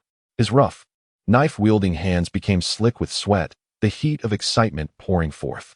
Known for his ferocity, he was famed in Liaodong for charging into battle alone, repeatedly admonished by Xiong Tingbai for his reckless bravery. At this moment, his hawk-like eyes were riveted on the scene before him, the precise interlocking of armor joints, the frost that had condensed on the gauntlets, the cold gleam of metal, and the long sword hanging beside the saddle, its scabbard barely concealing a thirst for blood that seemed ready to burst forth. Most striking was the undeniable aura of discipline emanating from the troops, standing as still as mountains, yet capable of striking like thunder.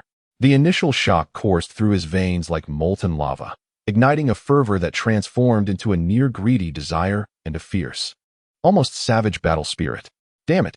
A low growl erupted from him, akin to thunder rumbling in the distance, heavy with breathlessness. as he slammed his fist against the side of his old comrade, General Zhang Quan. This was indeed the essence of warfare. Such a rush of exhilaration surged forth, overflowing with a sense of profound transformation from his past. The 500 armored retainers under his command had once been the source of his confidence in Liaodong, the capital with which he boasted to anyone who would listen. Yet, at this moment, before the ironclad army that seemed to descend from the heavens, that meager pride was utterly punctured, like a torn sack, and shattered to dust.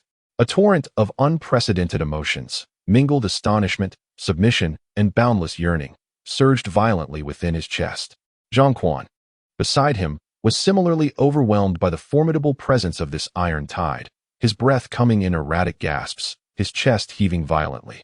He nodded vigorously, momentarily forgetting his official rank, exclaiming in agreement, "Heavenly soldiers! True heavenly soldiers!" His voice trembled ever so slightly, yet his gaze sparkled with an astonishing brilliance as he beheld the silent, towering cavalry, akin to spotting a bonfire in the dead of winter. With their presence in Liaodong, hope was rekindled. Truly, hope was rekindled. In stark contrast, the prefect Wang Shueshu appeared as pale as parchment, his legs trembling like sifted chaff, a wave of nausea instantly dampening the hem of his blue robe. He collapsed to the ground, overwhelmed by shame and fear, wishing he could burrow into the snow. Meanwhile, at the very forefront of the tempest stood Xiong Tingbai, his face flushed like a branding iron. His fists were clenched tightly, veins bulging, gazing at the steel barricade. His tiger-like eyes rolled with unprecedented shock and searing ecstasy. A deep, thunderous roar erupted from between his clenched teeth. A mighty army. True heavenly soldiers. Zhou Youxiao, standing beside him, was equally shaken. Yet, as he scanned the imposing cavalry formation and then glanced at the visibly agitated Xiong Tingbai, his expression transformed into one of profound understanding. He realized, with clarity, that His Majesty's unmatched majesty and the world-renowned strength of this army signified a profound intent. The weight of today's imperial decree needed no further articulation. This silent, yet overwhelming pressure rooted the civil and military officials of Liaodong in place, each lost in their own thoughts, too intimidated to make a move. Wang Qingyan leisurely descended from his carriage, his crimson ceremonial robe a fiery sight amidst the wind and snow. He paid no heed to the officials kneeling in the snow, a flicker of satisfaction glimmering in his eyes. Through this event, the authority of the Ming Emperor was firmly established in Liaodong. He nodded slightly to the chief eunuch accompanying him. The chief eunuch, holding a purple sandalwood box clasped with a golden dragon motif and covered in a bright yellow brocade, hurried to the incense table, his voice resonating through the storm, piercing each official's ears. "The angel has arrived in Liaodong. We humbly request the sacred will." All officials, including Xiong Tingbai and Zhou Youxiao, raised their robes and deeply knelt towards the direction of the angelic procession, their foreheads pressing heavily against the cold, biting green bricks of the snow-covered ground, the fierce cold wind seemingly frozen in this moment of solemn silence. Only then did Wang Qingyan advance slowly, as if walking through his own hall. He extended his fair yet steady hand, solemnly unveiling the brocade, revealing the purple sandalwood box exuding a deep, luminous sheen. He retrieved the key, unlocked the golden clasp, and gently opened the lid, releasing a wave of cool, noble fragrance that overwhelmed the scent of the wind and snow. With utmost reverence, he presented a scroll of the imperial decree, its surface neither silk nor paper, but a specially crafted dark blue silk brocade adorned with cloud dragons, embroidered with golden threads of auspicious clouds, flanked by two majestic five-clawed dragons guarding the central imperial seal. The golden seal of Zhu clay, adorned with dragon patterns, subtly undulates under the light of the wind and snow, exuding an imposing celestial majesty that is both awe-inspiring and unassailable. Wang Qingyan, holding the imperial edict, approached the center of the bright yellow dragon pavilion behind the incense table, turning to face the kneeling officials of Liaodong, who resembled a dense forest at his feet. He did not immediately proclaim the edict. Instead, he cast a solemn gaze over the assembly, his eyes like invisible icy needles, compelling each person they touched to bow even lower, their foreheads pressed firmly against the cold stone. By the mandate of heaven, the emperor proclaims, I, Xiaoying, uphold the great legacy, vigilant day and night. Now, there is a significant stronghold in Liaodong, where the situation is critical. The chieftains are rebellious and wreaking havoc on the borders. The common people are in fear, looking to the heavens for mercy. Therefore, you, the Liaodong strategist Xiong Tingbai, who is devoted to the nation, have established formidable defenses, your achievements preserving the state. I hereby bestow upon you the title of Left Deputy Minister of Military Affairs, placing you in charge of Liaodong affairs, granting you the imperial sword, and allowing you to manage military matters at your discretion. Should anyone obstruct military operations, those of third rank and below may be executed on the spot. All troops under your command shall obey your orders. Moreover, recognizing the importance of the border, military might must be formidable. I specially select 5,000 imperial guards for you to command as a bulwark. These valiant soldiers are the emperor's personal guards, strong and capable, to assist you in sweeping away threats and purging the vile. Governor Zhu Youxiao, loyal and upright, has displayed remarkable merit in his governance. Although he mourns his mother, his sentiments are indeed sympathetic. Yet, with the nation facing numerous trials and the borders fraught with peril, how can one hastily resign? Thus, I grant him special favor to resume his post, elevating him to Left Deputy Minister of Military Affairs, specifically responsible for the provision of grain and supplies for Liaodong, overseeing the administration of garrisons and caring for the displaced. All matters regarding the military, civilians, finances, and law in Liaodong shall be determined by the judgments of strategist Xiong Tingbai. Zhu Youxiao shall merely assist in the execution of these plans, dedicating his utmost efforts to support the strategist's strategies. Should anyone dare to shirk responsibility or act with duplicity, Tingbai may report directly to the throne, and I shall surely impose severe punishment. The decree is clear, and heaven's will is evident. You too must deeply understand the current hardships, working together with a united heart to fortify Liaodong and ensure lasting peace along the borders. Should you betray this grace or become negligent, the law shall not be lenient. The 5,000 armored imperial cavalry must serve as the nation's backbone. You must utilize them wisely and cautiously. Honor be upon you. The last echo of the imperial decree resonated in the wind and snow, while the vast assembly of civil and military officials knelt at the gate, each reacting differently.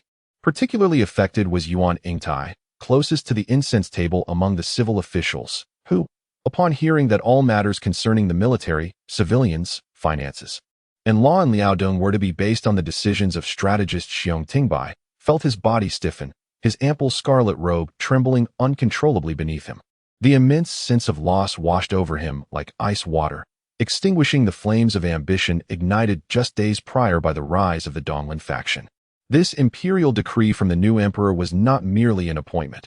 It was akin to placing a golden saddle upon the fierce steed that is Xiong Tingbai, forging a sword named imperial authority. Henceforth, Liaodong would only echo his voice. Yuan felt bitterness in his mouth and numbness in his scalp, barely able to lift his head. Most officials were equally shaken. Their expressions were filled with fear or complexity, many casting furtive glances at Yuan Ingtai's pale face, then at the iron tower like Xiong Tingbai kneeling ahead. The flickering hope they harbored that the political landscape was shifting, that Xiong's power was waning, was completely extinguished by the resplendent imperial edict and the formidable cavalry, leaving only a chilling desolation. Some individuals secretly rejoiced that they had not completely succumbed to Yuan Ingtai, while the few officials close to him appeared as pale as death, their faces bereft of color. Observing Yuan Ingtai's despondent demeanor, they felt as if they, too, had plummeted from the heights of privilege into the depths of despair, feeling utterly defeated. Meanwhile, the protagonist, Xiong Tingbai, felt a sudden warmth in his heart upon hearing the imperial decree regarding the Shangfang sword, which granted him supreme military and political authority, as well as the revival of Zhu Youxiao and his 5,000 obedient cavalry. The emperor had unreservedly entrusted the immense burden of Liaodong to him, igniting a long-dormant flame of fervor within his soul. Had it not been for the presence of an angel, he might have cried out to the heavens in exultation. Beside him, as the news of Zhu Youxiao's revival and loyalty to the state reached his ears, an indescribable pang of bittersweet emotion surged in his throat and eyes. The shame of filial disgrace that had tormented him day and night was, astonishingly, assuaged and validated by the emperor's grand proclamation of national duty over familial ties. Loyalty is indeed the highest form of filial piety. These 4 words were a holy spring that washed away the burdens in his heart. He pressed his lips tightly together, his body trembling not from fear, but from an overwhelming sense of gratitude, nearly beyond his control. Your servant, Xiong Tingbai, Zhou Yongchun dutifully obeys the imperial edict. The two men suddenly raised their heads, their eyes glistening with tears, filled with the sincerity of survival and an unprecedented fervor. Their voices pierced through the biting cold wind. We accept the decree. We thank your majesty for your heavenly grace. We shall serve with utmost loyalty and dedication, even unto death. Protect Shenyang. Secure Liaodong. Long life, long life, long live. The resounding acclamation from the assembled officials and military personnel reverberated like thunder, seemingly dispersing the swirling snow and wind momentarily. Before my arrival, His Majesty had several words he wished to convey personally to Director Xiong. Upon hearing the imperial command, Xiong Tingbai promptly lowered his head in attentive listening. Last year's defeat at Suru resulted in severe losses for our Ming Dynasty. The various frontier garrisons require time to recover. His Majesty now only requests that you remain dutiful and guard Liaodong with all your might, advancing cautiously. If you lack absolute certainty, do not recklessly employ light-footed maneuvers. For our Ming Dynasty can ill afford a second defeat like Saru. Your servant obeys. Xiong Jingle E. Zhou Shilang. Hold your congratulations for a moment. His Majesty has another decree, specifically granted to the generals and officials of Liaodong. Wang Chengyin's voice was not loud, yet it acted like an invisible thread, tightening the hearts of all who had just begun to relax. Everyone's movements froze, their gazes refocusing on this inscrutable figure from the inner court. A eunuch accompanying Wang Chenyin stepped forward respectfully, cradling another slightly smaller but equally ornate box containing a gilded imperial edict. The atmosphere at the gate, which had just warmed slightly due to Xiong Tingbai's bold declarations, plummeted back to freezing point. The assembly had no choice but to bow their heads in solemnity, their hearts filled with trepidation. With the new emperor ascending the throne, was he to thoroughly reorganize Liaodong? Wang Qingyin once more opened the golden lock and retrieved the scroll. This time, the edict was not inscribed on the luxurious dark blue silk, but instead on a slightly inferior yellow satin adorned with cloud and crane patterns. Yet the imposing imperial authority remained undiminished. By the will of heaven and the authority of the emperor, I decree the generals, officials, soldiers, and people of Liaodong. I oversee all affairs, mindful of the borderlands. Merit shall be recorded, and transgressions shall be punished. Li Ruzhen, the governor of Liaoyang, despite being a beneficiary of the nation's grace, displayed cowardice in the face of battle, repeatedly hesitating to advance despite numerous edicts. His inaction led to the repeated ravaging of the strategic Three Forks River and the crucial Shaling Pass by the invading Manchus, resulting in rivers of blood and the devastation of the land. Wang Mamin, the guerrilla commander in Quandian, abandoned his post and failed to defend the territory. Zheng Guochang, the military commissioner, neglected his duties, causing a catastrophic explosion at the Liaoyang arsenal, which obliterated 8,000 pieces of ordnance.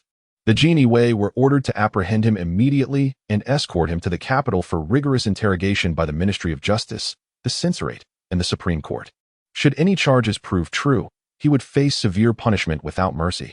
Yuan Yingtai, the provincial governor, devoted himself diligently to public service, achieving commendable progress in river engineering, and was thus promoted to Right Vice Minister of Works.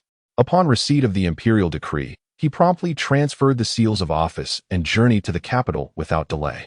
Wang Huazhen, the former Right Counselor of Liaodong, well-versed in border affairs and foreign relations, was specifically appointed as the Minister of Rights, tasked with overseeing diplomatic communication with the various tribes, and was instructed to hasten to the capital to assume his new role. He Shixian, the commander of Shenyang, renowned for his loyalty and bravery, displayed remarkable courage in the face of the enemy and was rewarded with 1,000 taels of silver and a suit of ceremonial attire as recognition of his valor. Yu Shigong, the vice commander of Liaoyang, known for his steadfast character and fearlessness in times of crisis, was promoted to the rank of General of the Dragon and Tiger and appointed as the deputy commander of Shenyang. The expectation was that both men would continue their diligent efforts to safeguard the Ming Dynasty. Overcome with emotion, He Shixian and Yu Shigong trembled with gratitude, kneeling before the emperor and exclaiming their vow to repay the sovereign's benevolence with their lives. Qi Jin, the vice commander of Junyi, a descendant of loyalists, remained steadfast in his principles and was awarded 500 taels of silver along with ceremonial attire. He was summoned to the capital to muster troops, along with Chen Su, a supportive commander in Liaoyang, who had endured great hardships in battle, receiving a similar reward and a new appointment. In a moment, from the highest generals to the lower ranks, all received varying degrees of recognition and reward. Those who toiled diligently for the kingdom would be duly rewarded by the court, while those who harbored resentment would face the emperor's sword, ever poised to strike. That last phrase, the emperor's sword ever poised, pierced like an icicle, sending shivers down the spines of officials with guilty consciences. This list of rewards and penalties, administered with both grace and authority, served as an invisible hand, deftly recalibrating the military and political dynamics in Liaodong, making the distinction between loyalty and treachery unmistakable. Notably, the apprehension of Li Ruzhen and the promotion of Yuan Yingtai boldly reaffirmed the new emperor's unwavering support for Xiong Tingbai's power. As the imperial edict was read, silence enveloped the assembly, with only the despondent expressions of Yuan Yingtai and Wang Huazhen breaking the stillness, while Li Ruzhen and his fellow offenders were silently taken away in their struggles. Chapter 39. The crimes of non-Liaodong individuals. Xiong Tingbai and Zhou Yongchun swiftly organized the cavalry brought by Wang Qingyan into the camp before turning to him with utmost respect, bowing and clasping their hands. Lord Wang, after your arduous journey, I have prepared a modest feast to welcome you. I hope you will graciously accept. Wang Qingyan, understanding that these two men were favored by the emperor, recognized their potential for greatness and was eager to cultivate a good relationship with them, especially since he had matters to discuss. Thus, the officials and generals, except for those on duty, indulged in merriment, exchanging cups until satisfied. After the banquet concluded, in the warm chamber, the attendants had long since withdrawn, leaving only Wang Qingyan, Xiong Tingbai, and Zhou Yongchun. Once the fragrant tea was served, the atmosphere in the room seemed to settle into a profound calm. Wang Qingyan lifted the teacup, his fingertips caressing the warm porcelain, shattering the brief silence. Xiong Jingle Yi and Zhou Shilang, his voice barely above a whisper, carried the unique, penetrating quality of the inner court. The atmosphere at the table was lively, yet certain matters were too delicate for casual discourse. In this moment of tranquility, there were a few words originating from the depths of the palace, concerning the very essence of Liaodong, that required thorough elucidation to the two gentlemen. Xiong Tingbai and Zhou Yongchun immediately straightened their postures. Even their breaths seemed to soften, as they listened intently to the subtle crackling of the charcoal fire. His Majesty had reviewed Xiong Jingle Yi secret memorial regarding the unreliability of the Liao people. Wang Qingyan's opening statement tightened Xiong Tingbai's heart. That memorial reflected his years of experience, a poignant lament over the long-standing corruption in Liaodong's administration, the incessant military calamities leading to widespread discontent, and the mingling of spies among the surrendered populace. Wang Qingyan's gaze was as unfathomable as an ancient well. His Majesty concurs with this. Xiong Tingbai felt a flicker of astonishment.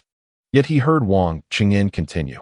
His Majesty firmly believes that it is not the inherent nature of the Liao people that is untrustworthy. Rather, the current reality compels many Liao civilians into desperation, either driven by the need to survive, harmed by bureaucratic abuses, or even coerced by the Jin slaves, leading them to serve under enemy chieftains, thus becoming the very termites within our Ming fortress, spying on military affairs, spreading rumors, and orchestrating enemy assaults. His Majesty is acutely aware of this peril, as if it were a thorn in his throat. The issues mentioned in the memorial by Xiong Jingle Yi are indeed factual. His Majesty empathizes deeply, and such hidden dangers must not only be treated with caution, but must also be eradicated with utmost severity, leaving no room for leniency. Furthermore, the commander of the Jinyui, Luo Sigong, has recently led an investigation into Liaodong during Xiong Jingle Yi's tenure. He should make contact with him and remain vigilant in identifying these individuals. As for Yuan Yingtai, Wang Qingyan's voice turned colder by a fraction. He has been widely recruiting defectors in Liaodong, failing to discern loyalties from treachery. He believes he is winning hearts, yet in truth, he is unwittingly opening the floodgates for Jin spies. His Majesty is greatly displeased with this. Summoning him back to the capital, ostensibly for promotion, is in fact a means of reassignment to prevent him from jeopardizing the situation in Liaodong. Wang Qingyan fixed his gaze on Xiong Tingbai, enunciating a phrase that Emperor Zhu Youxiao would have him remember for a lifetime. Inspector, His Majesty has sincerely conveyed to me that the most formidable fortresses in this world are often not breached by external forces, but are eroded from within by insidious pests. This holds true for the affairs of Liaodong, as it does for the state. Xiong Tingbai bowed deeply. Your Majesty's wise counsel resonates in my ears like thunder, and I remain ever vigilant. He assured His Majesty and the esteemed official that any collusion with the enemy or covert internal conspirators would be met with relentless measures, ensuring that no pestilence would penetrate the ironclad defenses. His voice was low yet resolute. Excellent. Wang Qingyan nodded, yet the tone of his discourse shifted abruptly, the chill dissipating somewhat, replaced by a weighty, even subtly sorrowful undertone. Nevertheless, His Majesty harbors another layer of profound meaning yet to be explicitly conveyed in the memorial, which he instructed the gentleman to elucidate to Xiong Dushi and Zhou Shilang. He set down the teacup, leaning slightly forward, lowering his voice further. Xiong Jingle Zhou Shilang. Does His Majesty ponder whether these Liao civilians, compelled today to act as accomplices for thieves, were truly born with the intent to betray their ancestral state, forsaking their sovereign and homeland? Upon the utterance of these words, it struck the hearts of Xiong Tingbai and Zhou Yongchun like a heavy hammer, more shocking than the previously menacing declarations. Xiong Tingbai abruptly raised his head, his eyes filled with a complex radiance. Wang Qingyan's voice was imbued with profound helplessness and self-reproach. Your Majesty declared, every time I witnessed the suffering of the displaced people in Liaodong, the oppression inflicted by officials and gentry, and the calamities wrought by the previous dynasty's reckless military and abandoned governance, I often find myself sleepless at night, my heart aching deeply. The chaos in Gao Huai ravages the land, extracting the very marrow of the people. Li Chongliang relinquishes territory, leaving millions of households to fall into enemy hands, not to mention the subsequent corruption in the officialdom, the burdensome taxes, and the harm inflicted upon the populace by unruly soldiers. The court has wounded the hearts of my subjects, pushing them into the embrace of the enemy chieftains. The people of Liaodong are all my beloved children, and they are also the comrades and brethren of you, the officials. The heart-wrenching words of your Majesty resonate in my ears. As a sovereign, to hear my children cry out in hunger and cold, even resorting to kneeling before the iron hooves of the enemy to seek a mere chance of survival, truly pains my heart.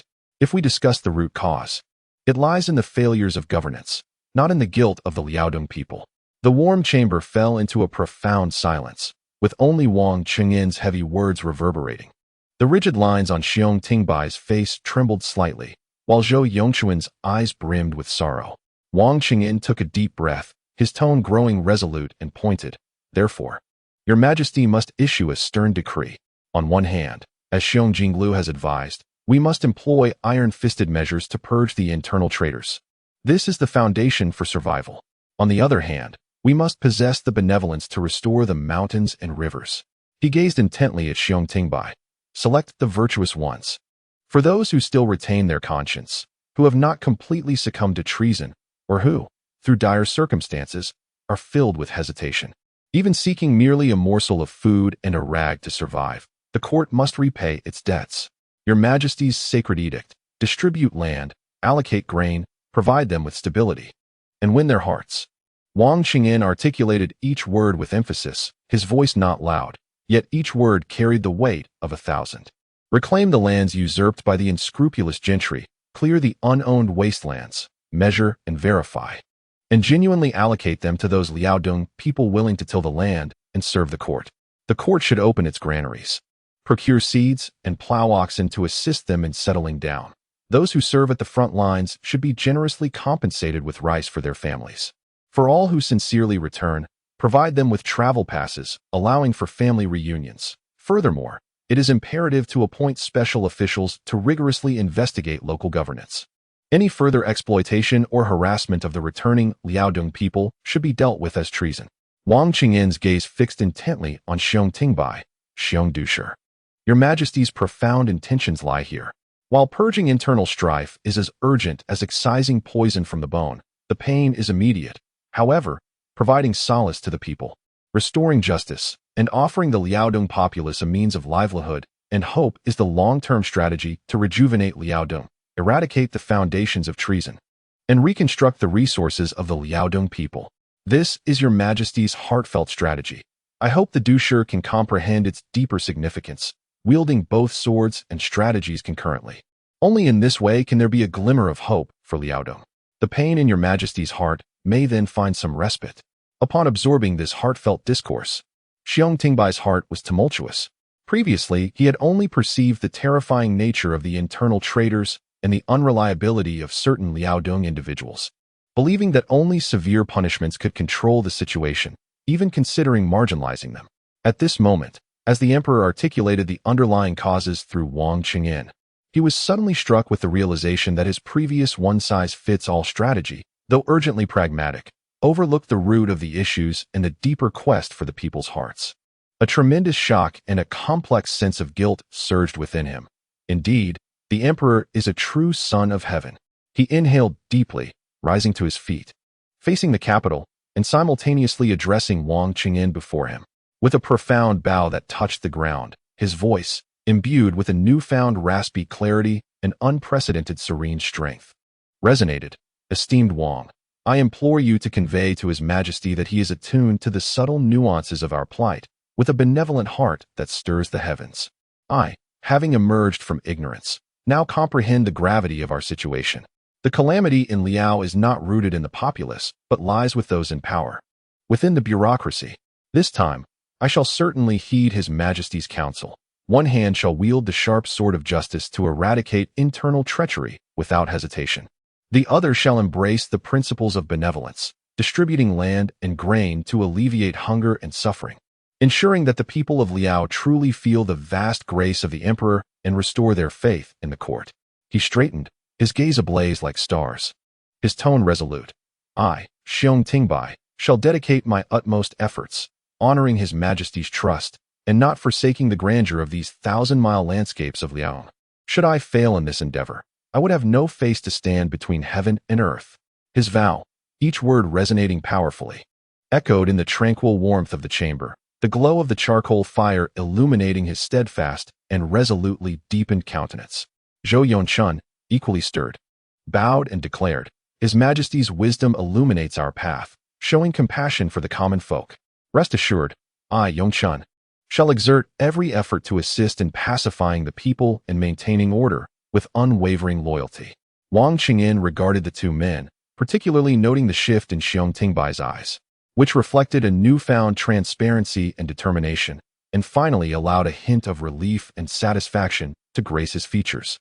He nodded. General Xiong is indeed a pillar of the state. Your insight is commendable.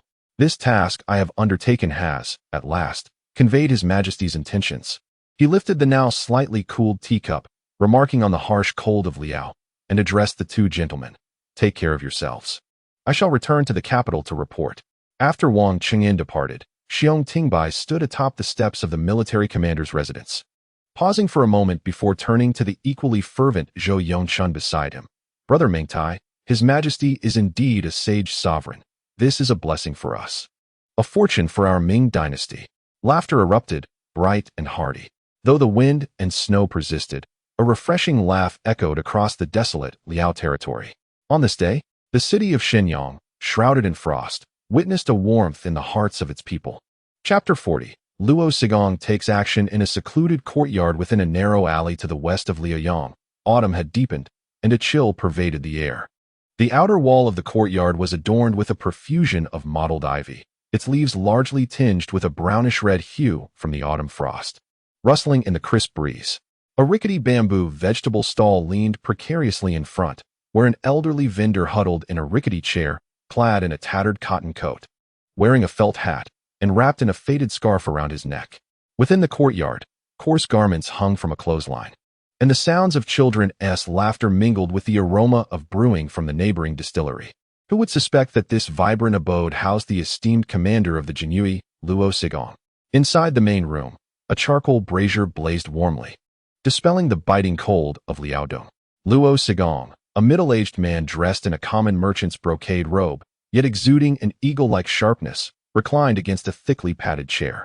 Before him lay a redwood table scattered with several opened confidential letters and a ledger, the handwriting scruffy yet legible.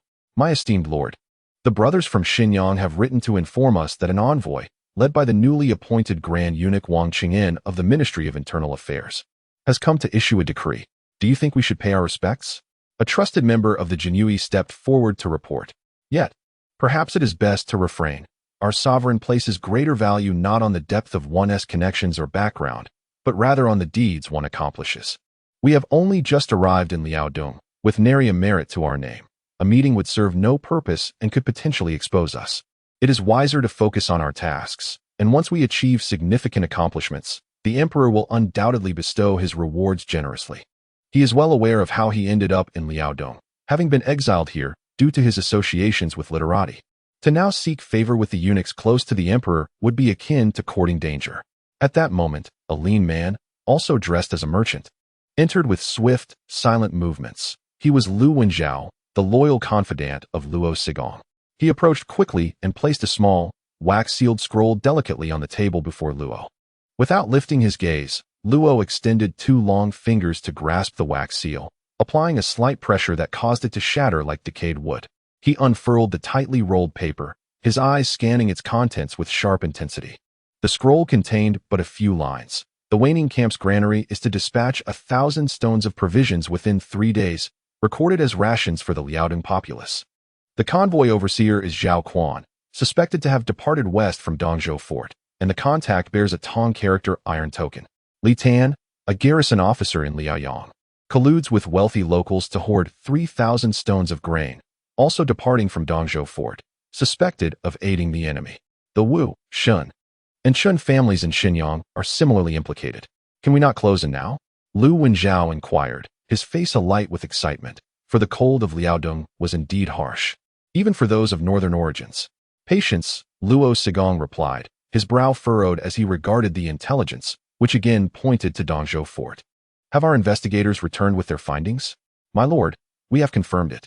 The fort commander, Lu Jiang, hails from Shandong and is a boorish brute, possessing mere physical strength but a cowardly and greedy nature.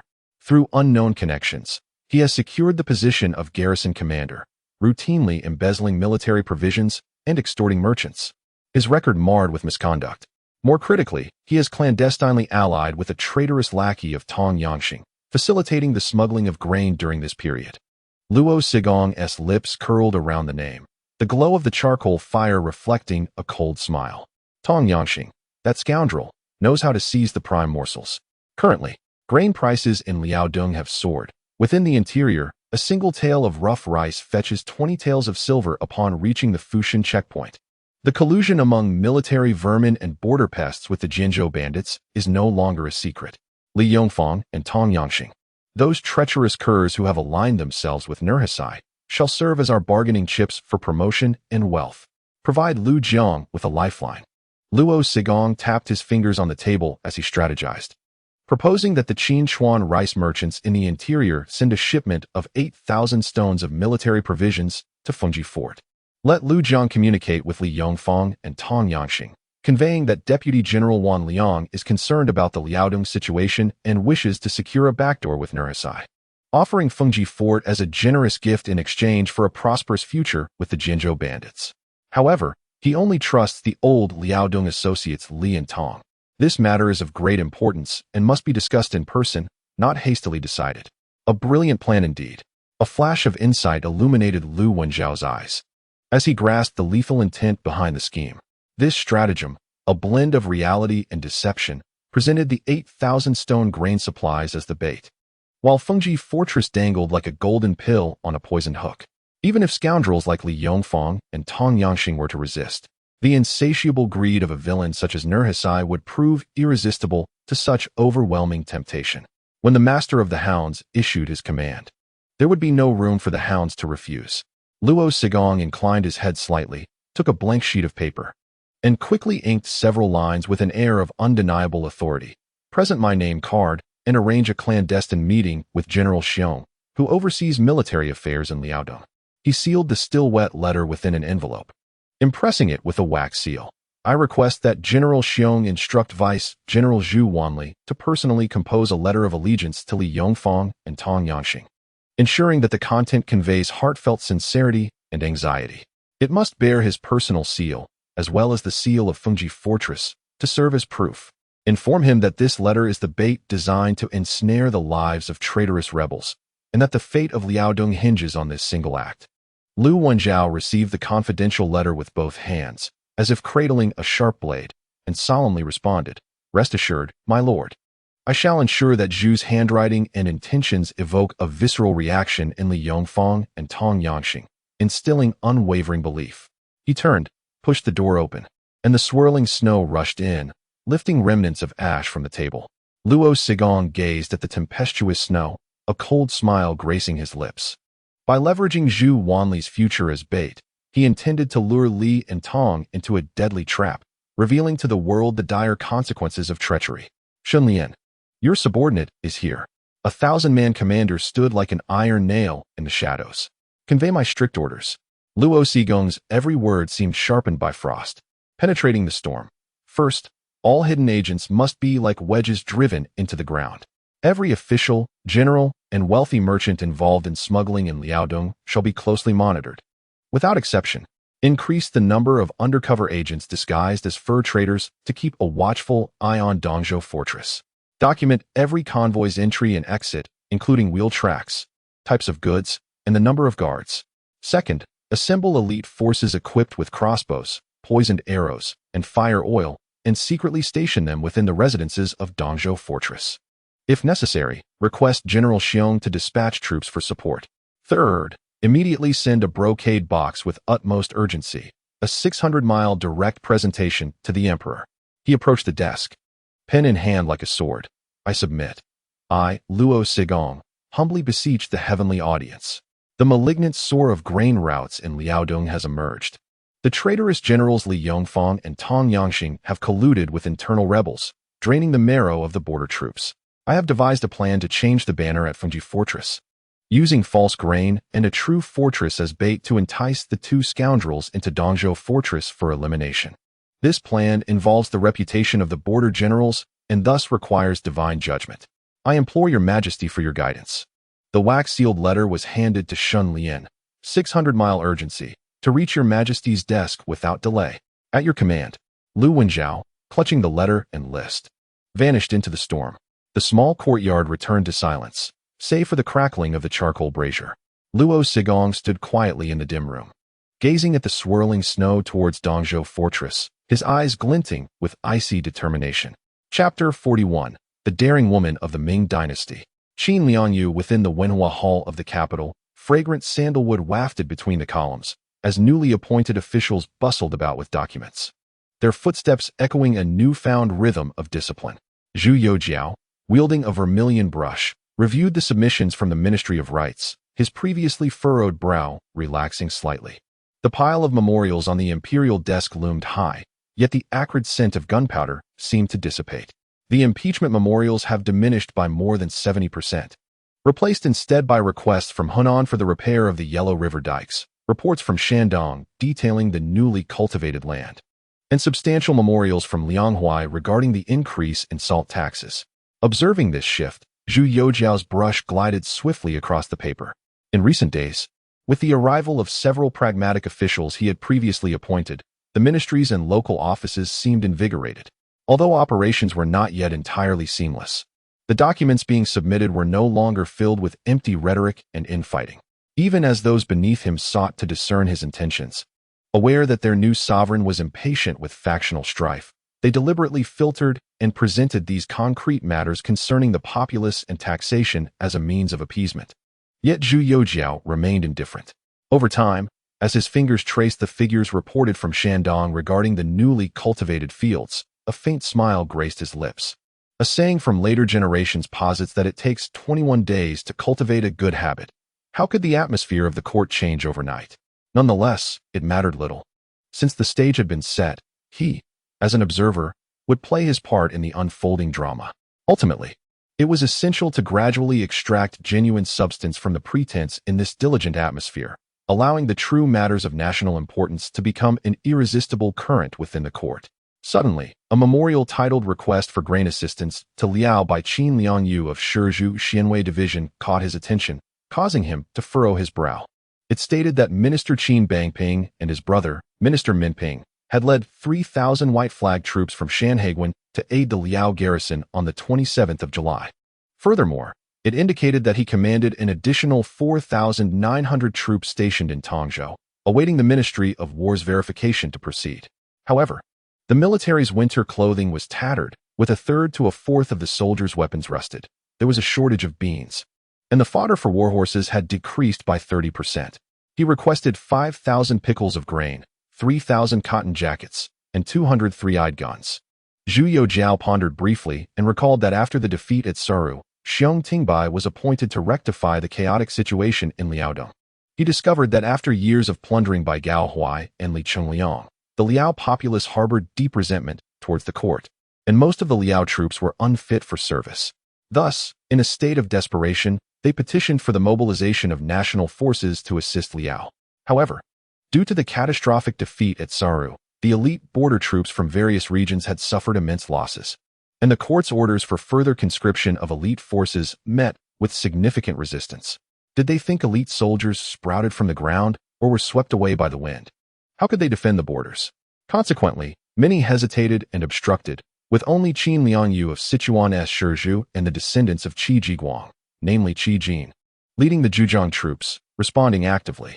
Qin Liangyu was indeed a remarkable woman, the sole female military commander honored with a separate biography in the 24 histories.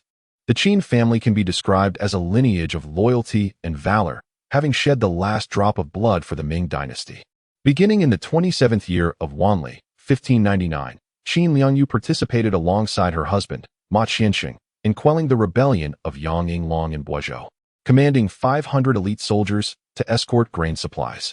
Together with her husband, they first defeated Yang Yinglong's forces in a surprise attack and subsequently, alongside various troops from Yuyang, directly captured Sengmuguan, achieving the foremost military success along the Nanchuan route. In the present year of Taichang, amidst the assault by Nurhasai of the later Jin, who led an army of 60,000 infantry and cavalry against Liaodong, she dispatched her brothers, Qin Bangping and Qin Minping, to lead several thousand troops in advance to provide assistance. In the year of Tianqi, 1621, after receiving reinforcements from Sichuan, Bai Ganbing met their fate in battle across the Han River, where Qin Bangping fell. Qin Liangyu, unable to mourn her loss, swiftly led 3,000 elite troops towards Yuguan. Such is the true spirit of a heroine. Zhu Youxiao couldn't help but sigh inwardly, acknowledging that the greatness of the Ming Dynasty stemmed from the loyalty and valor of its soldiers. Yet, he was reminded of another pressing matter, the rebellion led by Shi Chongming. It seemed that the loyalty of General Chun Su of Sichuan, who dispatched troops to aid Liaodong, left Sichuan vulnerable, allowing Shi Chongming to wreak havoc, executing Governor Su Kachio and over 20 officials, subsequently declaring himself emperor in Chongqing under the name of Daliang. The following year, the Tusi and Bang Yin responded by besieging Guiyang, where cannibalism ensued, resulting in over 100,000 casualties. The rebel forces swept through Sichuan and Guizhou, burning relay stations, desecrating tombs, and slaughtering Han civilians. When Qin Liangyu arrived with Bai Ganbing, she witnessed villages turned into graveyards, with infants hanging from trees like wind chimes. The turmoil persisted for 7 years, costing 3.46 million taels of silver and claiming 930,000 lives, many of whom were soldiers from Hunan and Guangxi who died far from home. The Han population in Sichuan and Guizhou diminished by 40%, as recorded in the Ming Dynasty accounting records, with many survivors driven to madness, throwing themselves into deep ravines at the sight of soldiers. Not until the 3rd year of Chongzhen did Zhu Shiyuan manage to quell Shi Chongming's rebellion by employing local troops to purchase the allegiance of Miao chieftains, leading to Shi's beheading at the hands of the Miao people. However, the once fertile southwest had turned into a desolate wasteland. This rebellion had indeed opened a significant wound for the Ming Dynasty, continuously bleeding. Yet, an opportunity still lingered, should Shi Chongming be dealt with. It would enable the central government to reclaim military power from the Tusi. At that time, the regions of Boizhou, Shuishi, and Yongning could establish their governance and military presence. After all, it is unreasonable to remain perpetually on guard against bandits. He lamented the lack of an excuse to address the Tusi in the southwest. Future strategies for Yunnan and Guizhou, as well as routes to Annam, necessitated a stable southwestern rear. Go, convey my edict. Summon Qin Liangyu to the Qianqing Palace. Additionally, instruct the Ministry of Revenue to allocate provisions to the troops in Tongzhou. I cannot allow my soldiers to go hungry. Zhu Youxiao pondered briefly, feeling an eagerness to meet this renowned female hero, whose life had been devoted to the loyalty of the Ming Dynasty. Obeying the command, Wei Zhongxian retreated from the Qianqing Palace. Let us proceed, bathe and change. Zhu Youxiao mused that Qin Liangyu would require some time to enter the palace, so he instructed a nearby maid to prepare more formal attire as a sign of respect. 2 hours later, within the Qianqing Palace, Zhu Youxiao finally encountered the illustrious general. As the palace doors opened, Qin Liangyu entered with steady steps. Donned in a somewhat worn indigo cotton armor, her boots caked with mud from the Tongzhou encampment, and silver strands tracing her hair, yet her posture remained upright. Qin Liangyu of Sichuan Shizhu pays her respects to your majesty, she stated, her voice low, carrying the rustic accent of the mountainous border between Sichuan and Hubei. General Qin, please rise. Zhu Youxiao hastily stood, advancing to assist Qin Liangyu, feeling somewhat overwhelmed by the sight of a woman nearing 50 performing such a gesture of reverence. Your Majesty, please, do not. Qin Liangyu, having never experienced such honor, protested. To command troops as a woman in this era is indeed an audacious defiance of convention, and such actions have long been met with criticism. Witnessing the emperor's gracious treatment, I could not help but feel a fondness for this newly enthroned sovereign. Zhu Youxiao subtly signaled, prompting a nearby attendant to swiftly bring forth a chair, allowing Qin Liangyu to express her gratitude profusely before taking her seat. It must be said that the literati of the Ming Dynasty have excessively oppressed the military leaders. Observing Qin Liangyu's expression of both gratitude and caution, Zhu Youxiao felt a tremor in his heart. Chapter 41, A Novice's Journey.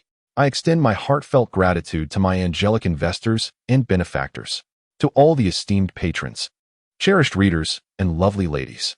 Your encouragement, comments, bookshelf additions, and support have profoundly moved this fledgling writer. I assure you, there is no intention to solicit updates or bookshelf additions, merely sincere thanks. Those who misconstrue my words should engage in self-reflection. To be candid, when I initially released the first chapter, my emotional state was akin to running naked on a playground, terrified that passers-by would glance and utter, "What is this? Remove it." Next, humble wringing of hands. Yet, what was the outcome? It was the straightforward yet heartfelt expressions of support from all of you that reassured me, revealing that my writing resonated with some. Here, I extend my sincere gratitude to those who have supported, liked, reviewed, and pursued updates. I am thankful to user 27044272, who remarked, "I cannot write," to the Grand Elixir of Bunyu Island, to the admirer of the Black Dragon at Shenyuan Peak, to the money-loving crab boss, to Alamu Color, to the lover of wild grass fish, Mu Lu, to Wei Su, who delights in ginger water jelly, to Ji Zichong from the Vacation Villa, to the milk cornflake enthusiast, Xiao Li, to Xingzhou Wujing 2023, to Yun Yun Juan, to the 9-year-old immortal, to Lu Nan, who enjoys fish with rings, and to Feng Fendai, who favors Li Ruijia. Your names may seem peculiar and random, yet I am truly grateful for your support. A remarkable work is inextricably linked to an exceptional readership.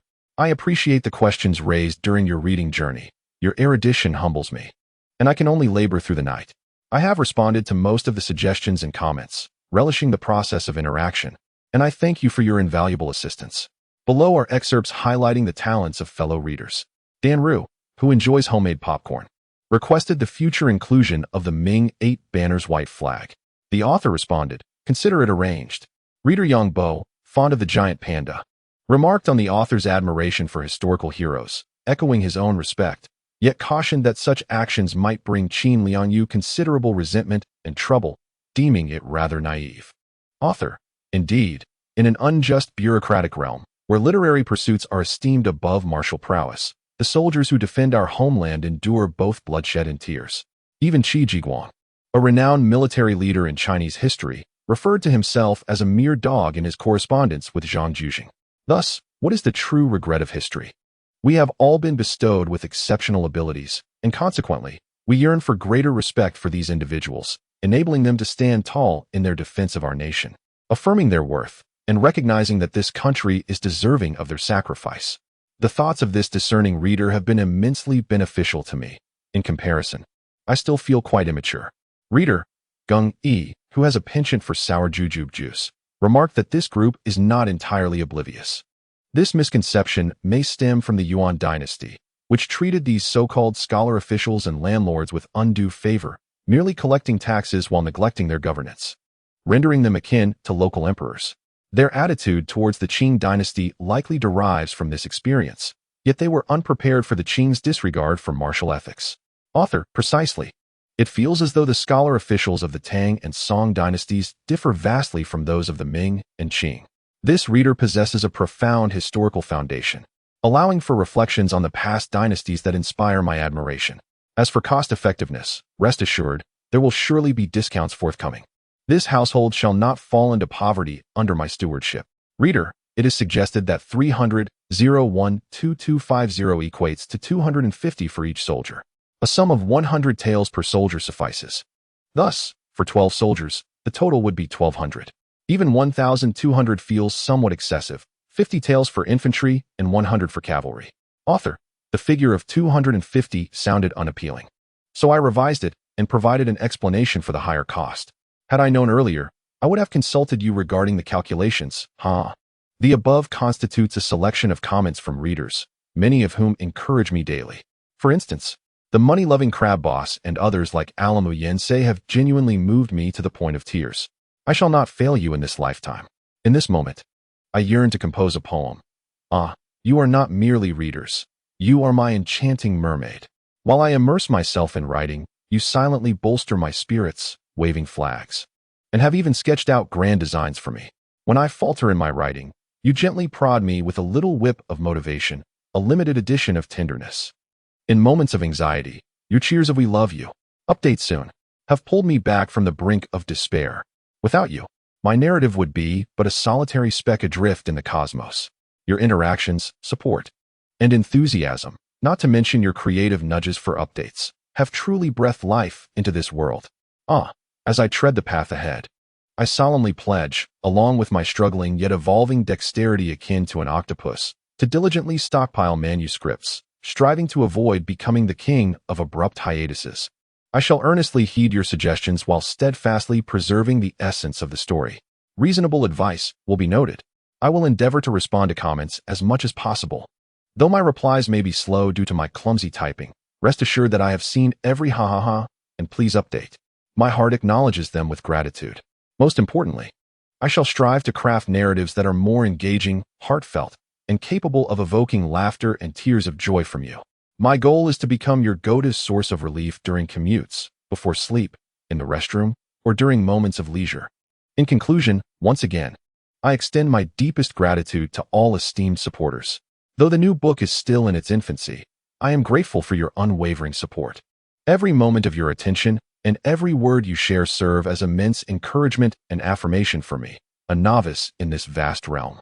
Until we meet again in the next chapter, or perhaps in the comments section. Much love to you all. Chapter 42, A Callous Heart. Zhu Youxiao, the newly ascended emperor of the Ming Dynasty, was scrutinized with a penetrating gaze by Qin Liangyu, whose weathered eyes bore the weight of many trials. Clad in a resplendent yellow robe adorned with a five-clawed golden dragon, the emperor glowed under the flickering candlelight, his complexion radiating vitality. With a black cap atop his head and a youthful brightness in his eyes, he exuded both the vigor of youth and a semblance of deliberate composure born from his newfound authority. As she observed him, Qin Liangyu pondered the reason for this imperial summons, her thoughts racing with urgency. Could it be related to Liaodong? The mere thought tightened her heart. Was the Jurchen chieftain once again encroaching upon the borders? The gravity of the situation required immediate action. Disregarding formalities, she stepped forward, her voice imbued with the urgency befitting a seasoned general. "Your Majesty, has there been trouble in Liaodong? If the Jianzhou chieftain is plotting rebellion, I can swiftly mobilize 5,000 elite troops from Shirtu and set off for Liaodong tonight. I would gladly lay down my life if necessary." Her deep-set eyes glimmered with fervor, and her battle-hardened hands clenched into fists, veins prominent.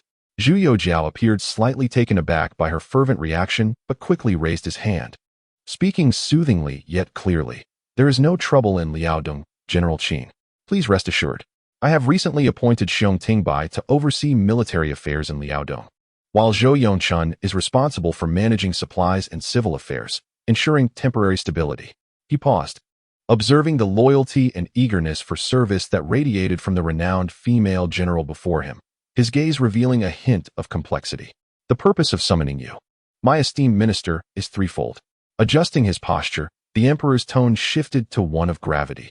Firstly, I have read reports regarding the hardships faced by the troops in the Taichang camp, who suffer from lack of clothing and food. This pains me deeply. The soldiers travel thousands of miles to defend the nation, enduring hunger and cold. This is a failing of the court. He regarded Qin Liangyu's faded military attire and sand-stained visage with genuine respect. Secondly, Zhu Youxiao continued with a deeper tone. Though I ascended to the throne at a young age, I have long heard of your valor since you quelled the Yang Inglong rebellion in 1599, leading the white-armed troops to victory. You have earned a reputation that resonates throughout the realm. Subsequently, you defended Shirtu and safeguarded the southwest, earning the respect of both Han and non-Han alike. Though I dwell within the palace, I have come to know you as the modern-day Hua Mulan, the steadfast anchor of the Ming Dynasty. Witnessing you today, your formidable presence remains undiminished, truly living up to the hopes placed upon you. Upon hearing these words, Qin Liangyu relaxed her tense shoulders slightly, bowing her head in humility as she clasped her hands. Your Majesty's praise is unwarranted. I merely fulfill my duty. Regarding the situation in the Tongzhou camp, she reflected briefly, her voice steady yet resolute. Though the soldiers endure hunger and cold, they continue to train day and night without faltering. Should the court allocate some provisions, I shall do my utmost to rectify the situation, not failing to honor your grace. Zhu Youxiao nodded gently, a fleeting look of sentiment crossing his eyes. Rest assured, venerable matron, the court has indeed been quite tumultuous these past few days, causing the soldiers to suffer from hunger and cold. However, I have commanded the Ministry of Revenue to allocate 8,000 shur of grain and 500 sheep. Furthermore, I have drawn 50,000 taels of silver from the imperial treasury to comfort the hearts of our valiant warriors. Upon hearing this, Qin Liangyu promptly expressed her gratitude for the imperial decree. The mention of mutton and reward silver warmed her heart. Over the years, she had led the troops from Shizhou, providing her own provisions and arms.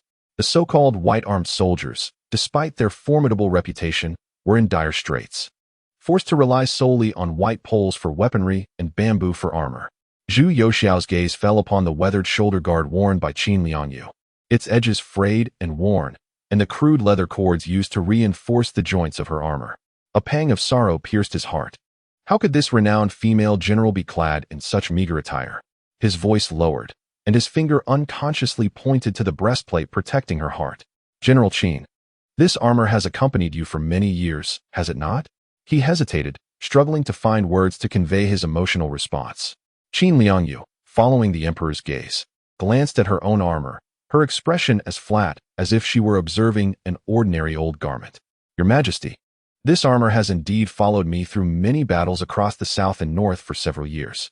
In the frigid borderlands, though heavy, it has shielded me from the biting wind and frost, serving as an old companion. Her tone shifted slightly, imbued with a subtle heaviness. It is a fortunate thing that I still possess this iron armor for protection. However, many of the brave youths from Sichuan, who journeyed thousands of miles to Liaodong, can only rely on layers of bundled bamboo as makeshift armor. Bamboo armor? Zhu Youxiao's eyes widened in disbelief, his youthful voice filled with incredulity. Bamboo armor? I have never encountered such a term in the histories I have read or in the reports from the Ministry of War. Images flashed in his mind of soldiers clad in bamboo strips braving the bitter cold at the frontier, facing the sharp blades and arrows of the Jurchen invaders. A chill surged up his spine, realizing they were confronting danger with nothing but their flesh and blood. Indeed, Your Majesty, Qin Liangyu's voice, though soft, struck the tiles of the grand hall like a hammer, each word laden with the blood, tears, and helplessness of the frontier soldiers. The mountains of Sichuan are steep and perilous, and iron ore is scarce. Forging iron armor is no simple task. For ordinary guards, possessing a thick cotton armor is already a considerable fortune. When they reach the border, faced with the ferocious cavalry of the Jurchens and a rain of arrows, bamboo armor serves merely as a source of comfort. He had always assumed that the soldiers merely faced shortages of clothing and food, never imagining that those fighting for the Ming Dynasty at the front lines had such rudimentary protection. Taking a deep breath, Zhu Youxiao pressed his lips together, his youthful face revealing a complex array of emotions: respect, guilt, and an urgent desire to act. The venerable matron sacrifices for the nation, and the soldiers endure hardship to pledge their loyalty.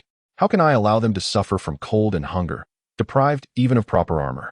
His voice rose slightly, infused with an undeniable resolution. Issue an edict. Select a fine suit of fish-scale armor from the armory for General Qin, tailored to her form. Prepare the brand new armors, greaves, and battle skirts. General Qin has defended the nation for decades, and the wear and tear of the elements are etched upon his armor. Now, as he enters the capital to pay his respects, I cannot allow the pillar of our nation to don this tattered, old armor.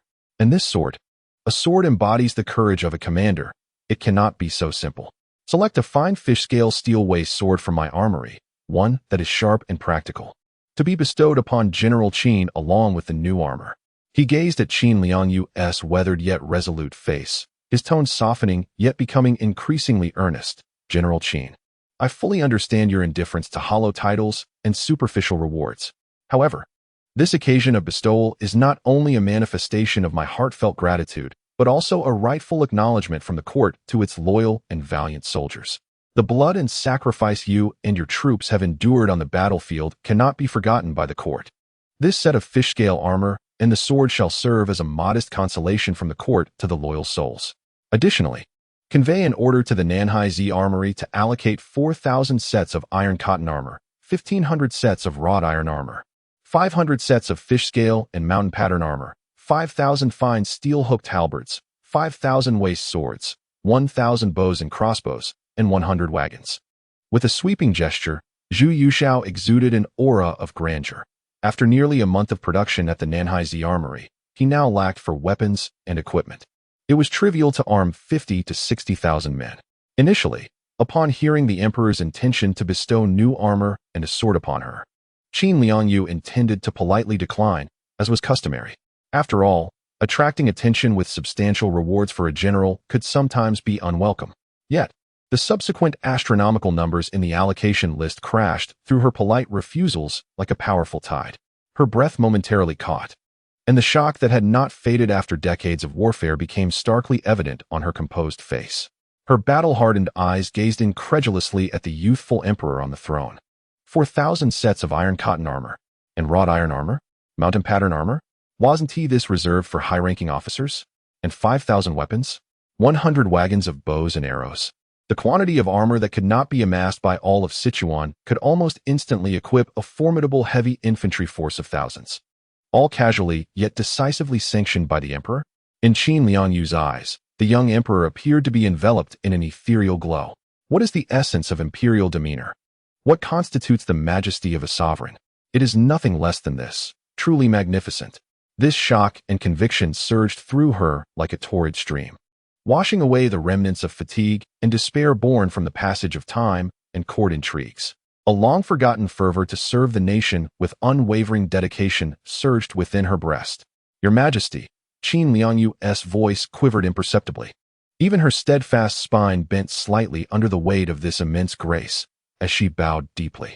This time, it was a heartfelt submission and profound gratitude. Your Majesty's generosity and the substantial rewards for the army. This iron-willed female general found herself momentarily choked with emotion. The old minister could only sacrifice himself, body and soul, in repayment for your Majesty's kindness. As I depart, I shall dedicate myself wholeheartedly, to the last breath, for your Majesty and for the great Ming, shedding my final drop of fervent blood. The air within the hall seemed ignited by this resounding oath.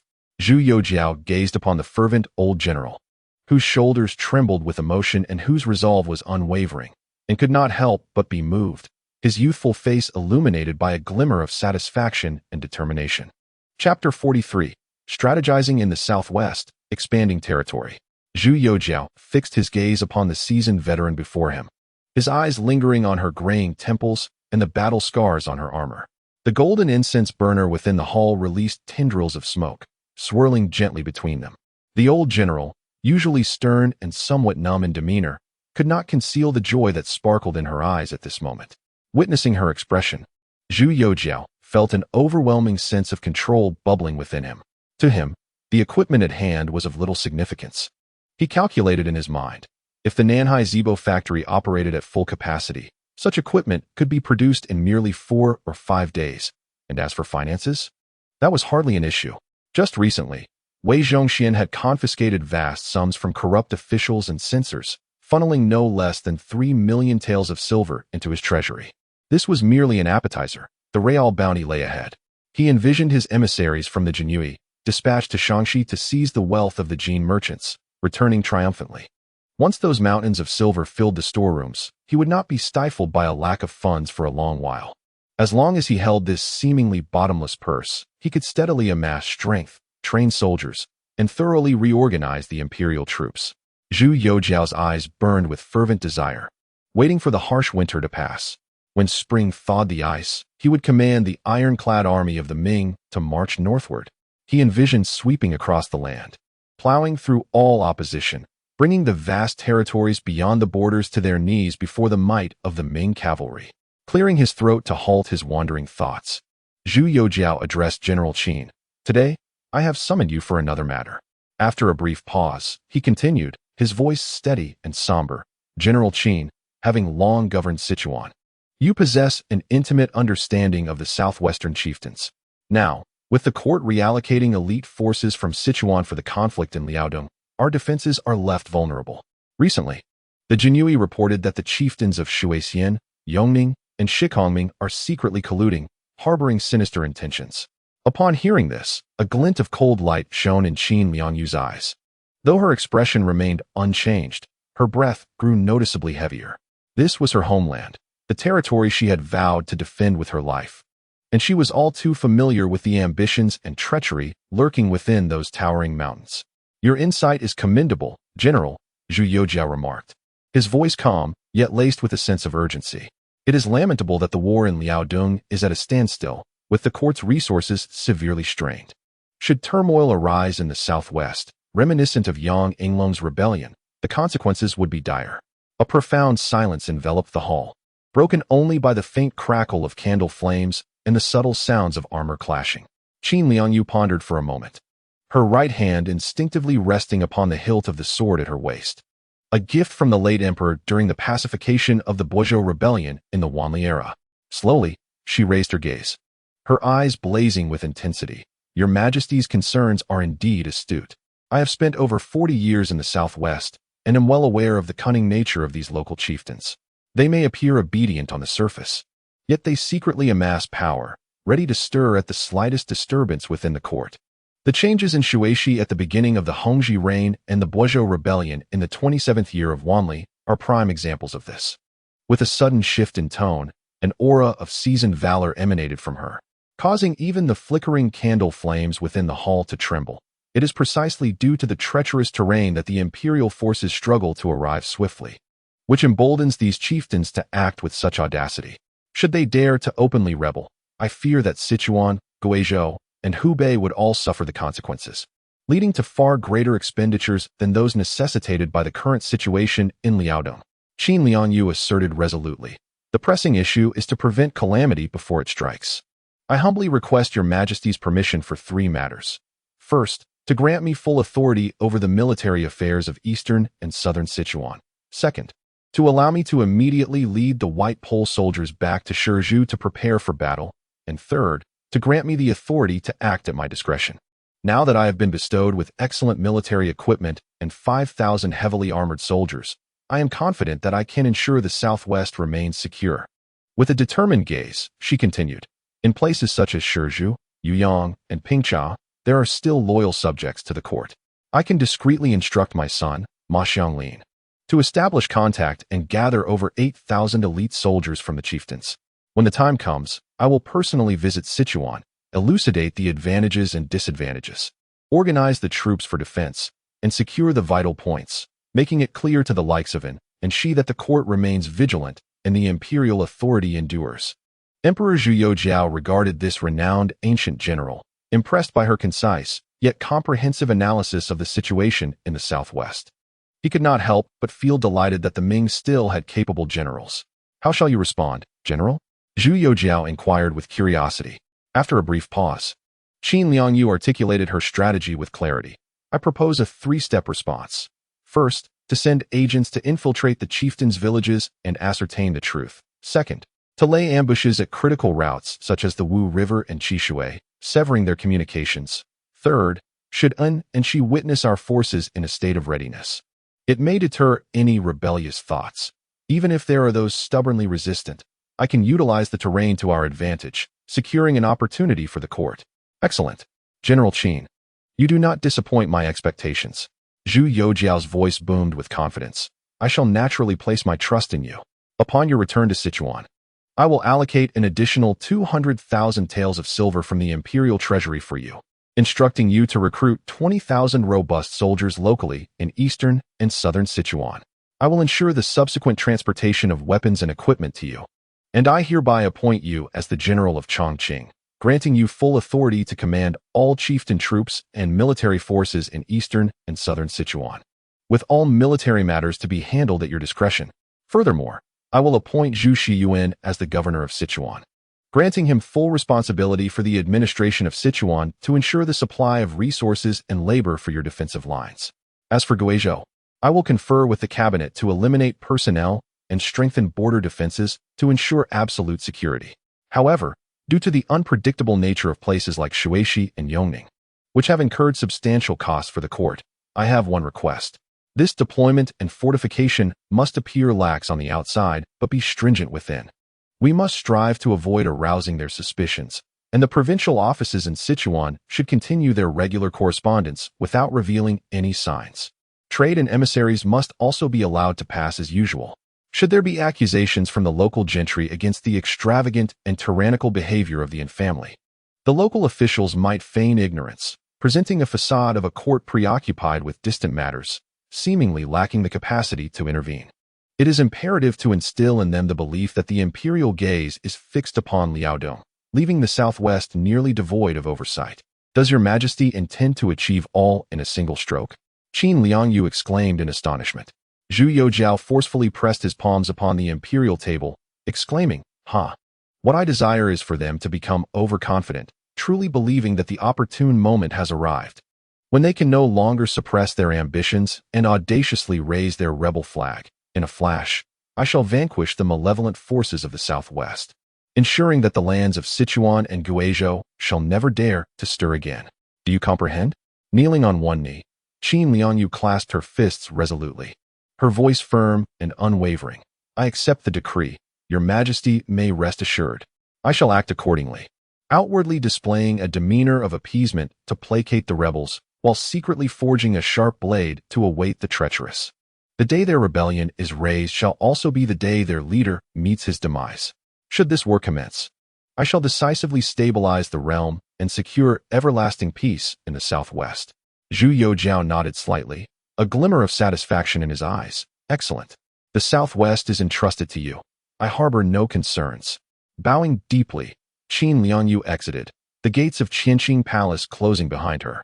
The biting autumn wind rushed against her, yet it could not extinguish the fervent tides of resolve within her heart.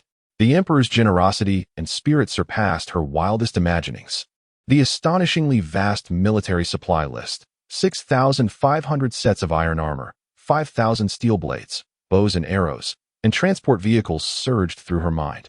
Never before had she encountered such an abundance of armaments in a single instance during her years of service. This was not merely a reward. It was to forge her and her white-clad soldiers into the imperial sword aimed at the southwest. Her steps momentarily faltered as she clenched her fists. The young emperor's indomitable spirit further endeared him to her. When he spoke of Yongning and Shuixi, there was not a hint of hesitation in his youthful gaze. Only the resolute determination of a sovereign wielding life and death, his ambition viewing the vast landscapes as a chessboard, treating formidable foes as mere weeds. Heaven bless our Ming Dynasty. Drawing a deep breath of the frigid night air, the emperor's proclamations resonated like a blade poised over her heart. Gazing up at the profound night sky above the forbidden city, stars twinkled like shards of ice. An unprecedented complexity of emotions surged within her, shaken by the emperor's dominance. A blend of gratitude for the trust bestowed upon her in this national endeavor. Through the imposing shadows of the palace, her steps were heavy as mountains, yet steady as a rock, ultimately melding into the boundless depths of the autumn night's embrace. Chapter 44. 3,000 bombards after Qin Lianyu's departure, Zhu Youxiao paced alone in the vast hall. The sound of his boots striking the golden bricks resonating sharply in the silence, akin to the disarray of drums beating within his heart.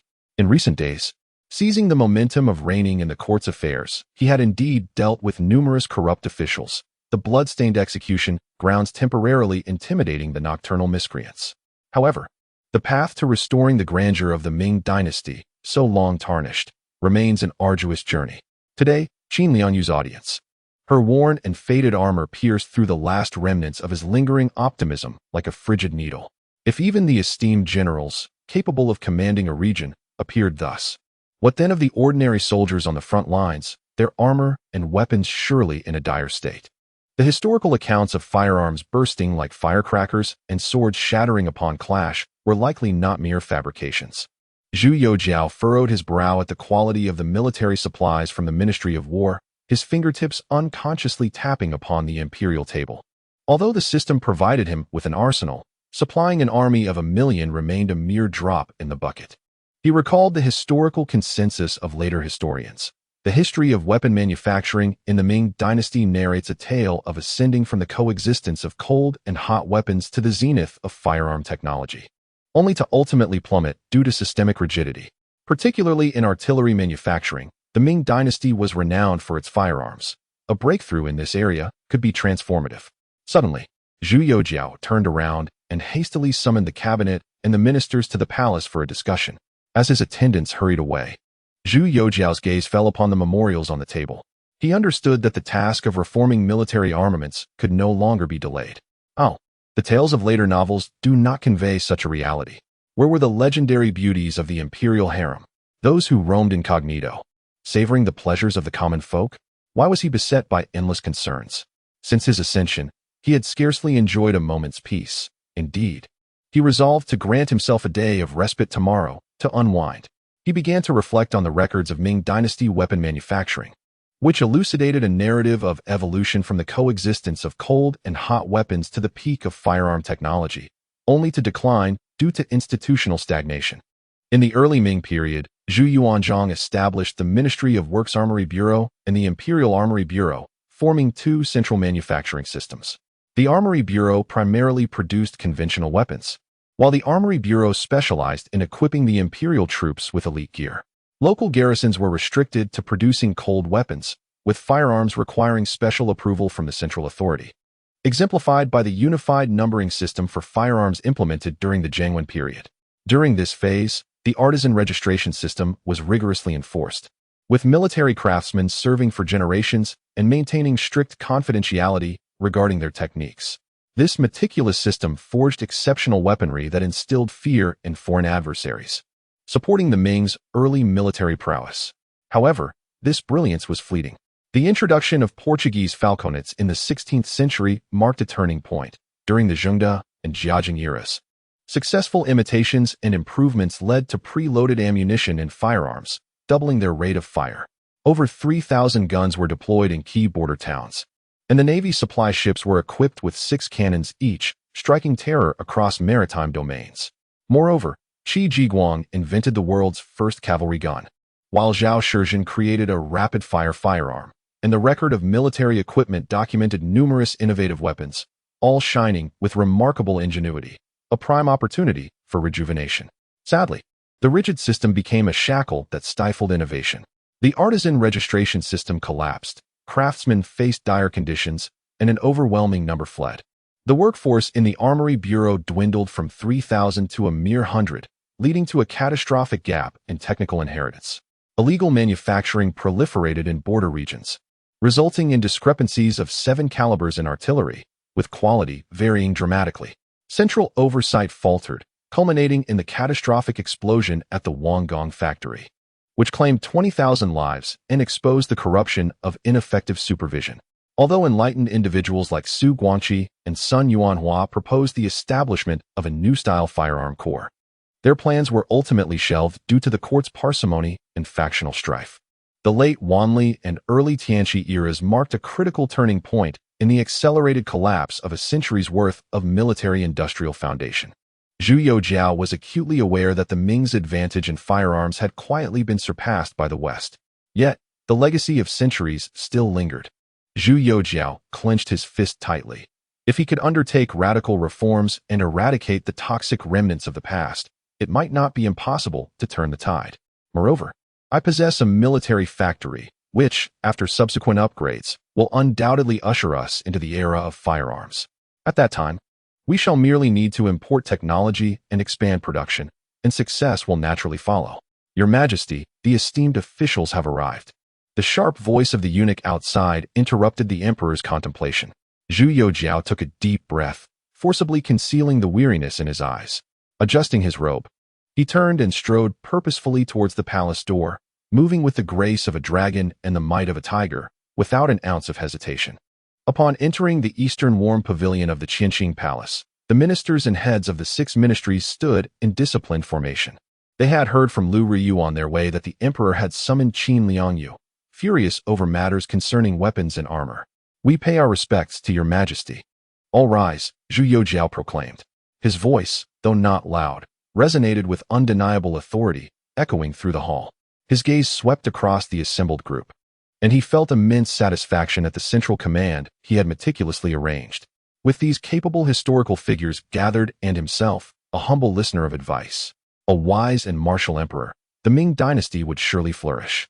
I, Zhu Youxiao, declare it. Who dares to oppose? Who stands in agreement? Today, I have summoned you, beloved ministers, to discuss a matter of grave importance that threatens the state and requires our deliberation. He gestured subtly to Luo Yangxing, who promptly signaled for all attending eunuchs to leave the hall. Once the palace doors were securely closed, Zhu Youxiao cast a serious glance at the ministers. Infused with the shock and anger he had just received from Qin Liangyu, the reason for your summons today is not for ordinary state affairs, but pertains to the security of our southwestern territories and the existence of our state. Therefore, I implore you all to maintain utmost confidentiality, should this matter be leaked. Do not hold me accountable for treating it as treason. Upon hearing this, the atmosphere in the warm pavilion became instantly tense. Fang Zhongzhe, Zhou Jiamao, and the others felt a shiver run through them, realizing that the emperor would not adopt such a tone unless it were a matter of national significance. Without granting them time for reflection, Zhu Youxiao's gaze shifted directly to Luo Yangxing. Luo Qing, please report the military situation in the southwest to the esteemed officials. Luo Yangxing stepped forward, his voice resonant and clear. Your Majesty, esteemed officials, according to intelligence gathered by the Jinyue from Sichuan and Guizhou, and after extensive verification, due to last year's reinforcement of Liaodong, the elite troops stationed in Sichuan have been largely redeployed northward, leaving the interior of Sichuan severely undermanned. This situation is already known among the local chieftains of Yongning and Shuishi. He paused, accentuating his words. Moreover, the Yongning chieftain, Sha Chongming, and the Shuishi chieftain, and Bang Yan, harbor nefarious ambitions. They have recently been in frequent contact with neighboring chieftains, secretly stockpiling grain and arms, and fortifying their strongholds. Their actions are furtive, and their intentions are far from trivial. Based on the intelligence I have gathered, their rebellious inclinations are glaringly evident, and they may act within a year or even sooner. What? Sha and dare to do such a thing? The situation in Sichuan is so precarious? The hall erupted in hushed exclamations of disbelief. Even these seasoned officials, weathered by the storms of governance, were taken aback by this sudden and immense threat. Particularly, Sun Qingzong, Li Banghua, and the others, their expressions turned grave. For they understood that the southwestern chieftains wielded a complex web of power, posing a perennial threat to the court. Should any upheaval occur, it would lead to devastation across the land. Zhu Youxiao observed the reactions of those present, particularly the furrowed brow of Bai Zian. He spoke in a somber tone. Have you all understood? The situation in Sichuan is akin to an open gateway, with Shi Chongming and Bang Yan lurking like wolves poised to pounce. If the court fails to prepare in advance, and they suddenly strike, ravaging Sichuan, Guizhou, and Yunnan, our southwestern frontiers will be laid bare, leading to insurmountable internal and external crises. This is a matter of utmost importance for the state. With a decisive sweep of his sleeve, he turned to his ministers, his tone resolute. I have made my decision. We shall take immediate measures to prevent future calamities. You, my esteemed ministers, must swiftly deliberate on the necessary protocols. Chapter 45, Strategies for the Southwest, Part 1. The emperor had set the tone with a clear objective, to establish precautions against the local chieftains in the southwest. The assembly felt a slight sense of calm, yet the pressing question remained, how to respond. As the first minister, Fang Songjia had no choice but to speak first. Cautiously inquiring, Your Majesty, your insight into the source of danger is unparalleled. However, the position of the provincial governor in Sichuan is currently held by the acting governor of the finance department. In this precarious situation, who can be entrusted with such a heavy responsibility to stabilize the province and deter the disloyal? This was precisely what weighed on everyone's minds. And all eyes turned toward the emperor. Zhu Youxiao appeared to have pondered deeply, responding almost instinctively. Firstly, I shall appoint Qin Liangyu, the pacification envoy of Sichuan, as the general of Sichuan. She will oversee military affairs in the province, recruit an army of 20,000, and be responsible for arming the local defenses. Tasked with suppressing rebellions. Qin Liangyu? Zhou Jiamao furrowed his brow and interjected, Your Majesty, though the Qin family is loyal and brave, she is ultimately a woman, wielding the command of an entire province's military. Though his next words remained unspoken, the implication was clear. A woman leading troops was unprecedented and would likely struggle to command respect in such a significant military and political role. Before Zhou could finish, another elder statesman, Li Banghua, stepped forward, his voice fervent and powerful. Your Majesty, I must respectfully disagree with Elder Zhou. General Qin's loyalty and unparalleled military prowess are rarely matched in our times. Her elite troops, the White Banner soldiers, are renowned throughout the realm. More significantly, the crisis in Sichuan is extraordinary. It requires someone with deep-rooted connections to the people and a thorough understanding of the terrain, someone of General Qin's stature, well acquainted with the local chieftains, to instill fear in them. In the past, when Yang Yinglong rebelled in Boizhou, General Qin led the White Banner elite to conquer the treacherous mountain passes of Lushan, achieving a significant victory. Such distinguished accomplishments prove her to be the unparalleled choice for stabilizing the southwest. As these words resonated, approval flashed in the eyes of several others. Zhu Youxiao nodded, acknowledging the elder's insights. Indeed, General Qin's loyalty and skill, coupled with the prowess of her White Banner troops, make her a paragon of our dynasty. He paused slightly, his tone imbued with an undeniable resolve. Moreover, in the Tang Dynasty, Lady Li commanded the women's army to assist her father in establishing a foundation. And in the Song Dynasty, Lady Liang Hongyu beat the drums to repel the Jin invaders. Such remarkable women have proven that they are not to be overshadowed by men, achieving great military successes. Thus, when it comes to the nation's appointments, should we adhere to antiquated norms and be constrained by convention? General Qin possesses the talent necessary to uphold the state. She is indeed fit for this crucial role. Observing the unwavering light in the emperor's eyes and the subtle support from the others, Zhou Jiamao could only swallow his unspoken thoughts and bow respectfully. Your Majesty's decision is wise. I have no objections. Zhu Youxiao nodded thoughtfully and continued to announce. Secondly, Zhu Shiyuan, the Right Minister of Finance in Sichuan, is to be promoted to the position of Right Censor of the Imperial Censorate, effectively taking on the role of Governor of Sichuan, overseeing military affairs. The former governor of Sichuan will be reassigned to Yunnan, and after 3 years, should he demonstrate merit, he will be elevated and summoned back to the capital.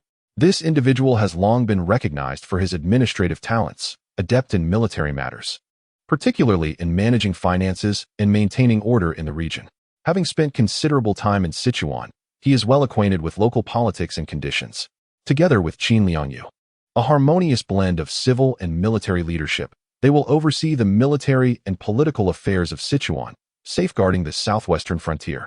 Zhu Shiyuan, deep in thought, nodded in agreement, for he had indeed collaborated on financial matters in Sichuan and displayed a commendable sense of responsibility.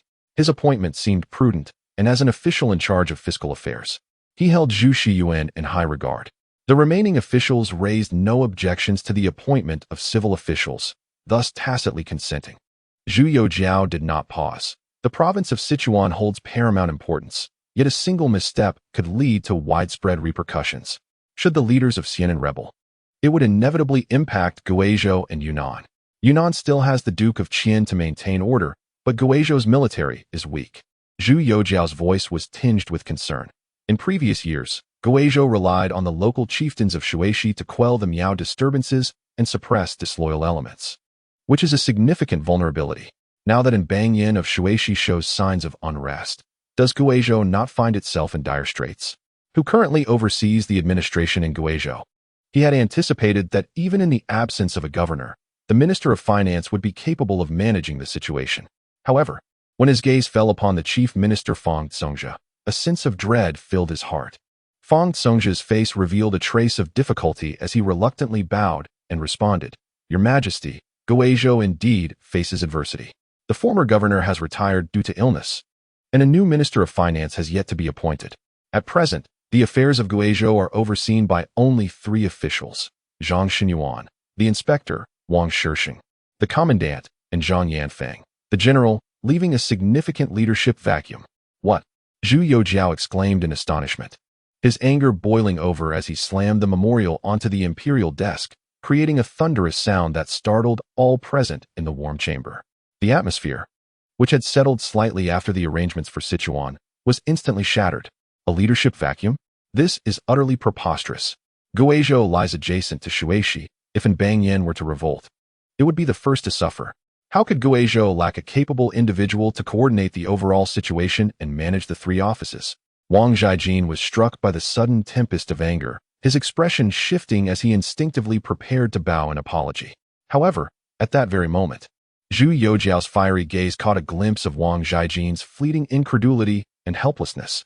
Had Wang Zhaijin only recently assumed the position of Minister of Personnel? Could he possibly rectify the entrenched issues and leadership void in Sichuan and Guizhou within such a short span? In an instant, Zhu Youxiao's overwhelming fury faltered. He inhaled deeply, suppressing the sharp reprimand that had risen to his lips. This is a consequence of the court's long-standing issues. Zhu Youxiao's voice suddenly grew somber, imbued with a profound sense of resignation and self-reproach, effectively replacing his earlier thunderous wrath. All those with understanding instantly comprehended. This was not merely a recent lapse, but rather the accumulation of misgovernance left by successive officials. Particularly during the negligent latter years of the Wanli era, the ministers present exchanged glances, a flicker of warmth passing through their eyes. The emperor's discernment in rewarding and punishing is indeed a sign of a wise ruler. He turned to the chief minister Fang Zhongzhe, his tone regaining its composure. "Mr. Fang, given the current situation, we urgently require a pragmatic strategy. The position in Guizhou is vacant, and military and civil affairs are in disarray, akin to a headless dragon. Is there anyone in the cabinet who can be considered for this role?" Fang Zhongzhe secretly breathed a sigh of relief. It was no small feat for the emperor to suppress his fury and confront the issue head-on. He immediately bowed and replied, "Your Majesty, in such haste. To select a capable minister who can promptly travel to Guizhou and avert disaster is indeed a formidable task. However, upon careful reflection, there is one individual who possesses the requisite status, talent, and courage to navigate this crisis." He paused, his voice taking on a more solemn tone. "The current vice minister of the censorate, Wang Sanshan, is a man of resolute character, well-versed in military affairs. In his previous role as the right assistant censorate, he governed Jiangxi during a time of rampant banditry, employing both military and conciliatory strategies. Within a few months, he restored peace and established his authority in the southern territories. Moreover, he is known for his integrity and courage, unafraid of hardship. The situation in Guizhou bears a striking resemblance to the crisis in Jiangxi at that time. Furthermore, with his position as vice minister and his role as governor, he is well positioned to command respect among the officials and military personnel in Guizhou." As soon as Fang Zhongzhe finished speaking, Li Banghua stepped forward. "Your Majesty, the chief minister's recommendation is most commendable. Vice Censor Wang possesses exceptional abilities, with strategies and decisive actions that make him a leader of our time. What is especially admirable is his unwavering loyalty and dedication to the nation, earning him the moniker Iron-Faced Wang. At this critical juncture in Guizhou, it is imperative to have such a formidable and steadfast minister to shoulder this heavy responsibility. I concur with the chief minister's recommendation and endorse Wang Sanshan for the position of governor of Guizhou, overseeing military affairs and restoring order to the region." Listening to the strong endorsements from Fang and Li, particularly the personal recommendation from Li Banghua, Zhu Youxiao's doubts dissipated, replaced by clarity and resolve. "Excellent. Zhu Youxiao declared decisively. Since both the chief minister and the elder statesman have jointly recommended him, I hereby promote Wang Sanshan, the vice minister of the censorate, to right censorate, concurrently serving as right vice minister of the Ministry of War and appointed as governor of Guizhou, overseeing all military matters in the province. Additionally, he shall be accompanied by a contingent of elite troops. I decree that 300 elite cavalry and 1,000 skilled infantry be dispatched from the 3 major camps in the capital to ensure his safety and swift arrival in Guiyang.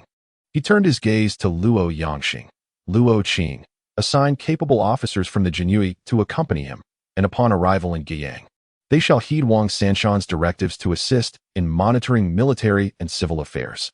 Chapter 46, Strategy for the Southwest, Part 2, Zhu Youxiao did not pause. Scanning the ministers, what of the vacancy for the governor of Guizhou? He fixed his gaze on Wang Zhaijin, the minister of personnel, his tone brooking no dissent. Wang Zhaijin had already been thinking swiftly and quickly bowed to respond. Your Majesty, the governor of Guizhou requires a person of steady temperament, adept in financial matters, and capable of pacifying the local populace to assist the governor. I propose the current left councillor of Zhejiang, Zhang Heping, who is experienced and prudent. Having long served in administrative roles, he is well versed in the logistics of grain transportation and governance, making him a suitable candidate. At this moment, Zhu Youxiao's expression softened. Agreed. Immediately promote Zhang Heping to the position of governor of Guizhou to collaborate with Wang Sanshan in managing grain supplies and civil affairs, and issue an edict commanding his immediate departure to Guizhou. The governor of Guizhou issued a stern order for the 3 departments, the Bureau of Revenue, the Inspectorate, and the military command, to unite in a state of martial law. They were to rectify military preparations, reinforce the city defenses, and closely monitor the movements of the Yin clan in Shuishi. Should any unusual activities arise, they were to report immediately. At this moment, the previously silent Minister of Justice, Huang Kezan, hesitated but ultimately approached to voice his concern. Your Majesty, I bear a worry. Since the young Duke of Yunnan and Qian ascended to his title in the first year of the Muqi era, the affairs of the Duke's household have been managed by his grandmother, Madame Chun. However, internal courtiers have usurped power, leading to a decline in the authority of the Mu household compared to its illustrious ancestors, Mu Ying and Mu Sheng. Should chaos erupt in Chuan and Qian, it may be challenging to deter the local chieftains of Yunnan, potentially leading to calamity extending across the 3 fiefdoms, making the situation difficult to control. Zhu Youxiao's gaze darkened. He was aware that the rebellion of Sha'an would erupt in September of the following year, and time remained to prepare. He commanded the Ministry of War and the Inspectorate to jointly issue a decree to be urgently dispatched to Yunnan over a distance of 800 li. The Duke of Qian's household and the 3 departments in Yunnan were to immediately organize their troops, inventory their arms and ammunition, and promptly replenish any deficiencies. They were also to verify the grain and fodder reserves across various prefectures and counties, rigorously guarding vital passes and thoroughfares. The governor of Guizhou was to swiftly select 3,000 elite soldiers to station at the Wuming Mountains, which lie at the intersection of Yunnan, Guizhou, and Sichuan, to construct fortifications in advance and prepare for any eventualities. At this point, Zhu Youxiao's tone grew severe. The Duke of Qian's household has long enjoyed the favor of the state and must prioritize the achievements of their ancestors. I shall generously reward those among the civil and military officials of Yunnan who perform meritoriously. But should negligence lead to the infiltration of bandits into Yunnan, his gaze swept across the court like a blade. Any noble or high official found guilty of allowing territory to fall will face severe punishment without mercy. Li Banghua added, Your Majesty need not worry. The Inspectorate will conduct discreet inquiries into the officials' performance and report their findings. Your Majesty should also send the Jinyui to investigate the situation on the ground. Zhu Youxiao surveyed the assembly and spoke gravely. Gentlemen, do you believe there are any oversights in our approach? Speak freely. A brief silence enveloped the hall. Seeing that no one responded, Zhu Youxiao continued. Today, I establish a new rule. In future discussions, I shall permit all of you to speak your minds openly. However, once a decree is issued, it shall become national policy. Anyone found to be insincere or delaying in their duties shall be punished as if they were opposing the imperial will. The assembly was visibly moved. Bowing in acknowledgement of his decree, Fang Songjia pondered for a moment, then clasped his hands in respect. Your Majesty has considered this thoroughly. The allocation of troops, funds, and the supervision of officials has been arranged. Generals Qin and Zhu are indeed suitable candidates, but he weighed his words carefully, questioning whether the recent appointments of commanders in Sichuan and Guizhou were perhaps too hasty, as the mobilization of troops and resources would require time. Did the leaders of Shaoan truly dare to buy Xian then stepped forward, his words grounded in practicality? Your Majesty, I too concur with Elder Fong's sentiments. The deployment of personnel is indeed a wise precaution. However, as the Minister of Revenue, I must emphasize that the mobilization of troops and resources across the three departments will demand a substantial amount of funds and materials. This is particularly true for Sichuan, where General Qin requires silver for training troops, constructing fortifications, recruiting soldiers, and maintaining equipment. Additionally, Governor Zhu must provide for the displaced populace and manage logistical operations, all of which will incur expenses.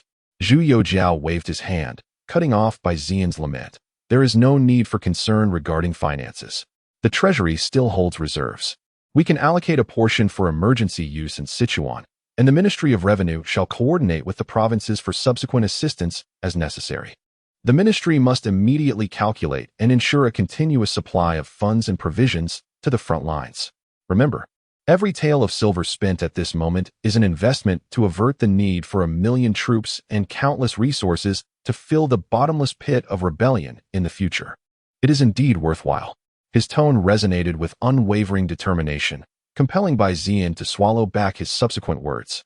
With the emperor willing to utilize the internal treasury, what further arguments could there be? Wang Zhaijin stepped forward and added, Your Majesty's concerns are indeed valid. The Ministry of War will commence forthwith. In addition to General Zhu Futai and General Qin assembling troops from Sichuan, we may discreetly mobilize several thousand elite soldiers from nearby Huguan and other garrisons under the pretext of troop rotation or training, gathering them in key locations in eastern and northern Sichuan. Should any alarm arise, we will be ready to respond. Seeing that no one else raised significant objections, with personnel and provisions addressed, Zhu Youxiao decisively declared, Excellent. Since the ministers have largely reached a consensus, Luo Yanxing, present. The personnel of the Jinui must penetrate Sichuan and Guizhou like nails, particularly in Yongning, Shuishi, and the domains of the two chieftains, and I demand to receive the most accurate intelligence at the earliest opportunity. Understood. I shall diligently monitor, and at the slightest sign of trouble, report to Your Majesty with utmost urgency. Luo Yanxing responded loudly. Once everything is deemed appropriate, Zhu Youxiao's gaze intensified and finally settled. Draft the edict. Promote Qin Lianyu and Zhu Xiyuan, along with the military orders for the provinces of Sichuan, Guizhou, and Yunnan, to bolster defenses. But it must be executed under a confidential directive. Upon hearing this, several ministers displayed expressions of confusion, questioning the need for a confidential directive. Fang Songjia was momentarily taken aback and cautiously inquired, Your Majesty, if a confidential directive is issued, local officials may struggle to comprehend the court's deeper intentions. The recent disturbances among the southwestern chieftains are not unprecedented. It is impractical for the dynasty to maintain an extensive defense against thieves. If a public order is released, the rebels will undoubtedly take precautions, lying low and wasting our resources. Thus, this deployment requires a FAAD of external communication while tightening internal security. We will use the unrest in Myanmar as a pretext to rectify our defenses, allowing them to lower their guard, believing their moment has arrived. When they can no longer contain their ambitions and brazenly raise their rebel banners, we shall strike with a swiftness that leaves them no time to react, subduing the malevolent spirits of the southwest entirely. Let this land of Sichuan and Guizhou never dare to stir again. Li Banghua applauded. This strategy is brilliant. It avoids alarming the enemy while allowing us to achieve our objectives in one fell swoop. Remember, Zhu Youxiao suddenly raised his voice, his gaze cutting through the assembly like a blade. What is discussed today shall remain within the Qianqing Palace and be buried in the earth. Should any leaks occur, we shall treat it as treason. He lightly tapped his waist pendant, the crisp sound echoing throughout the hall. All the ministers stood solemnly, responding in unison. We shall remember. Zhu Youxiao then displayed a satisfied smile, but his expression turned serious as he scanned the room, finally resting upon the somewhat grizzled yet sharp-eyed Minister of War Sun Qingzong and the resolute-looking Minister of Works Su Guanqi. Minister's son, Minister Zhu Youxiao stated directly, "Today, the envoy Qin Lianyu from Shizhou has been summoned to the court. Clad in rusty and worn armor, I find it a thorn in my side. I have received reports from the border garrisons that the soldiers' firearms frequently explode and injure them. Swords, spears, bows, and arrows are decayed and easily broken. Is this the reliance of our great Ming on armor and weaponry to resist the Tartars?" The Ministry of War oversees the nation's military preparedness, while the Ministry of Works manages the production of weaponry. How has the quality of our arms and armor deteriorated to such an extent? What is the cause? Is it due to the Ministry of Revenue's financial inadequacy? Is it because the Ministry of Works lacks skilled artisans? Or is it the negligence of the Ministry of War in its inspections? Or perhaps, the voice of Zhu Youxiao suddenly turned harsh, like ice tempered by fire. Layer upon layer of peeling, greedily filling his own coffers, consuming the flesh and blood of soldiers, such that the valiant warriors on the battlefield, fighting for their lives, were left without the sharpness of a single weapon, nor the protection of sturdy armor. Zhu Youxiao's final words, a piercing indictment, echoed like thunder, causing the hall to fall silent as if a pin could be heard dropping, with beads of cold sweat forming on the brows of numerous ministers. The Minister of War, Sun Xingzong, the emperor's teacher, well-versed in military affairs and their intricacies, wore a pained and solemn expression, yet remained composed. He stepped forward, intending to voice his concerns. However, unexpectedly, the first to speak was the Minister of Works, Su Guanqi. This esteemed elder, renowned for his profound study of Western learning and his fervent advocacy for reform, displayed little fear on his face at that moment. Rather, he appeared filled with a long-suppressed excitement, finally able to speak his mind. Standing tall, his voice trembled slightly with emotion, yet remained exceptionally clear and resolute. "Your Majesty, I, Su Guanqi, lead the Ministry of Works. The charges you have laid forth cut like daggers, piercing my very heart. The decay of military equipment has reached such a point that our ministry cannot escape blame. Yet I dare to risk my life to speak. This malady is not a result of a single day's neglect, nor is it solely the fault of the Ministry of Works." Su Guanqi paused momentarily, meeting Zhu Youxiao's sharp gaze without flinching. "The artisan registration system has become a mere shell, with 9 out of 10 households standing empty, existing in name only. The fault lies not within the system itself, but in the harsh treatment of the people. The court regards craftsmen as lowly laborers, subjecting them to excessive demands, while their pay and provisions are relentlessly diminished, leaving them with barely a few dough of rough rice each month, and scant silver to speak of, far less than what a mere porter in the capital earns. Their children are forever relegated to a lowly status, barred from the imperial examinations and other professions, akin to cattle and horses. Given such treatment, can we wonder why craftsmen harbor animosity toward their trade, leading to their mass exodus? Armor and the artisans of the Wanggong Air Factory have seen 8 out of 10 disappear. How can such skills be passed down? How can ingenuity be inspired? It is not the laziness of the people, but rather the court's self-inflicted severance of its own arms."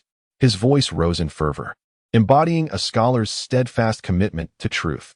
The scarcity of resources is merely a surface issue. The real root of the problem lies in the mistreatment of craftsmen. Although the national treasury may be strained, to view this as a justification for waste is a grave error. "Your Majesty, are you aware that in the outskirts of the capital, there exist several private ironworks employing refugee craftsmen, offering them generous monthly salaries, producing tools and implements that are indeed superior in quality and durability to those of the official workshops? If the court were to genuinely alleviate their hardships, provide them with sustenance, and establish a system of rewards and punishments based on merit, bestowing generous rewards and promotions upon skilled artisans, allowing them to envision a bright future, who would wish to leave their homes, who would not willingly contribute their utmost.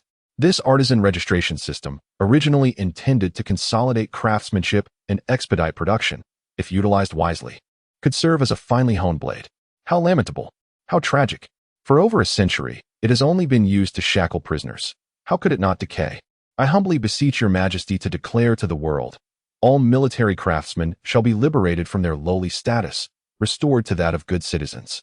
Their compensation shall be commensurate with their skills, and a merit examination shall be established, with those excelling rewarded with official positions. Only by fulfilling their desires, reaping benefits, and gaining respect, can we entice skilled hands and minds to return, allowing withered trees to bloom anew in spring. Your Majesty's anger today resonates with my own feelings.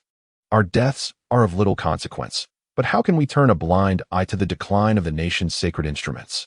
If your Majesty truly seeks to excise the poison and completely reform the machinery of state, forging the nation's vital tools, I, Zhu Youxiao, am willing to dedicate my life and soul, following in your Majesty's wake. Even at the cost of 1,000 deaths, I shall not hesitate.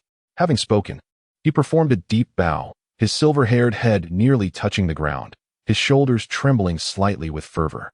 At this moment, Sun Qingzong stepped forward. His voice steady and powerful, "Your Majesty, although the Ministry of War does not directly oversee the production of military equipment, I am acutely aware of the dire state of the frontier armories, which are woefully depleted and filled with decaying apparatuses. I have long heard of this peril, which threatens the very foundation of our nation. The armor of General Qin's troops is merely the tip of the iceberg. In Liao left, Jijin, and even the Nine Borders, the soldiers are equipped with weapons that are far inferior. Moreover, the cannons are corroded and prone to explosion, leading to self-destruction before they can harm the enemy. The governors and generals may report, yet their accounts are often vague, constrained by financial limitations or fear of repercussions. Furthermore, local garrisons and military arsenals are rife with illicit forges, producing items of inconsistent standards, a mixture of quality that renders them not only useless, but a burden. He cast his gaze over the other ministers and continued, Minister Su's words are indeed true. This chronic ailment cannot be remedied by a single office. The rise of engineering and labor involves craftsmen, materials, supervision, acceptance, and procurement. The Ministry of War is also at fault. It has failed to effectively check the illicit production by local garrisons and has not rigorously verified the authenticity of the reported losses. Should your Majesty pursue reforms, the Ministry of War must bear full responsibility. I, Sun Qingzong, earnestly beseech your Majesty to emulate the methods of our esteemed founding emperor, establishing a dedicated system to rectify military equipment, ensuring that orders are executed without fail. All weaponry produced, especially artillery, must adhere to the prescribed standards, using designated materials, and be strictly supervised and tested, only being allowed into service upon passing standards. Local illicit manufacturers must be strictly prohibited unless expressly authorized, and anyone hoarding heavy weaponry shall be treated as a traitor. I am willing to lead the Ministry of War, alongside Minister Su, to diligently investigate the entrenched issues and revive our military supplies, in gratitude for your Majesty's favor. In that moment, a profound silence enveloped the eastern warm pavilion. Wang Zhaijin, Bai Ziyan, and Li Banghua, the newly appointed ministers favored by the emperor, were undoubtedly aligned with the imperial faction. Fang Congzhe, too, owed his continued position as first minister to Zhu Youxiao, yet he keenly recognized the insurmountable challenges facing the Ming Dynasty. He understood that his own resolve was insufficient to spearhead such monumental change, yet he realized that only the emperor's determination could shake the foundations of this entrenched affliction. Bowing his head in silence, he silently vowed, to refrain from causing further turmoil is the greatest support I can offer your Majesty at this moment. However, within this silence, a suffocating undercurrent surged. Surveying the prominent ministers in the warm pavilion, Zhou Jiamao's face was ashen. Minister of Justice Huang Kezhen's eyes flickered, as if contemplating something, while Minister of Right Sun Ruyo appeared deeply troubled, as though what was at stake was not merely the dismantling of the craftsman's shackles, but the very cornerstone of the state. Zhou Jiamao was the first to break the silence. His voice trembled with suppressed excitement, yet he dared not meet the gaze of the youthful sovereign. Instead addressing Zhu Youxiao, Minister Su, this proposition is exceedingly shocking. The Craftsman Registry was instituted by the great founding emperor and has upheld the law for over a century. To abolish it rashly would undermine the ancestral statutes. Furthermore, across the realm, every trade has its established order. Artisans are craftsmen, scholars are gentry. Each must occupy their rightful place for the stability of the state. Suddenly elevating artisans to be compared with scholars in terms of merit and rewards would disrupt the societal hierarchy and shake the very foundations of the nation. Sun Ruyo immediately interjected, amplifying the weight of his words regarding propriety. Your Majesty, what Minister Zhou has articulated is profoundly accurate. In the rights of Zhou, it is established that the state comprises 6 roles: the noble who deliberates while seated, the gentleman who acts upon his words, and the artisans who scrutinize and refine materials to distinguish the tools of the populace, known as the 100 craftsmen. The hierarchy of wealth and status is akin to the immutable laws of heaven and must not be transgressed. The notion that artisans could ascend to official ranks based on merit is indeed unprecedented. If those who wield axes and hammers are permitted to don official robes and stand shoulder to shoulder with the esteemed scholars, would this not chill the hearts of the learned? If this continues, who would still endure the hardships of diligent study? The collapse of propriety and law portends grave consequences. Only Huang Kezan steadfastly gazes forward, his expression slightly vacant, clearly having chosen the path of silent observation. Confronted by the relentless questioning of these two venerable ministers, Zhou and Sun pointedly reference the ancestral rites and laws, causing the very air in the warm chamber to grow dense with tension. Though Wang Zhaijin and his peers aspired towards reform, they too were momentarily intimidated, for the ancient feudal concepts of propriety had been ingrained in their very essence. Akin to navigating a simple labyrinth, only upon escape can one truly grasp the extent of their folly. Chapter 48. The heavy artillery of the heavenly enlightenment. All eyes in the warm chamber were fixed upon Zhou Jiamao, Sun Ruyo, and Su Guangqi. Yet, Su Guangqi exhibited no hint of retreat. Rather, a fervent light ignited within him. He stepped forward, his voice resonant and steady, cutting through the fog with clarity. Minister Zhou, Grand Minister Sun. He offered a respectful salute, his demeanor impeccable, yet his tone was sharp and confrontational. The words of the elder statesman adhered strictly to ancestral laws and order.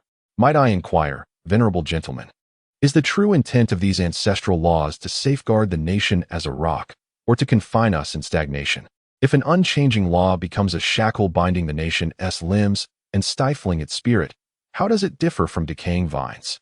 If we do not sever such ties, how can we expect rebirth? He abruptly turned to Zhou Jiamao. Craftsmen should find their rightful places. If their positions entail the exploitation of the nation's essential artisans to the brink of despair, with their skills withering and soldiers confronting formidable foes with inferior weapons and tattered armor, then such positions are better left unclaimed. In times of survival, the division of noble and humble should favor the capable. The nation's crucial instruments take precedence. Discussions of social rank are archaic. He bowed and continued. The collapse of propriety and law. Grand Minister Sun, to prioritize ritual over life is the act of a true statesman. Soldiers bleed on the battlefield. Firearms explode in their hands. Swords shatter as they face their doom. At this moment, to neglect the preservation of soldiers' lives and the strengthening of the court's military while lamenting the disgrace of artisans donning official robes. Where does that leave the lives of our soldiers? If one truly holds the state dear, one must recognize the value of talent, whether one hammers or pens. If they can forge divine weaponry and repel enemies from afar, they are of great worth. What harm lies in bestowing them with official titles? Is it only through the decrees of corrupt scholars that a nation can find peace? Su Guangqi's words struck with resounding force, fortified by citations and rigorous logic. Infused with profound sorrow for the present and fervent hopes for the future, akin to a heavy hammer smashing against the stagnant notions of conservatism. Wang Zhaijin and others felt their blood surge with fervor, their eyes gleaming with admiration. At this moment, Sun Qingzong also stepped forward, his voice imbued with gravitas. Gentlemen, during my inspections at the borders, I have witnessed with my own eyes the rust on the soldiers' swords and guns. I have heard their anguished cries when firearms exploded. I have seen the helplessness of their tattered armor. The duty of the soldiers guarding our land is not to be treated lightly. The entrenched issues within the artisan class and the suffering of our warriors are beyond the comprehension of those distant from the halls of power. Su Zongbu's strategy of purging the poison is indeed our sole hope. If the revered customs and laws articulated by the three esteemed gentlemen cannot safeguard our nation and its people, then it is time for them to be broken. I, Sun Qingzong, am willing to stake my life on the assurance that this new policy is not a source of chaos, but rather the foundation for a strong military and a secure nation.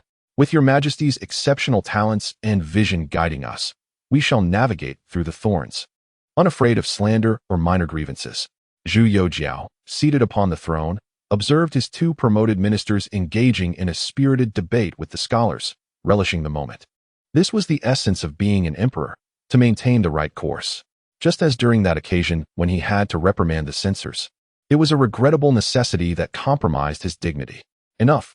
Zhu Youxiao's voice, though not loud, carried an undeniable authority, swiftly silencing all discourse. If the ancestral laws were indeed immutable, then what of the decree in the Great Edict by our forebear that states, officials found guilty of embezzling over 60 taels shall be flayed and stuffed with straw? Why do we not witness any enforcement of these ancestral regulations against corrupt officials? The laws established by our ancestors were intended to stabilize the realm and promote the welfare of the state. If the law has become rigid, transforming into a festering sore for the nation, then it is imperative to discard the old and establish the new. My mind is made up. Su Qing and Sun Qing's words resonate with my own. Su Qing's insights align perfectly with my thoughts. The lack of resources is merely a superficial issue, while the oppression of artisans is the true root cause. The system itself is not at fault. It is the misuse of it that breeds evil. Zhu Youxiao slammed his palm upon the imperial table, reverberating throughout the hall. Upon hearing the decree regarding flaying, Zhou Jiama and Sun Ruyo's expressions shifted dramatically, rendering them unable to respond. Fortunately, the emperor did not pursue the matter further. Had he truly entertained the notion of implementing such a precedent, their return to the Wenhua Hall would likely have resulted in a brutal thrashing by the civil officials. He regarded Su Guangqi with profound admiration. Su Qing is indeed a pillar of the state, piercingly insightful. This is not mere evasion of responsibility, but rather a clarion call for effective reform. He rose abruptly. Today I realize that the flaws in our labor policies do not lie within the tools themselves, but within the hearts of the people. Our Ming Dynasty possesses mountains of gold and silver. Without people, they are but lifeless heaps. Conversely, if we have countless skilled hands united in purpose, the flow of vitality will be boundless. Let it be decreed. Zhu Youxiao's voice was resolute and unprecedentedly clear. Abolish the hereditary artisan registration system. From this day forth, all military craftsmen shall be liberated from the constraints of artisan registration and converted to civilian status. Any outstanding debts for resources shall be thoroughly investigated and rectified by Su Guangqi in conjunction with the Ministry of Revenue and the Ministry of Works. In the future, recruitment of artisans will be based solely on merit, with compensation determined by market value. All military craftsmen must be registered with the Ministry of War, with dedicated records maintained by the Ministry of Works and the Ministry of War. Those who manufacture military instruments, armor, bows, and crossbows without permission shall be treated as traitors. All skilled military craftsmen must be registered to prevent their talents from being exploited abroad. The Ministry of Works, in collaboration with the Ministry of Personnel, shall immediately draft the regulations for the preferential treatment of artisans, establishing the Institute of Craftsmen for evaluation, categorizing skills into 3 grades and 9 levels. Those who create new military instruments shall be rewarded with no less than 100 taels. Those who enhance techniques to double production shall be rewarded thrice the value of the materials saved. Anyone with exceptional skills whose inventions greatly benefit the nation, regardless of their background, shall receive generous rewards, be granted official titles, and ensure their descendants are well cared for. The implementation of the master-apprentice system mandates that each master craftsman must cultivate 3 qualified apprentices to ascend 1 level in their rank, accompanied by an increase in salary of 1 stone. After training 10 qualified apprentices, they may elevate 3 levels with a salary increment of 3 stones.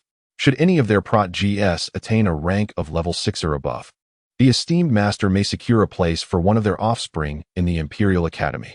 I wish for the world to recognize that under my reign, artisans can rise above poverty, gain a respectable status, and enter the halls of glory. Furthermore, this initiative pertains to the safety of the nation's treasures and the revitalization of our dynasty's fortunes. The funds allocated by the Ministry of Revenue and the Imperial Treasury shall be earmarked specifically for this purpose, overseen by Su Guangqi, Sun Qingzong, in conjunction with the censorate and the Jinyue. Anyone daring to embezzle even a single coin or a grain of rice, or to accept bribes, regardless of their station, shall face immediate execution and the obliteration of their lineage. Sun Qingzong. Zhu Youxiao turned to his equally impassioned teacher, directing the Ministry of War to issue directives to various garrisons and military households, proclaiming the new policy to the realm. Simultaneously, the Ministry of War, with the participation of the Ministry of Works, the Imperial Audit Office, and the Jinyue, shall establish manufacturing facilities at each military station, where all weapons shall be produced henceforth, with no individual permitted to fabricate arms privately. The Ministry of Works shall recruit local skilled craftsmen or those who have fled, prioritizing compensation in money and provisions. The necessary basic iron materials, fuel, and supplies shall be sourced locally by the provincial governors and commanding generals, with the Ministry of Revenue to subsequently settle the accounts.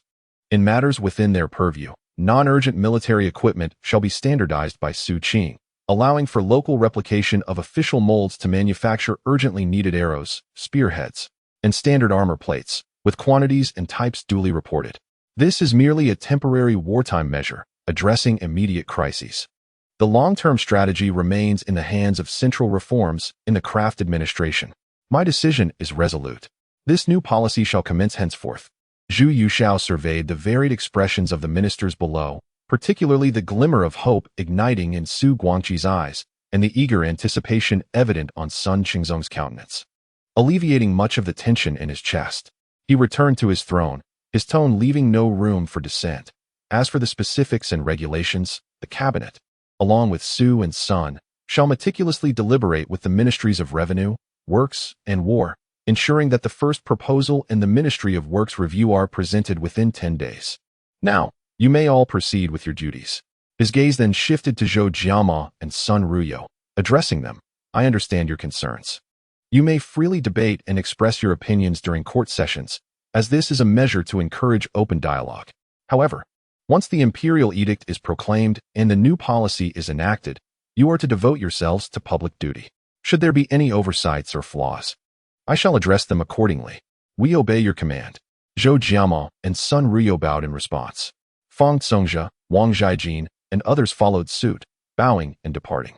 A fervent clash concerning the fate of the Ming Dynasty, under Zhu Youxiao's decisive leadership, ultimately reached a resolution.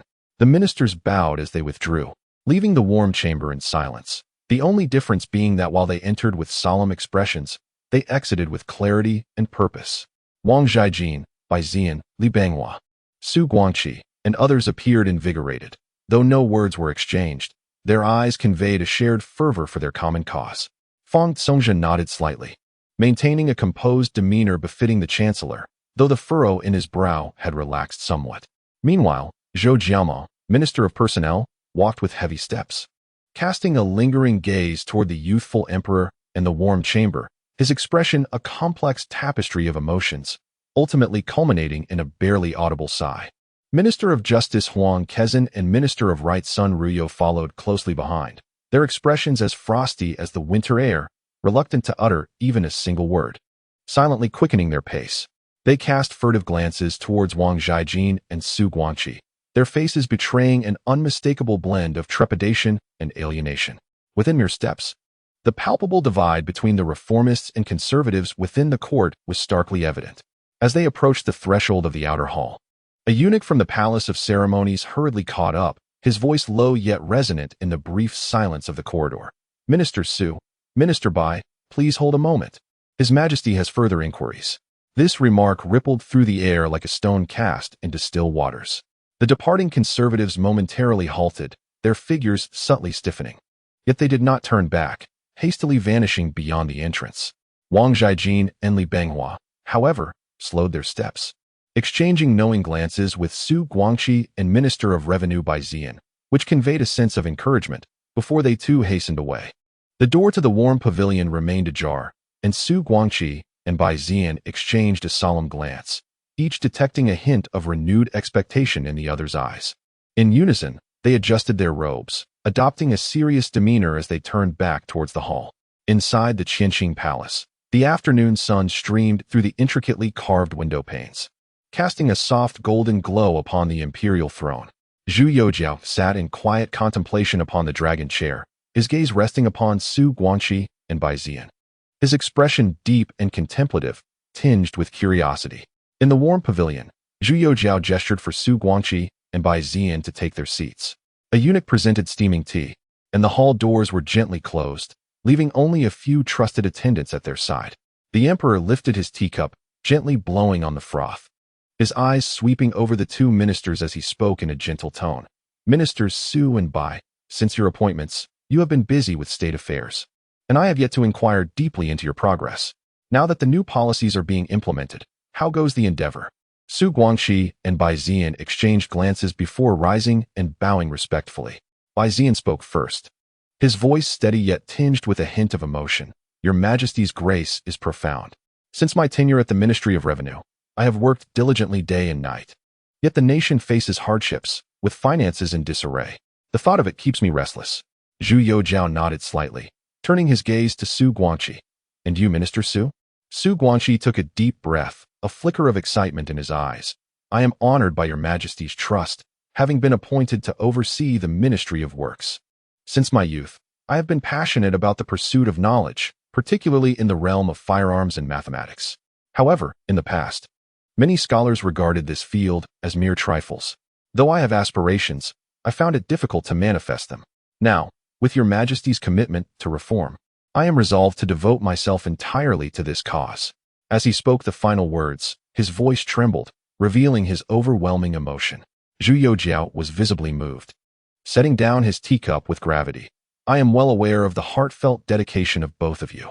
Since my ascension, faced with internal and external challenges, if not for the loyal ministers such as yourselves, how could I ensure peace for the realm? He paused, his tone shifting to one of resolve. Today, I have summoned you both to discuss national policies, including artillery, finances, and maritime trade, all of which are vital to our destiny. I require your candid insights. The Emperor's gaze was piercing. What is the current situation regarding artillery production? Zhu Youxiao could not restrain himself from inquiring about this matter, which was of utmost concern to him, for artillery was indeed his greatest shortcoming. Su Guangxi's voice, imbued with youthful clarity, articulated his words with a maturity that belied his years. I have observed the urgent report from Xiong Tingbai and Liaodong, indicating that the forces of the Jurchen leader Nurhasai are advancing directly towards Shenyang with formidable might. Although our border troops are equipped with artillery, ensuring the city's defense, the current range of our cannons is rather limited and their mobility sluggish, leaving us vulnerable in open-field engagements. He suddenly leaned forward, pondering the current state of our Ming Dynasty's firearm advancements. I have heard that Su Qing possesses considerable insight into artillery matters. Might he enlighten me today? Your Majesty. Su Guangxi began after a moment of contemplation, organizing his thoughts before speaking. The history of our Ming Dynasty's cannon casting is long established. The founding emperor once established a cannon foundry in Nanjing, producing the formidable bull cannon which once instilled fear in the northern deserts. During the reign of Jiajing, we replicated the foreign falconet, pioneering the design of the mother and child cannon, which has been relied upon by the frontier garrisons for defense. Currently, our Ming Dynasty boasts a diverse array of artillery, which can be broadly categorized into three types: light, heavy, and several specialized types. Light artillery includes the Tiger squat cannon and the falconet. The Tiger squat cannon, designed by Qi Jiguang, weighs approximately 36 jin, 215 kilograms. Featuring a compact barrel that facilitates maneuverability in mountainous terrains, capable of firing scattershot over a wide area with a range of around 500 meters. The falconet, modeled after the cannons of foreign ships, employs a mother and child structure for rapid loading, available in various weights to suit different combat needs. However, its poor sealing can lead to barrel explosions. Heavy artillery includes the general cannon, weighing 2,000 jin, capable of firing solid projectiles weighing between 5 to 10 jin and can breach earthen fortifications from 2 li away, though its cumbersome nature limits its mobility, rendering it primarily useful for city defense. As for specialized weapons, there are the divine fire crows, the fire dragon emerging from water, multi-stage rockets, and flying sand tubes, which possess both incendiary and airburst capabilities, albeit with limited applications. After a brief silence, Su Guangxi hesitated momentarily, yet candidly declared, "In my quest to understand Western techniques, I have befriended Western missionaries and discovered that the cannon foundry in Guangdong's Haojing can produce cannons weighing up to 3,000 jin, with performance surpassing that of our national artillery." Zhu Youxiao nodded slightly, inquiring, "Are the missionaries you refer to the likes of Yang Manhua, Xiong Samba, and Long Huamen?" "Indeed, Your Majesty," Su Guangxi replied, a hint of caution evident in his demeanor. "These Western missionaries are adept in remarkable skills, particularly in firearms." Yang Manhua, also known as Yang Mano, entered China alongside Matteo Ricci, Xiong Samba is the father Xiong Samba, who recently arrived in the capital, and Longhua Min, known as the foremost expert in cannon casting among the Catholics. I once borrowed designs for Western bronze cannons from them, which are elegantly crafted, boasting extended range and great power. It is evident that Western military capabilities should not be underestimated, and they possess considerable knowledge of our nation, while we remain largely ignorant of their lands, a matter that warrants vigilance. Zhu Youxiao's gaze sharpened. In this age of maritime exploration, these Western marauders are rampaging across the globe like rabid dogs, scavenging for silver. However, this is not the year 1860. Should they dare to extend their grasp, I shall break their claws. However, at this moment, he suddenly recalled that this month, the consulate had summoned French assistance, which included 20 long cannons. Uncertain of the precise specifications, he focused his mind slightly and opened the system panel to find the detailed parameters of the long cannon. Long cannon, Apocalypse Model 4-horse heavy cannon, based on the French 12-pound Napoleon smoothbore cannon, designation. A hybrid of field and siege heavy long-barreled cannon barrel material. Multi-layer composite cast iron barrel length. 34. Caliber ratio 22:41. Caliber 152. Standardized. Total weight, including carriage 3,900 Ming Dynasty. 23 tons. With a mobile configuration of 4 horses and an 8-person crew, capable of covering 18 miles daily. Horse requirements. Height of 48 inches, 154 centimeters, or more for river horses. With a single horse pulling capacity of 600 G. Effective range, capable of penetrating 4 feet, 128 centimeters, of rammed earth wall, or a 6-inch, 19 centimeters, oak city gate. Rate of fire. A skilled crew can achieve 3 rounds in 2 minutes. Complete process of loading and aiming. Ammunition. Solid shot, with 8 types of prefabricated ammunition packages. Prepackaged charge. Linen bags with a fixed quantity of gunpowder, 15 rounds, eliminating the weighing step. Breech cleaning rod. A tapered copper rod that cleans residue in 3 seconds. Old-style cannons require 1 minute. Standardized carriage. Elevation angle adjustment time reduced to 15 seconds. Gazing at this Apocalypse Model 4-horse heavy cannon, which surpassed the artillery described by Zhu Youxiao, he contemplated that it would be prudent to provide 2 units for Zhu Youxiao to replicate, innovating as he goes along. For is this not how the predecessors have progressed? He lightly tapped the imperial table with his fingers, pondering. Your concerns are indeed valid, Su Qing. The Westerners are adept in firearms and are also probing our vulnerabilities. This cannot be overlooked. I shall command the Bureau of External Affairs to select competent personnel to oversee this matter, and the Ministry of Rights must also follow up on it. Yet, he suddenly broke into a smile. However, I believe it is better to learn from their strengths than to shut ourselves off. First, we shall offer a handsome reward to invite their cannon makers to the capital, establishing a factory in Nanhai to replicate Western heavy artillery. Second, I will instruct them to create detailed maps of the Western nations, elaborating on their customs and practices. Should they achieve success, I shall generously grant them estates and even bestow titles. Our dynasty has countless skilled craftsmen. Can we not match these foreign barbarians? But are Western cannons truly different from ours? Zhu Youxiao inquired with great interest. Zhu Youxiao stroked his beard and replied, Western cannons are mostly cast in bronze, with intricately smooth interiors. Upon firing, they exhibit uniform power, with ranges extending to 500 paces. Their barrels are slightly shorter and of larger caliber. Thus, even smaller cannons can rival our Ming heavy artillery in might. However, our Ming casting facilities, such as the Military Equipment Bureau in the capital, are not without capability. Our craftsmanship is not inferior to that of the West. The problem lies in the meager compensation for craftsmen, long overdue wages, and the resulting shortcuts taken in production. Over time, this inevitably leads to a decline in quality. What is the current state of our Ming cast cannons? Are they still sufficient in number? Zhu Youxiao's gaze fell upon the individual before him, fully aware of why this late Ming minister had become a strategic talent sought after by future travelers. Zhu Youxiao was not merely a vital minister in the court, but also a pioneer who shattered ignorance, being among the first to open his eyes to the world. Zhu Youxiao was born in the 41st year of the Ming Jiajing era, specifically in 1562.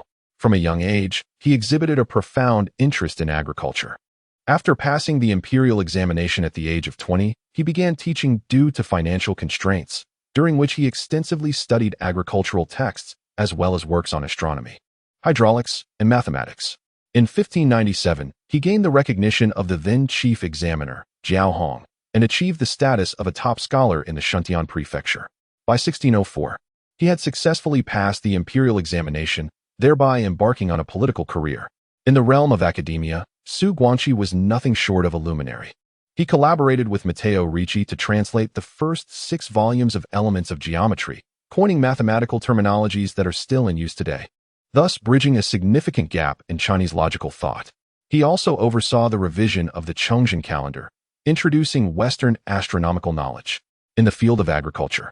His work, Comprehensive Treatise on Agriculture, amalgamated the wisdom of various dynasties, the agricultural practices of the Ming era, and Western technology, standing as a pinnacle of ancient Chinese agricultural science. Yet, his contributions did not cease at academia. In the political arena, Zhu Youxiao held numerous positions, culminating in his role as Minister of Rights and Grand Scholar during the Chongzhen era. He ardently advocated for the casting of red-haired cannons to defend against enemies and submitted memorials addressing land reclamation, water conservancy, famine relief, and salt regulations. His contemporaries lauded him as a pioneer of cultural exchange between China and the West, heralding the onset of the Western academic influx during the late Ming Dynasty. His open-minded acceptance of Western knowledge and technology has left an indelible impact on future generations, earning him the rightful title of a great scientist and statesman. Chapter 49. Where's the money of the great Ming? Zhu Youxiao took a deep breath and addressed the emperor respectfully. Your Majesty, please allow me to elaborate. He slightly paused, drawing forth a scroll titled Record of Military Preparations at the Frontier from his left sleeve. He reported that since the fall of Fushun in the 46th year of the Wanli era, he had meticulously examined the Ministry of War's archives and found that there were only a little over 1,000 existing cannons of various sizes at the 9 borders. Among these, he hesitated momentarily, swallowing hard, stating that less than 30% were battle-worthy. In the warm chamber, the heavy breaths of Baizian could be heard, as Zhu Youxiao unconsciously tightened his grip on the Cloud Dragon patterned armrest. Zhu Youxiao continued, the history of cannon casting in our Ming Dynasty is long-standing, with no shortage of skilled artisans. However, the cannons we produce today are inferior to those of foreign nations, and the reasons are fourfold. Firstly, there is a scarcity of copper. The casting of cannons requires tens of thousands of pounds of fine copper, yet our Ming Dynasty suffers from a copper deficiency, compounded by the need for copper to mint currency, leaving only enough in the Ministry of Works for repairing old cannons. Secondly, there is the collapse of craftsmanship. Over half of the artisans in the Military Equipment Bureau have fled, leaving behind only the ability to cast outdated weapons like the bullmouth cannon and the flintlock, as described in the records of military preparedness from 2 centuries ago. Now that your Majesty has implemented new policies, the artisans will surely apply themselves. Upon hearing this, Zhu Youxiao nodded inwardly, well aware that the Ming's cannon casting techniques had never truly lagged. Exceptional firearms, such as the bird gun, known for its range and lethality, and the imitation red-haired cannon had emerged in abundance. The true shackles on the development of Ming firearms lay in the systems and corruption, far surpassing any deficiencies in craftsmanship. In light of this, I shall reward skilled artisans generously and rectify the regulations of the Military Equipment Bureau. Zhu Youxiao's gaze gleamed with intensity as he remarked, I have heard that your disciple, Sun Yuanhua, possesses unparalleled skills in cannon casting. Could he be assigned to oversee the production of cannons? Zhu Youxiao promptly replied, Your Majesty, you are wise.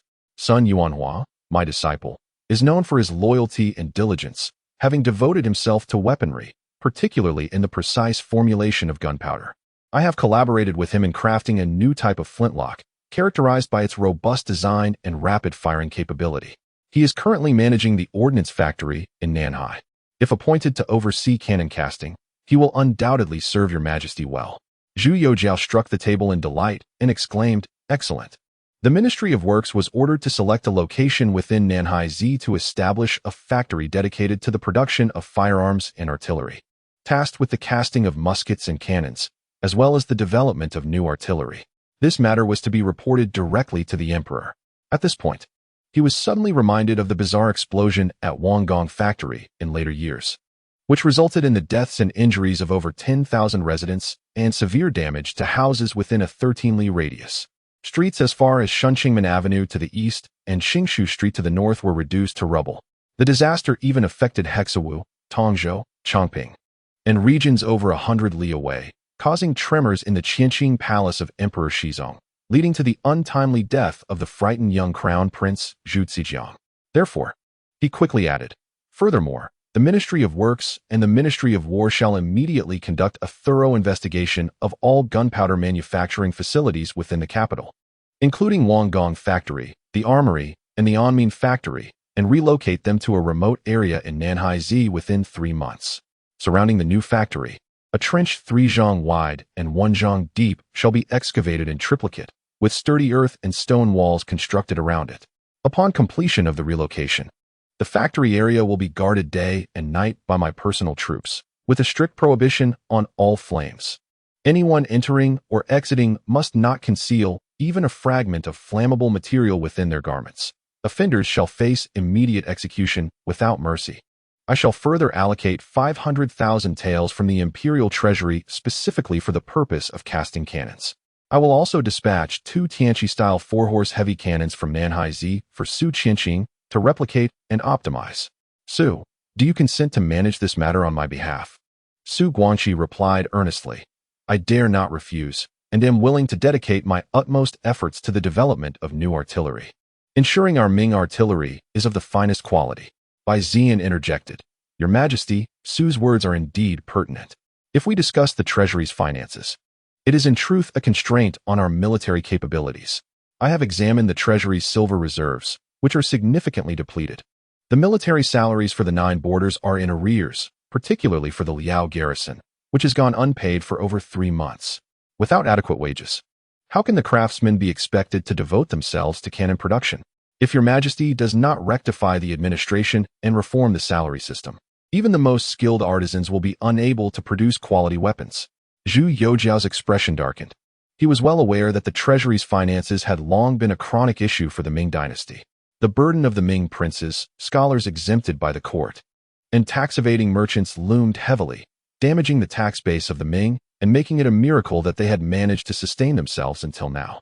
Initially, following Zhang Zhuxing's reforms, they had barely managed to hold on, but with the defeat at Saru, expenditures had surged, especially in the capital, Liaodong, and southwestern defenses, creating a bottomless pit. Coupled with rampant exploitation and burdensome grain transportation, the embezzlement by transport troops resulted in the people's hard-earned resources flowing into the pockets of corrupt officials, leading to the near depletion of the Ming's financial resources. He slowly raised his gaze, his eyes sharp as blades, and spoke in a low tone. Bai, how much remains in the treasury of the Ministry of Revenue? Bai Ziyan, upon hearing this, hastily bowed and replied, Your Majesty, the Ministry of Revenue has approximately 3 million taels remaining. However, while this amount seems substantial, the needs are boundless. Annually, the military expenses for the capital and grain transportation must be met as usual. The military salaries for the 9 borders, such as Liao, Xuanfu, and Jizhen, remain unresolved. Furthermore, given the current unrest among the southwestern chieftains, an additional 500,000 taels will be necessary to ensure adequate defense and logistics. I fear this indeed results in an imbalance between income and expenditure. After a brief pause, he raised his gaze again to add, Your Majesty, the autumn tax season is approaching. In the capitals Tongzhou and Shuntian, there are already 250,000 sure of grain stored. Jiangnan still has 180,000 sure awaiting transport, and Shandong and Hunan storage along the Yellow River also holds over 60,000 sure. The navigation along the waterways is fraught with difficulties, and the riverbanks have fallen into disrepair.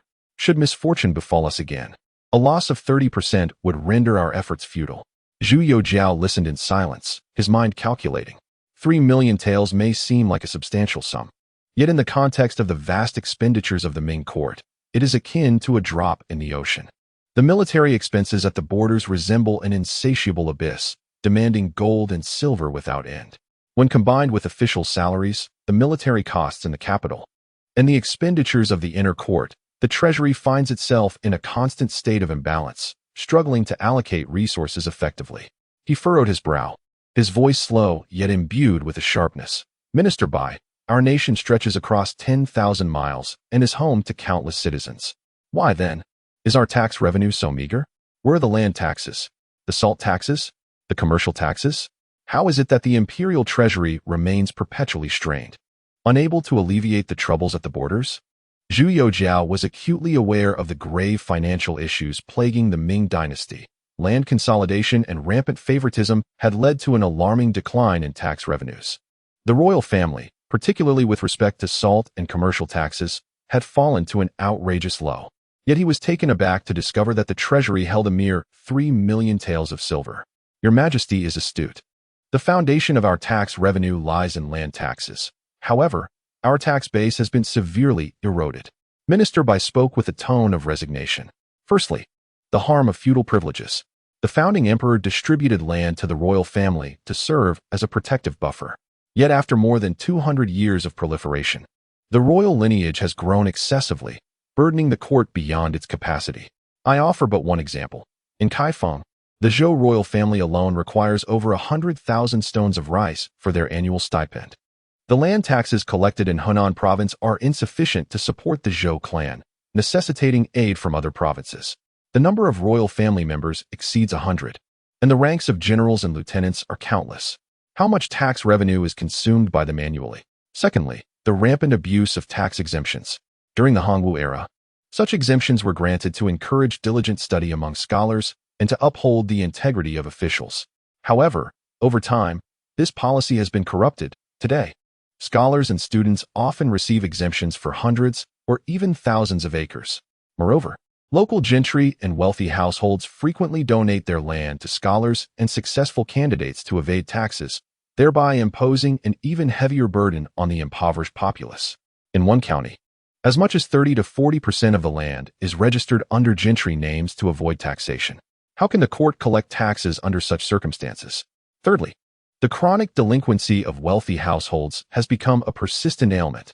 Wealthy landowners, possessing vast tracts of arable land, conspire with local officials to neglect their long-standing tax obligations.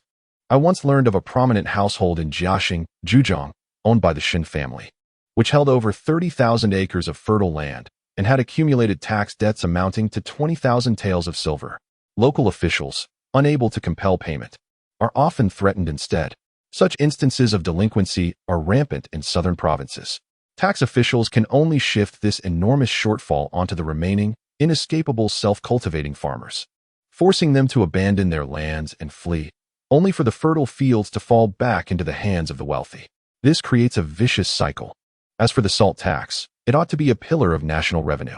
Minister Bai's expression grew increasingly sorrowful. Yet the salt trade is beset by blockages and numerous maladies.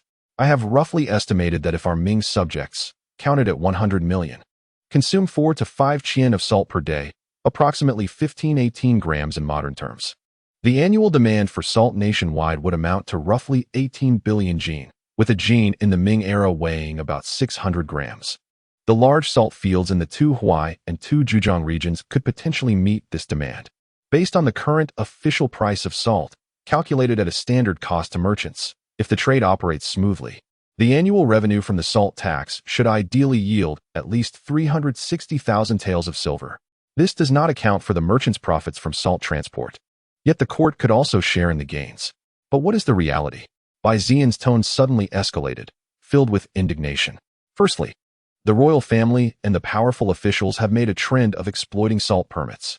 For instance, when His Highness the Prince of Fortune was granted the fief of Henan, he was able to request a large quantity of Chonglu salt permits, which in essence were merely tickets for tax-exempt smuggling. Merchants need only offer a modest gift to the royal household to evade the numerous tax checkpoints along the route, thereby escaping the burdensome salt taxes altogether. Secondly, the management of the salt fields has become deeply corrupt. Officials from the transport department extort from the salt producers, leading to their desperate plight and mass flight. Resulting in a sharp decline in production, salt tax officials engage in graft, and the quality of government-produced salt is poor and insufficient, allowing private salt to flourish. Thirdly, the salt permits are clogged, with old permits remaining unutilized for years while new permits are unattainable, causing merchants to be unable to transport salt for a decade. With government salt failing, private salt becomes rampant, making it exceedingly difficult for the government to collect even a fraction of the salt tax revenue. As of this year, The actual salt tax collected nationwide is shockingly less than 500,000 taels. Upon hearing these words, the room fell into a profound silence. Zhu Youxiao was taken aback. After all, during the Ming Dynasty, the tax rate was 1 out of 30, yet with such a low rate, there are still those attempting to evade taxes. Such insatiable greed. With an 18 billion yen demand for salt and a theoretical tax revenue of 360,000 taels, receiving less than 500,000? What a shocking deficit. As for Bai Xian's voice, it was nearly hoarse, reflecting the extreme decay of the situation. The ancestral decree set the merchant tax rate at 1 out of 30. However, since the reigns of Zhengde and Jiajing, the gentry's fervent discussions have claimed that the emperor does not prioritize profit, leading to numerous tax reductions and exemptions. Merchants regard this as a trivial matter, and the court views it as mere pocket change. Allow me to provide an example. Nanjing is a hub for goods from all over the world, with shops lining both banks of the Qinhuai River. However, the multiple tax checkpoints established at the beginning of the dynasty dwindled to just 1 or 2 by the Wanli era. A wealthy merchant transporting 1,000 bolts of silk from Suzhou and Hangzhou to Nanjing, according to the 1 out of 30 rule, should have paid 30 to 40 taels of silver. Yet, after passing through the toll gate, the merchant faced relentless extortion from the clerks, with costs far exceeding the legitimate tax by dozens of times. The merchant, left with no choice, either took detours to avoid tax checkpoints or bribed the clerks, paying only a fraction of the actual tax. Moreover, some officials and gentry directly manipulated commercial operations, leveraging their tax-exempt privileges to monopolize lucrative opportunities, rendering the merchant tax department virtually ineffective. Now, let us turn our attention to the Grand Canal. The toll gate at Linqing serves as a vital artery in the north, collecting merchant taxes that once reached 100,000 taels of silver during the early years of the dynasty. Today, merchant vessels must offer customary bribes to pass through. With such practices rampant, merchants suffer greatly, often resorting to bribing the grain transporters, disguising their goods as official cargo. While the exorbitant costs of grain transport yield no tax revenue for the court, according to the Ministry of Revenue, the merchant tax collected at Linqing last year was a mere 13,000 taels. As Bai Xian meticulously unraveled the layers of corruption and presented the alarming figures of tax revenue loss before the emperor, Zhu Youxiao's expression shifted from gloomy to a pale fury. The warmth of the room, filled with crackling coal, could not dispel the penetrating chill in the air. Your Majesty, the most painful comparison lies with the two Song dynasties. The Song Hui Yao Ji Gao records that despite the flaws in the salt regulations of the two Song dynasties, the profits from salt taxes were equivalent to half of the land taxes, with salt tax revenues reaching a staggering 22 million guan during the Yuanfeng years, under Emperor Shenzong of Song. Though the prices of copper coins and silver fluctuated at times, 1 guan generally equated to 1 tael of silver. The people of Song received over 20 million taels from salt taxes annually, Your Majesty. In the illustrious era of the Ming Dynasty, he trembled as he spoke. Even during the bountiful early years of the Wanli reign, the salt tax never exceeded 3 million taels. Yet this year, we have failed to collect even 500,000 taels. Such a disparity is unfathomable. With a bitter smile, he continued, as for commercial taxes, the revenue during the Song dynasty was nothing short of abundant. According to the literary examination of historical texts, during the reign of Emperor Renzong of the Northern Song, 1056 to 1063, the annual revenue from taxes, primarily commercial taxes, exceeded 19 million strings of cash. In the Southern Song, with its limited territory, the northern tax revenue from the single city of Linen, Hangzhou, reached an astonishing million strings. He gestured towards the Ministry of Revenue's ledger, lamenting that during the zenith of the Yongle era, the total national commercial tax barely surpassed 1 million taels. Since the Longqing and Wanli periods, this figure has dwindled year by year, culminating in last year's meager collection of 35,700 taels, less than even the smallest fraction from the Northern Song's Renzong era. This is not merely a reflection of the nation's strength or weakness, but rather a consequence of misguided national policies. His voice grew hoarse, and the fabric of his official robes quivered with fervor. The Song dynasty did not shy away from discussing profit. No emperor competed with the common people over such trivial matters. They encouraged commerce, establishing the Maritime Trade Office in Xuanzhou, Guangzhou, and Mingzhou, Ningbo, yielding vast revenues. Their taxation system was meticulous, with strict enforcement, despite some bureaucratic disturbances, which did not result in significant harm. Suddenly, he fixed his gaze upon the emperor, his eyes ablaze with intensity. Yet in our dynasty, your majesty, commercial taxes are regarded as trifling matters, and the literati disdain to speak of taxation, viewing tax officials as mere lowly servants. Tax barriers are either abolished or treated as personal property by officials and gentry. Officials fail to collect taxes effectively, and assessments go unchecked. Tax collectors, in their greed, extract every ounce of wealth, with only 1 in 10 legitimate taxes remaining, leading to widespread public discontent. Moreover, gentry, eunuchs, and powerful magnates monopolize market access, brazenly seizing wealth without paying a single coin in taxes. In the prosperous towns of Jiangnan, along the banks of the Grand Canal, wealth flourishes, surpassing even the opulence of Bianjing, Kaifeng, and Linen, with merchants converging and goods flowing in a spectacle rivaling along the river during the Qingming festival. Yet, this overwhelming affluence, this torrent of silver, eludes the court entirely. Not a single drop finds its way into the granaries. This is not an act of nature, but a calamity wrought by human folly. As Xian laid bare the stark contrast in salt and commercial tax revenues between the Song and Ming dynasties. The source of such disparity pointed unerringly towards the inadequacies of the system and the direction of national policies. The air within the warm chamber seemed to be entirely drained of vitality. The once blazing charcoal fire lost its warmth, leaving only Xian's hoarse voice echoing like a funeral bell of history within that small, heated room. The Song dynasty managed to sustain enormous military expenditures and maintain an army of millions through the revenues from commercial taxes and salt profits, even managing to endure hardships after losing half of its territory. In stark contrast, the Ming Dynasty, endowed with a population and territory far exceeding that of the southern Song, and with, at least potentially, more prosperous commercial circulation, has seen its fiscal capacity dwindle to such a lamentable state. What a profound failure! What an exquisite irony! The stockpile of 3 million taels, the vast debts owed from the 9 borders, the deficits stemming from the southwestern rebellions, all of these found their most fundamental answer at this moment. It was not a matter of national poverty, but of the nation's inability to collect the wealth it rightfully deserves. Enormous riches, entangled in the grasp of royal relatives, powerful elites, and corrupt officials, became ephemeral illusions. Ensnared in the quagmire of systemic obstruction, Zhu Youxiao, too, was profoundly shaken by this timeless comparison. As a scholar well-versed in Western knowledge and acutely aware of the exorbitant costs associated with firearms and military equipment, he comprehended that a feeble treasury, nearly depleted, could never support his aspirations of forging a formidable army with cast cannons. Whether it involved the forging of cannons in the Western Hills, the reconstruction of maritime trade, or merely maintaining the remnants of Liaodong, all required substantial financial backing. Zhu Youxiao was profoundly shaken. He had never meticulously calculated or compared before, and he was astonished to discover the extent of the dynasty's financial scarcity.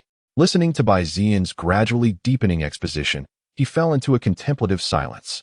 The warm chamber succumbed to an oppressive stillness, broken only by the occasional crackling of the charcoal in the hearth. The detrimental effects of regional restrictions, the culture of tribute, land monopolization, the corruption of salt taxes, and the decline of commercial taxes.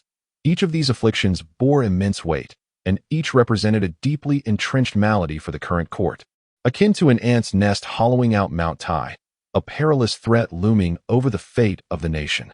Chapter 51. Not alone. Zhu Youxiao listened quietly, refraining from interruption, displaying no anger, and not a trace of change in his countenance. On the contrary, a flicker of acknowledgement and a hint of joy glimmered in his gaze. For he had, to some extent, encountered these issues in later life, rendering them unsurprising. However, Xian's candidness in articulating these grievances was indeed unexpected, evoking a sense of camaraderie, as if he had finally found like-minded allies. Since his arrival in this world, he had never experienced such a feeling. He was not alone. Yet, this sensation was rather pleasant. Just as the warm chamber was enveloped in a brief, nearly suffocating silence, weighed down by the harsh realities confronting Zhu Youxiao and Xian, a clear, robust laughter suddenly rang out. Ha ha ha! The laughter emanated from Zhu Youxiao, devoid of any trace of anger or madness, instead brimming with genuine relief and fervor.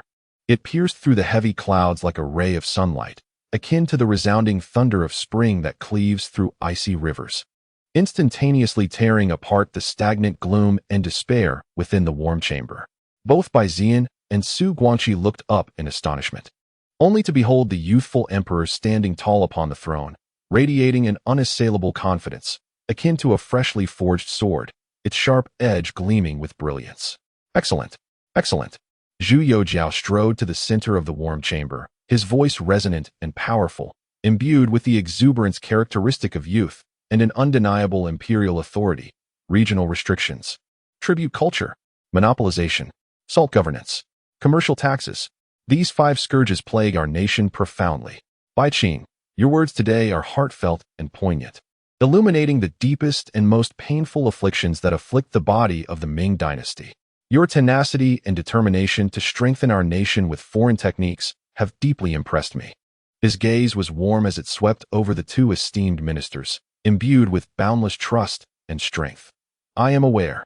These are chronic ailments, intricately intertwined and deeply rooted, affecting the entirety of our realm.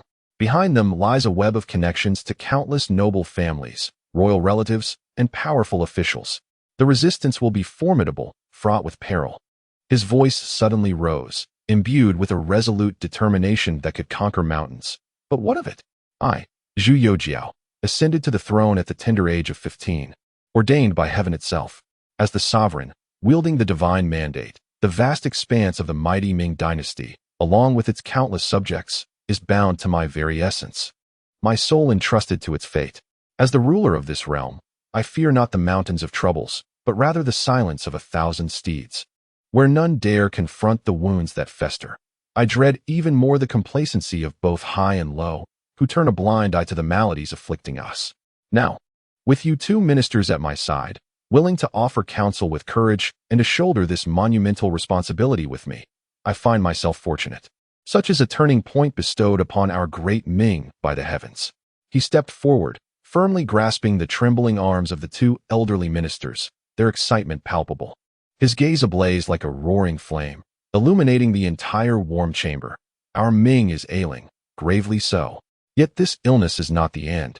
It is the refusal to treat it that spells doom.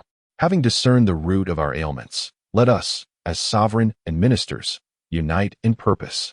I vow to eradicate these corruptions, to purge the infestations that gnaw at our foundations, allowing the rivers and mountains of the Ming to bask under a clear sky once more, with a prosperous nation and a strong citizenry, with boundaries unconfined.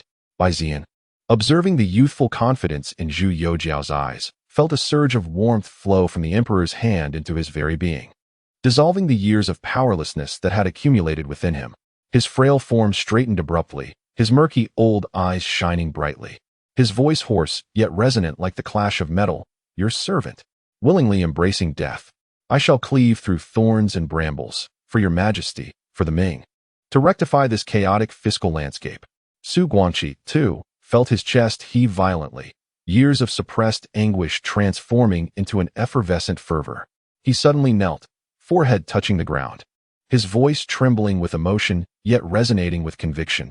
Your majesty is astute and discerning, deserving of loyal statesmen. I can offer no greater recompense. I shall dedicate my entire life as learning to safeguard our Ming, to protect our Huaxia. To govern a great nation is akin to cooking a delicate dish. The accumulated issues are intricate and convoluted, where pulling a single thread could unravel the entire fabric, ensnaring us like a web, with forceful attempts causing harm. Zhu Youxiao's voice shifted from fervent declaration to a steady strategic resolve, poised to address each ailment as the moment ripens. With a sudden flourish, Zhu Youxiao spread his arms wide, as if to embrace the entirety of the empire's rivers and mountains, his clear voice resonating through the warm chamber. Imbued with youthful zeal for transformation, the barriers must be dismantled, the annexations must be curtailed, the salt administration must be purified, trade routes must be opened, armaments must be advantageous. I fear not the pain of this surgical remedy. I willingly bear the weight of this daunting task, as long as we, sovereign and ministers, stand united. Bai Su, let us join forces to eradicate the accumulated ills of this realm. Let us innovate the decayed, restore our Ming to a resplendent day. A nation rich and its people strong, where nations gather in homage, and a flourishing era knows no bounds. With such fervor, even if the path ahead is fraught with peril, I shall stride forth alongside you both. Long live the emperor. Long live. Long live.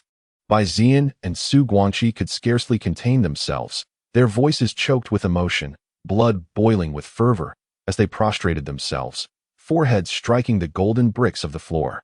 The words of the youthful emperor, like a brilliant meteor, shattered the heavy gloom of the long night, igniting the nearly forgotten flame of rebirth and hope buried beneath the empire's afflictions.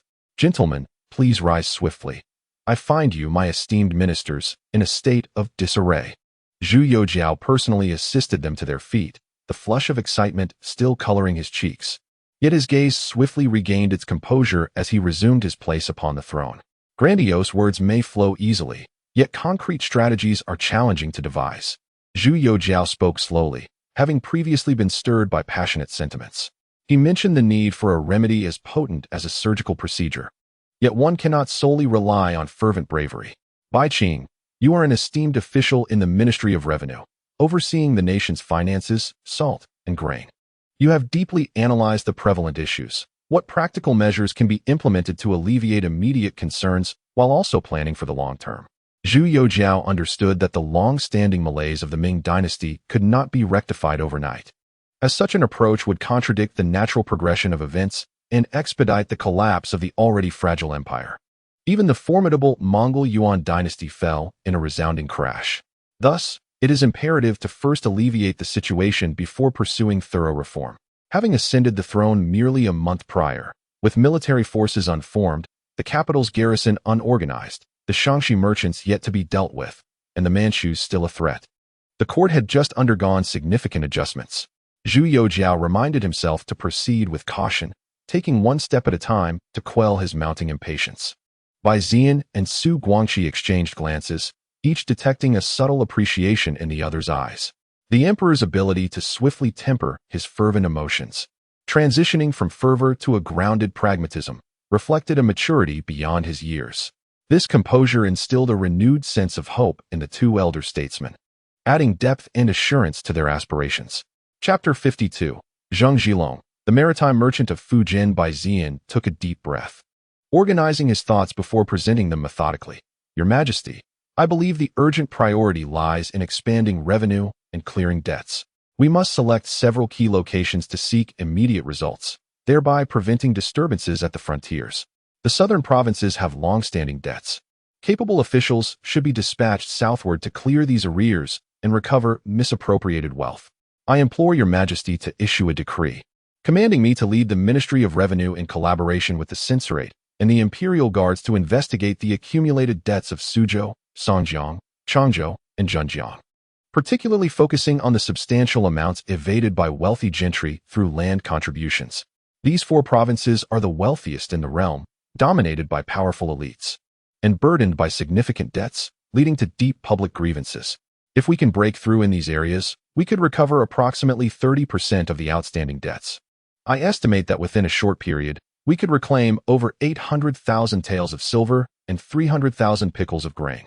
For those found to have substantial debts and resisting repayment, we may resort to severe measures, including escorting them to the capital or confiscating their assets, serving as a deterrent to other provinces.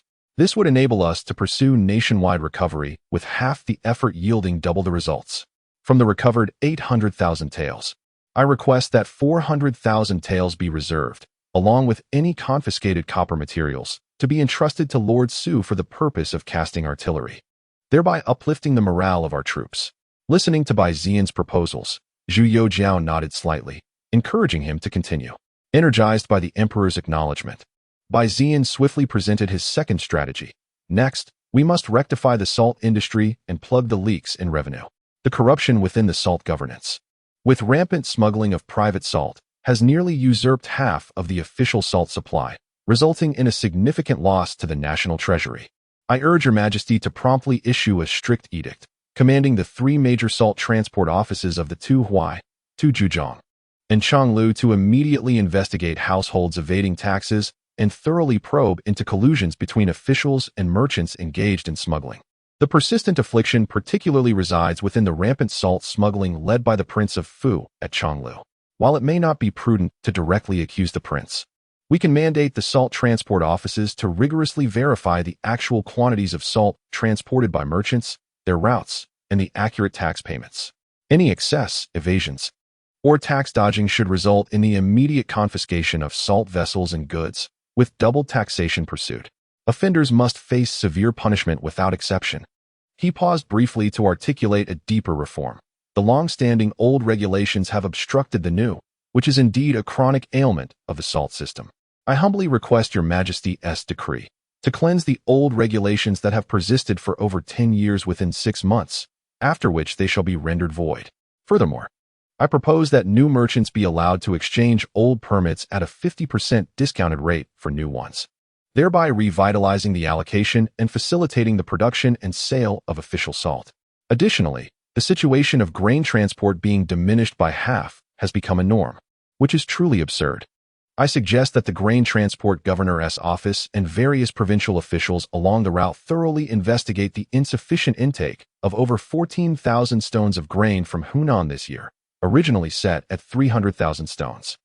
This includes scrutiny of every link in the transportation chain, from the warehouse officials at the starting point to the gatekeepers along the way, and to the grain inspectors. Anyone found guilty of embezzlement, extortion, or falsely reporting losses shall not only be required to return the stolen goods, but shall also have their properties confiscated, and they will face severe punishment to serve as a deterrent. Your Majesty, perhaps the use of maritime transport could replace the current grain transport system, alleviating the pressure on it. As soon as this notion was voiced, Zhu Youxiao astutely seized the opportunity to advocate for the implementation of new policies. I dare to present another matter. Just now, Master Bai has incisively analyzed the flaws in the grain transport system. I believe that to restore the vital flow, maritime transport is indeed an urgent and feasible first step. Its advantages are threefold, substantiated by historical evidence, not mere rhetoric. Zhu Youxiao's eyes sparkled with interest. Su, please elaborate. Zhu Youxiao, invigorated, lightly tapped the table and articulated clearly. Firstly, the transport capacity is vast while the costs are dramatically reduced. Your Majesty, the annual grain transport amounts to 4 million stones, yet the legally mandated rice consumption reaches 27,000 stones, with a monetary burden of 14,000 taels. However, due to the layers of exploitation along the route, including tolls and dam fees, the actual expenses far exceed this figure. In contrast, maritime transport does not require porters for land pulling, is unimpeded by shallow waterways, and avoids the lengthy delays of toll gates. I found that in the 6th year of the Wanli era, Fujian Governor Tu Zemin dispatched maritime vessels to transport 20,000 stones of grain from Uport to Tianjin, incurring costs only 35% of what would have been required for the same volume via the grain transport system. The savings are indeed substantial, amounting to far more than several tens of thousands of taels. He paused, glancing towards Bai Zian, who nodded slightly, clearly aware of this example. Secondly, the journey is shorter and the voyage steadier. Your Majesty, do you know that the Grand Canal, winding over 2,000 miles from Suzhou and Hangzhou to Beijing, features crooked waterways and unpredictable water conditions?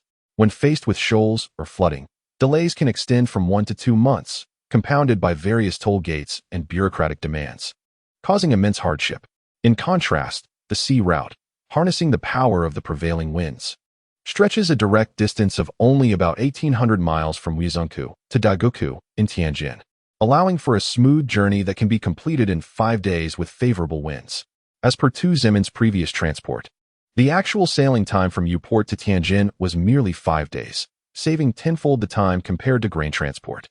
The hardships faced by the grain transport workers may also be alleviated, as the shorter duration in transit will significantly reduce spoilage and rodent losses.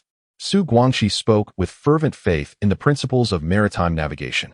Thirdly, the vessels are sturdy and the profits manageable. Some may argue that the seas are fraught with peril. However, Your Majesty, many dangers of the ocean arise from ignorance and negligence. Maritime merchants from Fujian and Guangdong, like Zheng Zhilong, command hundreds of vessels, with their seasoned crews well versed in the intricacies of monsoons, ocean currents, and tidal variations. Their ships regularly ply the waves, equipped not only with sextants for latitude measurement and water compasses, but also with advanced Western sextants for precise navigation, thoroughly familiar with secret maritime charts. Their sturdy vessels, crafted from resilient Southeast Asian ironwood, featured double-layered hulls and watertight compartments, further armed with cannons and muskets for protection, far surpassing ordinary merchant ships. As long as navigation is conducted during calm seasons with effective organization, the armed fleet itself constitutes a formidable maritime force. If adeptly managed and supplemented by the Donglai Navy to safeguard the shipping routes, its security would far surpass that of riverine pathways. Su Guangqi took a deep breath and revealed a pivotal strategy. Underpinned by a keen understanding of the prevailing circumstances, Zhang Zhilong's intermediaries sought to offer ships for grain transport to serve the court, potentially seeking a legitimate identity for future trade negotiations. This presents a serendipitous opportunity, advantageous for both parties. The court could instruct the governor of Fujian, Nanju Yi, along with the admiral of the Fujian Navy, Yu Zigao, to engage in discussions with him. They could arrange for the immediate allocation of 20 reliable merchant vessels, loading grain from the granaries of Jiangnan, such as Ningbo and Taichang, for transport to Donglai and even to Liaodong. The court would stipulate that for this grain transport, 50% of the freight would be prepaid at market price, while an additional 30% of the grain's value would be required as a security deposit, held in the treasury of Dengzhou. Should misfortunes such as storms lead to loss, the court would compensate for the actual loss of ships and grain using this security. If the shipment arrives safely, the deposit would be returned in full, along with the remaining 50% of the freight. However, if losses occur due to piracy or mismanagement, Zhang would be liable for compensation, with the security deposit being first deducted. This strategy not only imposes accountability, but also promises substantial profit, thus elucidating the court's creditworthiness. He gazed intently, underscoring its profound significance. Should this plan succeed, it would yield 3 benefits. First, the rapid transport of grain would alleviate urgent needs in the northern territories. Second, it would significantly reduce the costs associated with grain transportation. And third, it would establish a connection with Zhang Zhilong, signaling the court's intentions for reconciliation. Gradually integrating his vast fleet into a controllable maritime trade force and protective military. This approach, leveraging commerce to foster allegiance and guiding through profit, would await the Navy's collaboration to draft precise maritime charts and master vital shipping routes. Once maritime transport is established, Zhang's compliance could be anticipated. His shipping routes, fleet, and wealth could all be harnessed for national use, potentially yielding millions of pickles of grain and goods transported north annually. The savings in costs and the commercial taxes generated by maritime trade would sufficiently support the 9 borders, further enabling the strengthening of artillery and military through a reform of entrenched financial resources. He bowed respectfully, earnestly requesting, "Therefore, I humbly beseech your majesty to make a decisive resolution, to seize the favorable winds of this winter and spring in the northeast, and promptly direct the governor of Fujian, Nanju Yi, along with Admiral Yu Zigao, to secretly engage Zhang Zhilong with the court's decree, testing the transport of 300,000 pickles of grain from Jiangnan to Tianjin. Should this initiative succeed, it would alleviate the entrenched issues of grain transport for the court, open commercial opportunities along the southeastern coast, and resolve the financial predicament of the nation." Chapter 53, Troops Mobilized Southward. Bai Ziyan, with a flushed complexion, stepped forward passionately. The maritime transport strategy proposed by Lord Su is indeed the optimal solution to our current predicaments. I am eager to collaborate with Lord Su to execute this plan immediately. We can issue a communique to the governor of Fujian, instructing Admiral Yu Zigao to engage with Zhang Zhilong, permitting his allegiance to the court and potentially granting him the title of General of Fujian Guerrillas. Zhang's merchant ships could conveniently load 300,000 pickles of grain from nearby granaries in Taichang and Ningbo for a trial voyage to Tianjin. I assure you, should all 300,000 pickles arrive successfully, after deducting the security deposit and management costs, the treasury could save hundreds of thousands of taels. Zhu Youxiao astutely perceived the unspoken implications in Bai Ziyan's words and gently inquired, "It seems you have more to convey, dear minister? In the court's deliberations, there is no need for formality. Feel free to express yourself." "Thank you, your majesty." With a renewed spirit, Bai Ziyan's tone suddenly shifted to one of sharp intensity. "The burdens of commercial taxation are overwhelming. I propose to rectify the customs duties as a means to break this impasse.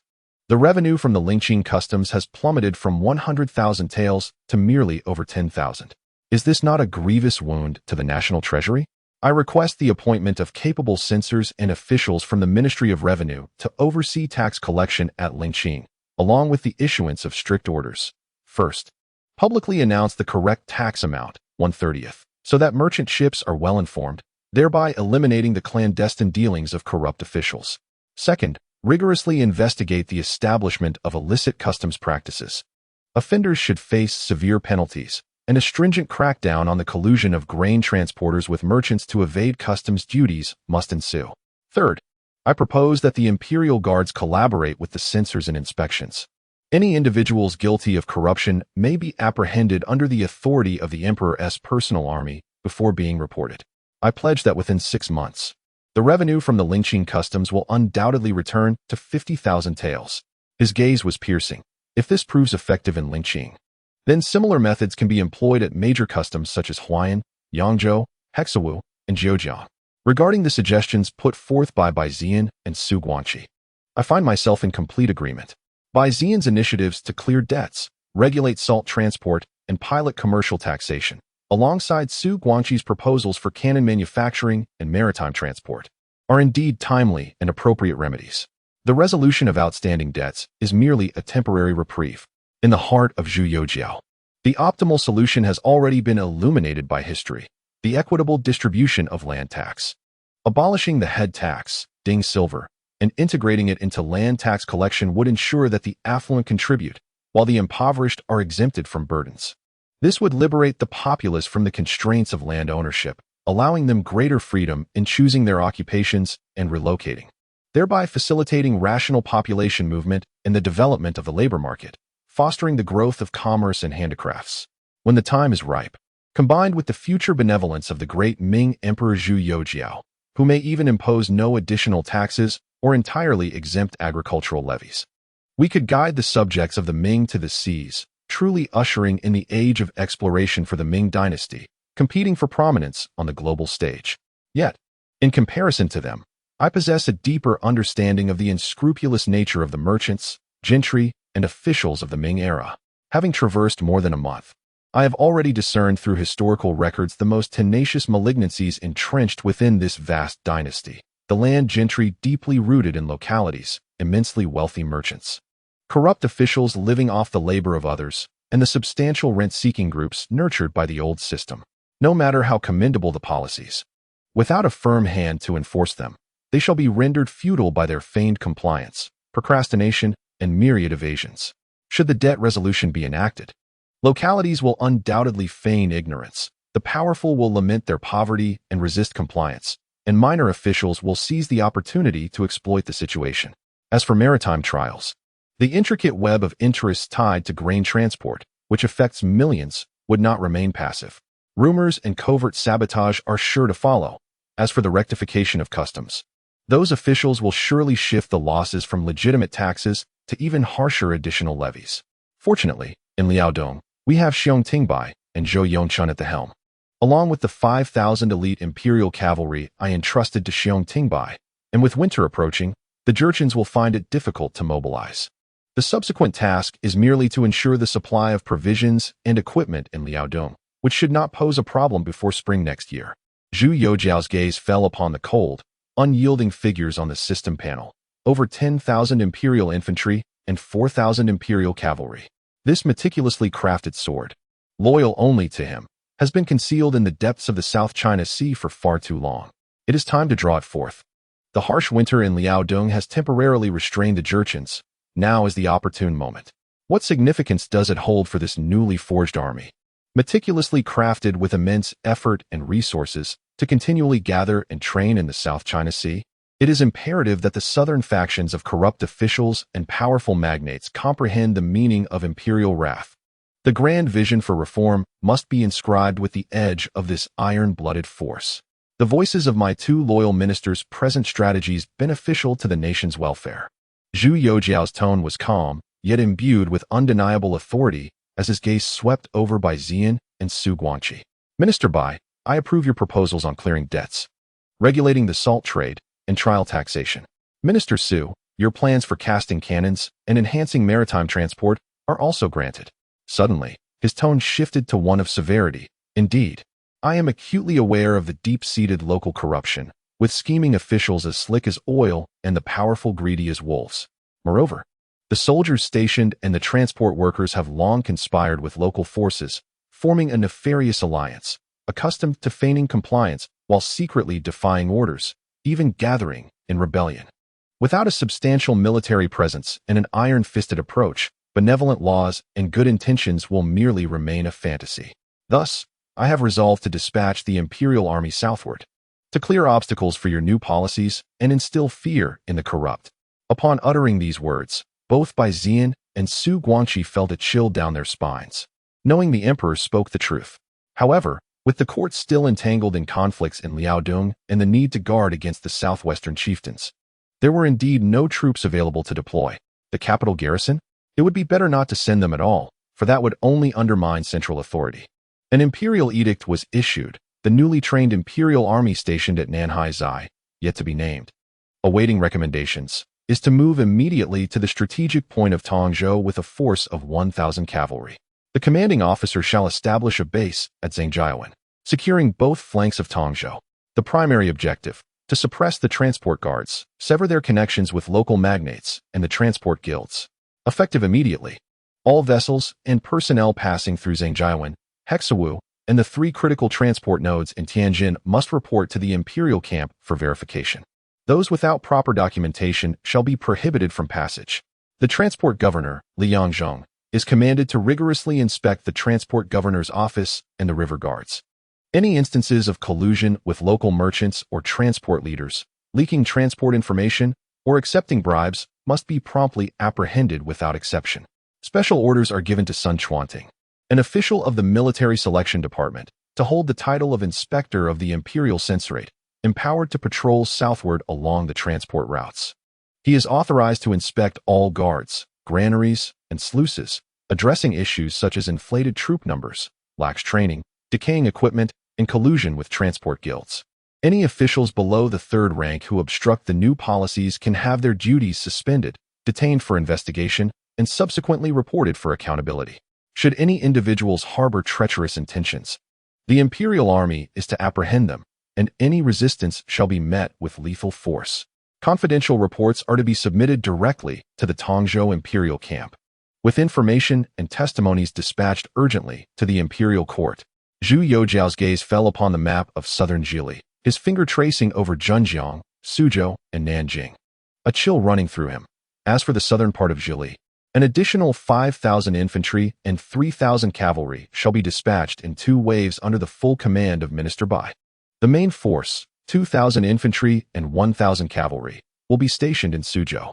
This action serves to intimidate the local magnates of Suzhou, Songjiang, and Changzhou, ensuring debt collection. Should any prominent families refuse to pay taxes, conspire against orders, or incite the populace, this unit is authorized to directly seize their strongholds and estates. Apprehending the ringleaders. Local guards are forbidden from intervening. Should any local officials dare to summon troops to defy commands, they shall be deemed traitors and eliminated without mercy. Moreover, the surveillance of the Susong military supply road and various provincial garrisons is imperative to prevent any duplicity or local collusion. A separate force, comprising 3,000 infantry and 2,000 cavalry, is stationed in Nanjing to intimidate the central authority and to regulate the military stationed in Jiangnan.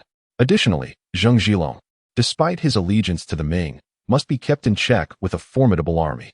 The official military strength of South Jili is recorded at 120,000. Yet I have heard that the actual number is less than 30,000, comprising the elderly, weak, and fatigued. I have commanded that this contingent collaborate with the distinguished officials of Nanjing, including Duke Su Hongji and eunuch Wang Tiqian, to jointly oversee the reformation of the Jiangnan garrison. They are to strictly verify the personnel, equipment, and training within a specified time frame. Any instances of impersonation, fraudulent claims, or empty soldier salaries are to be eradicated and restitution pursued. Those who are too old or weak for service shall be compensated and dismissed, while the robust shall be selected for logistical support in maritime operations. Officers who have been drawing empty salaries will face restitution and dismissal, with severe cases leading to public execution. After assessing and eliminating the weak, rigorous training will follow. The imperial troops shall directly obey commands from the throne, and this unit is tasked with suppressing any potential insurrections or disobedience during the period of reformation. The nobles, military officers, and eunuchs of South Zhili who obstruct these military reforms or resist the new policies shall be subject to immediate disciplinary actions. Chapter 54. The Royal Salt Administration of the Ming Dynasty. Maritime affairs shall be entrusted entirely to Minister Su, with Governor Yuan Kelly of Denglai, General Shen Yurong, Governor Nanjuyi of Fujian, and General Yu Zigao overseeing operations, with the Ministry of Revenue assisting. The financial and escort needs of Zheng Zhilong's fleet will be jointly determined by the two ministers. Where do these troops come from? A force of such magnitude, entirely bypassing the conventional court system and answering solely to the emperor. When the emperor explicitly mentioned the imperial troops, assigning 3,000 infantry and 1,000 cavalry to control Tongzhou, and 5,000 infantry with 3,000 cavalry to penetrate deep into Jiangnan, stationed in Nanjing and Suzhou, along with Sun Chuanting and the deployment of the Jinyue, this scale and arrangement clearly surpassed the mere ceremonial or protective functions, revealing a meticulously orchestrated military maneuver aimed at seizing control over the core lifeblood of the empire. Su Guangqi felt a lump in his throat, astonishment and concern flooding him. "Your Majesty," he nearly exclaimed, his voice trembling with incredulity. Such a vast mobilization of forces involving Zhili and Jiangnan, particularly critical locations like Nanjing and Susong, should invariably be discussed with the officials of the Ministry of War and the dukes and earls of the five armies. Moreover, his subsequent thoughts were swallowed. The implications unmistakable. Is there any military force left to mobilize in the capital? Does your Majesty believe that the current imperial troops resemble the formidable 200,000 that swept across the northern deserts during the Yongle reign? They have long since deteriorated. Seated upon the throne, Zhu Youxiao's youthful visage appeared somewhat austere in the candlelight. He slightly turned his head, his calm gaze sweeping across Su Guangqi's pale face, which bore signs of shock and concern, and a faint, yet undeniable smile tugged at the corners of his lips. "My dear minister, you worry too much." His voice, though soft, resonated like a hammer striking the anvil, echoing clearly within the warm chamber. The so-called troop movements do not necessitate the deliberation of the court officials. The troops I refer to, the infantry and cavalry of the imperial camp, are not the soldiers recorded in the Ministry of War's rolls, nor are they under the jurisdiction of the five offices. He paused momentarily, his piercing gaze fixed upon the two men, articulating each word with deliberate precision. "This is a force I have assembled in the South Sea, drawing from the royal treasury, personally selecting the most robust individuals, engaging talented instructors, and overseeing their training with my own hands. This royal guard is specifically established to protect the palace against unforeseen circumstances. All provisions, salaries, and armor are sourced from the royal treasury, without costing a single coin to the Ministry of Revenue or requiring a soldier from the Ministry of War." The warmth of the chamber was enveloped in an eerie silence, broken only by the crackling of the charcoal fire, which seemed peculiarly jarring. Bai Zian's breath caught for a moment, his mind racing with thoughts of mustering troops solely funded by the royal treasury, entirely independent of the court's military system. How had this youthful emperor quietly constructed such a vast, well-trained, and utterly loyal personal army under the very noses of all? Thus, Zhu Youxiao's voice regained its composure, imbued with a decisive authority that transcended the old order. His deployments and defenses were all within the palace's jurisdiction. "Wherever I command, they shall be stationed. There is no need for discussions with any official department or notifications to any noble." His gaze turned once more to Su Guangqi and Bai Zian, a look of a dictator entrusting a core secret to his confidants, filled with pressure and trust. "At that moment, you two need only to travel to Tongzhou and Jiangnan, bearing my imperial edict and military insignia to take command and regulate the troops. The commanding general will naturally comply. As for the Ministry of War, you shall merely inform them before your departure under the guise of assisting with local suppression." To inform them, Su Guangqi pondered these words, his remaining doubts dissipating into profound astonishment. The emperor was not oblivious to the disbandment of the imperial army. He had no intention of relying on such a fragmented force. He wielded his own sharpened blade. This to inform was not a negotiation, nor a suggestion, but rather a straightforward notification. An emperor who controls the military is fundamentally different from one who lacks direct forces. This signifies that His Majesty has gained confidence unbound by the constraints of the civil officials. An emperor with such assurance can only be likened to the founding and established emperors of the past, as they contemplated the methods of those two. A sense of sorrow for the individuals in the south welled within them, gazing upon the young emperor's face, which radiated an extraordinary sense of control. Su Guanxi and Bai Ziyan bowed deeply, concealing their astonishment within the folds of their robes. "We obey your command. We shall ensure proper arrangements, living up to your imperial will." In that moment, they acutely sensed the emperor's leverage and resolve far exceeded their previous expectations. This grand strategy had long been set in motion by the emperor in secrecy, and now, the fangs were beginning to show, with military forces advancing southward. Regarding the salt industry, Zhu Youxiao contemplated the future salt system and compared it to the current Ming practices, slowly cultivating a peculiar idea. He wondered if it would be feasible to nationalize the Ming salt industry, establishing a royal salt company to exert direct control from the source. Furthermore, his ability to exchange merchant fleets could effectively open new avenues for revenue. With this thought forming, he fixed his gaze upon Bai Ziyan. "Minister Bai," Zhu Youxiao's voice was steady, drawing the two ministers' thoughts back. "I wish to thoroughly understand the current state of our Ming salt affairs. How many salt fields are there in the realm? Who truly controls them? What revenue can be generated annually? And what are the losses incurred?" Bai Ziyan, invigorated in spirit, bowed and addressed, "Your Majesty, our dynasty's salt production heavily relies on 6 regions. The 2 Huai areas, Huaibei and Huainan, dominate. The 2 Jie areas, Zhejiang and Jishi, stand together. Chonglu, a significant area in Jili, Shandong, Fujian, and Hedong, where the salt from Jiezhou is foundational. In total, there are 173 salt fields, among which the salt fields of Huaibei and Huainan are of utmost importance. During the Hongji era, it was said that the profits from the salt of the 2 Huai regions accounted for half of the nation's total. The household registration originally recorded 56,000 households. Yet what remains? Bai Ziyan's throat tightened. Since the implementation of the salt system in the Wanli era, hereditary salt merchants have proliferated, and the rampant private salt trade has become a calamity. Now, over half of the registered households have fled, and the Huai region's official salt reserves are less than 30% of previous years, while private salt has surged, nearly usurping half of the official salt territory. He straightened suddenly, his gaze piercing as it swept over Bai and Su. I believe his finger pressed heavily upon the imperial desk. Only a complete overhaul will suffice to reconstruct the salt administration. From this day forth, abolish the Caizhong system. Dismiss the Gongfa regulations. Discard the old salt permit system. Each word from the emperor resonated with resolute authority. A great Ming royal salt administration shall be established, with all salt fields, boiling houses, and transportation rights under the jurisdiction of the Ministry of Revenue, wholly nationalized. Salt taxes shall be assessed and collected on site. Any production or sale of private salt shall be treated as theft of national revenue, punishable by immediate execution. Both Bai Ziyan and Su Guanxi were struck with profound shock. The administration mentioned by the emperor was not merely a new office, but a revolutionary upheaval to the salt administration that had persisted for over 2 centuries. Its essence was to reclaim the empire's salt profits from the deeply entrenched salt merchant groups and smuggling networks back to the court's control.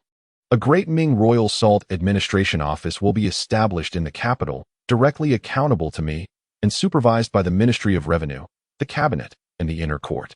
It will oversee the surveying of all salt fields nationwide, regulate production and sales, establish taxation policies, and combat smuggling and banditry.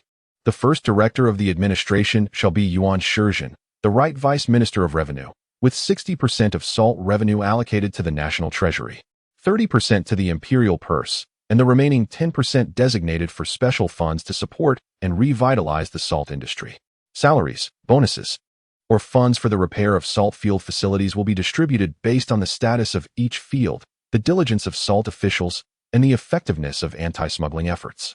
The director, Yuan Shizhen, shall have the authority to make adjustments as deemed necessary, reporting at year's end. As for the selection of Yuan Shizhen, his credentials speak for themselves. Yuan Shizhen, styled Yizhi and known as Tsangru, hails from Qizhou in Huguang. In the 44th year of Wanli, he submitted a lengthy memorial of 20,000 words entitled 10 Proposals for Salt Administration, detailing the chaos within the salt system and outlining plans for reform. After being appointed as the inspector of salt law in the two Huai regions in the 45th year of Wanli, he implemented the Gongfa regulations in Huai, Nan, and Yangzhou, replacing the previous Kaizhong method. He categorized the salt permits into 10 guidelines, compiling them into a register, and each year one guideline would be issued, while the other 9 would utilize new permits. Henceforth, officials would no longer collect salt directly, and the rights to buy and sell would belong to the merchants, thereby creating a more orderly management of the salt system and alleviating the crisis of the time. Yuan Shizhen managed the salt administration of the two Huai regions for 4 years, aiding in border payments and remitting over 4 million taels to the treasury, earning him not only the affection of the salt merchants in the two Huai regions, but also commendation from the Emperor Xinzong. To enhance the governance of the salt administration, Yuan Shizhen organized the recruitment of soldiers to establish fortified camps alongside the salt fields, with each camp comprising 30 men, situated 2 to 3 miles apart, specifically tasked with apprehending illicit salt traffickers. This initiative effectively curtailed the prevalence of smuggling. Indeed, while his measures may not be a panacea for all time, they inadvertently solidified the power base of the salt merchant class. However, amidst the rampant corruption within the salt administration and the dire depletion of national resources, it is precisely such resolute and capable individuals, who are aware of the flaws and adept at dismantling them, that can extricate genuine treasures for the court from the clutches of predatory wolves, thus bearing the weighty responsibility of reforming the old and ushering in the new. Entrusting the salt administration to Yuan Shizhen as its director was precisely the transformative force that Zhu Youxiao envisioned. He required this vigor to obliterate accumulated malpractices with the ferocity of a thunderstorm and to fundamentally reshape the salt industry landscape. 2 centuries later, historians gazing upon the records in the annals of the Holy Son of the Ming Empire would note, in the first year of the Tianqi era, the astute Tianqi Emperor Zhu Youxiao, recognizing the deficiencies of the salt administration as an impediment to the grand vision of imperial revival, resolutely dismissed the outdated opinions of the court and decided to enact sweeping reforms. A sacred decree was issued, abolished the corrupt and cumbersome transport offices, and established the royal salt administration of the Ming Dynasty.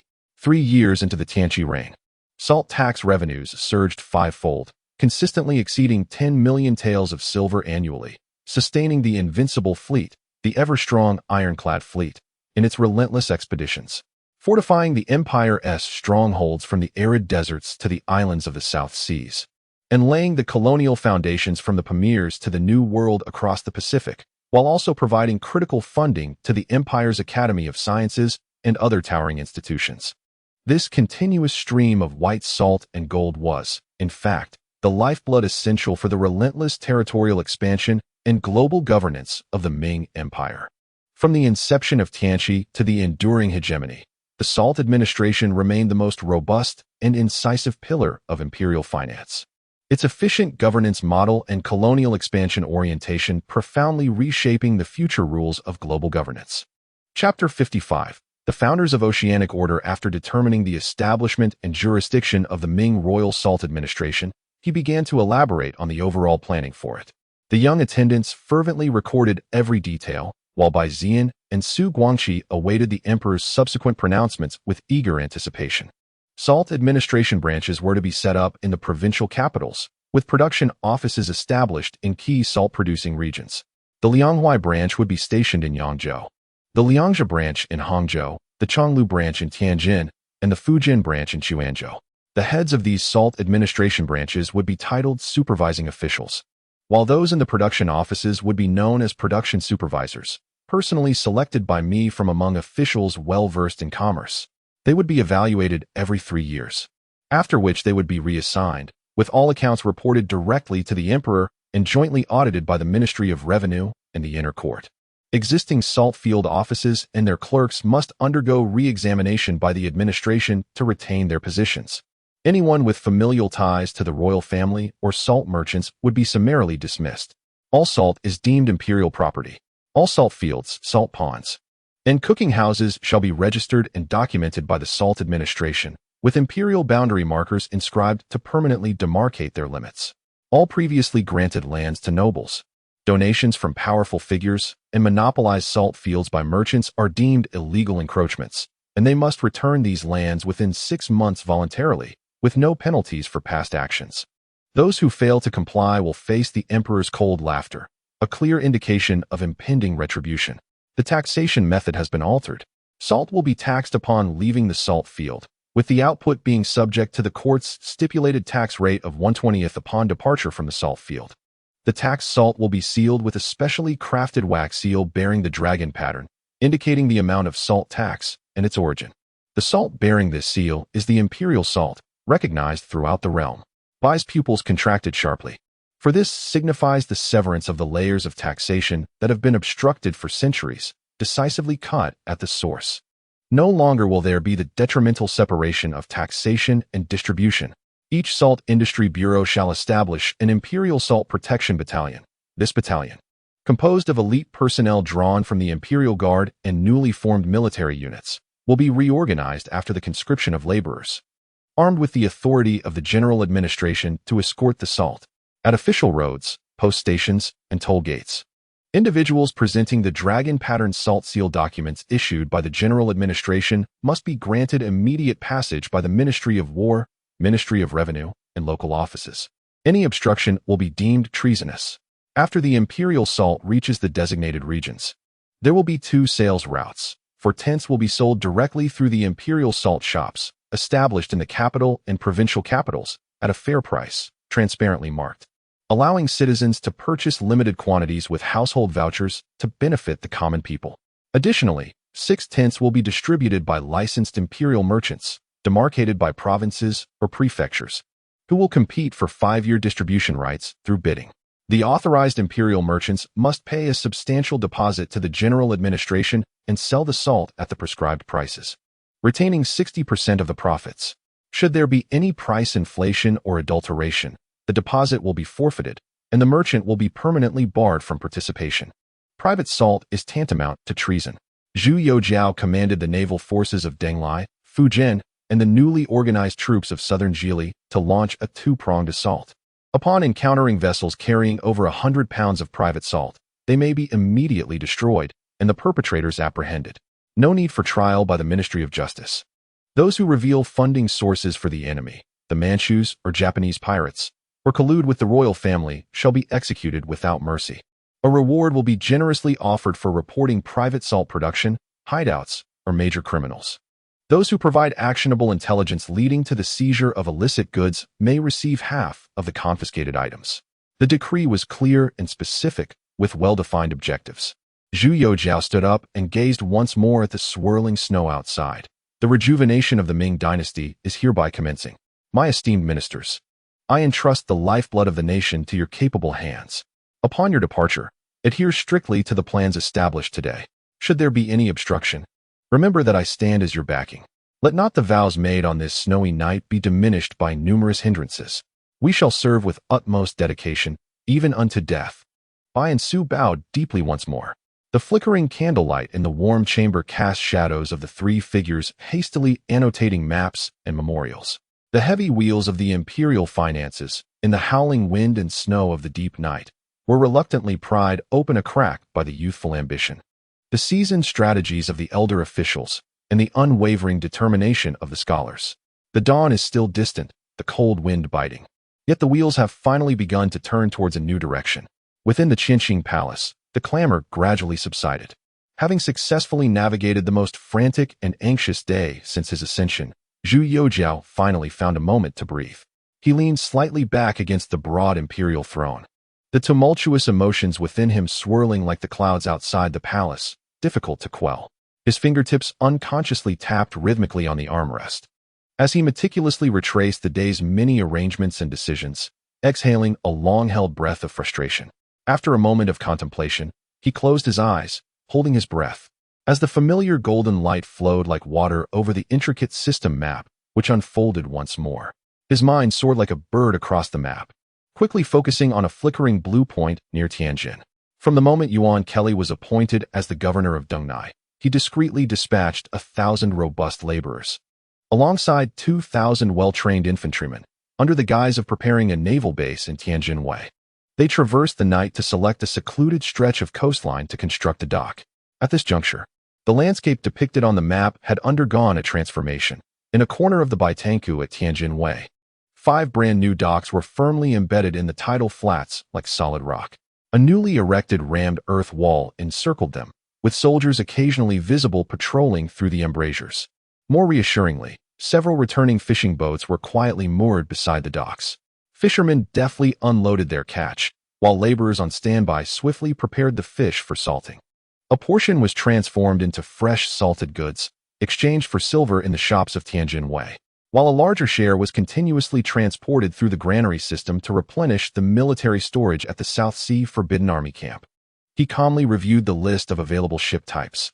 Although the choices were limited within the colonial construction sequence, he meticulously compared the designs and combat capabilities of these vessels with his knowledge of the shipbuilding techniques of the current dynasty. A satisfying thought emerged: their sturdiness, design, and potential deterrent power were already comparable to the standard warships produced by the finest state-owned shipyards of the Ming Dynasty.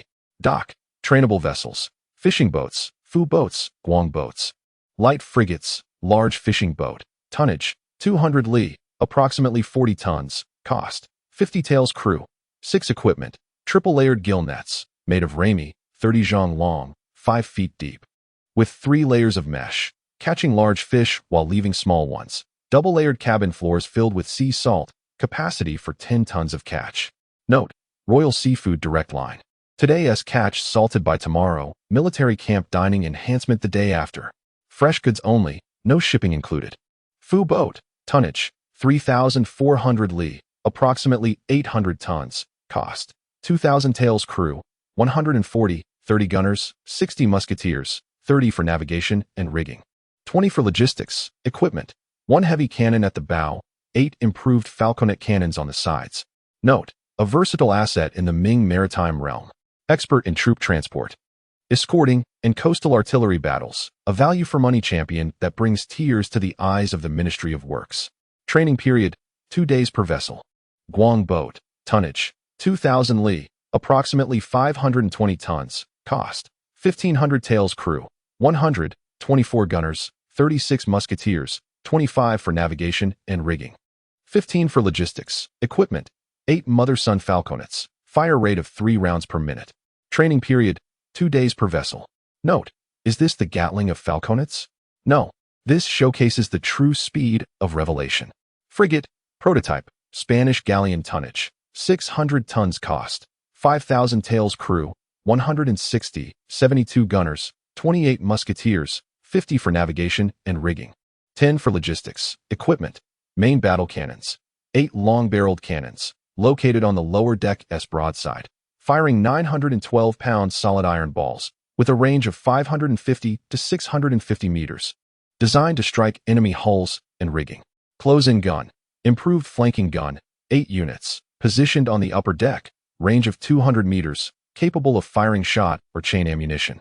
Designed for sweeping enemy deck personnel, sails, and rigging at close range, retaining its rapid-fire characteristics. Remark: a vessel embodying a blend of Eastern and Western technologies. It can strike at enemy's vital points from afar, while unleashing a torrential barrage to cleanse the decks up close. A nimble and tenacious maritime jack-of-all-trades. Training period: 1 ship per day. Level 4 battleship, prototype, Spanish tall ship. Displacement: 1,200 tons. Cost: 20,000 taels. Crew: 380 personnel, 270 gunners, 40 musketeers, 50 for navigation and sail handling, 20 for logistics. Equipment: main artillery, long-barreled cannon, 30 units, situated on the lower gun deck's broadside, firing 912-pound solid iron projectiles. Range of 550 to 650 meters, intended to strike enemy hulls and rigging. Close-in gun, Falcon gun, 36 units, located on the upper deck, firing 3-pound shot and chain ammunition. Effective range of 250 meters. Remark: the cornerstone of maritime order. When it joins the line of battle, the thunderous cannon fire proclaims a new era of naval supremacy. At this moment, it is referred to as the Old Fourth, simply because the first 3 have yet to be launched. Training period: 1 ship in 10 days. As he gazed upon these figures, each marked with a tangible and reasonable tonnage, Zhu Youxiao felt an exhilarating satisfaction swell within him, growing ever more solid. For he understood that the true terror of the system's vessels lay not in their nominal tonnage, but in their astonishing construction speed and remarkable cost-effectiveness. The most stirring aspect remained the numbers denoting the training period. The two vessels, Fuchuan and Guangchuan, required merely 1 day. 1 day for a frigate, and at this moment, the Level 4 battleship, deemed the foundation of maritime order by the system, required only 10 days. Such efficiency, within the existing craftsmanship framework of the Ming Dynasty, was akin to an overwhelming triumph. It is essential to realize that if one wished to construct a 3,000 liang ship during the Ming Dynasty, they would first need to procure towering trees like camphor, nanmu, or cedar, which could take a century to mature. The main keel alone would necessitate a massive timber measuring 12 zhang, approximately 365 meters, in length and 3 feet, approximately 1 meter, in diameter. The list of auxiliary materials was daunting. 8,000 iron nails, 300 jean of tung oil, 200 jean of hemp wadding, and 12 bolts of canvas. Furthermore, freshly felled giant trees required soaking for 3 months to remove sap and juice, followed by natural drying in a ventilated, sheltered area for an additional 24 to 30 months. Without the system at hand, the idea of obtaining a usable 3,000 liang warship made Zhu Youxiao's lips curl slightly. From project initiation to launch, it would be utterly impossible in less than 3 to 5 years, with the costs of transportation and the bureaucratic extortion from officials serving as relentless obstacles. Could he afford to wait 3 years? The ships he desired could now be acquired in a single day. Moreover, they would come fully armed, complete with cannons and muskets. A glint of cold light flashed in Zhu Youxiao's eyes as his gaze seemed to transcend the glazed roof of the Qinqing Palace. Sweeping over the white mountains and black waters, across the Mongolian steppe, and straight to the waves of the South China Sea. By then, his grand army would have already. He struck the armrest with his fingertip, his spirit ignited, marching north to conquer the desert, plowing through the enemy's strongholds, sailing south to protect the coastal territories, setting sail for the southern seas. Chapter 56, Shipbuilding. Constructing Great Ships. In the Hall of Supreme Harmony, Zhu Youxiao's gaze lingered upon the shimmering reflections of the virtual dock. His slender fingers unconsciously tapped against the Zetan imperial desk, the crisp sound echoing hauntingly within the vast hall. With the establishment of the dock, as long as funds were sufficient, the creation of a formidable fleet to safeguard the coastal waters and even traverse the vast oceans was no longer a mere fantasy. Yet, behind this vision loomed the heavy shadow of the stark decline of the Ming Dynasty's shipbuilding industry. The lifting of the maritime ban in the first year of the Longqing era, 1567, and the establishment of U-port for trade had indeed ignited a fleeting spark of prosperity among the common folk's maritime endeavors. By the mid-Ming era, the shipbuilding industry had even reached the zenith of imperial naval power. Historical facts raced through his mind. The records of 2 dynasties noted that in 1598, the naval assistance to Joseon saw a grand fleet from Fujian transporting over 140,000 troops, firmly controlling the maritime lifeline and suppressing the Japanese pirates. The investigation of the East and West Oceans recorded that in 1602, during the tense standoff with Spanish colonizers in Luzon, the Ming Navy boasted an impressive 52 warships in Manila Harbor, compelling the haughty colonizers to bow and pay reparations. Particularly, the shipyards of Nanjing, Longjiang, and Fuzhou stood as the twin pillars of Ming shipbuilding. At the height of Fujian U-port's prosperity, shipyards thrived in abundance, producing a staggering 180 large vessels annually. The Nanjing Longjiang yard pioneered advanced segmented mortise and tenon techniques, reducing the construction time of colossal ships from a lengthy 3 years to a mere 8 months. There was also the revolutionary watertight compartment technology, with 12 thick camphor wood bulkheads, meticulously interlocked with exquisite mortise joints and lead tin cast seams, which drastically reduced the risk of sinking to 7 or 8 out of 10 in the event of hull damage. It is noteworthy that this technology was not grasped by Europeans until the 18th century, influenced by Eastern vessels. Not to mention the unique configuration of 3 masts and 32 oars, which allowed the warships to achieve a speed of 4 knots even on windless days, far surpassing the clumsy galleons of the same era. Alas, the indomitable spirit of the ancestors, who had once cleaved waves and conquered the seas, had dissipated by the first year of the Tianqi era, 1621. The root cause lay in the all-too-familiar yet fatal two words, lack of funds. The guild system had long since fallen into decay, with apprentices preferring to mutilate themselves rather than endure the grueling, uncertain life of a craftsman. The exquisite mortise and tenon carving skills, passed down through generations in Dengzhou for over 800 years, were on the brink of vanishing into obscurity. A surge of piercing indignation and sorrow surged within Zhu Youxiao, his teeth grinding in frustration. O Ming Dynasty, you were given the chance, yet how have you squandered it? Once, the magnificent warships had surpassed those of the West, and now they had fallen to such depths, leaving him speechless at the ignominy of his unworthy descendants. His gaze returned to the glimmering interface of the virtual dock, where the words population limit burned into his vision like a searing brand. This had once been the most detested shackles in his game, yet now it had transformed into the coldest iron wall obstructing his grand ambitions in reality. The knuckles glided through the void as he meticulously calculated his meager assets.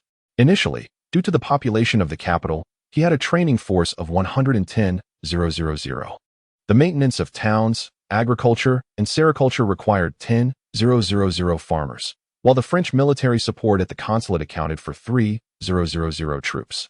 Another 3,000 were necessary for the operation of the South Heisei arsenal. Additionally, the 17,000 infantry and over 8,000 elite cavalry he had painstakingly trained in the South Heisei camp over the past month left him with a mere 60,000 soldiers available for external campaigns. As he contemplated leading his forces northward in March, he considered the current power of the Jurchens.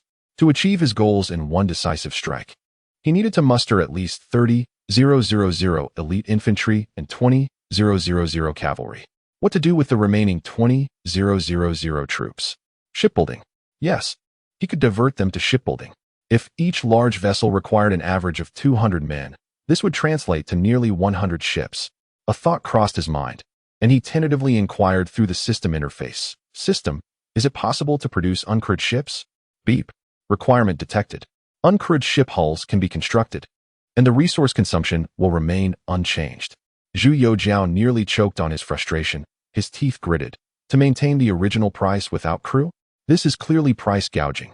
After calming himself, he assessed his limited funds and strategic direction, weighing the threats in the surrounding waters.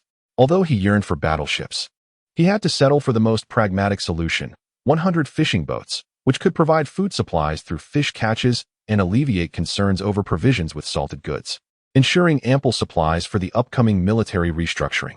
Coupled with 80 fully equipped merchant vessels, the durability of Ming vessels combined with the system's efficiency would make them the backbone of his navy. Additionally, he ordered 40 light battleships as the core firepower of his fleet. With such a configuration, it could be said that he would be invincible in the East Asian seas. His gaze lingered on the imposing silhouette of the fourth-tier battleship, a symbol of maritime supremacy. After much hesitation, he decisively clicked twice on the icon, placing an order for 2, to serve as the flagship for the Denglai and the soon-to-be-formed Tianjin fleets.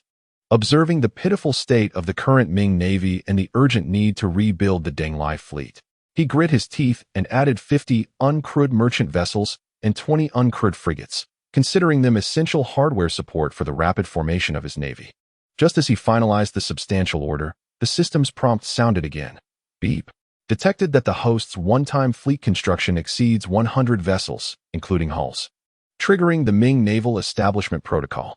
Would you like to pay 20,000 taels of silver to supplement the complete naval command system? Confirm. Zhu Youxiao responded without hesitation. The monetary expense was trivial. What mattered was that the system had made it clear that the newly added command personnel would not consume his precious population quota, a veritable boon. Deducting 625,000 taels. Not expensive at all. He reassured himself as he glanced at the remaining balance of just over 1,000,000 taels. To speak candidly, this truly amounts to a bargain price. Regardless of the shipbuilding costs, the artillery and sailors alone justify this valuation, a resounding victory indeed. Protocol activated. Acquired. Various ranks including the Grand Admiral of the Ming Navy, 1. Guerrilla Generals, 5. 1,000 House Officers, 10. 100 House Officers, 100. Grand Flags, 200. And Minor Flags, 1050. All levels of officer structure established. Officers will be implanted with reasonable identity memories. The identities of the Grand Admiral and 5 guerrilla generals have been successfully recorded and can be summoned to designated locations at any time. Wait, this doesn't make sense. Since you can systematically arrange a command structure for the Navy, why hasn't my barracks, which has been training for a month, received the same system? Surely you are not being unreasonable? Beep. Supplementary explanation of core system rules. Basic unit recruitment comprises only foundational personnel. The command structure is an auxiliary function and requires specific conditions to be activated, such as a significant demand gap arising from large-scale formations or the host's voluntary payment of system service fees. The cold, unyielding voice resonated in Zhu Youxiao's mind, as if it were an undeniable truth. Zhu Youxiao paused, then was struck with a mix of anger and amusement. So, in your eyes, my trained 17,000 infantry and 8,000 cavalry are merely basic units, insufficient to meet the demand for a complete formation? Must I wait until I have over 100 ships for you to recognize a gap? Beep. The army is recruited in a dispersed manner, not triggered by a one-time large-scale formation. The host may refer to the Ming Navy Formation Protocol standards and make a single investment of silver to complete the existing and subsequent core military units of the army, combat troops, and elite forces, including reasonable identity implantation without occupying population quotas. How much silver is required? Zhu Youxiao asked, his face darkening. This miser detected that the host's barracks have trained troop numbers of 1,700 infantry and 8,700 cavalry, capable of forming an independent army. Please name it. Dragon Cavalry formation. 3 fully staffed infantry battalions totaling 35,600 men, 2 cavalry regiments totaling 15,000 men, a direct battalion of 2,000 men, scouts 300, and personal guards 200, totaling 22,300 men. Shall 30,000 taels of silver be paid to supplement the complete military command structure? 30,000 taels. Zhu Youxiao's mouth twitched. This was nothing short of blatant extortion. He gazed mournfully at his meager treasury, caught in a battle between heart and mind. While money is indeed significant, a military force lacking effective command, fighting independently, no matter how elite, is merely a disorganized rabble. With a complete command structure, he could utilize the soldiers as minor flags, replacing the existing system of the capital's army with a transformative approach. Moreover, the system's provision of a command structure hinges on the critical aspects of reasonable identity implantation and not occupying population quotas, making it nearly impossible to refuse. Agreed. The silver shall be paid. But it must be understood, this time there shall be no more of that elusive trigger point nonsense. I demand the entire framework of the Ming army, and it must take effect immediately. He spoke through clenched teeth, painfully confirming the substantial expenditure on the system interface. Chapter 57, Tianjin Navy Beep. Receiving instructions. Payment of 30,000 taels of silver executed. The agreement regarding the backbone of the Grand Ming Army has come into effect. The Dragonxiang Army command structure includes 1 commander, 2 deputy commanders, 2 deputy generals, for logistics officers, for supply officers, and 12 merit officers.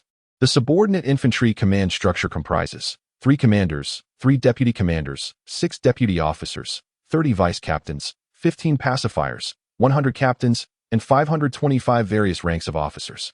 The cavalry structure consists of 2 deputy generals, 2 guerrilla generals, 8 commanders, 6 captains, and 12 flags, with officers assigned reasonable identities. Identity loading complete. Summonable to designated locations at any time. A flash of brilliance sparked in Zhu Youxiao's eyes. He discreetly surveyed the warm hall, gestured with his hand, and spoke with a steady tone. You may all withdraw to await orders outside the hall, and do not disturb. Yes, Your Majesty. The eunuchs bowed and exited in an orderly manner.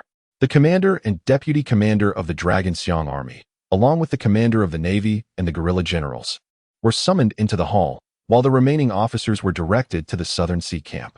The heavy, intricately carved wooden door of the warm hall creaked shut, isolating the outside light and sounds.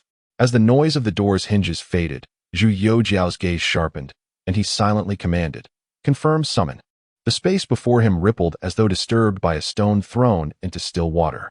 9 tall and robust figures solidified from the void, their presence intensifying. They were clad not in ordinary armor, but in finely crafted chainmail, overlaid with scales of iron, reflecting a cold metallic sheen in the dim light. Their shoulders adorned with fierce beast motifs that exuded a battlefield's unique ferocity. A complex aroma mingled with the scent of the sea, gunpowder, and leather sweat permeated the air, as if the tumult of distant winds and border fires had accompanied these 9 into the hall. Thud!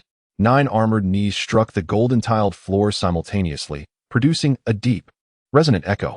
The 2 leaders spoke with voices like thunder, while the others remained solemn as iron, their collective sound resonating in the vast hall. This subordinate, Commander Cui Sudong of the Dragon Xiang Army, Deputy Commander Li Yaozu, Wang Yingzhua. This subordinate, Commander Hu Ziming of the Navy, Guerrilla Generals Wei Zhishang, Wu Zhe, Fu Rui, Jiang Zhenhai, Xia Siki, humbly pay our respects to your majesty and wish for divine peace. Zhu Youxiao's gaze immediately fixed upon the 2 commanding figures. Commander Hu Ziming, his face bronzed by the sun and sea winds, bore deep lines at the corners of his eyes, etched by years of squinting against the horizon. His neatly trimmed beard, interspersed with gray, only added to his gravitas. Beside him, Commander Cui Sudong stood like a mountain from the northern lands, his broad frame robust, with a dark red scar stretching from his left brow to his ear. Their eyes met, sharing an unspoken understanding and the steadiness forged through countless battles, embodying the qualities of leaders capable of commanding vast armies. I am at peace. You may rise. Zhu Youxiao's voice resonated with strength. These were generals loyal to him. And thus he spoke directly to Hu Ziming. Tianjin is the throat of the capital, the key to the Bohai Sea. At your service. Hu Ziming stepped forward, his iron armor clanging. You are appointed as the commander of the Tianjin Navy. A flag, a command, and a decree are bestowed upon you. Zhu Youxiao's voice surged like a torrent. I shall allocate to you 80 fortune ships and 40 light frigates. With this imperial edict in hand, you are to immediately take command of the Tianjin Newport Navy base, assume control of the vessels, conduct naval drills, and the 1,000 infantry stationed there shall also fall under your command. His tone suddenly intensified, carrying an irresistible force akin to a tsunami. Strictly monitor the Bohai and Yellow Sea regions. Any smuggling vessels heading north to Liaodong, east to Korea, or south to Japan must be seized and their cargo confiscated. All captured goods shall be divided in 2. Commercial goods and military supplies shall be immediately shipped to the capital for the imperial treasury. Ordinary goods, such as grain and textiles, are to be handed over to the Ministry of Internal Affairs for sale. Once the forces under Commander Shin Yurong of the Denglai Navy are reorganized to a certain extent, you must allocate all remaining empty ships and draw from them 30% of skilled sailors and capable officers to reinforce the Denglai Navy. With such valiant warriors as the backbone, assist Shin Yurong in swiftly forming a combat-ready force. With a systematic elite as officers and corps members, there is no need to worry about their loyalty. When the time comes, simply retire the old and weak and replenish the ranks. The Denglai Navy will soon possess formidable combat strength. Thus, the northern maritime borders will remain secure, and those vessels smuggling to Liaodong will conveniently supplement one's own coffers. I shall obey the command. On the Bohai Sea, any sail daring to collude with pirates shall be utterly annihilated, and all wealth shall return to the imperial treasury. Hu Ziming clasped his fists in acknowledgement, his voice resonating through the hall. Zhu Youxiao then cast his gaze upon the other 6 naval commanders, Wei Zhishang, Wu Zhe, Fu Rui, Jiang Zhenhai, and Xia Siki. You are all naval guerrilla generals, well-versed in the winds and waves, adept at navigation, and from this day forth, you shall answer to General Hu as his support. We shall obey the command. The 5 guerrilla generals responded in unison, their voices echoing off the rafters. Cui Sudong stepped forward, half kneeling to receive the decree. You are to return immediately to Nanhai to reorganize the troops, clarify the structure, and subsequently assist the Minister of Revenue Bai Zian and the Minister of Works Su Guangqi in managing the transportation of grain and the collection of debts in the southern provinces. He produced a golden imperial order and tossed it to Li Yaozu. Li Yaozu led your 4,000 infantry and cavalry to Tongzhou, holding this imperial decree. To assist the Grand Governor of Transportation Li Yangzheng and the Ministry of War Sun Chuanting in thoroughly investigating the canal garrisons. Any who abscond with pay, intercept grain, or collude with the grain transporters, regardless of their rank, shall be arrested on the spot. Any who resist shall be executed first and reported later. Wang Yingzhua, you shall lead 3,000 infantry and cavalry south to Suzhou. The local gentry has neglected taxes for years, often using civil unrest to coerce the government. You are to reconcile the farmland with Baizian and recover debts accumulated since the 28th year of Wanli. Should you encounter any inciters of turmoil, he sneered, they shall be dealt with as traitors, and their families' honors will be stripped. Finally, Zhu Youxiao fixed his gaze on Cui Sudong. Cui Qing, you shall personally lead 5,000 elite infantry and cavalry, using the Longxiang army as the backbone, to completely purge the old and ineffective soldiers from the 42 garrisons in Nanjing. Anyone over the age of 40, without family, shall be transferred to waterway transportation or military supply operations. Select only the robust and battle-ready individuals to fully reinforce the Longxiang army. Within 3 months, I expect to see a formidable iron army capable of controlling the Yangtze River, ready to swiftly quell any insurrections in the southeast. The emperor's voice suddenly rose, imbued with a fierce, murderous intent akin to a cataclysmic upheaval, as his fingers struck heavily upon the rosewood imperial desk, this time as we descend southward. The conservative aristocrats of southern Jili, the tax-evading gentry, and the treacherous merchants of the sea will undoubtedly cling like parasites, obstructing the new policies. You, the dragon cavalry, once unleashed, shall make those tax-dodging merchants and landowners of southern Jili understand that this territory is part of the Ming Dynasty. It is my realm. What I bestow upon you must be received with humility. Should there be any reckless actions, let it be known with clarity and cold steel. Sever their clans. Execute their heads on high poles as a warning to the realm. We shall faithfully adhere to your commands, your majesty. We are willing to cleanse the realm of treachery and purify both land and sea. Cui Sudong and Hu Ziming bowed once more before abruptly rising. 9 figures clad in armor turned with swords drawn, their steps heavy as mountains. The sound of their iron boots striking the ground forming a resonant rhythm as they marched toward the palace gates. With a creak, the palace doors swung open and closed. Lu Ryu, the eunuch standing guard outside, suddenly felt a shiver run down his spine, peering curiously inside. He distinctly remembered the inner chamber, holding only the sovereign. Yet these 9 armored figures, exuding an aura of menace as if they had just emerged from the battlefield. How had they entered this heavily guarded warm hall of the Qinxing Palace? A chilling dread surged up Lu Riyu's spine, cold sweat soaking through his inner garment. As he entered to serve, his head bowed low, yet his peripheral vision relentlessly followed the iron-clad figures vanishing down the palace path. His reverence for the youthful emperor transforming into an almost divine terror. Chapter 58.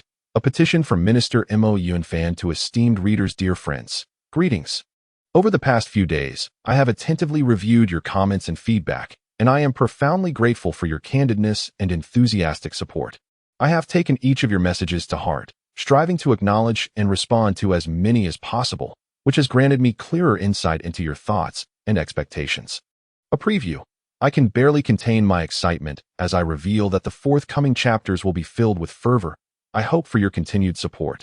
And if it does not resonate, there shall be no charge. The first matter, regarding the speed of updates.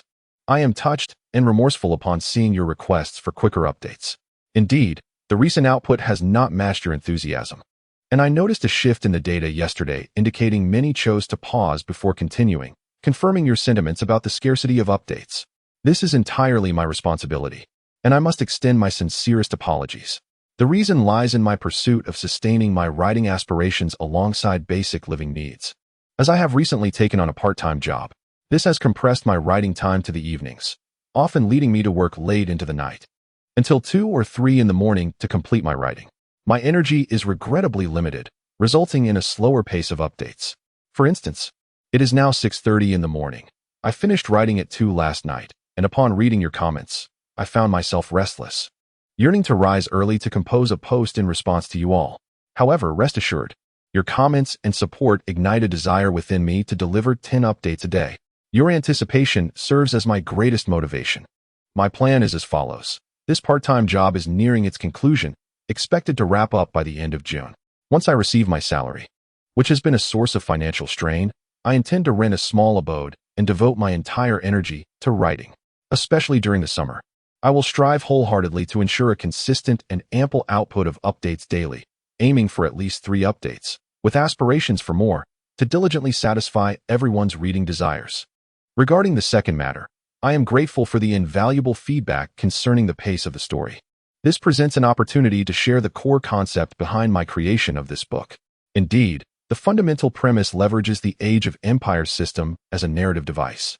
However, I wish to emphasize that the system itself is not the end goal. It merely serves as a tool and a medium.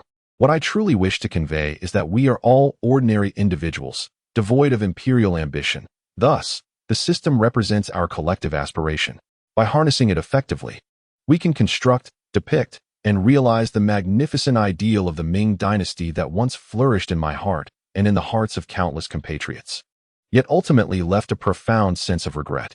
I aspire to portray a Ming Dynasty powerful enough to repel any external threats, drawing admiration from all corners. An open and inclusive Ming, courageous in exploring the world and assimilating advanced technologies and cultures. A confident and vibrant Ming, standing at the pinnacle of the Eastern world, leading the currents of the era. A resilient Chinese nation, heralding a grand epic that rectifies the shared historical grievances we bear. The decay of the Liaodong situation, the shadow of the defeat at Saru, the arduous support of the Guaning defense line, and the unfulfilled ambitions or tragic fates of renowned generals such as Sun Qingzong, Liu Xiangxing, and Qin Liangyu, all signify that we could have established a more formidable national defense and more advanced military ideologies. That era stood at a critical juncture of East-West civilizational collision and world order transformation. We could have seized the opportunities rather than passively enduring a century of darkness. Thus, in managing the narrative's pace, I hope to more judiciously propel the construction of this ideal Ming. I envision the protagonist, with the system's assistance, gradually resolving internal afflictions, confronting external challenges, and achieving a technological and military renaissance, ultimately restoring the glory of Huaxia. This journey necessitates groundwork, logic, and the portrayal of both the arduousness and inevitability of transformation. However, I assure you, it will not be an ordeal, as we have already endured enough compromise in our daily lives. In our own narrative, I hope to provide a space for relaxation. Indeed, this is our shared narrative, penned by Mo Yunfan, and I encourage everyone to express their thoughts freely. Your opinions are invaluable. I will thoughtfully consider how to adjust the narrative density and pacing in subsequent writing, ensuring the story remains coherent and logical while striving for a more compact and exhilarating tale, minimizing unnecessary delays. I hope you will continue to follow along and witness how this ideal Ming progresses from blueprint to reality. Lastly, I extend my heartfelt gratitude to all the supporters among my readers. Every comment, every recommendation, and every gift you offer serves as a beacon of warmth during my late-night writing sessions. I understand that the current updates may have caused some impatience, and for that, I sincerely apologize. I kindly ask for a little more time as I settle in. This summer, let us not be apart, as we witness the magnificent era of the great Ming Dynasty that resides in our hearts. I shall persist in my efforts, striving to meet your expectations. Dear friends, let us journey together, steadfast and unwavering. Thank you all for your generous contributions. As of now, there have been 1,013 donations. Your support brings me one step closer to my modest dream of renting a place. Yes, special thanks to the top supporter, Zhatian Bang, whose relentless encouragement kept me focused throughout the night. I also express my gratitude to the second supporter, the plump orange cat, for their gentle words of support and encouragement, and to the third supporter, Meng Xing Lai Lu, whose impactful presence speaks volumes. Thank you. Dear esteemed updates are eagerly awaited. Ning Wushuang from Haifeng Town, Dr. Chun. The first rebel of the universe, my comrade, the 16th round of the Little Moon. Love has entangled me for quite some time. Long, Xiangxia, the great bird beneath. Warning of danger, Mo Yunfan. Heh, it's me. Zi Zhuang, Fei Yuang Sheng, by Chu Chu who loves fried crispy fish, Wei Su who enjoys ginger water jelly, braised pork with instant noodles, the unparalleled saint of Ternate Island, Xiao Tingyuan from Zhongjiang, a discerning reader. Thank you for your 5-star review. The piercing gaze of Master Sa. A cricket afflicted solely by the wealthy disease, watching rain and longing for sunshine, the golden toad of wealth who adores camellias, Exine Roe who enjoys Sephora flower tea. The distinguished brew of Badger Courtyard, the clamor of momentum, dusk turning to snow. User 43039-471. User 359-71955. The half-baked Lu Wang of Mizusawa. Chuhi of Shanzhuang. Yen Moin. Wang Yuanfei who loves mint trees. Mo fan from Mingzhou. Benny who relishes rice rolls. User 22170584. Lu Guangyi who enjoys Beijing-style vegetarian stew. I remember your comment. Dear Maru from Wuzishan Bird Island. Fading into nothingness, the fiery wrath of Sug was royal decree. Onua Lu. Gu Hengshan who loves grilled fish pieces. You are amazing. Brother, Dr. Fei from Ingtian Hall. Every day is a good person, who used my nickname. User 7209-7990. User 10427760. Beichuan Qinshuan from Fengyang. The money-loving crab boss. Long time no see. The sinister master. The branches blooming red over the wall. Deep blue. Hishiwu. Sweetheart soup. The big-faced cat who loves banta buttons. User 11483407. The one who cuts books. Taste my sword. Kunlun broad beans. After the bright moon and gentle breeze. Mao Li Shaozenlang from Qinhuai River. Serene. Unable to forget you. Sakuya from Barto. The nameless captain of the Fried Heaven Gang. The master of transformation and the jester. The readers suffering from book shortages. User 945693994. User 300111304. Tanaka Hiro who loves asparagus. Ao Shang from Yaoan. Yamamoto Hachi who enjoys lotus seed cores. Xuanqing's voyage. Yi Aoqing from Weiyang Heaven. Spring language. The director of the Hongtian Gang office. Midnight snack 666666. Chu Tian who loves stir-fried small river shrimp. Liangxi who enjoys chili noodles. Su Qingrong from Southern Wild Isles. Grandma Lu who loves sauced kelp strips. The frog from Beide. Zhu Youxiao who enjoys barbecued food.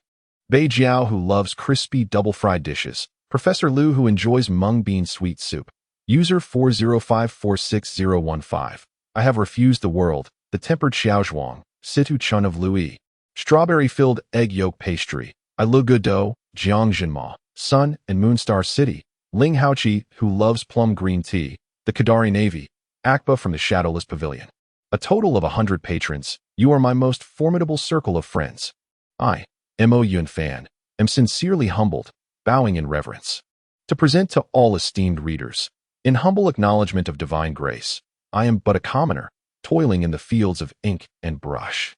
Grateful for the blessings of the Lords, my shelves have filled with treasures, and your critiques have enlightened me. Each reading brings tears. I knock at the stars at night to express my gratitude. However, recently, chapters have been sparse, new guests are growing rare. I toil at the keyboard by night. Sweat soaking my heavy shirt, as I, burdened with mundane affairs, labor late into the night, causing my dragon-spirited verses to be trapped in a withered inkstone. It is not that I cherish ink, but rather I fear the candle's flame may extinguish, burdened by this profound kindness. The author expresses heartfelt thanks. Chapter 58. The cunning Nurhasai, do we have any news from Liaodong, Lu Dabin? Zhu Youxiao inquired, setting aside the memorial in his hand and raising his gaze. Your Majesty. Wei Zhongxian replied with a respectful bow. Eunuch Wang is already on his way back to the capital. There have been no unusual movements reported from General Xiong Tingbai in Liaodong. The Vice General Qian Jin, summoned back as per your Majesty's decree, along with the assisting generals Chun Su, Chao Wenjiao, and his nephew Chao Bianjiao, are also returning and are expected to arrive in the capital in a day or two. Excellent. A glimmer of brilliance flashed in Zhu Youxiao's eyes as he contemplated further. Once the generals arrive, do not allow them to present themselves immediately. They must be given a day to rest after their arduous journey. I shall summon them to the palace to meet with me the following day. Additionally, upon Xin Yurong's arrival in the capital, instruct her to meet with Qian Jin, Qin Su, and the Chao family duo as well, Zhu Youxiao added. These capable generals form the core of the reorganization of the capital's military and must hear the imperial edict together to ensure a unified command. Once these leaders are in position, he would direct his efforts toward the decaying military establishment of the capital. By the next day, the town center, which had been the beacon of hope, had quietly operated for a month. Its vast fields were on the verge of their first bounteous harvest. At that moment, he would possess a granary brimming with 1,000,000 stones of rice and wheat, along with herds of sheep and thousands of plowing oxen. Having finally endured the initial phase of resource scarcity after his arrival, with abundant provisions at hand, he felt invigorated to reform the military and rectify the prevailing issues. He planned to utilize this wealth as capital to undertake a sweeping overhaul of the capital's military over the coming months. He intended to select 2,000 to 3,000 battle-ready soldiers from among them, while the remainder would be assigned as auxiliary troops responsible for logistics and supplies. A truly elite force of the Ming Dynasty was soon to take shape under his command. With these thoughts in mind, the immense pressure from reviewing memorials and making state decisions seemed to dissipate considerably. A wave of fatigue washed over him, and he leaned back into the depths of the dragon throne. Let us conclude for today. I wish to take a brief respite. Once rejuvenated, he planned to venture incognito outside the palace in the next couple of days to witness firsthand the splendor of the Ming capital. Since his arrival, he had yet to fully appreciate the grandeur of the imperial city in the 16th century. In the Liaodong camp at Saru, within a buffalo hide tent permeated by the pungent odor of resin and unprocessed leather, a Jurchen chieftain with a shaved head and braided tail sat upon a tiger skin mat. He observed with a furrowed brow as Zhu Youxiao, the commanding officer of Fengji Fortress, presented letters of allegiance from Lu Jiang to Tong Yangxing and Li Yongfang. His gaze inadvertently swept over 2 Han generals within the tent, Li Yongfang, who had shaved his head and donned the garb of the Jurchen prince, and Tong Yangxing, a wealthy merchant covertly supplying provisions to the Jurchen chieftains. For a moment, only the sound of breathing could be heard in the tent. Lu Jiang's voice, deep and hoarse, shattered the stifling silence as he weighed the letter in his hand. How credible are these claims? Does Fengji Fortress truly harbor 8,000 stones of grain? His words dripped with a habitual skepticism, his gaze piercing into Li Yongfang's face. Li Yongfang immediately bowed, his tone respectful yet tinged with certainty. In response to my lord, Lu Jiang is inherently greedy and timid. He has harbored intentions of allegiance since the rise of our great Jin.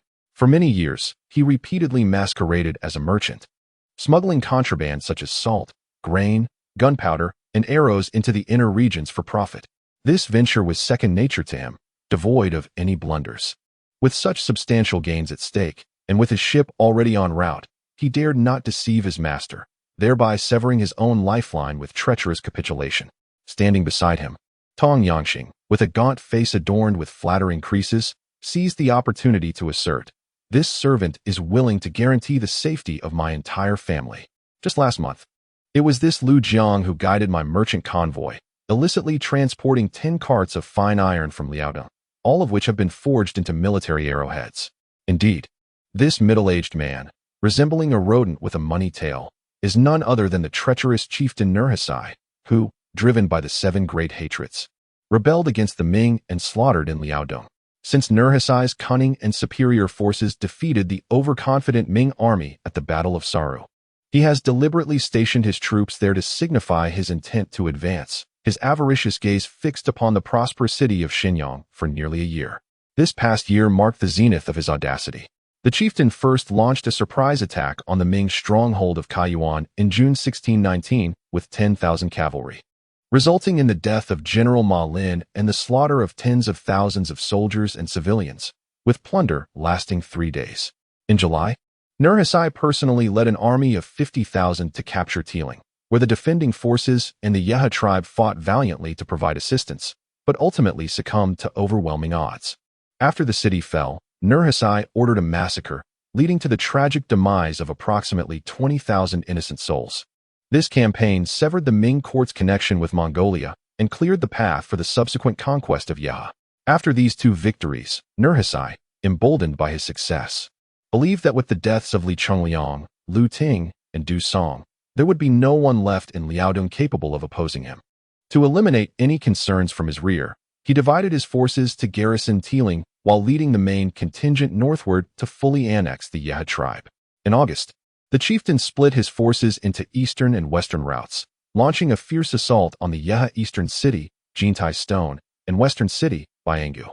After a bloody battle, Jintai Stone perished in defense of the nation, while Byangu, having been lured into surrender, was subsequently executed.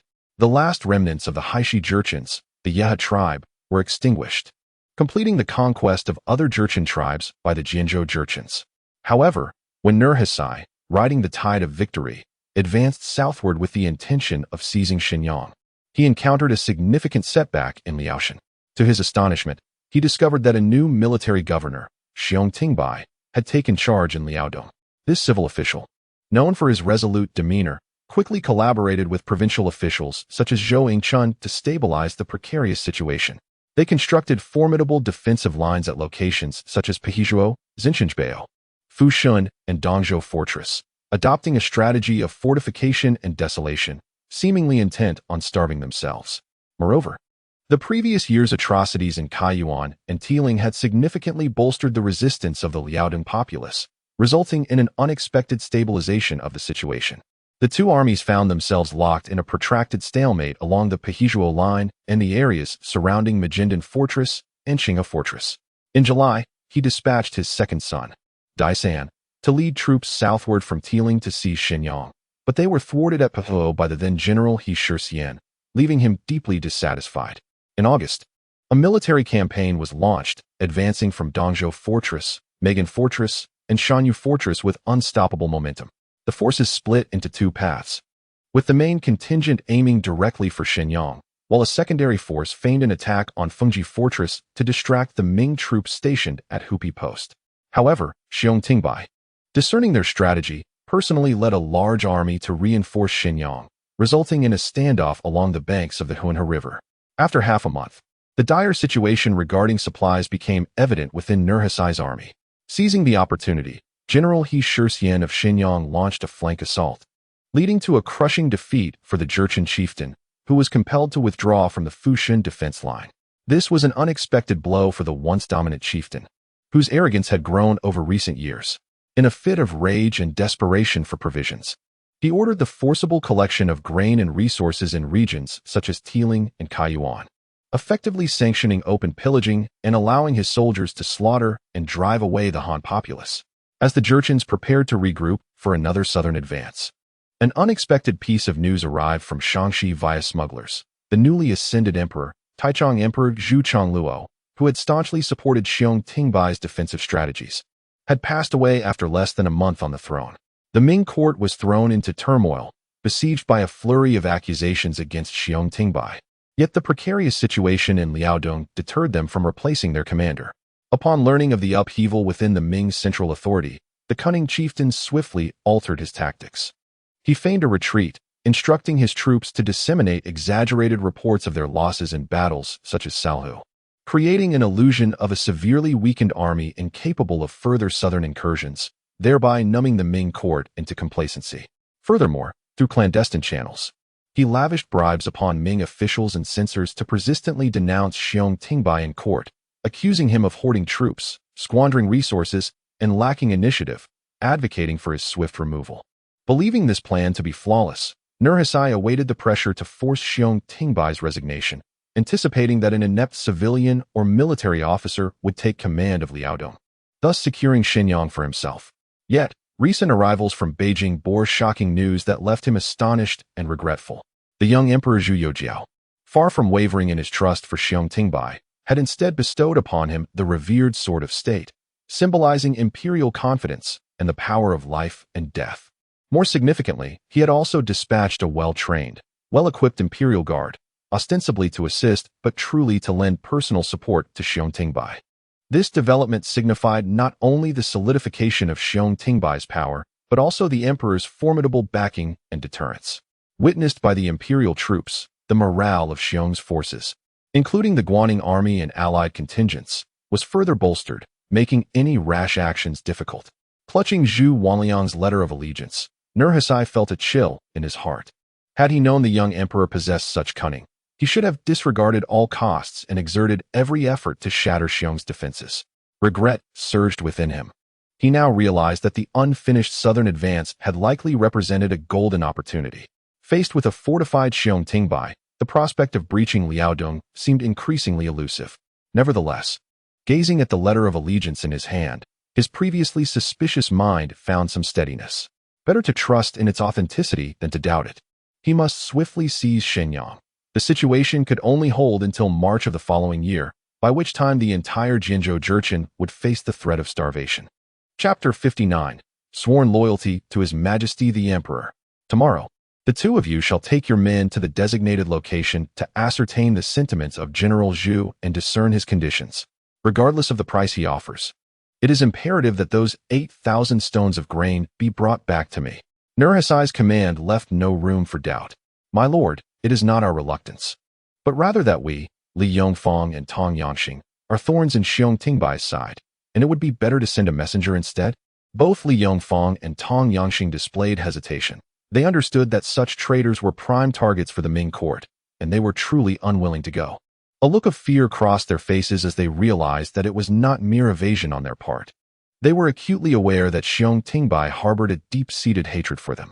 If he were to see the appearance of us, the defectors, suspicion would surely arise. Perhaps it would be wiser to dispatch a secret envoy? Nurhasai's keen gaze swept over the two, perceiving their fear of death, and he coldly remarked, "Are you afraid Xiong Tingbai will recognize you? Humph. I shall command the valiant AMU to lead the elite troops of the bordered blue banner to be stationed around Dongzhou Fort, ready to assist you." However, Nurhasai harbored his own calculations. While the lives of these two lackeys were of little value, this moment was crucial for appeasing the restless defectors from the Ming. Moreover, if the grain were genuine, how could the 500 cavalry of the bordered blue banner simply be going for a leisurely excursion? Yet, unless absolutely necessary, Nurhasai was unwilling to jeopardize this clandestine lifeline of smuggling. "Thank you for your grace, my lord." Upon hearing this, Li Yongfang and Tong Yangxing's faces instantly filled with flattery and gratitude, their knees nearly buckling in a gesture of reverence. It is essential to note that according to the structure of the Jinlu, each banner consists of 5 garrison units. Each garrison unit comprises 5 companies, and each company is the fundamental organizational unit of the 8 banners system, with 1 company established for every 300 men. A banner's total strength amounts to 500 soldiers, and currently, the Jinlu comprises no more than a mere 8 banners with over 60,000 personnel. The privilege of being guarded by the bordered blue banner soldiers was an honor that even the 5 great ministers of the Jinlu had never experienced. This was truly worth it. "Go prepare immediately." Nurhasai impatiently waved his hand. Once the two had respectfully exited the tent, Nurhasai's gaze remained fixated on the map, particularly on the word Shenyang, unmoving for quite some time. After a prolonged silence, he commanded in a deep voice, "Summon the 4 great princes and 5 ministers for a council." Moments later, the tent flaps were lifted again, and Dais Han, Amin, Mengurtai, Huang Taiji, Fei Yingdong, Irdu, Heilai, and Fai Yangu, and Werhan entered in succession. Nurhasai's gaze first landed on Heilai, who was in charge of civil affairs, food supplies. "How long can our provisions sustain us?" Heilai's expression was grave, replying to the Great Khan, "If used sparingly, we may barely last until May of next year. However, should a conflict arise, we may not last until March." Nurhasai nodded, his expression unchanged, and then dropped a bombshell. "Commander Zhu Wanli of Fengji Fort has sent a secret letter declaring his allegiance, offering 8,000 stones of grain and the fort as a gift, seeking a prosperous future." 8,000 stones. The eyes of several generals in the tent instantly gleamed with greed, their breathing becoming hurried. Only Huang Taiji furrowed his brow, his gaze profound, carefully analyzing every piece of information, sensing an unusual atmosphere. "Father Khan," Huang Taiji stepped forward, his voice steady yet tinged with concern, "the Ming people are cunning. This letter may not bode well. I suspect it is a ruse by Xiong Tingbai to lure us into a trap." Zhu Wanli, being a former subordinate of He Shixian, has a tenuous reason for his defection. Nurhasai raised his hand, a hint of appreciation for his son's sharpness evident, yet also possessing the determination of a gambler. Even if it is a deception, the grain is essential. This opportunity cannot be missed. "Amin, I am here. Li Yongfang and Tong Yangxing have previously conferred. You are to immediately lead the elite forces of the Blue Banner to stealthily advance to Dongzhou Fort and await further orders. Should Zhu Wanliang's defection prove genuine, swiftly march your troops into Fengji Fort to seize their provisions and capture the city. If it turns out to be a ruse, then lie in wait to seize Dongzhou Fort, sparing no effort to reclaim the promised 8,000 stones of grain from Zhu Wanliang. The other banners are to prepare their forces and advance towards Fushan Pass, feigning an assault on Shenyang City. It is imperative to create an overwhelming impression of a fierce attack on Shenyang to draw the main forces of Xiong Tingbai. The moment chaos erupts within the city, and Amin successfully takes Fengji Fort. Our army can strike from north and south, decisively breaking into Shenyang, thereby claiming all the grain within the city. If the mission fails, retreat with whatever provisions we can secure. Finally, he turned to Huang Taiji. Establish contact with the wealthy merchants and gentry within Shenyang city and those fearful officials. Lavishly bribe them to pry open a gap or to serve as informants to ascertain the true situation. The gold and silver seized in Kaiyuan and Fushun are at our disposal. We shall strictly adhere to the edicts of the Great Khan, Father Khan. The 9 individuals responded in unison, a palpable aura of impending conflict enveloping the tent. In Liaodong, Shenyang, a border stronghold long suppressed by the ominous clouds of war, a surge of fervor now coursed through its veins. Since the imperial envoy from the capital had delivered the sacred edict and departed, the previously tranquil city erupted in fervent activity. Caravans laden with provisions and supplies flowed along the official roads, while gleaming silver was escorted into the city by the imperial guards, accompanied by officials responsible for dispersing the salaries. The central parade ground had transformed into a symbol of upheaval. Once high and mighty, the officers who had reveled in the blood of soldiers now knelt in rows like lambs awaiting slaughter, their eyes filled with the oppressive gaze of thousands of soldiers. The cold, expressionless voice of the chief of the Imperial Guards read aloud the charges, verifying identities as glinting blades flashed and heads tumbled to the ground. From the ranks of soldiers, a long-repressed roar erupted, not from fear, but a cathartic release of deep-seated anger finally seeing the light of day. Zhang Ergu, step forward to receive your pay. 1 stone of rice, 1 tael of silver. The voice of the Imperial Guard clerk rang out. Wang Taiju, step forward. 1 stone and 5 dough of rice, 1 tael and 2 qian of silver. In the resounding calls of names, soldiers who had long been deprived of their rightful pay stepped forward in turn. Their rough hands clutched the unprecedented weight of genuine gold and silver, as well as ample new grain, their eyes glistening with emotion. Upon receiving their shares, an imperial officer barked a question. Who issued this salary? His Majesty the Emperor. And who bestowed this grain upon us? His Majesty the Emperor. To whom shall we pledge our undying loyalty? To our Emperor, we shall pledge our undying loyalty. To our Emperor, we shall pledge our undying loyalty. The resounding chorus shattered the long-standing gloom that had enveloped Liaodong, transforming it into a fervent zeal. Such a simple act. Yet it unexpectedly invigorated the morale of the troops in Liaodong. The lower-ranking soldiers received their full salaries and provisions for the first time, realizing that the emperor far away in the capital was indeed concerned for them, and had even sent provisions while executing the oppressive officers. In just a few days, under the support of the elite cavalry personally dispatched by the emperor, the strategist Xiong Tingbai managed to reorganize the disheveled 40,000 troops in Shenyang, molding them into a disciplined and formidable new army. The despondency of Liaodong was swiftly swept away by this vigorous wind from the capital. However, beyond the vibrant training grounds, shadows concealed an unsettling gaze. A group of robust men, attired distinctly from the Han people, furtively observed the resplendent momentum within the training field. A short Tatar murmured, "Why are the Ming suddenly so well provisioned? At this rate, does the Great Khan truly believe he can easily seize Shenyang?" The leader, Dakai, spat disdainfully. Bah. No amount of provisions can fatten a sheep. Once the Great Khan's heavenly troops arrive, all this silver and grain will merely serve as sustenance for our valiant Jurchen warriors. Another man, with a furtive demeanor, greedily fixated on the distant streets, licking his lips as he unconsciously shifted his hips. Ah, serving under the Ming is quite advantageous. That foolish official named Yuan Ingtai not only provides us with rations for survival, but also allows us to roam freely in the city. My neighbor's Han woman, with her delicate skin and voluptuous figure, will be ours once the Great Khan breaches the city. Silence. Do you think you are worthy? Dakai interrupted with a laugh and a reprimand. The lovely Han women are reserved for the bravest of the Bachelu. He turned to the leading Sahalan, ingratiatingly smirking. What do you say, brother Sahalan? Sahalan rubbed his coarse fingers, a lewd smile creeping across his face. I haven't tired of the one I captured earlier. The women in that alley are a treat for you. On the day the city falls, I shall savor the delights of those affluent daughters, their flesh and their cries. Ha ha ha. His eyes glinted with a predatory light. Now, be sharp, return. Wait for the Great Khan's signal. Shenyang shall fall, and we shall not lack for silver or women. Within the military governor's office, candlelight flickered. Xiong Tingbai and Liaodong governor Zhou Yingchun scrutinized the confidential report transmitted by the commander of the Jinhui, Luo Sigong, their brows furrowed in concern. The implication of Commander Luo's message was clear. The appearance of the traitors Li Yongfang and Tong Yangxing was indeed verified, and Amin's bordered blue banner had secretly arrived at the outskirts of Dongzhou Fort. However, his cavalry found it challenging to launch a surprise attack on the traitors under the very eyes of the bordered blue banner, prompting a request for our forces to dispatch heavy troops to intercept the bordered blue banner, creating an opportunity for their elimination.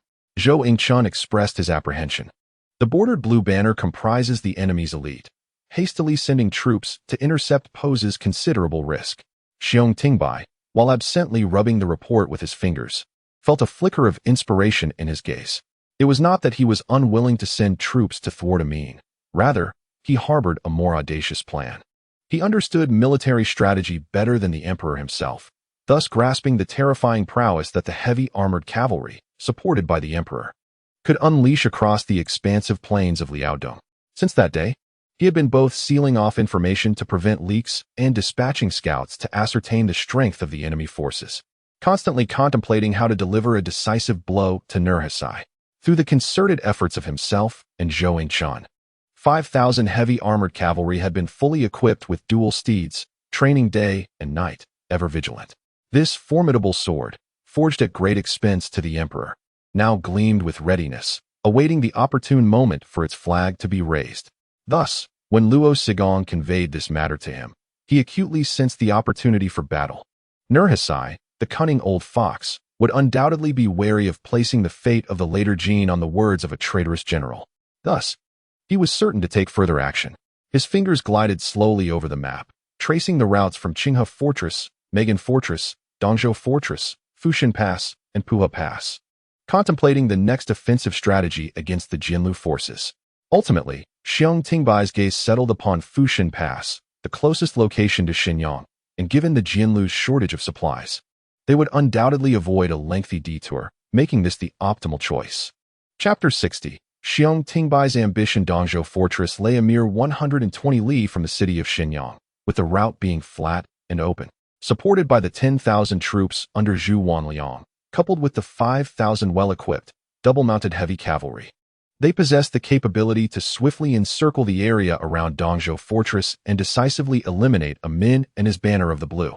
Afterward, they would merely need to switch to reserve mounts and take a brief respite before marching westward to rendezvous with the main forces in Shenyang. At that point, I would personally lead the army out of the city for a grand confrontation with the main force of the slave chief, while the 5,000 cavalry would serve as a surprise strike. Humph! Even if we cannot annihilate the slave chief Nurhasai in one fell swoop, we shall certainly take a substantial bite out of him. The combined strength of a nephew and a banner's forces would be enough to inflict severe pain upon this old rogue, leaving him gravely weakened. As for concerns about whether the 5,000 heavy cavalry could swiftly overpower the banner of the blue, Xiong Tingbai would merely cast a look of disdain at such ignorance. Does the emperor not understand warfare? Do you think I, Xiong Tingbai, lack comprehension? What is heavy cavalry? It is a moving iron wall, the sovereign of warfare. Without such an overwhelming force capable of tearing apart the battlefield and defeating formidable foes, how could successive great rulers regard it as the foundation of their supremacy? Moreover, the current 8 banners of Jinlu are far inferior to those in the latter period of Chongzhen. Their elite forces are clad in merely 2 layers of armor, while the main troops are equipped with only single-layer fabric armor. Although their equipment is superior to that of the local troops who have long been oppressed, they appear as mere chickens and dogs before the heavily armored cavalry armed to the teeth. As for how Jinlu has dominated Liaodong for so many years, keeping the Ming army at bay, the root cause lies in the legacy of Li Chunliang's banditry, which sowed discord, the mismanagement by the likes of Li Heir, who acted contrary to the people's will, and the poor command of Yang Gao, who foolishly divulged military plans. Coupled with the Ming Dynasty's internal issues of unpaid salaries, decaying armaments, rampant corruption, and self-destruction, they lost the favor of heaven, the advantage of geography, and the support of the populace, thus allowing this wild boar to rise to power. Come forth. Xiong Tingbai's gaze was fierce, his resolve firm. He immediately issued orders, locked down the 4 gates of Shenyang, and enforced martial law throughout the city. Any who dare to enter or exit without permission shall be executed on the spot. All divisions must prepare their weapons and enter a state of readiness for battle. Relay to the commander of Puha Pass, Yu Shigong, to secure the fortress gates tightly, spread false troops widely, dig deep moats, and erect high walls for defense. Regardless of how the enemy cavalry provokes, they must steadfastly hold their ground and never engage recklessly.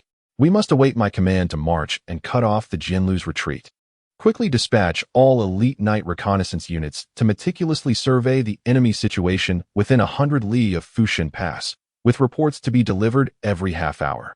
Relay orders to Zhu Wanliang at Fengji Fortress to personally lead 5,000 elite troops, carrying some provisions and supplies as bait, to proceed to Dongzhou Fortress as per the original plan, ensuring they keep the Jianlu's banner of the blue occupied. Secretly inform the commander Luo Sigong that the Jinyui cavalry must act according to plan, stealthily moving around Dongzhou Fortress to seek opportunities to eliminate the traitors Li Yongfang and Tong Yangxing. Moreover, hastily summon General He Shixian of Xinyang to meet with me. Orders were issued like rolling thunder, and one after another, the messengers galloped forth, mounting their steeds, racing in various directions. The sound of hooves echoed in the air, reverberating throughout Xinyang, accompanied by the clang of weapons clashing. The atmosphere in this border stronghold suddenly thickened, permeated by a chilling aura of impending conflict. Before long, a swift cavalry unit arrived, dust swirling around them as General He Shixian, still clad in armor, tossed the reins to a nearby guard and strode into the governor's office with great urgency. This renowned warrior, known for his valor and prowess in battle, was indeed fiery in temperament. Summoned by the governor, was it the Jianlu who dared to besiege us? Before he could even steady himself, his resonant voice filled the hall. His eyes ablaze with the thirst for combat as he clasped his hands in greeting to Xiong Tingbai and Zhou Yingchun standing nearby. Rest assured, my lord, if you simply entrust those 5,000 iron warriors to me, even if Nurhasai himself leads the 8 banners against us, I shall personally ensure that I sever his pig's head for you as a trophy. Xiong Tingbai fixed his gaze upon him, a glimmer of determination flashing in his eyes. Very well, I shall grant you this opportunity to engage in a fierce battle, to confront formidable foes. There is no one better suited than you, the madman he. Is that truly the case? He Shixian's eyes widened in astonishment, excitement surging within him. Fearful that Xiong Tingbai might retract his words, he immediately thumped his chest, declaring, my lord, just watch. I shall go forth and show those Jianzhou savages what the true iron cavalry of the Ming Dynasty is capable of. He turned to leave. Halt. Xiong Tingbai's sharp command fell like a cold splash of water. He Shixian, as a general, it is paramount to strategize before taking action. How can one as impetuous as you bear such a heavy responsibility? He Shixian, as if frozen in place, felt his exhilaration swiftly fade. He suppressed his eagerness, clasping his hands in salute. I am reckless. Please enlighten me, esteemed governor. Xiong Tingbai stepped toward the large map of Liaodong, pointing to the location of Dongzhou Fort. Do you think your journey to Dongzhou Fort is merely to chop vegetables? Amin and the Blue Banner are but the first bait cast by Nurhasai. The crux of this engagement lies in speed, precision, and ferocity, while also understanding the need to conserve strength. You shall lead 5,000 iron cavalry, each man with 2 horses, stealthily advancing to the prearranged battlefield outside Dongzhou Fort. Once Zhu Wanli's forces draw Amin's attention, and Luo Sigong's cavalry seizes the opportunity to capture Li, causing chaos with Tong Heir, you shall charge in immediately. The sole objective is to annihilate the main force of the Blue Banner, especially to capture or slay Amin or seize his standard. Swift and decisive action is imperative. Upon completion of the annihilation, the entire army must immediately switch to reserve horses, avoiding prolonged engagements to clear out any remnants. You shall then promptly proceed along the official road on the southern bank of the Han River, hastening westward to return. Upon reaching a point 20 li south of Xinyang, where the Han River meets the Bidefort River, you shall rest. Once there, allow your troops to feast and your horses to recuperate. Then dispatch elite cavalry to our main army encampment to establish contact with me. At that moment, Xiong Tingbai's palm struck heavily upon the plains before Fushan Pass, his gaze glinting ominously. I shall personally lead the main force from our camp to array our troops, luring Nurhasai's main cavalry into an assault. Once the two armies engage in close quarters and the battle intensifies, you must lead your iron cavalry to charge from the northwest, striking at Nurhasai's vulnerable flank. Aiming straight for the heart of his battle formation, targeting the chieftain Nurhasai himself. The two armies must converge, ensuring that the chieftain of the slaves experiences despair by the banks of the Han River. This strategy is crucial to the stability of Liaodong and the very foundation of our nation.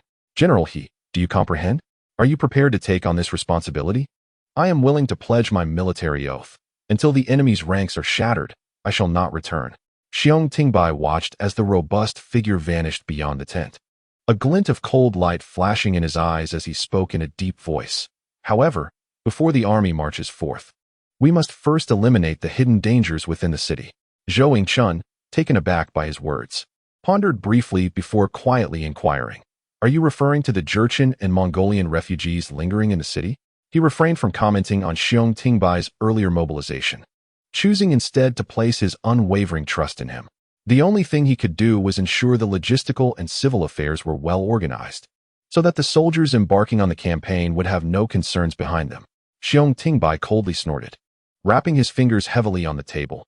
It is better to err on the side of caution than to be lenient. Yuan Yingtai has become foolish through his studies, allowing foreign tribes to lurk within our heartland. Should chaos arise, we would be besieged on all sides, leading to catastrophic consequences.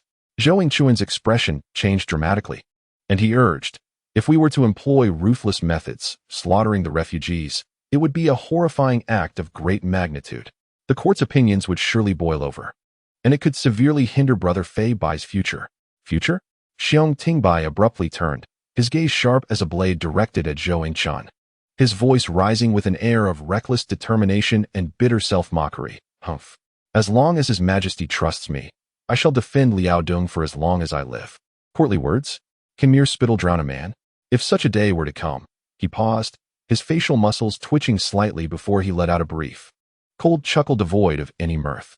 If such a day were to arrive, then I would willingly offer my head to quell the rumors. Just today? His gaze returned to the map of the Han River, his tone resolute. Unless the threat is eradicated, we cannot secure Liaodong. Convey my military orders. The Jurchen and Mongolian refugees within the city are all spies for the enemy.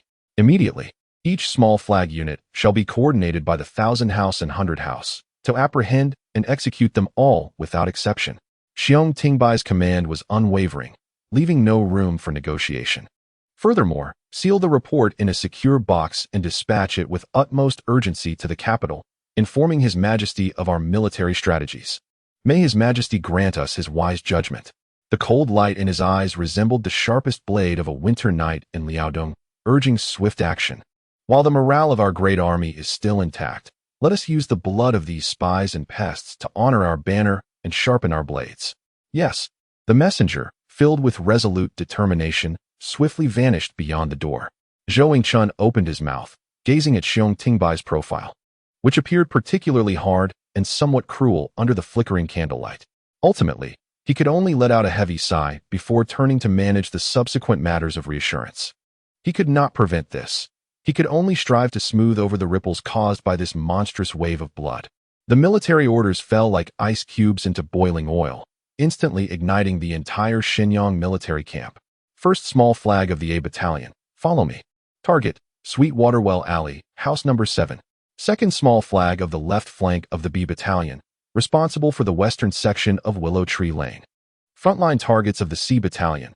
Listen closely. Leave no one unaccounted for. Deep voices echoed quickly across the various barracks. 10 individuals formed a group beneath the banners, swiftly advancing towards the designated marketplace area under the guidance of scouts familiar with the terrain. The soldiers, having just received their pay and vented their grievances, were now ignited by a fire that transcended mere military orders. It was a seething hatred for the years of torment inflicted by foreign invaders who had slaughtered their kin. In this moment, the hands that had just clasped coins now gripped cold blades. Chapter 61. The Wretched State of the World. To the north of Shenyang, a squalid settlement emerged, a refuge for Han, Mongol, and Jurchen refugees. Here, despair and decay emanated with a chilling intensity far surpassing the autumn night's cold wind. The ground, awash with sewage, was a morass of filth and muck, while flies buzzed incessantly around every fetid corner. beside a makeshift shelter, hastily constructed from tattered cloth. A woman with disheveled hair huddled in the shadows, her vacant gaze fixated on the flickering torches of patrolling soldiers. Yet, the flames cast no light upon the depths of her darkened eyes. She was a wretched soul, having clawed her way out of the inferno of Kaiyuan. On that fateful day, the invaders surged into the city like a relentless tide. Her husband, a man usually adorned with a simple smile, who always vowed to protect her and their child, fell in a pool of blood, slain while attempting to shield them. The gushing blood seared her very soul. And in that moment of chaos, she could think of nothing but clutching her infant son tightly, relying on maternal instinct to navigate the hell's cape of slaughter, stepping over corpses, evading death, and miraculously escaping to Shenyang. She had hoped that this border city, under the auspices of the imperial court, might offer a semblance of safety. All she desired was to raise her child, the sole remnant of her husband, the embodiment of her will to survive. The child was remarkably resilient. Despite the gnawing hunger and relentless hardship, he would smile, revealing his toothless gums, as if the harshest frost could not extinguish the stars glimmering in his eyes. His chubby, cool little hands would reach out, exploring the weathered contours of her face, tenderly caressing her dry, cracked skin. That clumsy yet gentle touch, those pure, unblemished eyes, whispered a silent comfort that transcended words. Mother, fear not. Your child is here with you in this hellish world. This small, warm body became her only support and flicker of hope. Yet, the heavens showed no mercy to the weak. Like all refugees, she struggled in this filthy enclave of northern Shenyang. The court had dispatched a meager supply of relief grain, scarcely enough to sustain life. But she managed to survive by washing clothes for others in exchange for a few grains. Then, in a moment of horror, she realized that the very beasts who had ravaged her homeland, slaughtered her husband, and seized her possessions, a horde of ragged yet menacing Jurchen refugees, brazenly infiltrated this slum. And that official, Yuan Ing Tai, not only failed to expel them, but even distributed grain to them. Why? Countless silent screams erupted in her mind as her nails dug into her palm. Why did these murderers also have the right to partake in the meager rations? A profound dread, akin to a venomous serpent, coiled itself around her. This fear ultimately manifested into a nightmarish reality. Merely days ago, a tipsy, unkempt warrior of the Jurchen set his gaze upon her, and within his murky, primal eyes, she beheld the looming shadow of destruction. No matter how fervently she pleaded, how desperately she struggled, her throat raw from inhuman cries, she could not budge the iron grip of his robust hands. Dragged into the darkness of a tattered tent, she endured unspeakable humiliation.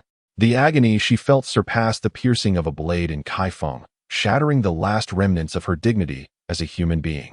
Yet, perhaps what plunged her deeper into despair was the wailing of her child, which provoked the beast that had just vented his fury. Or perhaps he merely wished to revel in the sight of her utter collapse. With a sinister grin, he seized the small bundle from the corner squalor. The child, bewildered, instinctively reached out towards his mother, letting out a plaintive wail. Despair surged within her as she lunged forward, her voice hoarse and blood-curdling like a wounded cuckoo. No, please. He is still so young. He is but a child. I will serve you like a beast of burden. I implore you, spare him. In response, the Jurchen's grotesque, twisted smile and the stench of alcohol that emanated from his mouth met her pleas. Humph. A worthless wretch, better off discarded. He flung the child like a useless piece of refuse, his arms sweeping carelessly, resulting in a dull thud as the swaddling blanket, akin to a tattered sack, was violently cast onto the cold, debris-strewn ground. The child's cries were abruptly silenced, an eerie stillness enveloping the scene. The woman stood frozen, her blood seemingly congealed. Her mind went blank, as if time itself had come to a standstill. After what felt like an eternity, she erupted into a heart-wrenching wail, one that bore no semblance of humanity. She crawled desperately towards her child, trembling hands cradling the tiny body, now devoid of the comforting warmth, replaced by a gradually chilling, stiffened touch. The small head lay awash in dust, a horrifying indentation marring its form. And the tiny hand that had once struggled to grasp at her skirt now hung limply. Those once bright, innocent eyes had forever lost their sparkle, now reflecting only the filth of the world above. In that moment, she shattered completely. Her husband was dead, her child was dead, her body sullied, and her dignity trampled upon. The Jurchen brute merely brushed off his hands as if discarding dirt, sharing a cacophony of laughter with his equally savage companions, before swaying away. She, an empty vessel stripped of her spirit, sat in the mire for an entire day and night, cradling her lifeless child. Tears had long since dried up, her throat incapable of producing a sound, leaving only an unfathomable, all-consuming darkness of despair to engulf her completely. Where lay the path to survival? Where was hope? Why must the world be so cruel? A chilling resolve surged within her. Struggling to her feet, she embraced her child's small, cold body as if it were the last remnant of a shattered world, slowly, unsteadily making her way towards a dilapidated stable with a half-collapsed beam. With the last vestige of her strength, she undid her belt, fashioning it into a noose. In the final moments, she raised her head, her sunken eyes no longer shedding tears, yet ablaze with a hatred and despair potent enough to scorch the very fabric of this world. It coalesced into a piercing lament that shattered the night, a bloodied accusation akin to the dying roar of a wild beast. Oh heavens! Why treat us thus? We toil endlessly in the fields, shedding blood and sweat, never daring to withhold even a grain or a coin from the court. We merely wish to guard our husbands, nurture our children, and lead a life of peace. Why must the pack of wolves that slaughtered my husband persist in their cruelty? Why must they also snuff out the life of my sole hope, this innocent child, and cast it mercilessly into the mire? Why must they be allowed to kill yet feast upon the fruits of this city? O Lord, open your eyes. Why do you not smite these beasts that feast on human flesh and drink human blood? My poor child. Her anguished curses and mournful cries reverberated through the silent slums. Yet all that met her was an even deeper stillness. Exhausted from her outcry, she abruptly thrust her head into the fatal noose, her legs kicking away the decaying wooden stump beneath her, as her body, laden with boundless resentment, swayed gently in the frigid air. The blood congealed on the lifeless infant's head dripped onto the mud below, producing an almost inaudible patter. In the distance, a procession of silent and cold figures, under the hushed and urgent commands of their officer, divided like a pack of wolves drawn by the scent of blood, splintering into numerous small contingents as they surged into the despair-laden slums. The heavy fabric boots shattered the muck and tranquility, heralding a reckoning that had long been overdue. Among them, a squad of Ming soldiers, led by a small flag officer, advanced with the quiet ferocity of unleashed hounds toward this area. As they turned a corner piled high with refuse, the officer raised his hand. Instantly, all halted, gripping their weapons tightly, eyes alert to the nearby abandoned stable. The air was thick with not only the slum's inherent stench, but also a pungent, fresh scent of blood, mingled with an oppressive silence. "Commander, something feels amiss ahead," murmured a young soldier, his voice tinged with a barely perceptible tension. "Silence. Follow me." The officer gestured, his gaze sharp as an eagle's. He unsheathed his saber, crouching low as he led his men cautiously toward the ominous stable. In the dim light, they first beheld the tiny, twisted body swaddled on the ground, cloaked in dust and dark crimson stains. Its minuscule mouth was slightly agape, frozen in the last moment of its feeble whimper, the corners of its lips holding a trace of